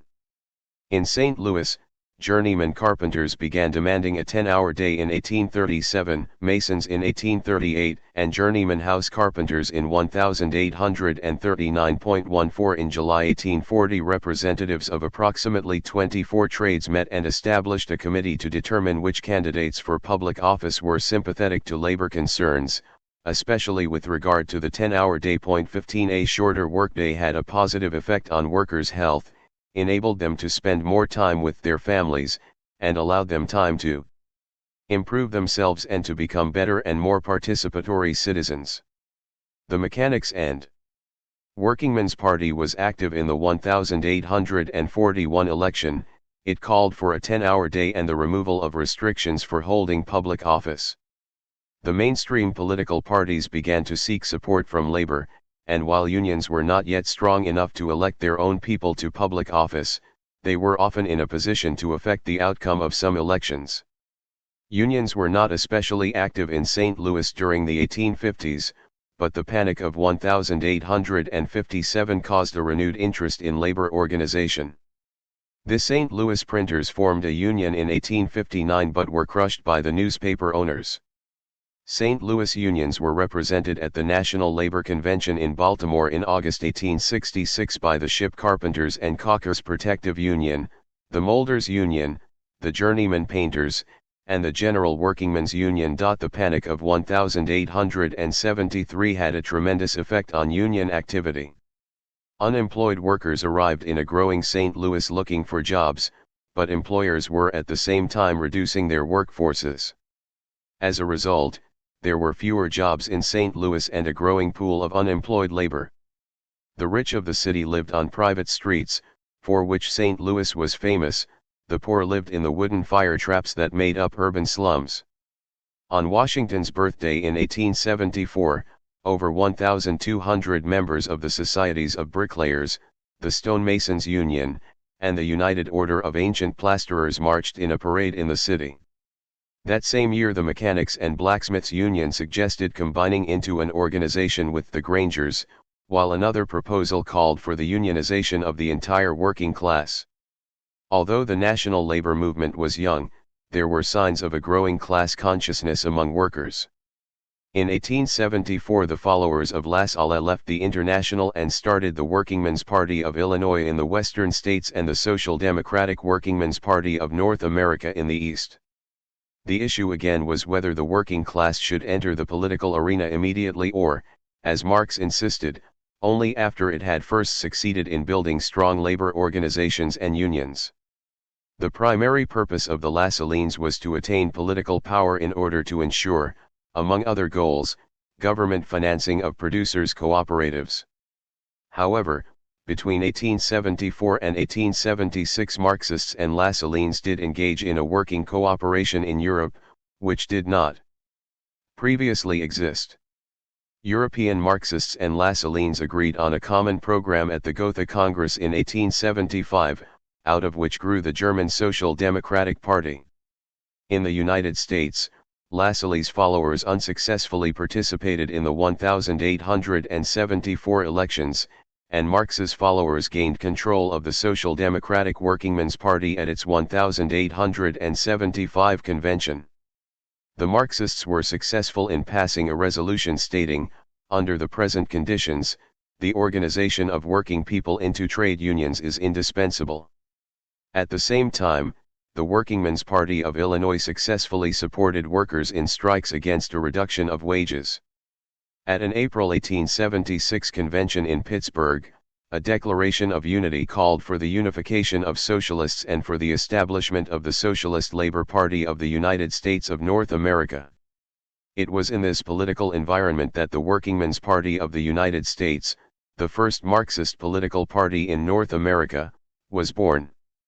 In July 1876 delegates from 19 sections of the First International met in Philadelphia for the purpose of dissolving the International and establishing a United Socialist Party in the United States.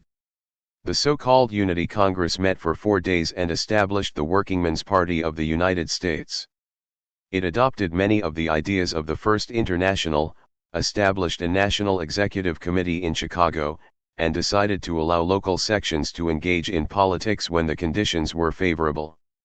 It also endorsed the Lassallean goal of establishing workers' cooperatives. Marx's ideas were also supported, as the organization's positions were clearly a compromise between the followers of the two theorists. While it was permissible to sometimes participate in politics, as the Lassalleans desired, the party would engage in political activity only when it was strong enough to exercise a perceptible influence, as Marx proposed. The stated purpose of the new organization was to work for the organization of trade unions upon a national and international basis to ameliorate the condition of the working people. Its demands included an 8-hour workday, the sanitary inspection of workplaces and housing, the end of prison labor, the end of labor for children under 14, free educational institutions, employer liability for workplace accidents, the abolition of conspiracy laws, the nationalization of all transportation companies, and equal rights for women in the workplace. The Labor Standard was designated the official newspaper of the UPSA. The philosophy of the UPSA and its political program was not unlike that of the First International. In Papers for the People, No. 1, wherein it set forth some of its philosophy, the party denied the justice of the present system of labor in the United States, that a system of society that gives to the masses excessive toil and excessive poverty, and, to the few, leisure and wealth, is systematized injustice, and an iniquity that must be abolished. The Executive Committee of the UPSA published a pamphlet by Dr. A. Dway which sought to explain the reason for the lack of jobs and the suffering of working people in the United States. The reason, according to the UPSA, was the institution of capitalism. This one cause is called capitalistic production. What does that expression mean? It means that those who produce all the goods and merchandise are not the owners of their means of labor. Lands and real estate, mines, factories, machines, means of transportation, etc., but must sell their working force to some owner of those means of labor, The former one called wages laborers, the latter capitalists. The capitalist does not pay to the laborer all the earnings of the labor of the latter, but only a portion thereof. He keeps the rest to reward himself for the loan of the means of labor, or, in other words, he makes the laborer work more hours a day than is needed to refund the outlay of capital and the outlay for wages. Such a system, explained Dewey, creates wealth for a few by paying workers less than the value of their labor, and it creates misery for the many. There was no hope that the two different interests could ever come together and operate in harmony. Private capital is a beast of prey that lives and thrives solely on human flesh and blood, or the substance of wages laborers. How can beasts of prey live in harmony with their victims? The UPSA, Dewey continued, supports and accepts the same principles as the International Workingmen's Association, the first international, and is not dismayed by being labeled a communist party by its adversaries. Our party has been, reproachfully, called the Communistic Party. We do not indignantly repudiate that name. It is in our view no title of reproach, but rather an honorable name. Notwithstanding the allegations thrown at it by its adversaries, Dewey went on to state that the UPSA did not seek the violent overthrow of the U.S. government but instead advocated peaceful change. Violence was acceptable only in self-defense. The battle against capitalism had to be won on moral grounds. It is for that reason, he continued, that we deprecate and shun all violence, all wanton disregard of existing laws, how bad soever they be, and all bloodshed, unless we be provoked and wantonly attacked, and forced to resist. The UPSA's constitution set forth its program, which included the demands listed above as well as free access to the courts and the nationalization of railroads, telegraphs, and other means of transportation and industry and the establishment of cooperatives. Any two members speaking the same language were eligible to establish a section of the party, so long as 3/4 of the section consisted of wage earners. The compromise between Marxists and Lassalleans is also codified in the Constitution. The political action of the party is confined generally to obtaining legislative acts in the interest of the working class proper.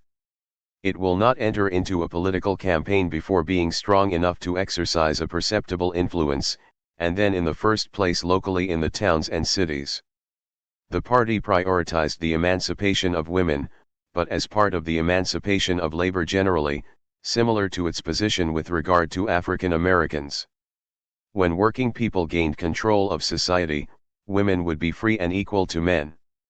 The emancipation of women will be accomplished with the emancipation of men, and the so-called women's rights question will be solved with the labor question. By uniting their efforts they will succeed in breaking the economical fetters, and a new and free race of men and women will rise recognizing each other as peers. We acknowledge the perfect equality of rights of both sexes and in the Workingmen's Party of the United States. This equality of rights is a principle and is strictly observed.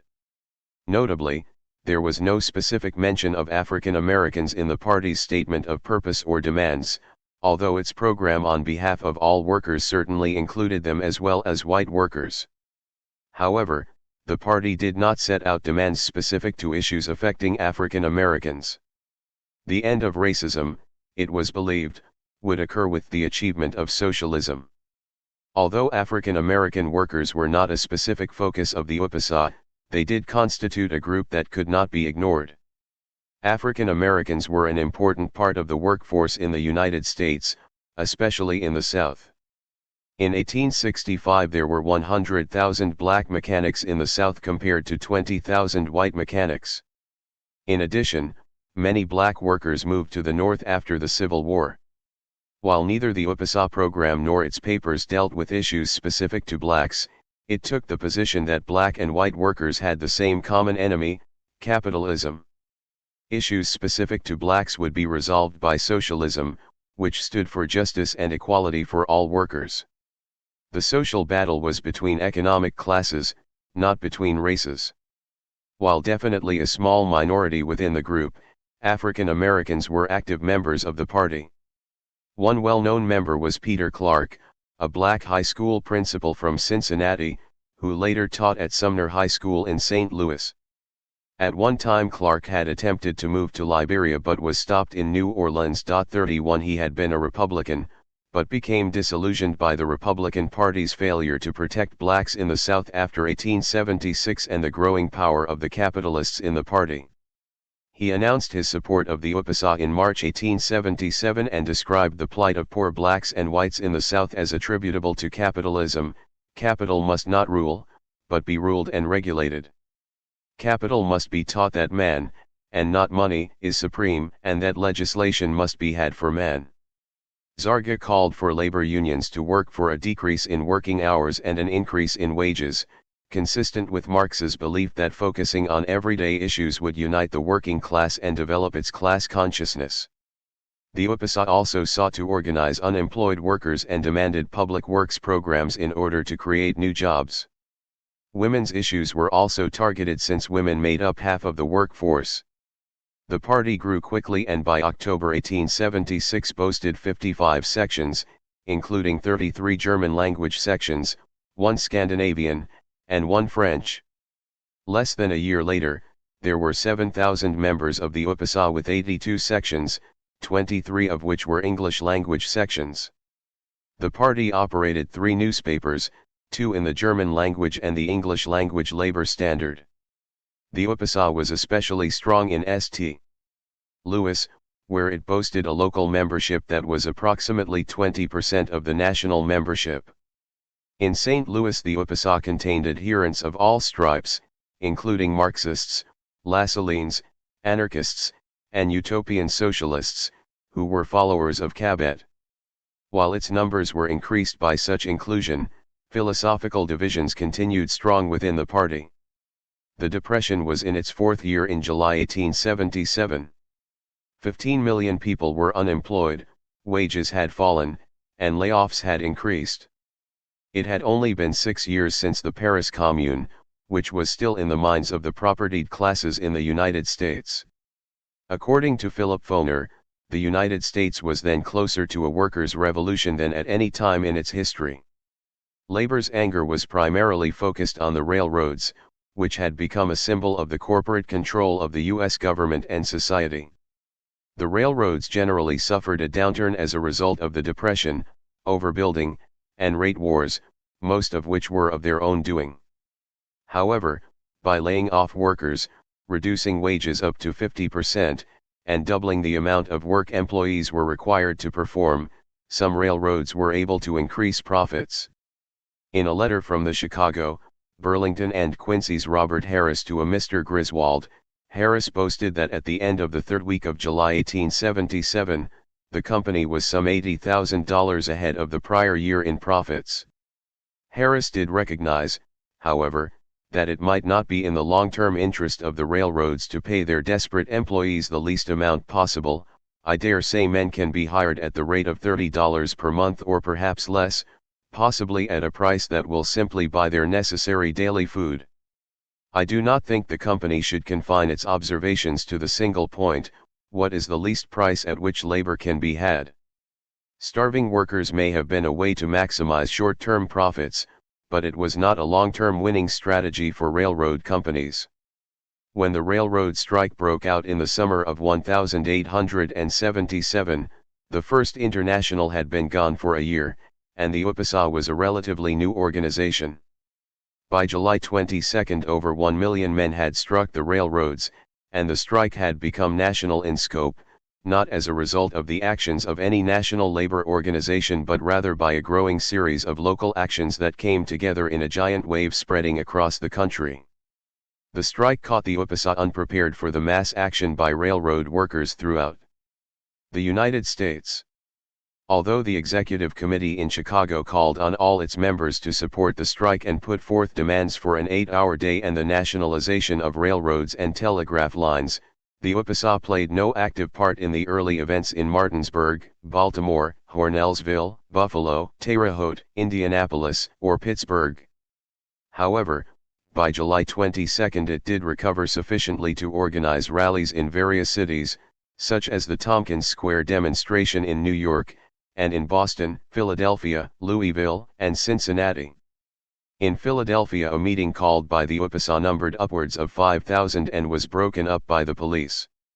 In Cincinnati, the approximately 4,000 attendees at one rally waved the red flag of communist revolution and the Paris Commune, and Peter Clark called for the nationalization of all industry and for the replacement of capitalism by socialism.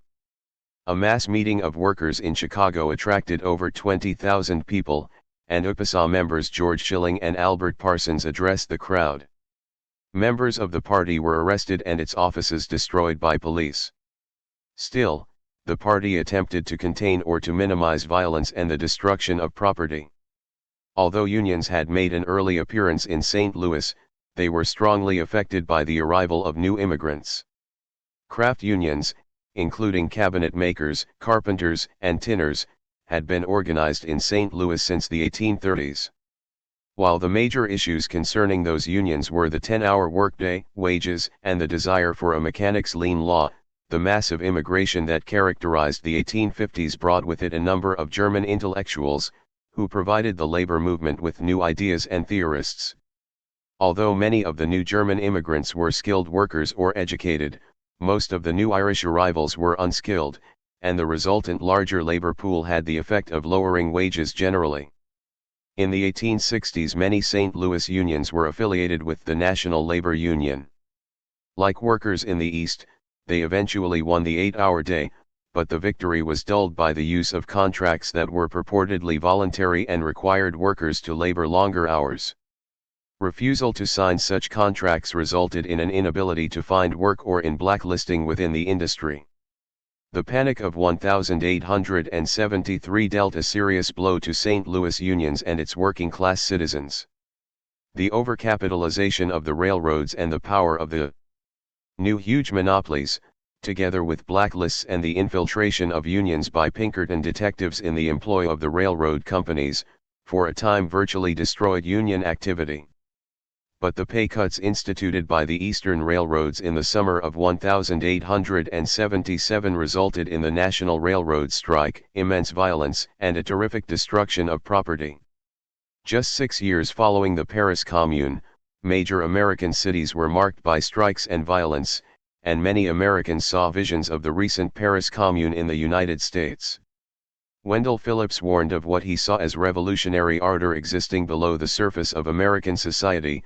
Scratch the surface of New York society, and you will find the Paris Commune. Although there was a great deal of violence in some eastern cities, it was only in St. Louis that the railroad strike expanded into a general strike led by socialists, who ultimately ruled the city. Most of the railroads around St. Louis came together in East St. Louis, directly across the Mississippi River in Illinois. St. Louis and East St. Louis were second only to Chicago as a railroad center. David Burbank, in Reign of the Rabble, has put together an excellent account of the strike events in St. Louis during the summer of 1877. Following the outbreak of spontaneous strikes in the East, on Saturday, July 21, railroad workers in East St. Louis met and announced their support of those workers on strike. The next night, a number of East St. Louis railroad workers, representing different lines, elected an executive committee, which issued what was known as General Order No. 1, which directed workers to stop all freight traffic in East St. Louis that day at midnight. Passenger and mail trains would be allowed to run so that the traveling public was not inconvenienced more than was necessary, and so the federal government had no excuse to intervene. A huge meeting of 1,000 workers was held at the railway depot in East St. Louis, where 400 St. Louis workers joined them, having ferried across the Mississippi River singing the Marseillaise. American workers singing the anthem of the French Revolution appeared to relate American labor to European revolution.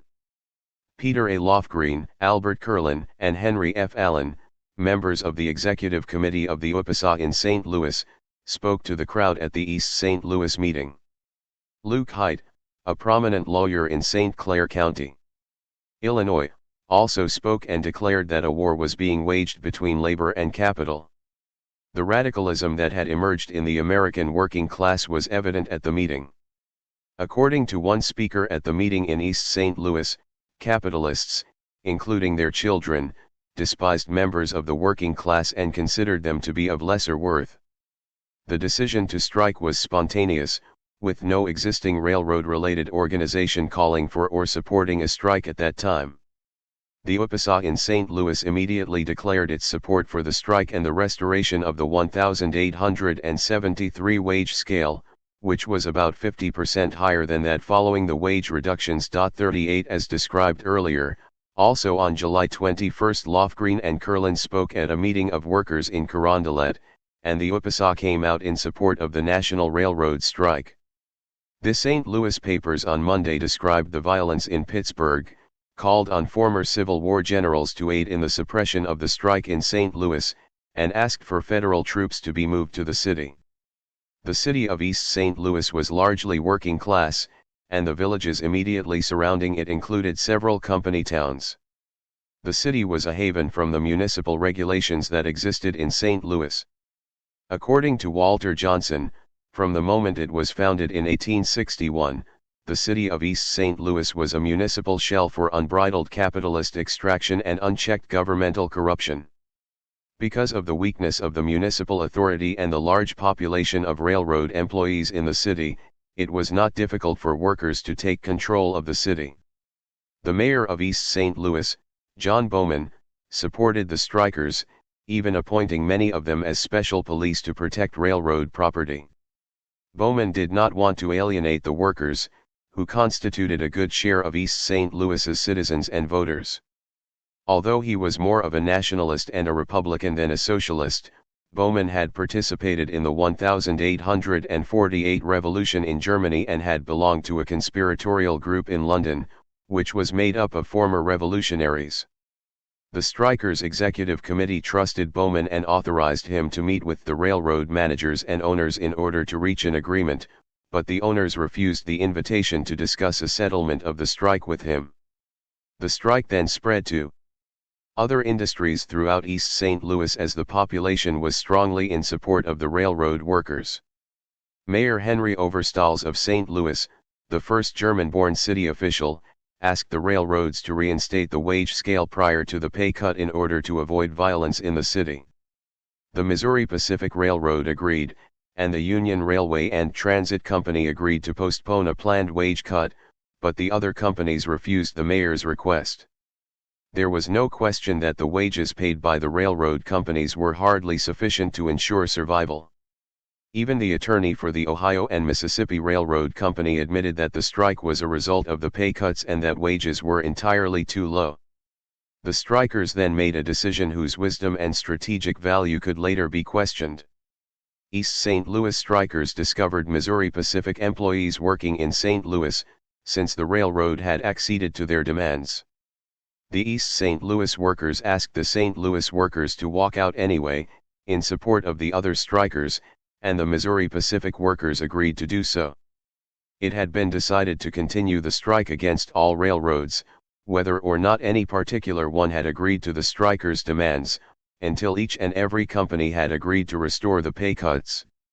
Rather than allowing those railroads that reinstituted the prior wage standard to operate, thereby providing an incentive for companies to come to an agreement with workers and putting those companies who refused at a disadvantage, the strikers decided to continue to strike against all railroads unless and until all acceded to their demands. Under the all-or-nothing situation, there was no incentive for a railroad to reach an agreement with workers unless all did so. Workers would continue to strike whether or not an individual company agreed to their demands. Therefore, instead of dividing the railroad companies by allowing those that rescinded the pay cuts to operate to the disadvantage of the others, the strike committee instead ensured that the railroad companies would all unite. It was the strikers, especially those from East St. Louis, who in fact made it not only possible but also necessary for the companies to act together. The strike soon spread to other areas of Missouri, and, as a result, train schedules were seemingly worthless, with some trains running irregular schedule, others more infrequently, and still others completely shut down.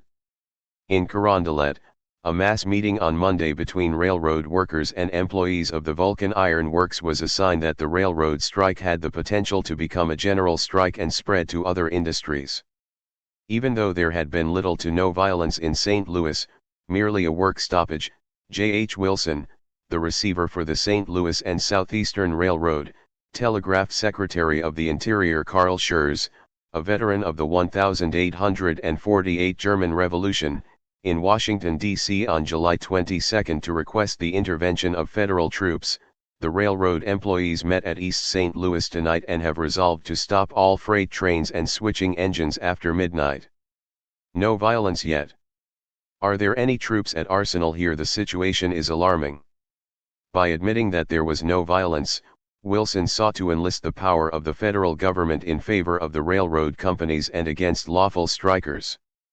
It is also clear that he desired an immediate confrontation with workers, with the railroad companies and state, federal, and municipal governments united against the strikers.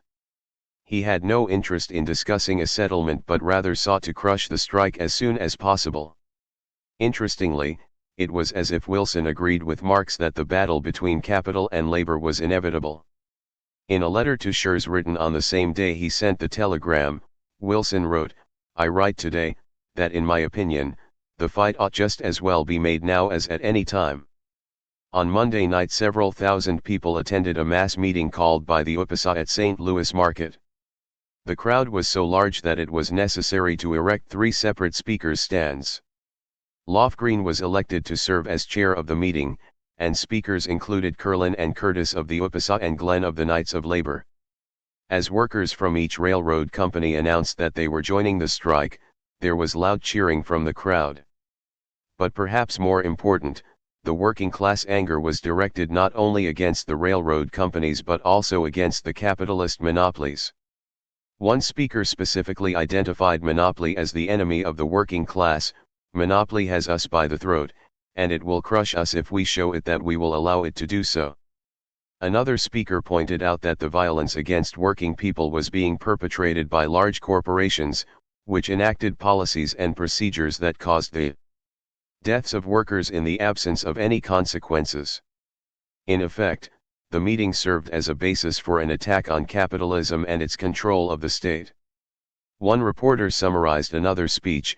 He said the papers told them that the rights of property ought to be maintained, and that those who shot anybody ought to be hung. But monopolies stole railways and starved their workmen, and in this way took life, but they were not hung.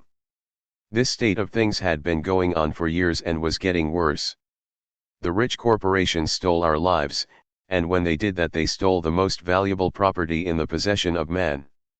Then Lofgren asked the crowd, "Why should we allow ourselves to be trodden upon by a few monopolists, who having the reins of government in their hands, are using the organized assassins to crush us?" Corporations had taken control of the government and were using its power to enslave the working classes. Another speaker was cheered when he explained that workers were taxed to sustain a standing army to be used to repel invasions by foreign powers, but the army is now used as a tool to oppress and slaughter innocent men, women, and children. 46 Another speaker pointed to the grand buildings of the city and stated that the poor had built them, yet the rich owned them. They used the social superstructure, as Marx had explained, to control and oppress workers. Why this state of things? Because it's so, according to the law. Well, if that's law, then and the law. Prolonged cheers. If that is the rule that governs society, then the sooner it is broken the better. 47 It was clear that a movement that originally was directed against railroad corporations over the issue of wages was expanding its focus to include all capitalist monopolies and the governmental forces they controlled. The UPSA Executive Committee had experience with strikes, international labor organization, and socialism. For example, Cope had been involved with the London Trades Council, many members of which were active in the First International, and Curlin was a delegate to the Philadelphia Convention that disbanded the First International and founded the UPSA. As an anti-slavery city located in a slave state, St. Louis was uniquely affected by racial matters. Although there was still a good deal of racism in the city at the time, a black worker also spoke at the meeting and was applauded by the crowd. He asked whether white workers would stand together with black workers, and the crowd thundered, "We will." The meeting then elected a committee of 5, including UPSA members Curlin, Curtis, James McCarthy, and Cope, and a black worker to meet with the mayor to request that he ask the president not to send federal troops to St. Louis. While the workers in St. Louis met, strikers were active all over the country. That same day some workers in Reading, Pennsylvania, were killed by a militia. Thousands of workers attended a mass meeting in Chicago, and railroad workers in Kansas City went on strike. Pennsylvania's governor wired President Hayes on July 23 warning of an insurrection. I repeat, application of this morning and hourly. The situation is growing worse and spreading all over the state, and the whole country will soon be in anarchy and revolution unless you can save it by prompt action. The next day John Welsh, president of the North Pennsylvania Railroad, wrote Hayes from Philadelphia, "It is not one part of the country but all parts of it, and it is not one class of the community but all classes whose interests are involved, and the fact cannot be disguised that if the violations of law which have occurred are not checked and punished, not only individual rights but the government itself may be sacrificed." In St. Louis the National Guard transferred 100 rifles and men to the city's Four Courts building, where it set up its headquarters. In Chicago on July 24 a vice president of the Illinois Central, W.K. Ackerman, sent his daily report to the president of the line describing the situation there. Between 100 and 200 outside men came down to the freight house this morning and ordered the men to quit work and demanded that the switching engineers should be sent back to the roundhouse, whereupon all of the men at the freight house quit work. This will necessitate the stoppage of all passenger trains out this evening, and this seems to be the general action of all the lines centering here. The crowd is now going around forcing men to quit work in all directions. We have stopped all our freight trains outside the city. The reduction in pay was not the only financial hardship experienced by railroad workers. Work was unsteady, and a regular work week was infrequently scheduled. After having experienced 2 wage reductions, the engineers, firemen, and brakemen of the Missouri Pacific Railroad demanded a restoration of wages to the level in effect prior to January 1, 1877. The railroad responded that it was willing to restore wages only to the rate before May 15, 1877, whereupon the strikers replied that they would accept that offer if they could at least be guaranteed a full day's work. Rather than promise a regular work schedule, Missouri Pacific then agreed to restore wages to the amount paid workers prior to January 1, 1877, as the strikers originally requested. Another meeting was held Monday night at Market Square in South St. Louis, where deafening applause followed speeches in favor of the strikers. The class nature of the strike was clear from the speeches. Capital had overridden and violated the Constitution, and was bringing down labor into serfdom. Workingmen must either fight or die. It was better to die from bullets, some remarked, than to die from starvation. By Tuesday, July 24, the railroad strike had spread across Missouri. In Sedalia, workers for the Missouri, Kansas, and Texas Railroad had struck over the wage cuts and the back pay owed them. Workers employed by the St. Louis, Kansas City and Northern and the Missouri Pacific at Kansas City also struck. Engineers for the Missouri Pacific refused to haul U.S. troops farther than Sedalia, and on one occasion had abandoned them on a side track. The Chicago and St. Louis, the Cairo Short Line, Ohio and Mississippi, St. Louis and Southeastern, Chicago, Burlington and Quincy, and the Vandalia Line all stopped running trains through St. Louis. In Hannibal there was a strike against the Chicago, Burlington and Quincy lines and the Hannibal and St. Joseph, the latter being 3 months behind in the payment of wages. All railroad lines in East St. Louis were closed down, and virtually no freight moved east. J. H. Wilson, the federal receiver, asked Mayor Bowman of East St. Louis to arrest the strikers, even though they had broken no laws, but the mayor refused to do so. At this time the workers had only struck and withheld their labor, without violating any laws. Recognizing the validity of the workers' complaints, the St. Louis Times called on the railroad companies to agree to the strikers' demands. That day the East St. Louis Strikers Executive Committee issued Order No. 2, which officially provided that only the committee could agree to a settlement on behalf of the workers and that there would be no settlement unless all railroad companies were part of it. The management of some railroads themselves stopped all passenger service, although such traffic was not otherwise affected by the strike, in an attempt to turn the public against the strikers. That tactic was attempted by companies elsewhere, but the traveling public appeared to recognize that the companies, not the strikers, were responsible for any obstacles to passenger travel. In a letter to the Missouri Republican, 71 travelers in Erie, Pennsylvania, accused the railroad companies of causing their inconvenience, while exonerating the strikers. "We, the undersigned passengers who have been detained on the trains in this place the past 24 hours, wish to express the indignation we feel towards the railroad companies for what we have every reason to believe has been an uncalled for abandonment of their trains at this point. The strikers here have been remarkably peaceable and orderly, and show every mark of kindness to the passengers, and have used every exertion in their power to forward all mail and passenger trains from this point. As an example of the kindness of the strikers toward us, at their meeting last evening a contribution was taken to defray the expenses of passengers who were unprepared for the delay, many ladies and children being provided for at the hotels at the expense of the strikers. 54 The railroad strike in East St. Louis was spreading to other businesses, all the packing houses shut down, and Southern Illinois miners declared their support for the strikers. The miners even promised to send 1,000 men to East St. Louis to aid the strike. J. H. Wilson had informed Secretary Schurz that East St. Louis had been shut down and requested that 2,000 federal troops be sent to the city. In the meantime, local authorities were not interfering with the strikers. The Globe Democrat reported that on Tuesday no official of the company interfered in the least. A policeman was asked if he could not make any arrests. He laughed, and said as long as the railroad companies did not interfere with the men running the trains for them, it was none of their business. The UPSA had taken control of events in St. Louis and established what would become known as the St. Louis Commune. It sought to operate the city in the interests of the working class while leading the strike against the railroad corporations. Subsequently, the party would direct and coordinate all labor actions in St. Louis and, for a time, rule the city itself. Again, the elite laid the blame for the disturbances not on the railroad monopolies but on foreigners, the First International, and the Paris Commune.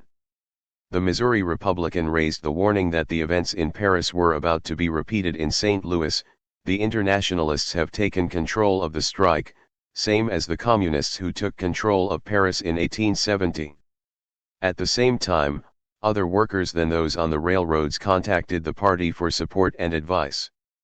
The Coopers went on strike and paraded through the St. Louis streets calling out to other workers to join them. Newsboys struck, along with employees of the St. Louis Gas Works. Boatmen on the levee, most of whom were black, struck and received wage increases almost immediately. A Missouri Republican reporter who had infiltrated the strikers' ranks dressed as a tramp, described the strikers, as the Republican was wont to do, not as struggling workers attempting to survive but as vicious animals. The cluster were simply communists, who, when they talked, showed their teeth like wolves. The newspaper sought to dehumanize the strikers and thereby turn the public against them. Rich and prominent St. Louis leaders feared mob actions and violence. Everyone was familiar with what had occurred in Paris only 6 years previously, and recently in Baltimore and Pittsburgh. It was clear to them that the unrest had taken on the characteristics of a working class or proletarian revolt against the railroads and corporate interests generally. There was no doubt in the minds of the good people that the European revolutions and the foreign ideology of communism had crossed the Atlantic and taken root and sprouted in the United States. St. Louis, they feared, was on the verge of imitating Paris, where the working class armed itself in preparation for battling the capitalists. The UPSA, they claimed, was identical to the First International, which they believed was also responsible for the Paris Commune. Behind the discontent of the poor-paid workingmen, appeared the horrid front of the Commune. It was the Workingmen's Party of the United States, known in Europe as the Workingmen's International Association, that had assumed the reins and were endeavoring to drive the car of civilization over the precipice of destruction.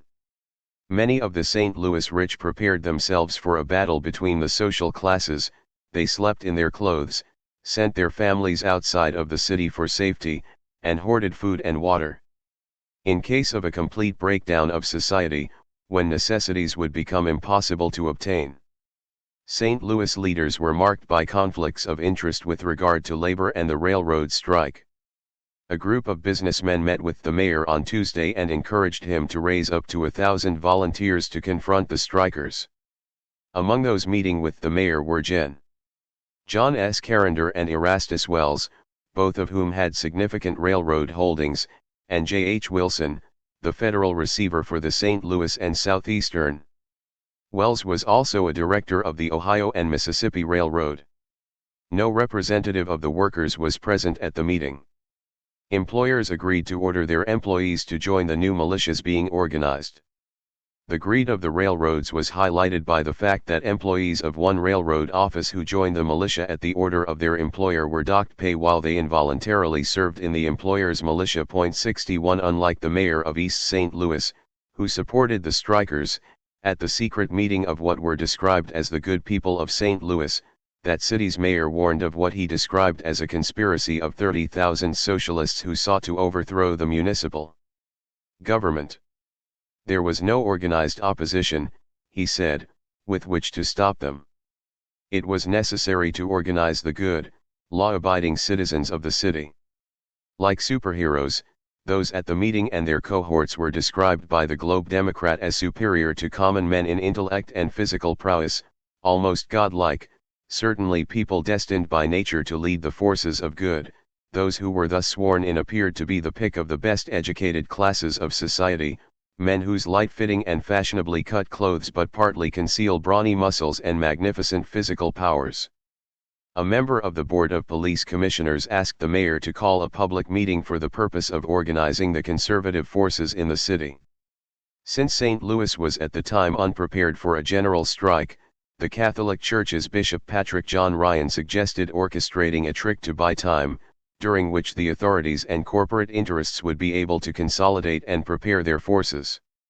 The local managers of the railroad companies, Ryan explained, should agree to the demands of the workers in order to end the strike, then send the resulting agreement to the companies. Boards of Directors. The boards could meet and reject the previously agreed upon settlement, thereby allowing the city and businesses time in which to organize their forces.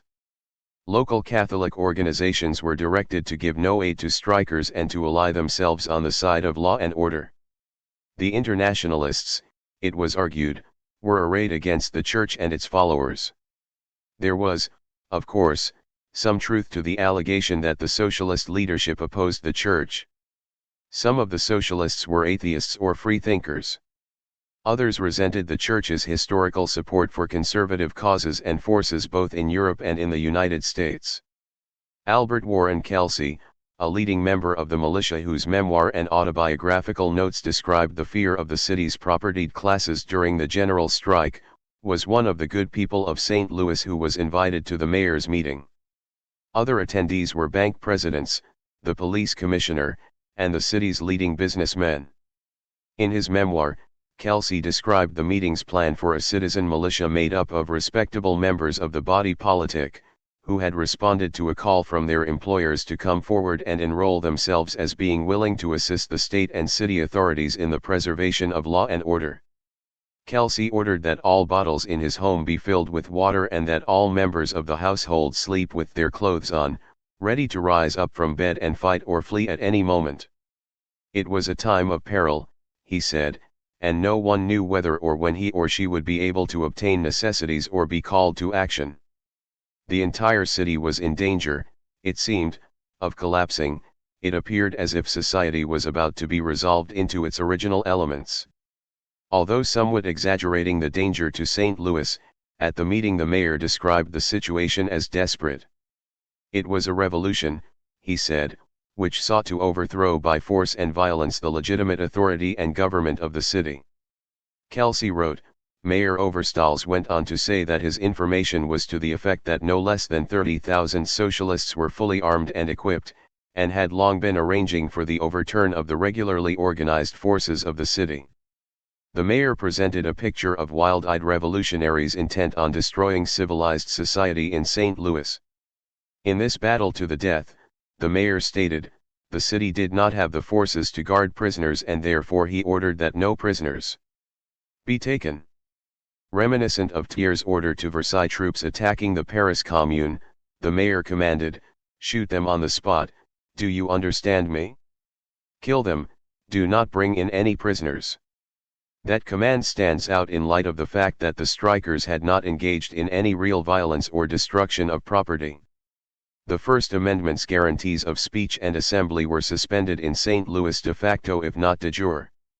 The mayor had effectively ordered death sentences for the striking workers. Some militia members were ordered to dress as workers, attend the mass meetings called by the UPSA, and note down the names of the most radical speakers so that they could be arrested at a later date. A major in the citizens' militia, who commanded a battalion of Compton Hill forces, Kelsey maintained that his best company consisted of Germans who had experience fighting in the American Civil War or the Franco-Prussian War. Those who led the militia were themselves generally wealthy and thus opposed to the socialists. However, more and more businesses were being shut down, St. Louis businessmen wanted to end the strike by force, and many had lost confidence in the mayor's ability or desire to do so.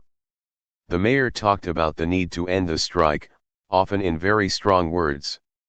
He did not, however, take what the businessmen believed to be the necessary steps to suppress the uprising. In their opinion, he was not acting with enough speed or power. It appeared to them that nothing was being done to end the strike. In order to return law and order to the city, they would have to act themselves. That afternoon thousands of St. Louisans gathered at the Union Depot, where the strike committee was directing activities. It was decided in Washington not to send federal troops unless a governor announced that an insurrection against the state was occurring that the state was unable to control and specifically requested federal troops. That decision was not entirely based in law. Following the Civil War and the end of Reconstruction, the army had been drastically reduced in number, and most of the remaining troops were occupied on the western frontier fighting Indians.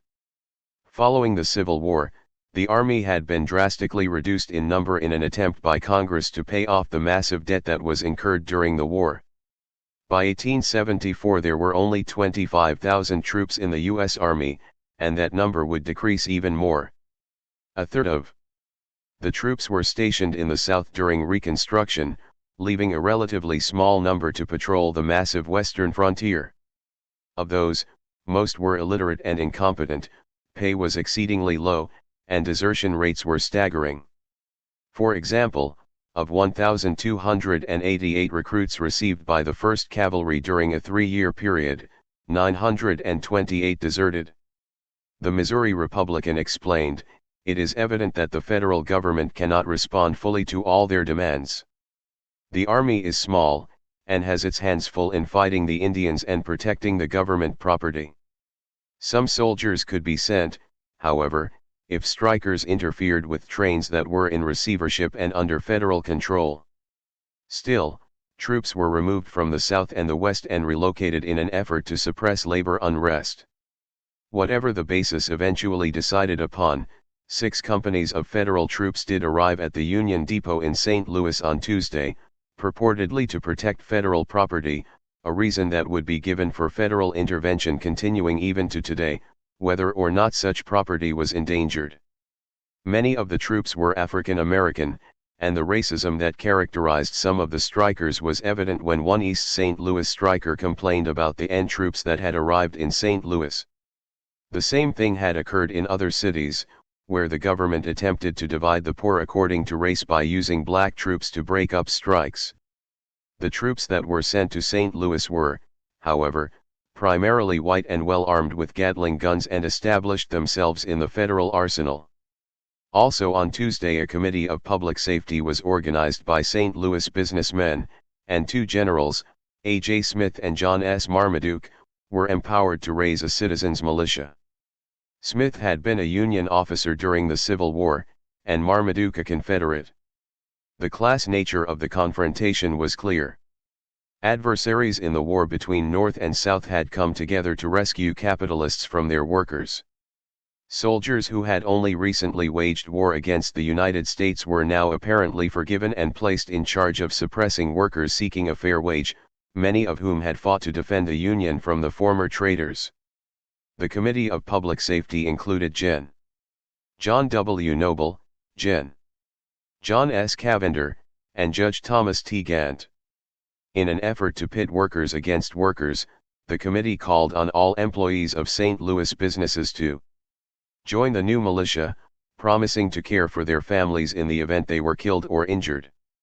The Missouri Republican attacked what it described as the communist threat to property and called for war veterans to mobilize under the command of Generals Smith and Marmaduke. That day 300 men of the 23rd Infantry arrived in St. Louis, purportedly to protect federal property. Among the Committee of Public Safety leadership and rank and file, the overwhelming majority were not of the working class. David Roediger has provided a detailed study of the committee's demographics. Only 1.3% of its leadership and 5.5% of its membership were working class. Its leadership was 23.4% merchants, 5.2% financiers, 23.4% manufacturers and builders, 23.4% professionals, 5.2% government officials, 10.4% small business owners, and 6.5% railroad managers. Bookkeepers and clerks made up 51.2% of the committee's followers, most of them were employed by the committee's leaders and forced to join. Thus most of the committee's leadership and supporters were capitalists and white-collar workers, most of whom were employed by the business owners. Half of the committee leaders were born in the United States, while there was an overrepresentation of Irish and German elites. Merchants and their white-collar employees acted decisively against the general strike in St. Louis. At the time the Committee of Public Safety was organized, there was little need for federal or state troops or the creation of an armed militia of private citizens numbered in the thousands. There had been some intimidation of workers by those encouraging a general strike, but little, if any, violence. The real purpose of the committee, organized by the businessmen and capitalists of St. Louis, was to crush the working class action. That was the reason that many of St. Louis's leading capitalists would later call for action against the workers first, and to determine a legal basis for such action later. Using racism and scare tactics, St. Louis's leaders railed against the participation of African Americans in the strike and the threat of foreign communism to real American values. In the meantime, the UPSA in St. Louis, which boasted German, French, English, and Bohemian sections and approximately 1,000 members, had its headquarters at Turner Hall, a former meeting place for Germans. On Tuesday night the party leaders met with delegates appointed by various unions and formally established an executive committee to lead the strike in St. Louis. That night a parade and a mass meeting were held at Lucas Market with upwards of 10,000 people in attendance. The meeting marked the beginning of the general strike. J.P. Cadell, a UPSA member, and Cooper, announced that the strikers had 7,000 arms available to them and compared the situation in St. Louis and throughout the country to the French Revolution. Whether he was including in his count arms stored in arsenals or gun shops or was attempting to excite the strikers by exaggerating their power, in fact the workers had virtually no arms available to them. At the Lucas Market meeting, Kurland spoke to the crowd in German, and James McCarthy asked the group to form companies and patrol the streets in order to protect property, but also to meet force with force, if necessary. Attorney J.J. McBride, who was a supporter of the Fenians, called for an 8-hour workday. H.F. Allen called for a general strike in the name of the Executive Committee of the UPSA and demanded both an 8-hour workday and the end of child labor. There were speeches in a number of different languages, including English, German, Bohemian, and French. However, the UPSA, while nominally in control of the strike, had no real strategy or plan of action. The strike took it by surprise, and so no preparations had been made. It did not attempt to bring all of the unions into the movement or to arm the workers, and, like the leadership of the Paris Commune, it made no effort to take control of the banks. There was no real cooperation with strikers in other cities, and control of its own city had virtually fallen into its lap. The UPSA had not conquered the city by force, but, like the Paris Communards, assumed control when city authorities seemingly withdrew their leadership. At the same time, there existed tensions between black and white and German and Irish workers. The unions that were most active in the strike were the German cabinet makers, the iron molders, and shoe workers. Tuesday night the Committee of Public Safety wired the Secretary of War to request 10,000 rifles, 2,000 revolvers, artillery, and ammunition for its private army. General Pope at Fort Leavenworth sent additional troops, and Gen. Jefferson C. Davis, who had marched with Sherman through Georgia, arrived with 600 troops and 2 Gatling guns. By Tuesday the strike had spread all over the country and included all trades. In St. Louis thousands paraded through the streets of Carondelet, and Martindale and Eddy's zinc establishment, Carondelet Zinc Works, and Missouri Zinc Works were all closed down. 2 more companies of troops arrived from Fort Leavenworth, leaving only a small number of men on duty there, even though there was little or no violence in St. Louis. There were, instead, a good deal of meetings and speeches, but very little of what could be considered illegal conduct. The need for federal troops, local vigilantes, and thousands of arms was entirely non-existent. Even the Globe Democrat recognized that the strikers were reasonably well behaved and reported, "Here in St. Louis the most violent doctrines of communism are proclaimed, but no harm seems to be done by them." 74 It was clear that the intention was to intimidate the strikers and suppress the strike. At the Lucas Market meeting that Tuesday night, speakers demanded that the government spend $100 million on public works in order to create jobs and called for a general strike for an 8-hour workday and for the end of child labor. One worker described the hardships suffered by striking workers, asked for support, and invoked the French Revolution. "We have been made the slaves of capital, the serfs of the bondholders. We have been informed year after year that the times would be better, but there has been no improvement. The time has now arrived when we must gather the harvest that has been growing for the last 7 years. We ask you all, workingmen of Missouri, to join with us in this righteous and honest cause to protect our wives and children from the rude hand of starvation. This is the beginning of the same kind of revolution that cost a king of France his head, and we must take warning by it." There was a time in the history of France when the poor found themselves oppressed to such an extent that forbearance ceased to be a virtue, and the heads of some hundreds were tumbled into the basket. That turn may have arrived with us, and we will sweep them out of existence. Loud and deafening applause and wild cheering.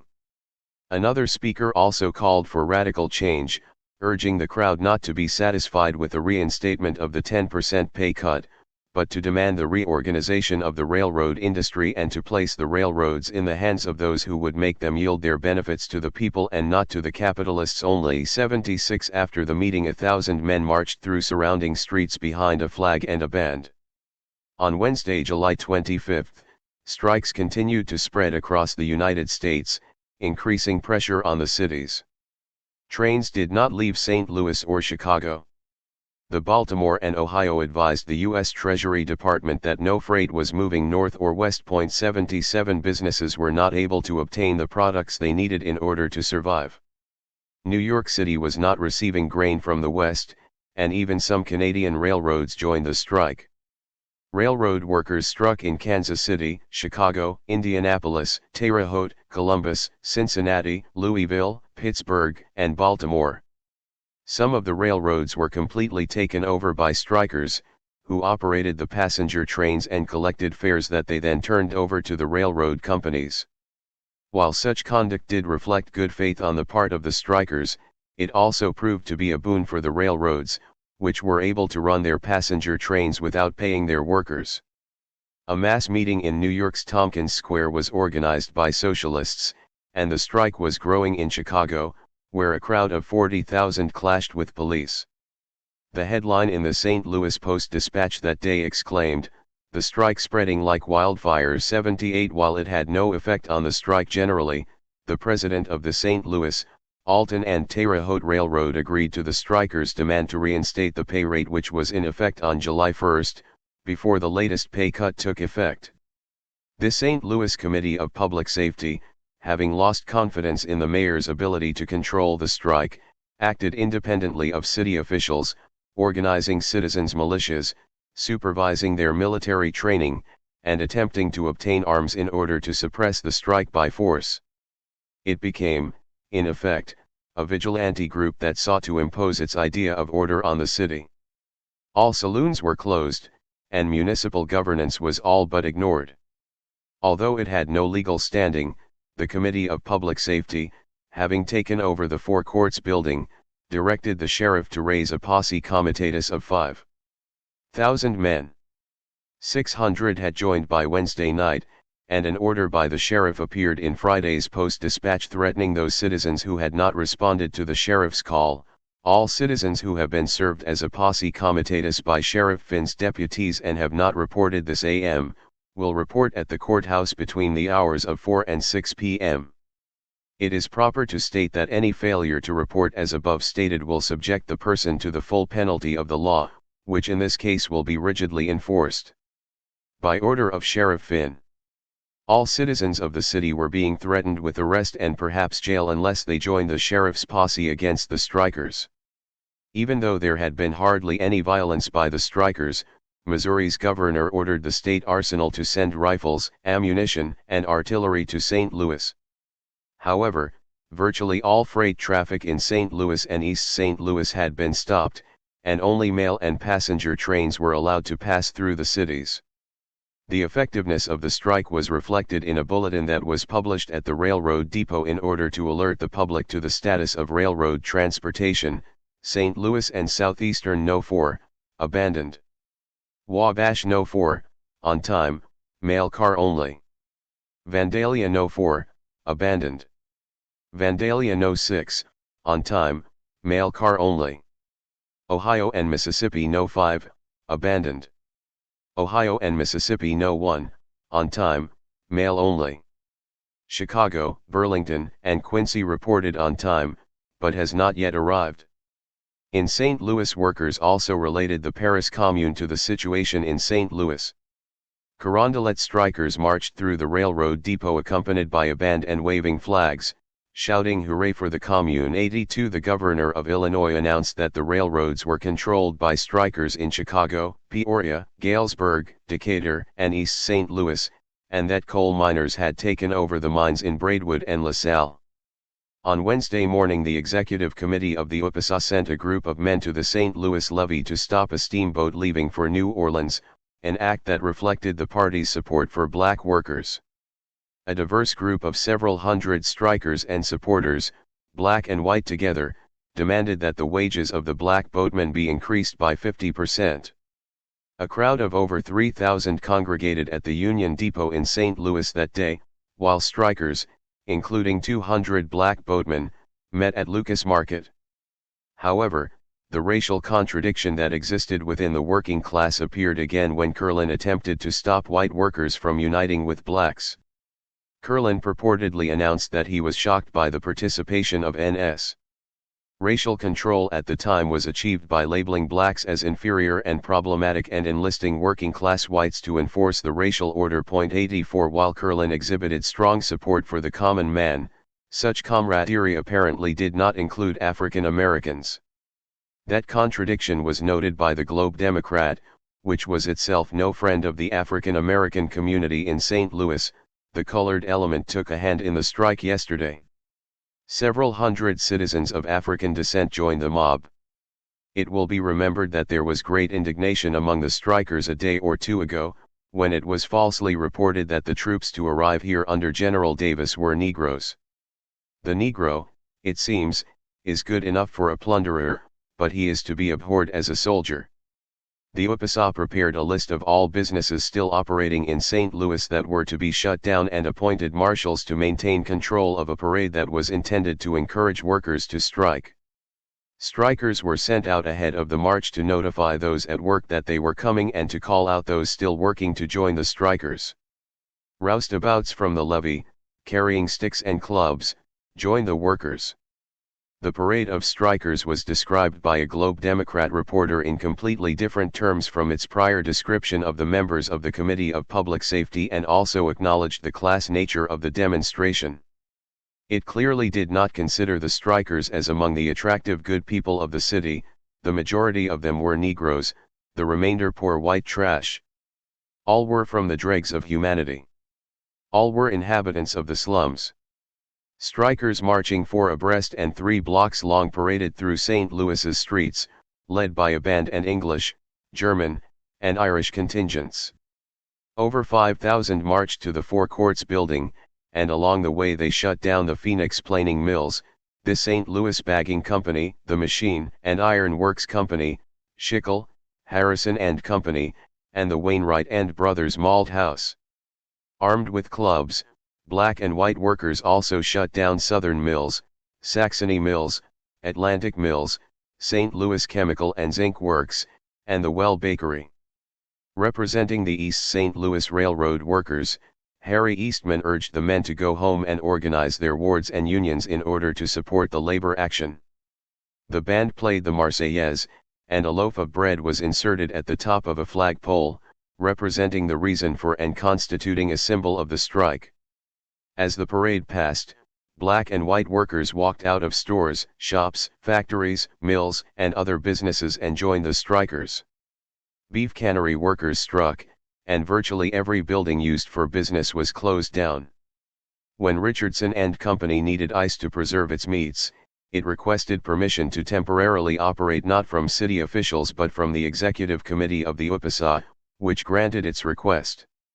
Mr. Richardson, who was present, proposed 3 cheers for the strikers upon the announcement of their decision.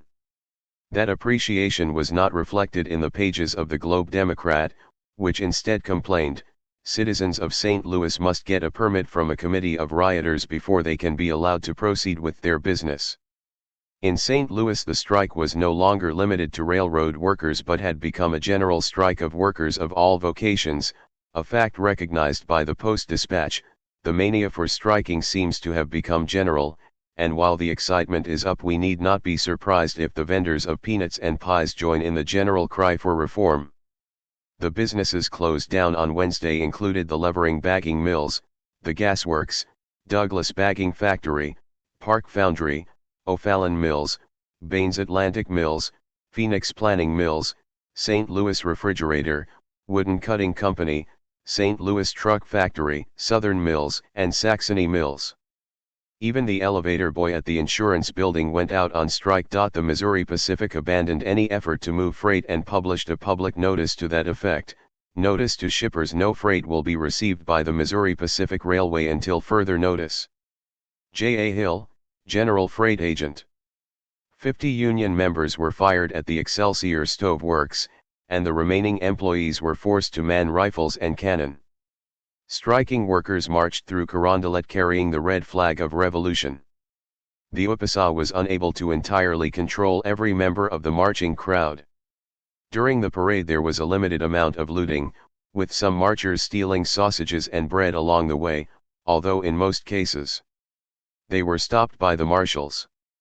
Other minor incidents occurred, not committed by workers but by some unemployed, especially in the poorer sections of the city. By the end of Wednesday, virtually all businesses in the city had been shut down. Coal trains no longer delivered to St. Louis, and concern grew with regard to the consequences to the homes and businesses that relied on coal. As the strike became general, St. Louis gas employees struck and won the reinstatement of a July 1 pay cut. In the St. Louis neighborhood of Cheltenham, which was once the location of a utopian community, a refining company and several brick plants were shut down. 600 strikers from Carondelet, led by a band playing music and carrying U.S. and red flags, crossed the Mississippi into Illinois in order to support the East St. Louis strikers. At a strike meeting in Carondelet, Harry Eastman gave a blistering speech attacking capitalists, who, he said, lived a rich life of leisure while working-class people starved. A crowd took control of a zinc works plant in Carondelet as well as the Bessemer Steel Works.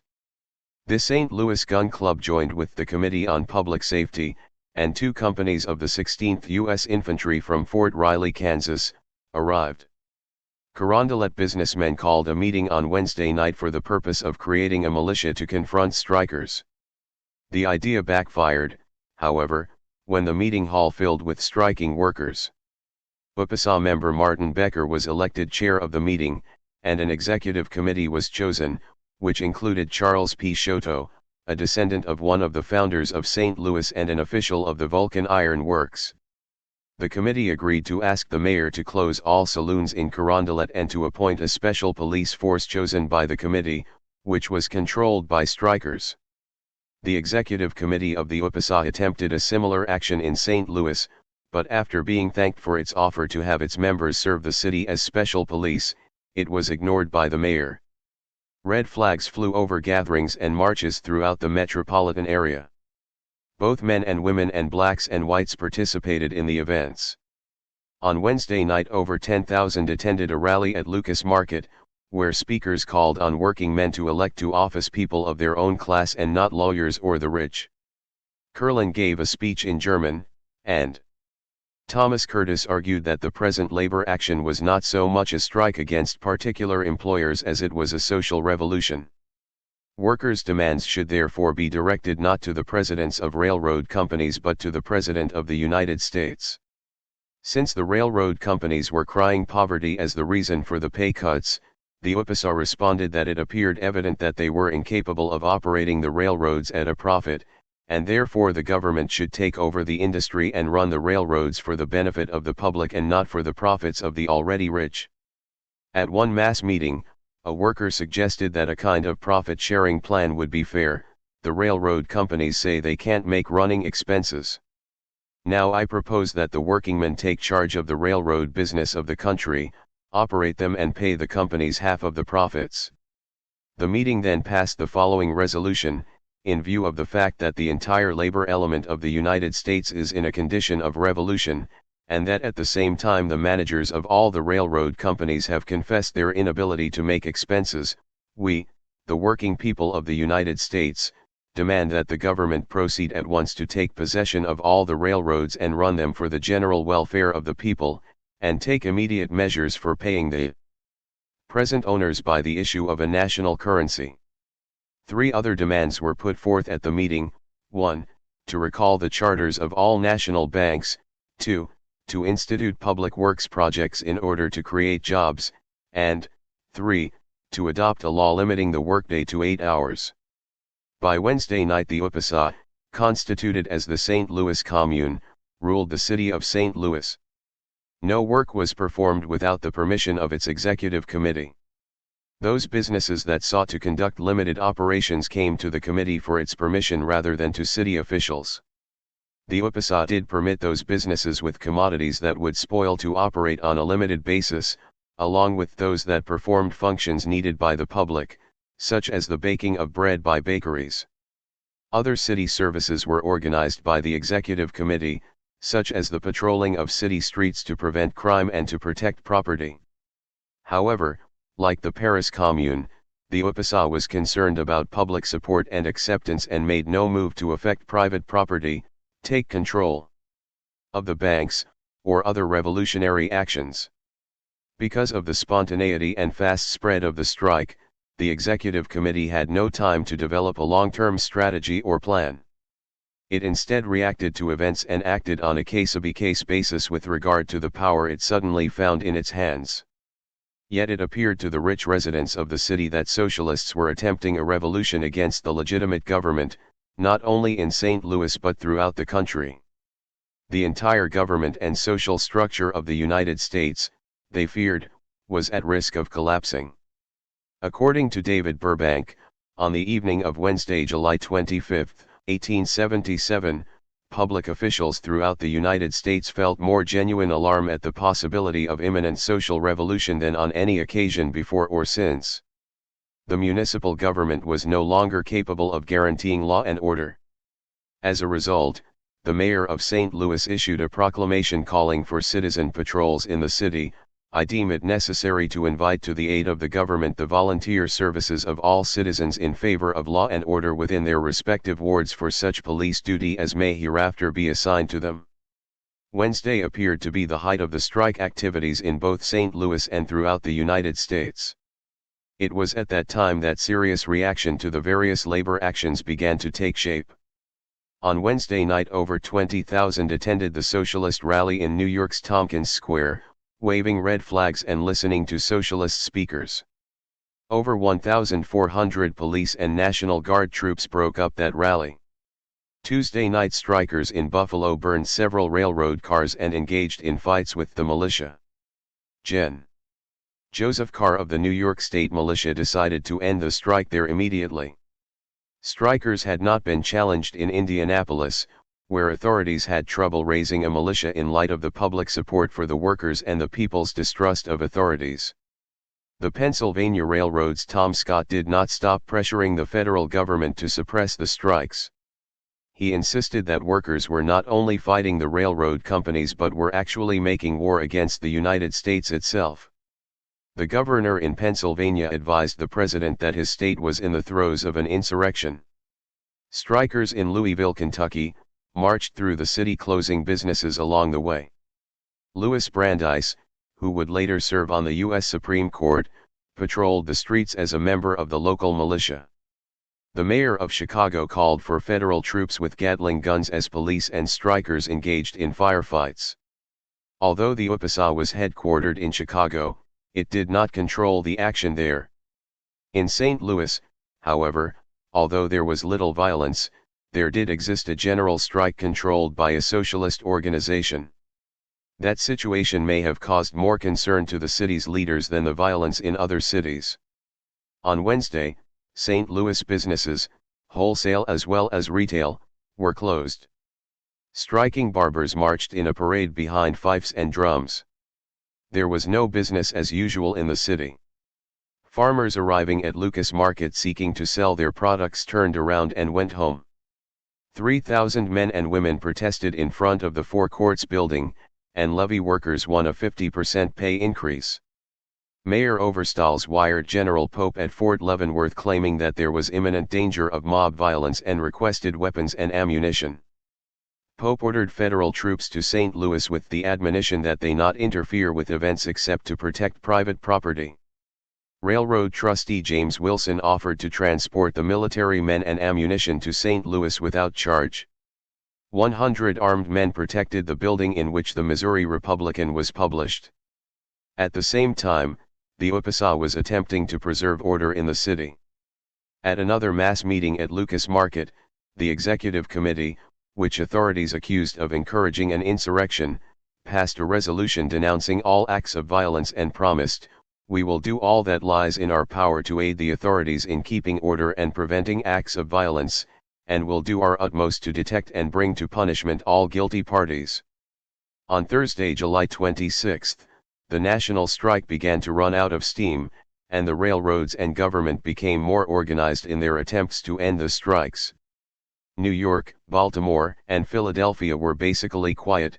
U.S. troops had taken control of Reading, Pennsylvania, and the strike was almost over in Albany and Buffalo. However, rail traffic was still stopped in Pittsburgh, Cincinnati, and Cleveland, and crowds still controlled the streets in Chicago, where 12 were killed and 150 wounded by gun and cannon fire. Governor Shelby Moore-Cullom of Illinois requested 6 Gatling guns from Washington, and J. H. Wilson telegraphed Secretary Schurz on July 24 and July 26 requesting that 2,000 troops be sent to St. Louis in order to crush the strike. Even if such action would be illegal, time has come when President should stamp out mob now rampant. A few resolute men can do it here. The law can be found for it after order is restored. Good citizens enrolling by thousands. Mob now threatening Westlake Post. Strikers in absolute control at East St. Louis. The suggestion of illegal action made it evident that the law and order demanded by the railroad companies was the kind that enforced the horrible working conditions that compelled workers to take to the streets. That day a Sergeant Finn telegraphed Washington, D.C. from St. Louis, advising that business was almost entirely suspended and that no trains, except those carrying mail, could leave East St. Louis. Missouri's governor arrived in St. Louis and discussed the imposition of martial law with the mayor and several prominent citizens. Needless to say, none of those the governor met with were railroad or other workers. Like the leaders of the Paris Commune, the UPSA hesitated and allowed opposing forces to organize themselves. In St. Louis, the UPSA Executive Committee realized that the Committee of Public Safety had grown stronger and so attempted to unite all of the unions in the city into an organization that would be able to negotiate a settlement with the railroads and the municipal government. But the unions were faced with divisions within their own ranks. Many of the skilled workers did not want to risk their favorable positions, and there existed the same conflict between black and white and German and Irish workers. A few union members had even joined the militia. The Four Courts building was the headquarters for all of the reactionary forces. The mayor had moved his offices there from City Hall, and the police, Committee of Public Safety, General Smith and Marmaduke, and militia members all occupied the site. By noon the Post-Dispatch estimated that 10,000 men had arrived at the Four Courts building to join the militia, and each was given approximately 60 rounds of ammunition. 102 Sensing a change in the air or fearful of damage to their property, the owners of Turner Hall evicted the UPSA. The railroads still refused to discuss any compromise with their workers, and food and fuel were in short supply in the city. Recognizing that its situation was rapidly deteriorating, the leaders of the UPSA attempted to salvage what they could before they faced an attack by the opposing forces. The executive committee wrote to the mayor describing the scene of starving families and requested that he help in distributing necessities to the poor. The poor were starving, the letter stated, and aid was necessary to avoid plunder, arson, or violence by persons made desperate by destitution. They asked the mayor to call a meeting of merchants to deal with the destitute and offered to pay for the food distributed. Each member of all labor organizations will hold himself individually and collectively responsible to pay for all food procured by his order. The executive committee also promised not to sponsor any parades or mass meetings until it could guarantee law and order in the city. Further, in order to avoid riot, we have determined to have no large procession until our organization is so complete as to positively assure the citizens of St. Louis of a perfect maintenance of order, and full protection to life and property. The promise not to hold mass meetings or parades was a major mistake. Meetings and parades were the only way the executive committee was able to retain interest and excitement in the strike and to communicate with the workers. There was no way to communicate with such a large group except by continuously scheduled mass meetings. Once that chain was broken, many supporters were permanently lost. For them, participation in the movement would be over. If there were no mass meetings, excitement would die down, and the UPSA's control of the strike would be lost. That decision would prove to be fatal to the strike. St. Louis's municipal authority and the Committee of Public Safety had set up their headquarters in the Four Courts building, where an artillery company was stationed, and the offices at City Hall were vacant or inhabited by strikers. Both the mayor and the governor issued proclamations ordering citizens not to congregate in the streets nor to interfere with operating businesses.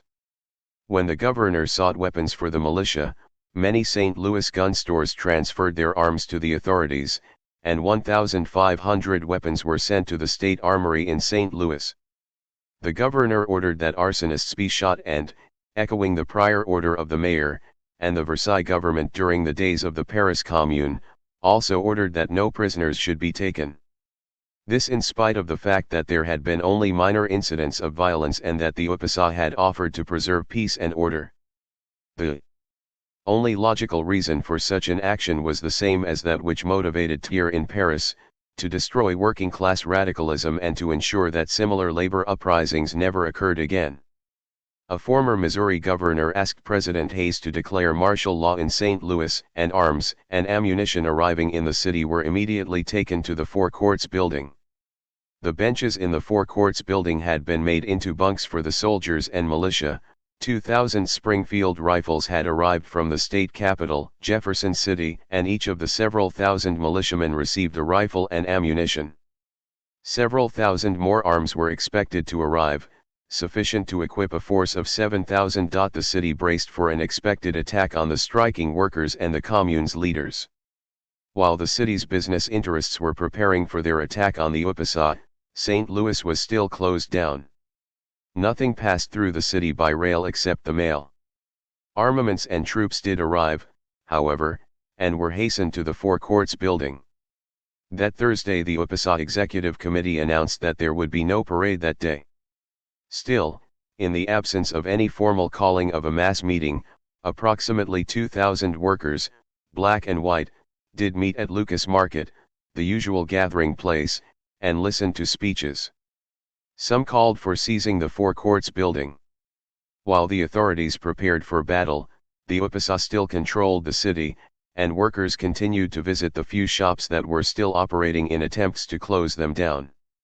On Thursday afternoon the owners of Belcher Sugar Refinery, which had been closed, approached the UPSA Executive Committee and requested that they be authorized to operate for a period of 48 hours so that their sugar supply would not spoil. The committee approved the request and sent 200 workers to protect the plant during its temporary operation. Another 40 businesses were closed on Thursday, and virtually no business was operating in the city. Strikers were also in control in Carondelet, where 1,000 Vulcan Iron Works employees met to discuss wage demands. UPSA member Martin Becker was in control of Carondelet and its force of 18 workers who were serving as special police. On Thursday night, East St. Louis strikers paraded with signs declaring liberty, equality, and fraternity, reminiscent of the French Revolution. In St. Louis, a mass meeting of local businessmen at Armory Hall agreed to coordinate efforts with the Committee of Public Safety and to raise $10,000 for what they denominated defense, in order to purchase Sharp, Peabody, Winchester, and Springfield rifles and Colt revolvers and to organize an armed force of 1,000 men from among their employees. Within 6 hours they had raised $12,000 among themselves and purchased all the arms within 8 hours of the meeting. Suggestive of the Civil War just a few years earlier, the Committee of Public Safety, without any legal basis, requisitioned property from civilian citizens and handed out vouchers to merchants, who were promised later reimbursement by the committee, which had no legal existence. At another mass meeting of workers at Lucas Market, no executive committee member or UPSA representative spoke on behalf of the organization, although Kurland made a speech in German, advocating that people enlist their neighbors, collect arms, and report to the committee the next day. Kurland also warned against rioting and arson, which would force the authorities to react quickly. He was hoping to buy a few days' time, when the city's provisions would be gone, thereby strengthening the strikers' bargaining power. Other speakers demanded that the government create jobs so that all who wished to work could do so, and again called for an 8-hour workday and the prohibition of child labor. There was also discussion about forcefully taking city buildings and the arsenal, but such talk was not sanctioned by the UPSA, which had no arms and had not engaged in serious violence. The city authorities also were aware that supplies in the city were low and that action needed to be taken before they were forced into a position of weakness. In what some would later describe as hypocrisy, the Catholic Church in St. Louis condemned the strike while the Irish Catholic Society in St. Louis held a picnic for the purpose of raising money to buy arms for Irish revolutionaries. M.W. Hogan, the city's prosecuting attorney, supported the fundraiser for Irish arms but later prosecuted the strikers. St. Louis had not experienced the death and destruction that had characterized events in Baltimore, Chicago, and Pittsburgh. Yet it was the only city that was under the control of socialists and communists. The massive force being marshaled by the local, state, and federal governments was not indicated by the situation at the time. As would be evidenced later, there was no need to arm and provision thousands of militia members and soldiers to fight against the strikers. The railroad workers had struck, and they had convinced other workers to join them, usually as a sign of solidarity but sometimes by the threat of force. But virtually no real violence had occurred in the city. Seeking public legitimacy and support, as did the Paris Commune, a proclamation by the Executive Committee of the UPSA directed to the citizens of St. Louis stated, "We give you our positive assurance of a determined effort on our part to suppress all riotous proceedings." The situation hardly called for thousands of armed men, artillery, and Gatling guns. Yet that was the response being prepared by railroad officials, businessmen, and authorities, who were willing to ignore the rights of strikers and the law in order to suppress the strike and overthrow the Commune. Thursday night mounted police patrolled the streets and quietly began to arrest strike leaders who were not violating any laws. In an obvious exaggeration, but one that would excuse the use of overwhelming force against strikers, the St. Louis newspapers again compared the local situation to the Paris Commune. On Friday, July 27, 2 more companies of federal troops arrived in St. Louis, together with another 1,200 rifles from the state arsenal. The police were in control of the Union Depot, and workers watched the University Club citizen militia drill there. Authorities reported to Washington that 3,000 St. Louis citizens were now under arms. The Committee of Public Safety appeared in the streets on Friday morning, and plainclothes police identified the leaders of the strike and began to arrest them when they found them alone. The UPSA Executive Committee, realizing that they could be attacked at any time, tried to organize their own militia companies, which included black and white workers. But the workers had only a few weapons. They had not made any attempt to take the armory, although the Missouri Republican had accused them of plotting a coup d'etat with a plan to seize the arms at the Jefferson Barracks Army base. The shift in momentum was not lost on the newspaper. There is but one thing for the strikers to do, and that is to go to work for such wages as the railroads offer to pay or to quit work. Without any evidence that the workers had attempted to bring down the government, the paper went on to call for the strike leaders to be hunted down and charged with sedition. The Republican thereby equated a strike against railroad monopolies with a conspiracy to overthrow the U.S. government, as if they were one and the same. The UPSA Executive Committee issued a circular on Friday once more denouncing mob violence, calling for an 8-hour day, and promising to aid the city in suppressing violence in the event it occurred. It also announced that there would be no march on Friday, although large crowds did gather at its headquarters, now at Schuyler Hall, attempting to determine what was planned for the day and criticizing the committee for its inaction. The committee, however, was unsure of what action to take and so hesitated to take any action whatsoever. The workers looked to it for leadership, but none was to be found. A Missouri Republican reporter observed, another party was roaring around to the effect that if the D.N.Fool Executive Committee had taken the arsenal on Tuesday, as they ought to have done, and as 50 good men could have done as easy as wink, there would be no suffering for food in the city today. The Executive Committee did call for a meeting to take place on Friday afternoon consisting of delegates from the various workers' organizations. The committee was desperate to negotiate an end to the strike without having to confront the military forces now arrayed against them. A reporter observed the desire for settlement on the part of the workers and the refusal of the railroads to enter into any negotiations. From what a reporter gleaned in an interview with several leading men among the discontents, it is safe to say they would willingly surrender if the railroad company would meet them halfway. A letter to the editor by a striking engineer summed up the desire for a compromise between striking workers and the railroad companies and an end to the strike. In justice to ourselves, I will let you know how things are. We do not want to prevent passenger trains or mail from going out, but the superintendents will not run these trains, so as to get the public on their sides. Run all passenger and mail trains and we will see that they are not molested. Give us our old pay and cut down the officers of the road, and all will be as ever. The sooner this is done, the sooner business will revive. Some workers demanded guns from the executive committee, but it had none to give and had no intention of fighting what appeared to be the overwhelming armed forces of state, federal, municipal, and private troops. The morale of the strikers was sinking, and there was a strong feeling that the end was near. However, railroad workers still controlled the city of East St. Louis and Carondelet, where most of the residents were of the working class. The Committee of Public Safety had no presence whatsoever in Carondelet. Mayor Overstals had finally decided that the strike had to end and that the communists had to be crushed.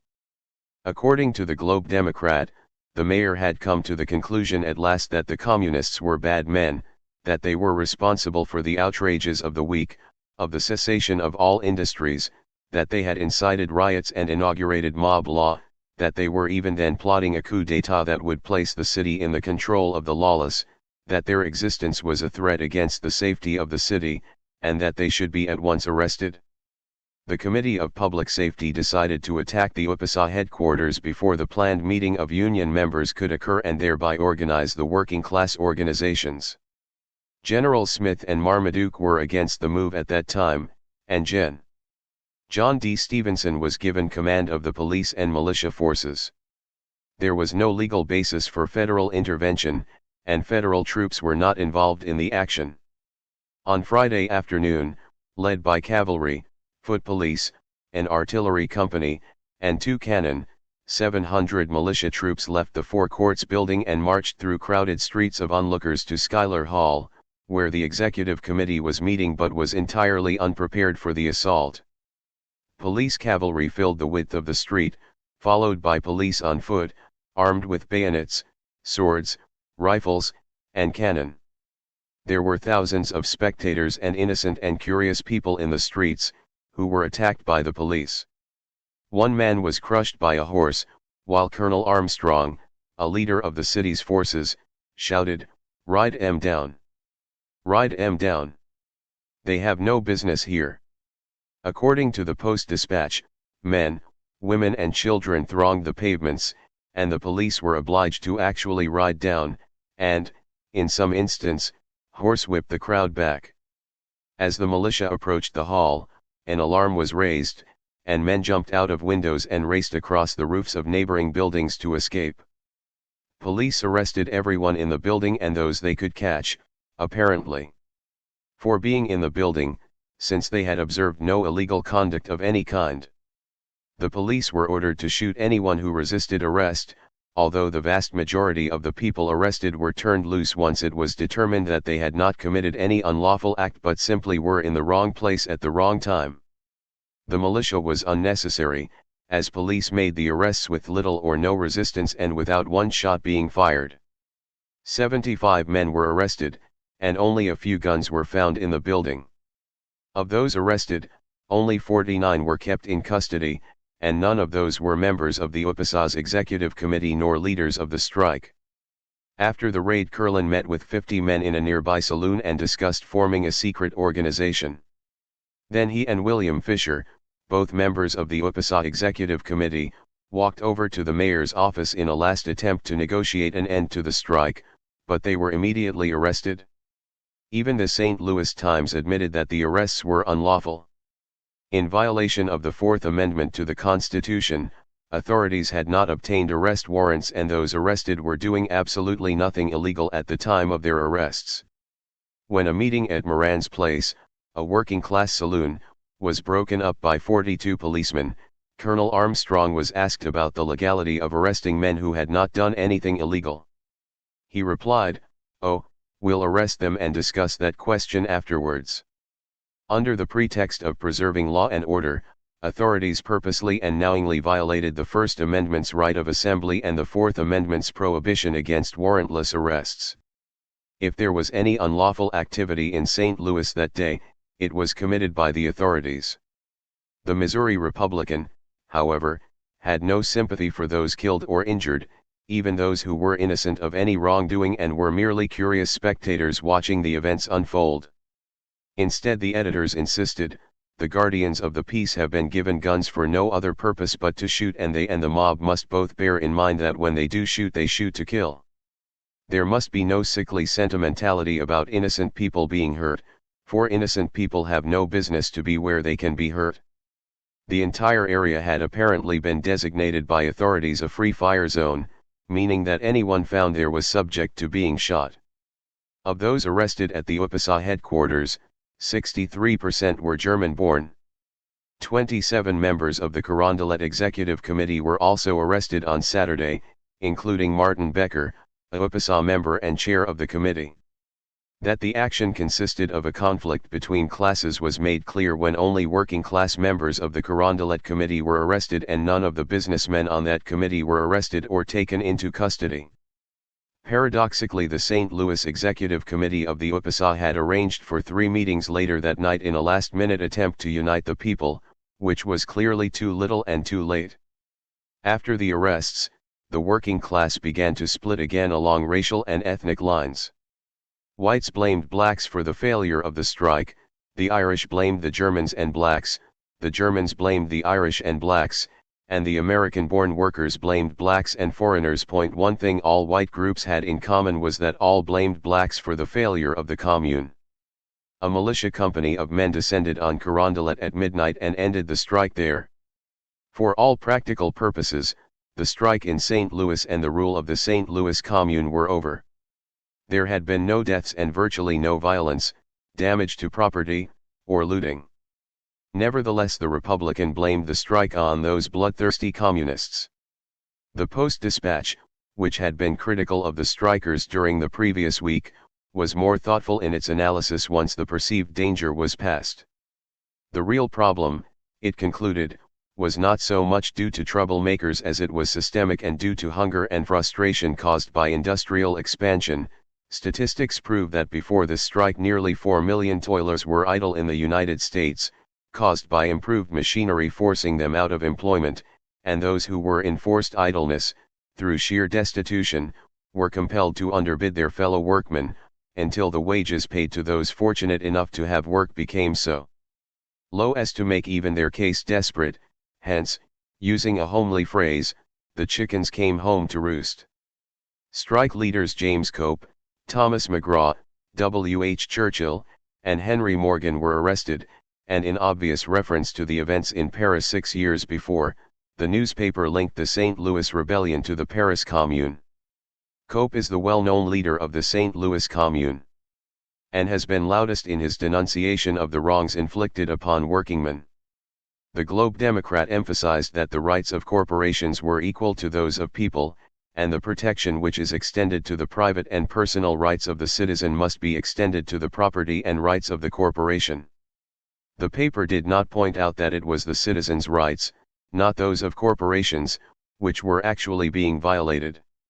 At the same time, the paper made clear that in its opinion, the workers who had struck, and those who had led them, were of the lowest class of humanity, again distinguishing their physical attributes from members of the Committee of Public Safety. The capture was over before it could be told, and in a twinkling a long line of ill-dressed, evil-looking, hard-featured, beetle-browed, grimy unkempt men, with scowling faces, were in the center of the street, under guard, and the battle was won. Some of those the newspaper thus described were actually Globe Democrat reporters who were arrested in the arbitrary sweep made by St. Louis authorities. The workers in East St. Louis were running the city and policing its streets until the very end. Finally, Governor Cullom declared martial law in East St. Louis. The police there and the Illinois National Guard were sympathetic to the strikers and could not be trusted to do the bidding of the authorities or railroad companies. The Montgomery Guard, a militia, also refused to move against East St. Louis workers. As a result, the federal government decided to act. East St. Louis was an extremely important rail center, especially for goods shipped east or west. The excuse for the use of federal troops was that federal property, including those trains under receivership, needed to be protected. On Saturday, July 28, federal troops took control of the Eads Bridge, which connected the cities of St. Louis and East St. Louis. 12 companies of the 23rd U.S. Infantry, under the command of General Davis, crossed the Mississippi River in the dark, early morning hours for an attack on striking workers in East St. Louis. 8 companies marched toward the railroad depot, while 4 others floated on barges farther down the river in order to attack the other side of the depot.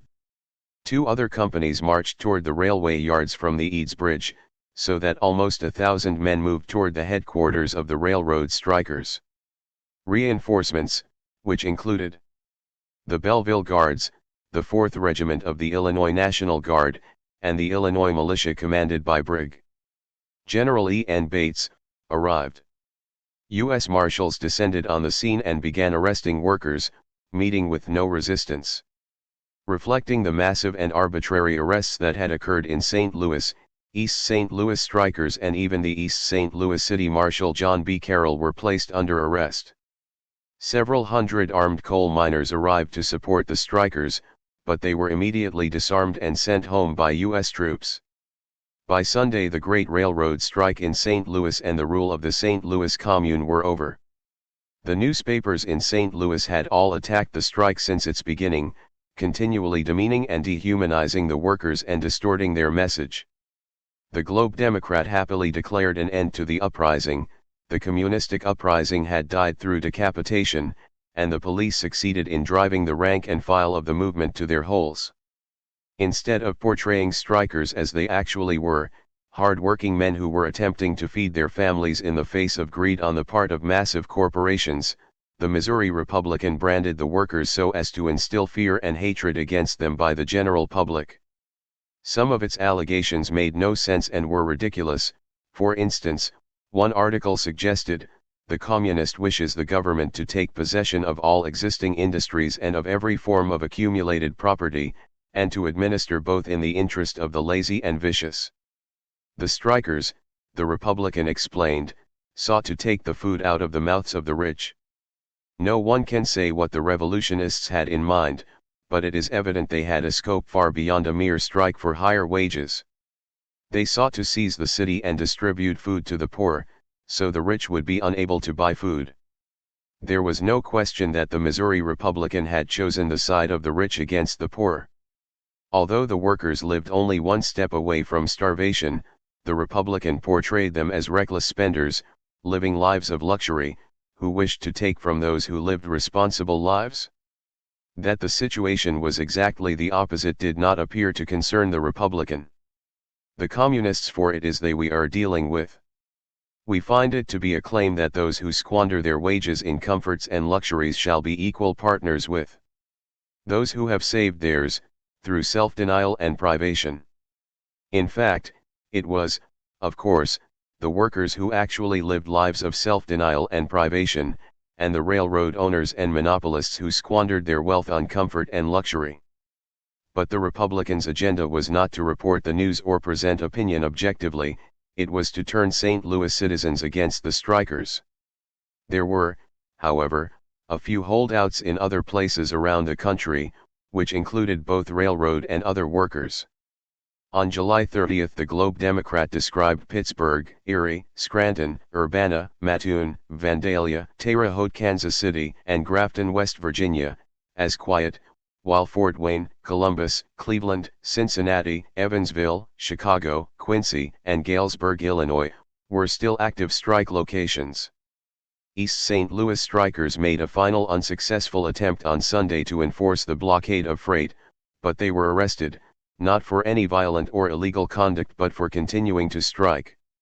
100,000 coal miners in Pennsylvania struck, as did miners in Springfield and DuQuoin, Illinois. However, in St. Louis the old order was restored, and the elite of the city were about to demonstrate their power to the general public, thus giving the committee and their rooted adherents a chance to judge the tone and sentiment of the law-abiding citizens. In the 19th century, street parades were a common method of reinforcing or challenging the public order and were part of the public discourse. They were also a source of excitement and entertainment. In a letter dated September 17, 1953, from William Miscop to David Burbank, Miscop related his childhood memories of such parades. "I remember when I was a young lad the great enjoyment I derived from public meetings, especially political, with flag-waving, music, and torchlight parades."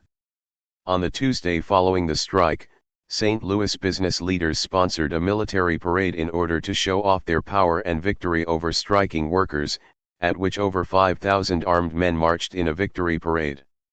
The Globe Democrat described the sidewalks as full of people watching the scene and all windows of surrounding buildings black with humanity, even long before the start of the parade. Flags waved, bayonets glittered, and uniform buttons dazzled on the 5 regiments of marching soldiers. The Post-Dispatch described those who participated as the cream of St. Louis society. We cannot take the time to make special notice of companies or individuals where all did so well, and all deserving of so much praise. The ranks of some were filled with young men, the glory of the city and its future note. Others were gray-headed and grizzled bearded men who have long been known in business circles here and identified with many of the leading enterprises of St. Louis. The parade was organized by the same people who had put together the local militia in order to suppress the strike. Row after row of men in uniform with rifles, artillery, and other weapons marched through the streets of St. Louis, including working-class neighborhoods. That the purpose of the massive parade was to intimidate those who might in the future challenge the city's authority was made clear by the Missouri Republican. The value of yesterday's parade to the city of St. Louis is inestimable. It gave to the late turbulent classes a wholesome lesson that rule not be forgotten during this generation, and it afforded the law-abiding the fullest faith in the supremacy of the upholders of peace and order. The Globe Democrat agreed with its colleagues at the Republican that troublemakers were not welcome in St. Louis and would not be tolerated. The display of military force is a solemn warning to internationalism, communism, and all other forms of disturbing isms that they are attempting to settle in the wrong locality. In the same issue, the Globe Democrat again linked the events in St. Louis to the Paris Commune. In a review of a new book, Revue de Deux Mondes by M. Maxime Ducamp, the reviewer wrote that it was necessary to study the author's findings, especially in view of the fact that within the last few days the doctrines of the Commune have been preached in the city and seem to have found advocates even among men who might be supposed to have some sense. The connection of the St. Louis Commune with the Paris Commune was clear to everyone. And the UPSA, it was alleged, were not just similar to but were actually a branch of the Paris Commune. In St. Louis, a branch of the Commune, the organization which incessantly conspires for the overthrow of the governments of the world, existed under the harmless title of the Workingmen's Party of the United States. Of course that statement was a blatant distortion of the truth, since the Paris Commune had made no effort to overthrow the French government, nor did the St. Louis Commune attempt to overthrow the government of the United States. Both, however, were guilty of trying to improve the lives of the poor and working classes. But the newspapers perceived both incidents from the perspective of the bourgeoisie, the class that had emerged in the United States after the Civil War and was in direct conflict with the working class.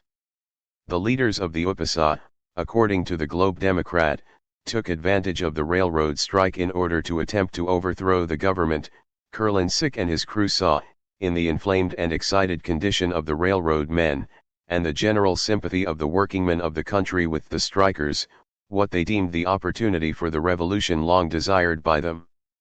The fact that the UPSA had demanded only a restoration of the recent pay cuts and the end of child labor and had successfully restrained its more violent supporters seemed to be irrelevant or unimportant to the newspapers.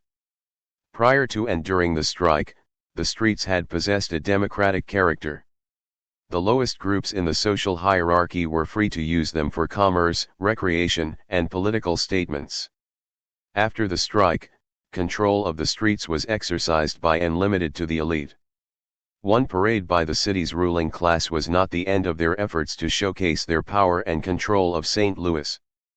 The rich and powerful citizens of St. Louis were determined to continue to display their power over ordinary residents, so they began a tradition that is still celebrated to this day, although its original purpose has been hidden. Several months following the collapse of the railroad strike, members of the city's business elite met secretly for the purpose of creating a public spectacle that would unquestionably demonstrate that there was a social hierarchy in the city, that they were at the top of that hierarchy, and that they, not the working class, possessed the power in the city. In March 1878, a number of St. Louis businessmen received a letter asking them to attend a secret meeting of prominent gentlemen. At the secret meeting, St. Louis's elite citizens formed the Veiled Prophet, VP, organization, purportedly based on a mythical kingdom, Khorasan, where the wealthy ruled over ordinary people. A veiled prophet was to be elected each year from the city's rich citizens to reign over a festival and parade. The founders of the VP were geographically a diverse group. 10 were from St. Louis, 5 from elsewhere in Missouri, and 48 from other states. 9 had fought for the Union in the Civil War, and 7 had fought for the Confederacy. Most came from Protestant upper-class families, and all were born into wealthy families.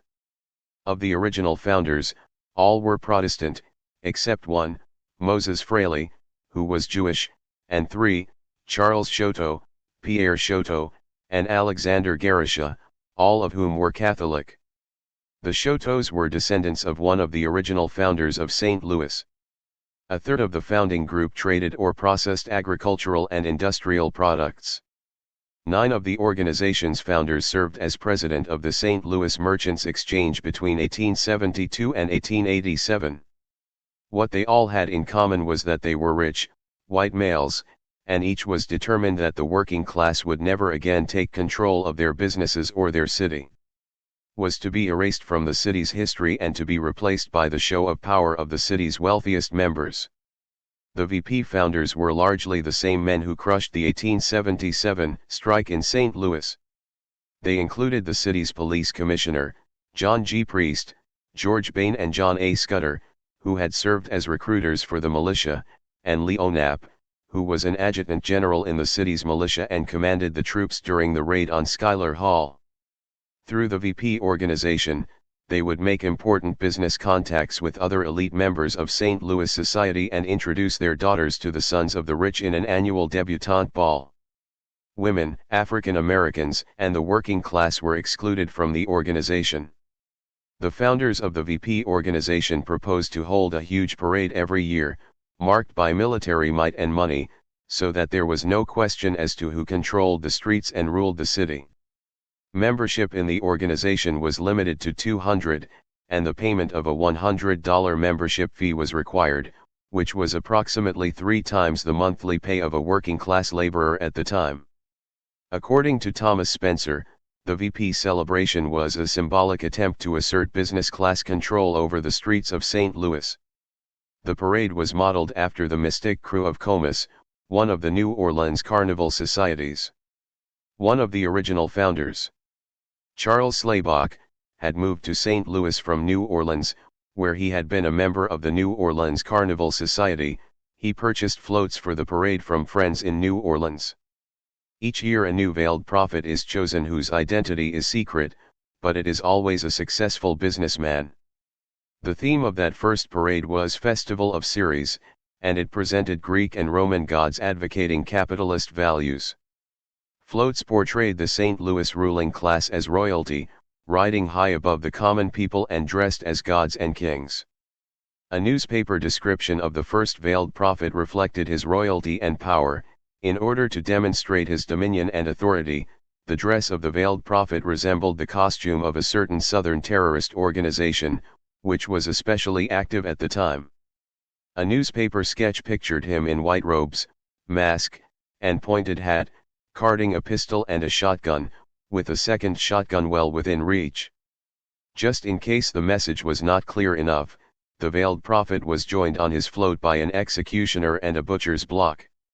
So the veiled prophet was a masked and unknown person, dressed in a white costume that hid his identity, and he was surrounded with weapons, a picture undoubtedly meant to transmit a clear warning to the ordinary working people of the city. Although the identity of the veiled prophet is supposed to remain a secret, the first was John G. Priest, the St. Louis police commissioner, who had helped suppress the strike. The parade was intended to announce that these were the richest and most powerful men in St. Louis, some descended from the city's founding families, and they, not socialists or workers, controlled the city. Over 100,000 people watched the first parade and its 1,000 torches, hundreds of Japanese lanterns, and fireworks lighting up the night sky. The spectacle was intended to awe the masses with the obvious power of the rich and to serve as its response to the workers' parades during the strike. According to Spencer, by having a parade every year that showed a make-believe Middle Eastern king and his court, the St. Louis elite asserted the value of social hierarchy both in the mythical kingdom of Khorasan and in the real world of St. Louis. Through the years the VP parade evolved into somewhat of a community celebration in St. Louis, its original purpose almost, but not entirely, forgotten. In 1952, as part of a protest against the Smith Act, a 1940 statute that made it a crime to advocate the overthrow of the U.S. government. The St. Louis Emergency Defense Committee published a circular titled "The Veiled Prophet: How It Began. Big Business and the Press Have Conspired to Hide the True Origins of the VP Parade." The St. Louis general strike was broken. To celebrate, St. Louis business leaders held a victory march of 3,000 armed troops and a battery of cannon to intimidate St. Louis working people and prevent the organization of unions. Ultimately, the prosecution of those involved in the railroad strike and the St. Louis Commune reflects the fact that the legal actions were primarily directed toward ending the strike and not for any serious, illegal misconduct on the part of the strikers. Threats of long sentences as a result of violating conspiracy laws or treasonous conduct did not come to fruition. Generally, those who were not leaders but who had only participated in closing factories were fined up to $300. Those who were financially unable to pay the fine were sentenced to 6 months in the city's workhouse. Since the strikes were largely peaceful and the strikers had attempted to curtail any violence and the destruction of property, charges of riot failed due to a lack of evidence. Many of the charges against the workers were for peace disturbance, a broad charge used to remove people from the streets rather than to punish them for serious misconduct. An attempt was made to treat leaders of the strike, who were members of the UPSA Executive Committee, more harshly. Albert Kurlan, Louis Fisher, Peter Lofgren, John Glenn, Henry Allen, Thomas Curtis, and James Cope were eventually charged with associating together for the unlawful purpose of preventing men from plying their lawful avocations, and did prevent, according to their purpose, by means of terrorism, intimidating, etc. Bail for each of them was set at $3,000. The law was used, however, primarily to break the strike and to neutralize its leadership. The prosecution of the East St. Louis and other Illinois strikers was held in Springfield. It was led by Bluford Wilson, the brother of James Wilson, the railroad receiver who had advocated the use of federal force against legal strikers. Several cases were dismissed outright, including that against John Carroll, the East St. Louis City Marshal. 26 strikers on the Indianapolis, Bloomington, and Western Railroad were sentenced in federal court to 90 days in jail for contempt of court, most likely for interfering with trains under federal receivership. Some Peoria strikers received sentences of 4 months. 149 others were released on $500 recognizance bonds on the condition that they not interfere with federal property for a period of 1 year. Authorities in St. Louis were clearly more concerned with removing strikers from the streets than with seriously punishing them. First and foremost, they desired the return of order to the city, the kind of order that was in effect when they controlled the city's businesses and government. The authorities believed that the arrest of the leaders would result in the collapse of the strike and the end of the rule of the Commune. While the authorities did attempt to bring serious felony charges against a few leaders, most of those arrested were charged with lesser crimes. Kurlan, Lofgren, Fisher, and other leaders of the general strike and the St. Louis Commune were originally taken into custody and held in jail without being charged with any crime. They finally filed for a writ of habeas corpus, alleging that they were being illegally imprisoned by the government and held against their will without being charged and brought before a magistrate, a right that had existed as a part of Western civilization since the time of the Magna Carta in 1215. Some workers who were convicted as a result of their conduct during the strike received only fines, others were sentenced to 6 months in the city workhouse, while still other cases were dismissed. Daniel Price, a worker who had assisted in closing shops, was fined $100, Barney Coyle was convicted of peace disturbance and fined $50, and Patricia Curtin was fined $25 for peace disturbance. On August 10 the strike leaders Kurlan, Lofgren, Cope, Glenn, Curtis, Fisher, and Allen, having finally been charged, appeared in court. Kurlan had participated in forming the UPSA in Philadelphia in 1876, served as an editor of the Arbeiterzeitung, and was later a speaker at the funeral of the Haymarket Martyrs in Chicago. Cope was one of the founders of the First International in England in 1864.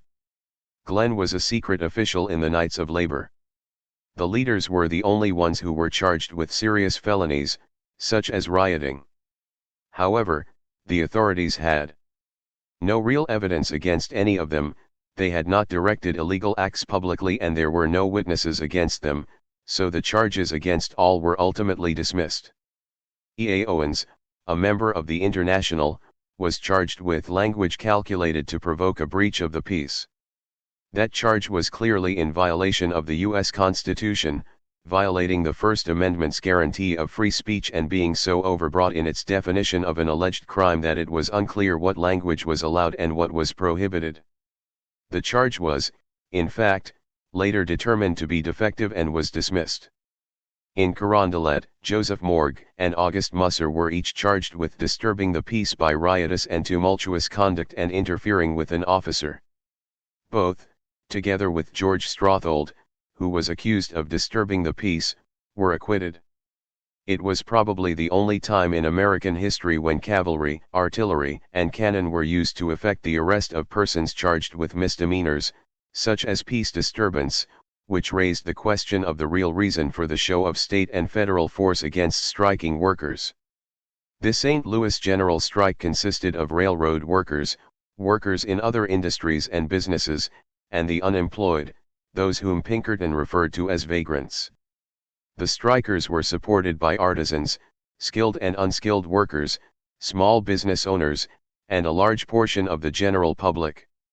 With some exceptions, black and white workers united in their opposition to capital and authority. Many strikers were veterans of the 1848 revolutions and the Paris Commune. The strike was largely led in St. Louis by German workers, who were members of the First International and the UPSA. Most were socialists and, at least to some extent, followers of Karl Marx. Together they created the St. Louis Commune, the only time in the history of the United States that communists controlled a major American city. When the strike was over, thoughtful commentators on what had occurred suggested that reforms in the relationship between labor and capital were necessary. A failure to confront and resolve the problems associated with industrial capitalism had the potential to result in violent revolution.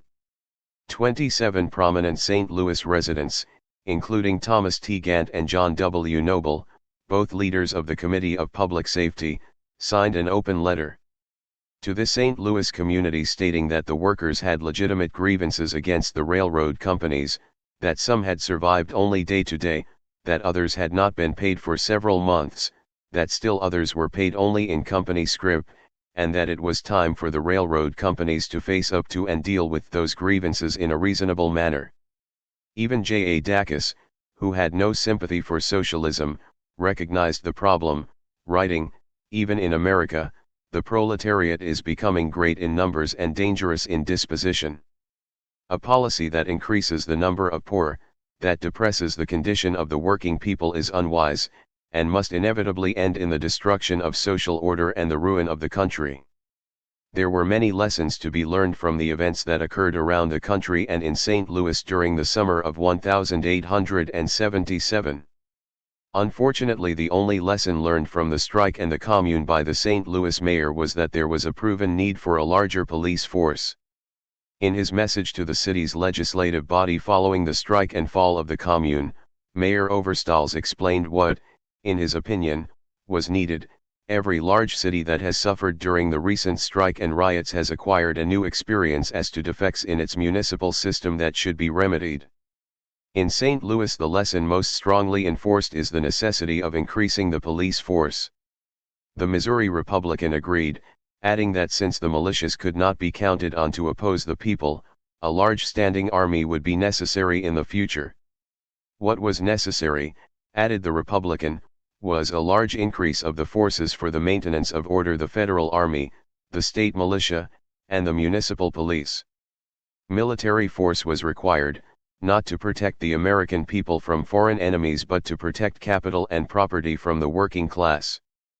Philip Foner suggests that capitalists generally recognized the need for the establishment of armories throughout the United States, a better trained National Guard, and a larger standing army. In the future, it appeared that the government would have to fight not only Indians and foreign nation-states but also the country's own working class, and those military forces would be necessary to wage that battle. The fall of the St. Louis Commune marked the end of socialist rule in St. Louis. But it did not represent the end of the socialist movement in the city or in the United States. Fully 1/4 of the UPSA's national membership was in St. Louis. Most of the members were German, but they also included French, Bohemian, Irish, English, and native-born Americans. The UPSA continued to work for electoral progress in St. Louis after the strike. Between 1876 and 1881, St. Louis socialists, led by the German community, achieved success in a number of elections. The 4 wards in St. Louis that were strongly socialist were also 75% ethnically German. 1 In September 1877, thousands attended a mass meeting at Lucas Market called by the UPSA, and in October the party elected its candidates for school directors in 5 of St. Louis's 28 wards.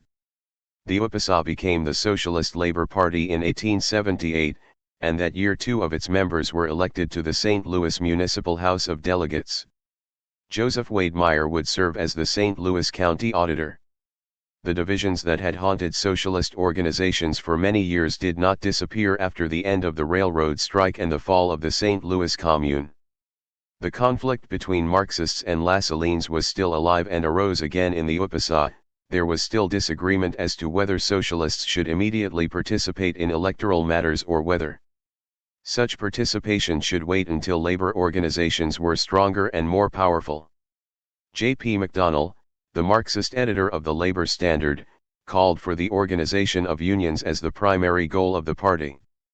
Support for the major political parties without an already strong union organization and a developed working class consciousness, he argued, could only result in the exploitation of labor by the bourgeois parties.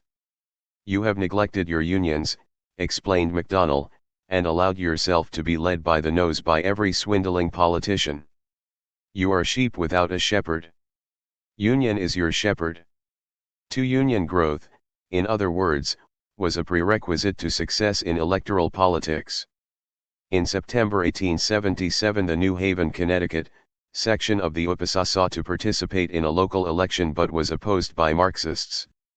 Unless a workers' party was strong enough to stand on its own, Marx had argued, there was a danger that labor's efforts would be appropriated by the liberal bourgeoisie for its own benefit and purposes, much like what had occurred in the European revolutions in 1830 and 1848. During those years the working class had fought together with the emerging middle classes in attempts to overthrow kings, aristocrats, and other remnants of feudalism, only to be betrayed by their purported allies.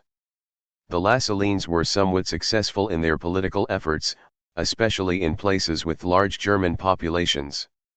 Socialist candidates received large numbers of votes in elections held in New Haven, Chicago, and Cincinnati, and 6 socialists were successfully elected to public office in Milwaukee.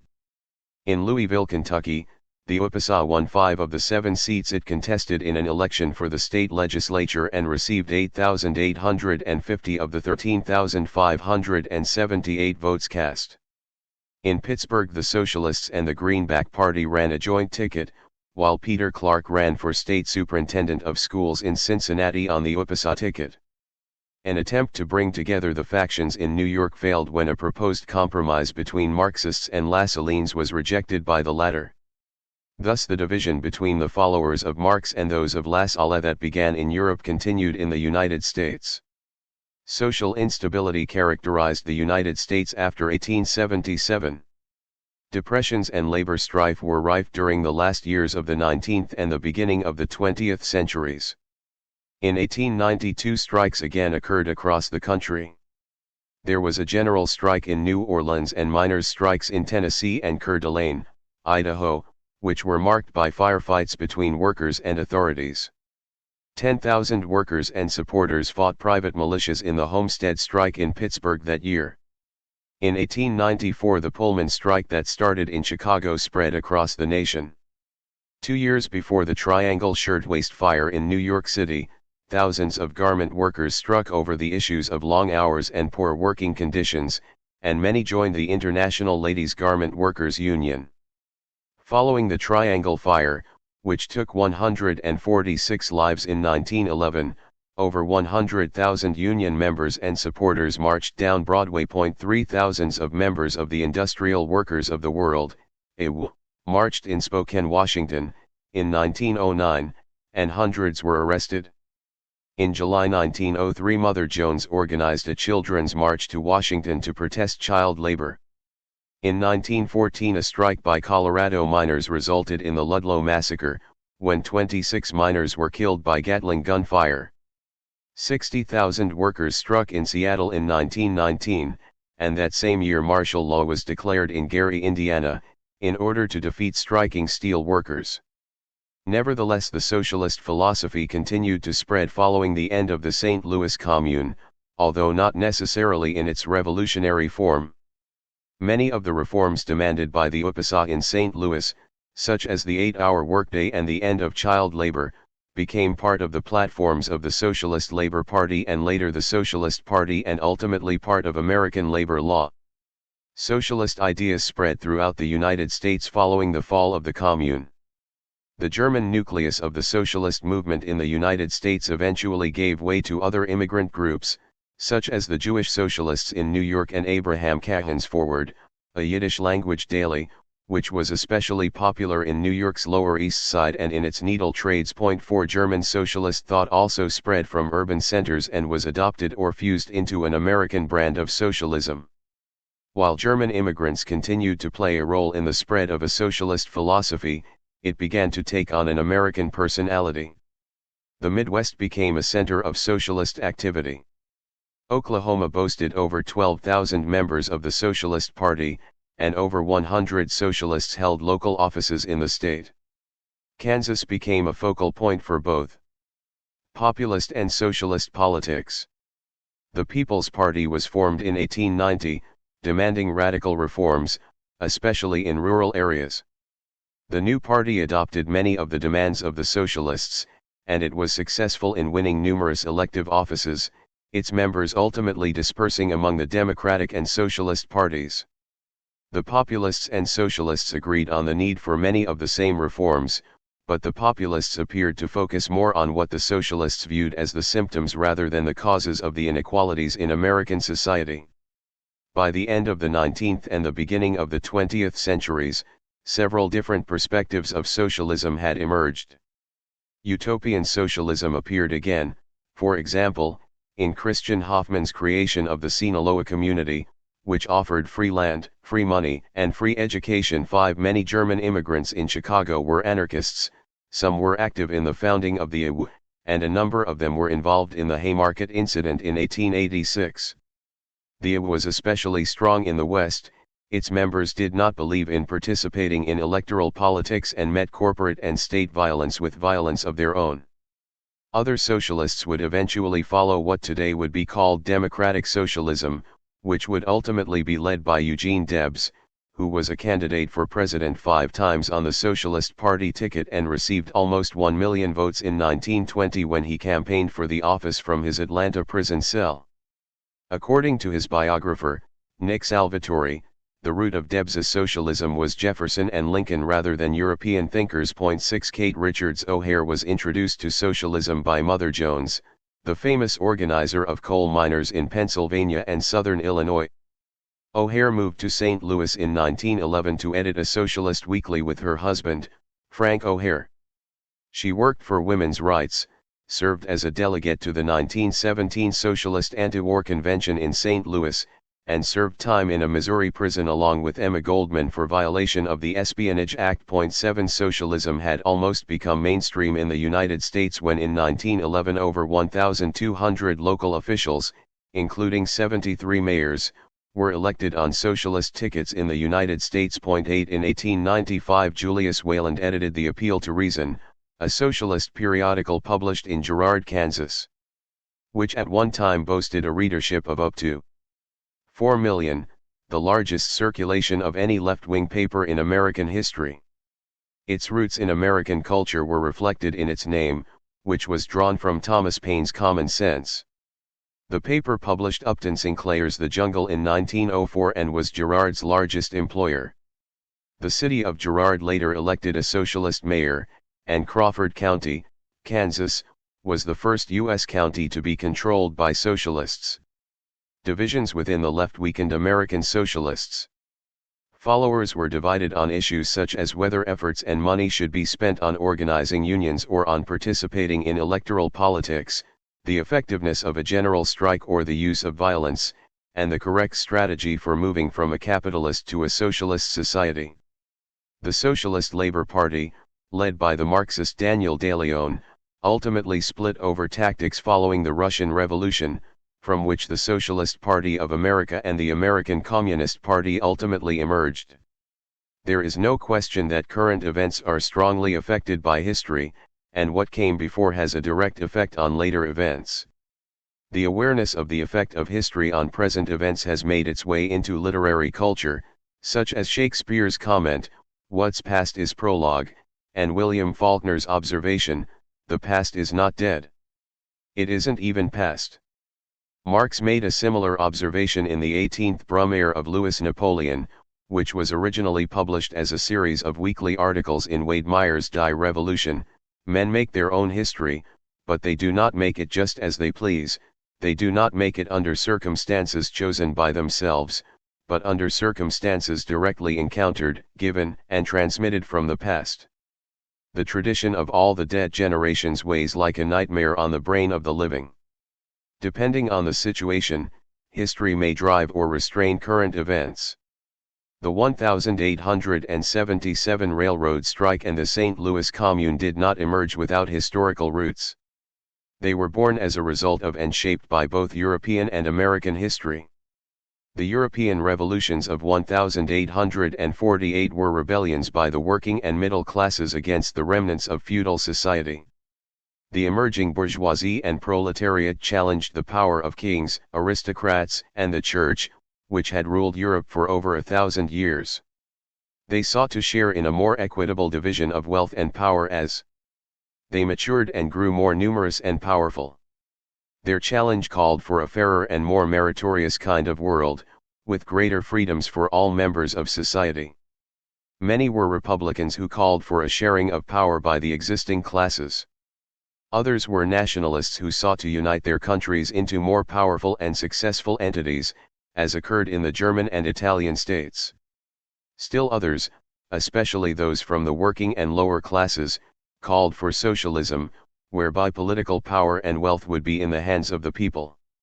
Ultimately, however, the middle classes were more concerned with what they considered the threat of the working classes and made their peace with royalty and cooperated in the suppression of workers, especially socialists. Following the revolutions in 1848 there occurred the Franco-Prussian War.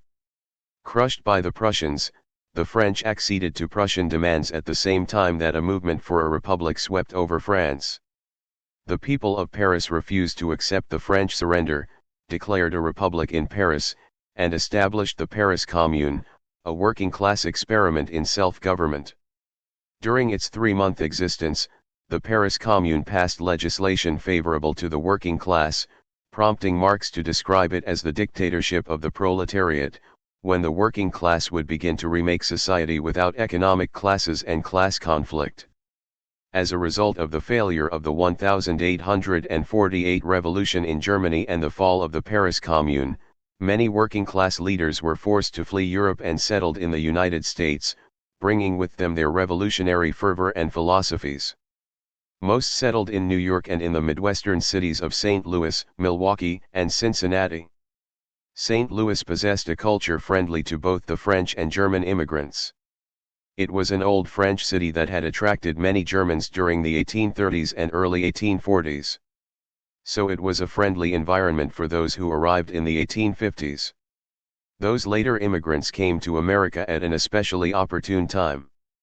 The nation was about to explode in a civil war over the issue of slavery and attracted the participation of those already steeped in Republican values. German immigrants joined the Union Army and fought valiantly against slavery and for freedom and republicanism. Many of them were socialists who had previously fought on the barricades during the 1848 revolution and the Paris Commune. The emergence of large monopolies and corporations after the Civil War, together with the exploitation of workers by unbridled and unregulated capitalism, provided a new enemy for them to confront. German radicals became leaders in the American labor movement, the 1877 railroad strike, and the St. Louis Commune. Their revolutionary fervor crossed the Atlantic with them and brought a new element to the conflict between American labor and capital. Thus one might say that the perfect storm arose, fueled by the revolutionaries of 1848, the Paris Commune, the First International, the Panic of 1873, and the instability and greed that characterized American society in the 1860s and 1870s. There was no feudal class in the United States in the 1860s and 1870s, except perhaps the great plantation class in the South. The North was marked by industrial growth, public works, and the extension of railroads, while the South was mired in agriculture and slave labor. The conflict between North and South was not only a moral one involving slavery but also a result of the economic differences between the two sections. In many ways it was, as Marx described, a battle between feudalism and capitalism, which ended in the victory of the new corporate entities that had emerged in the North. As in Europe, the conflict then primarily became one between the new capitalism and those who served it by selling their labor.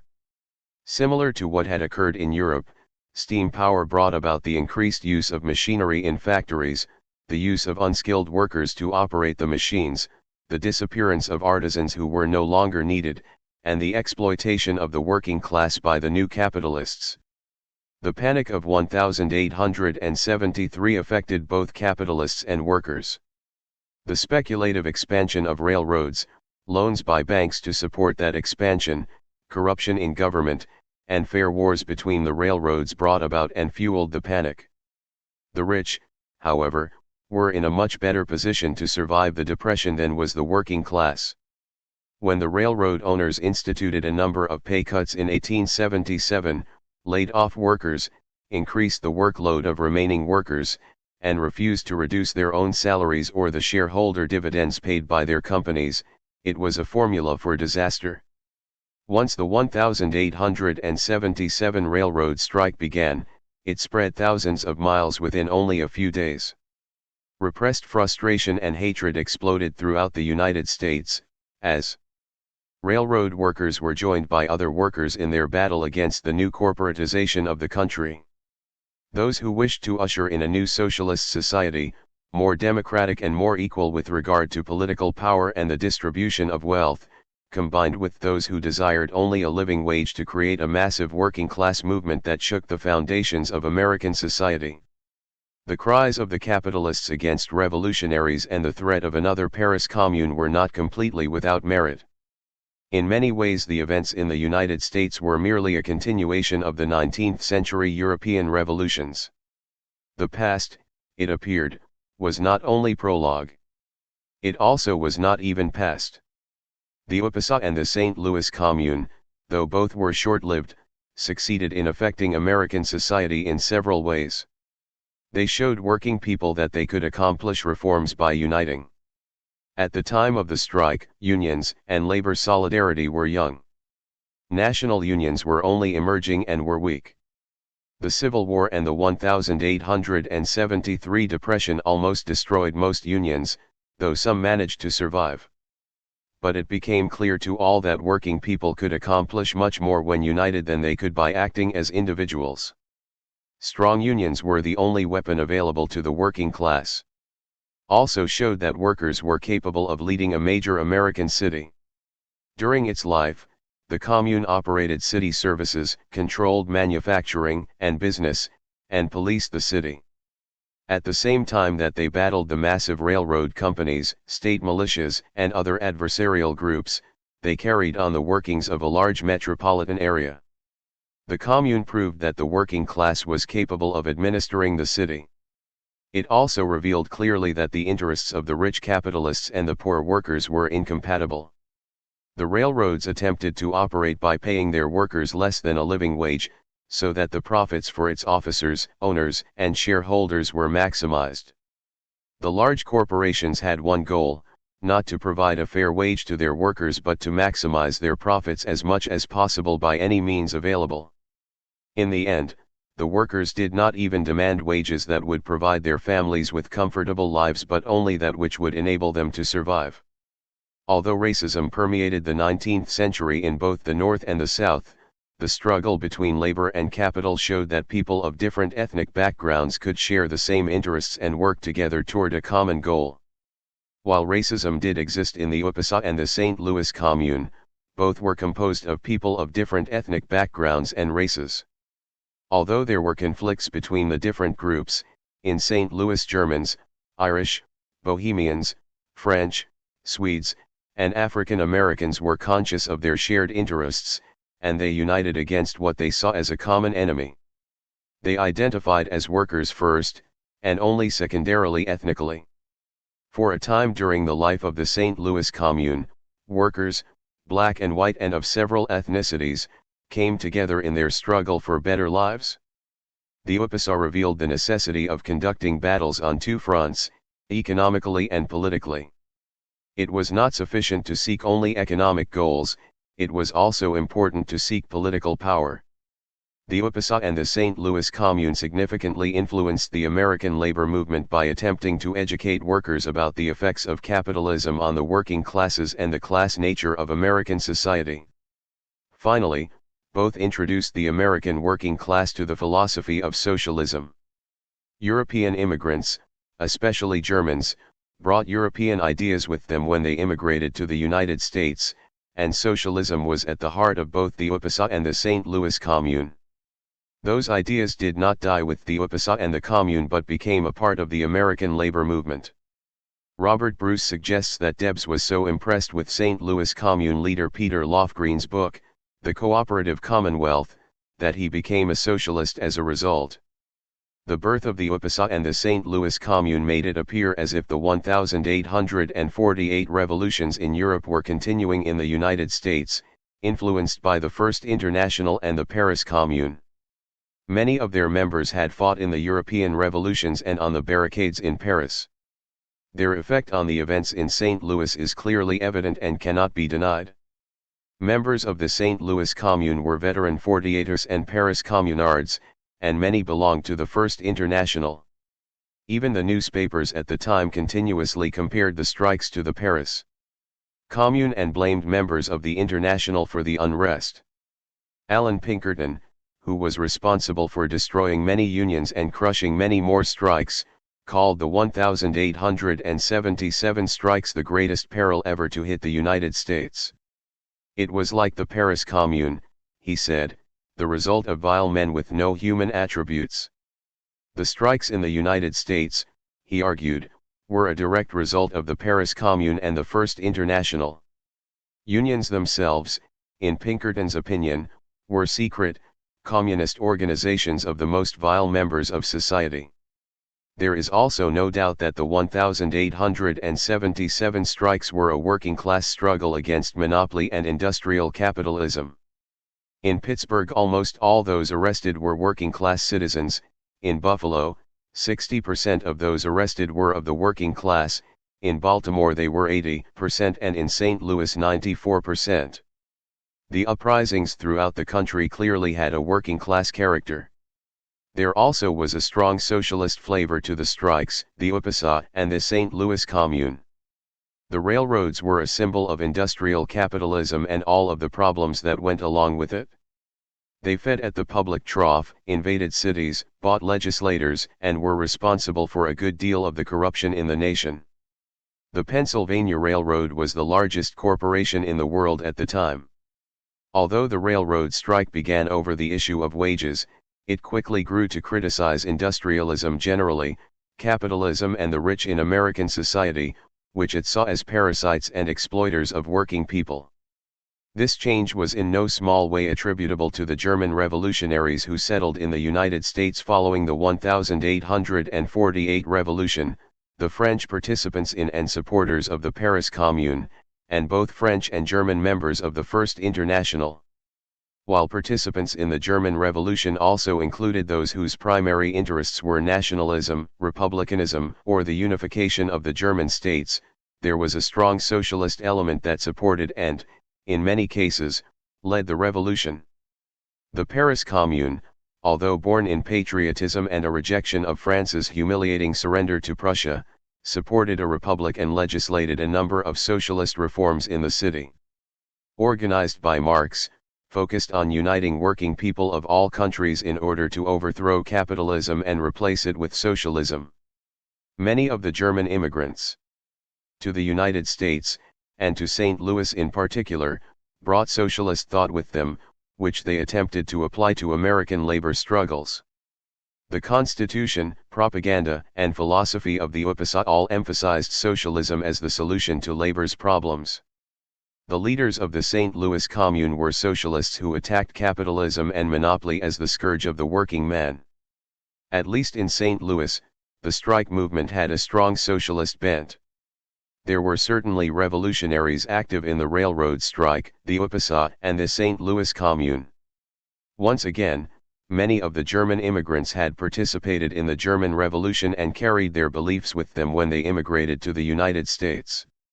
A good number of them were Marxists who advocated revolution in all industrial nations and the ascendancy of the working classes to power.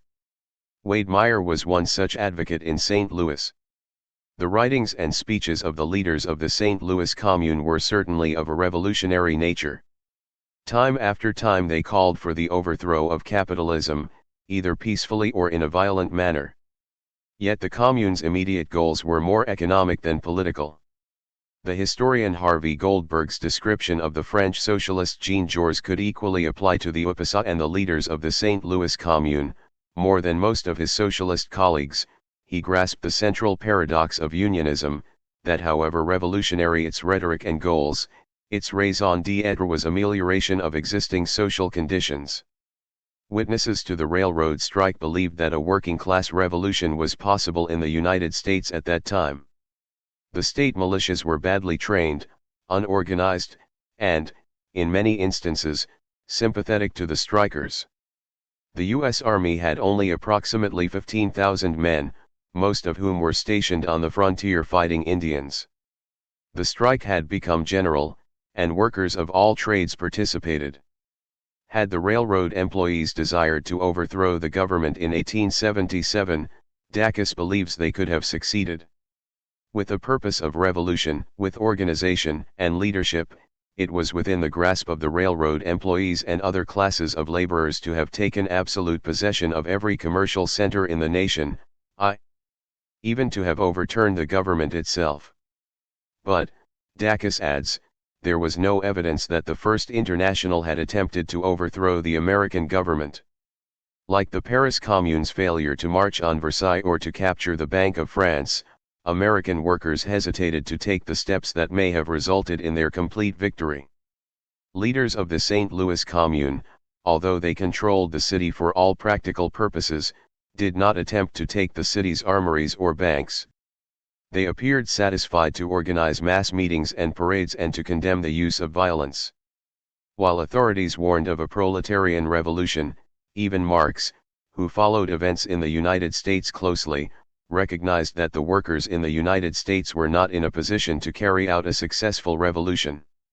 Recognizing that the U.S. government was strong enough to crush the strikers, Marx wrote to Engels that the 1877 strike was a movement that would ultimately fail, but he hoped that it would be the beginning of the creation of a labor party supported by the working class in the United States. What do you think of the workers of the United States? This first explosion against the associated oligarchy of capital which has occurred since the Civil War will naturally again be suppressed, but can very well form the point of origin of an earnest workers' party. 18 But the 1877 railroad strike did not cause the working class to make an attempt to overthrow the government, as had occurred in Europe. Workers in the United States were faced with certain obstacles to organization that did not exist in Europe.